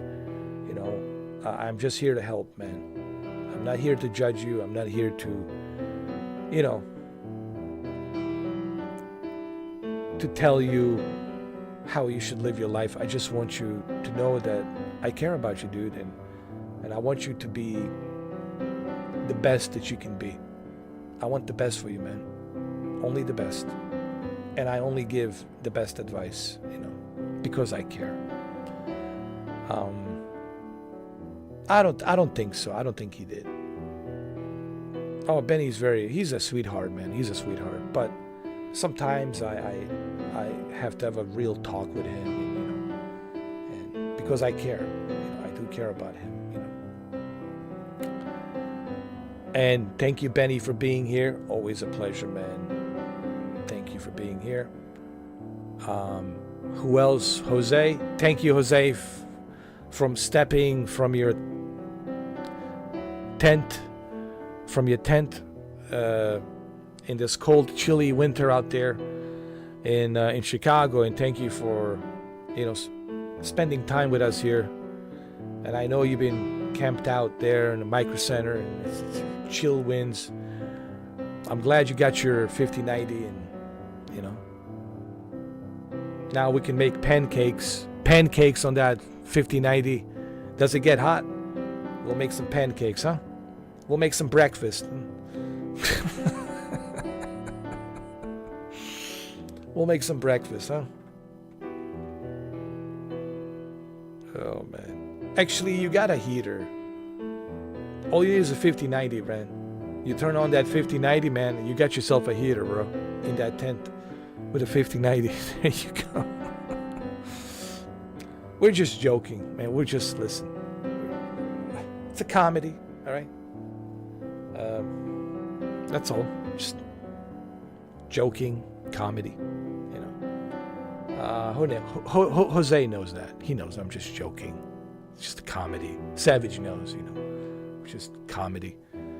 And of course, Savage, you know, one and only Savage.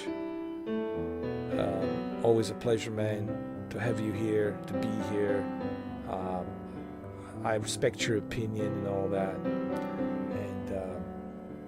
Early on, man, I wasn't trying to, like, you know, be negative. It's just, you know, when it comes to the news, Savage, I don't like the news today. It's so negative, you know, and it's just, you know, I'm sorry if I maybe, you know, it's just, I try to focus on, you know, us having a good time. You know, the news is always bad. It's always some negative shit, you know, but us being here, I want us to have a good time, to be positive, and just focus on enjoying the moment of having a good time, you know. You know what I mean? But as always, man, I appreciate you. You know that, man. I love you. Appreciate every single one of you. You know, all of you. Benny, Jose, my lovely Renee, Shuki, Savage, everybody on the sidelines. Listen, everyone on the sidelines. I appreciate every single one of you. Malik, I know you're watching. Thank you, Malik. Malik always shares my videos on the Twitter, and you know, he's a great supporter of this channel. Great guy, wonderful human being. Malik, it's a wonderful human being. I love him, man. Great guy. And all of you are wonderful, man. All of you, just wonderful. And what else I wanted to say? Yeah, I want to focus on a positive, yeah, Savage, you know, because there's so much negative out there, you know, and that's what I try to do, to uplift. You see, I don't want the negative emotions, because negative emotions are not good for you. I want to uplift. I'm aware, of course, of what's going on around the world. I'm aware of what's happening, sure. But I want people to be uplifted and have a great time, you know.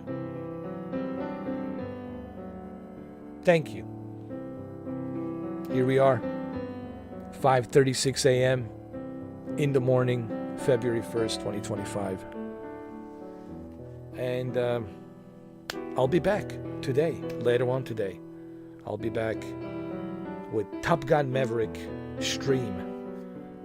Trust me, what I mean by that, you'll find out what I mean by Top Gun Maverick. It's really good. It's going to be fun, trust me. You guys will have fun for sure. Because it's been a long time since I've done this type of a Top Gun Maverick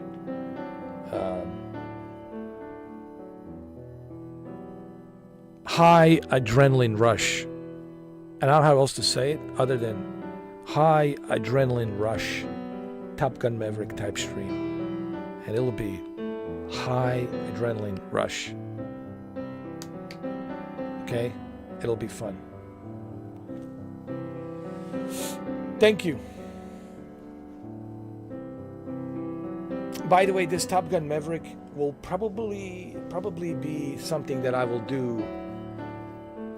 It'll be like a couple of hours.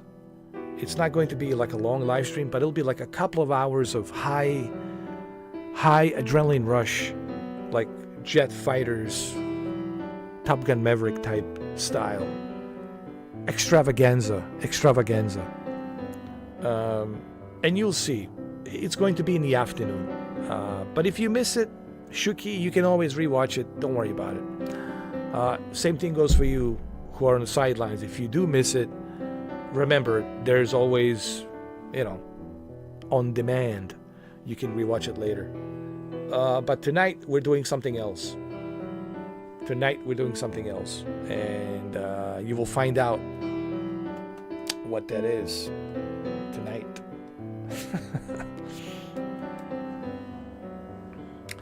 All right, well, it's Saturday. It is weekend. And happy weekend, everyone. God bless you all. God bless everyone. God bless America. And God bless all of the human beings on this planet. God bless all of you. I wish you peace, happiness, and great health. God bless you all.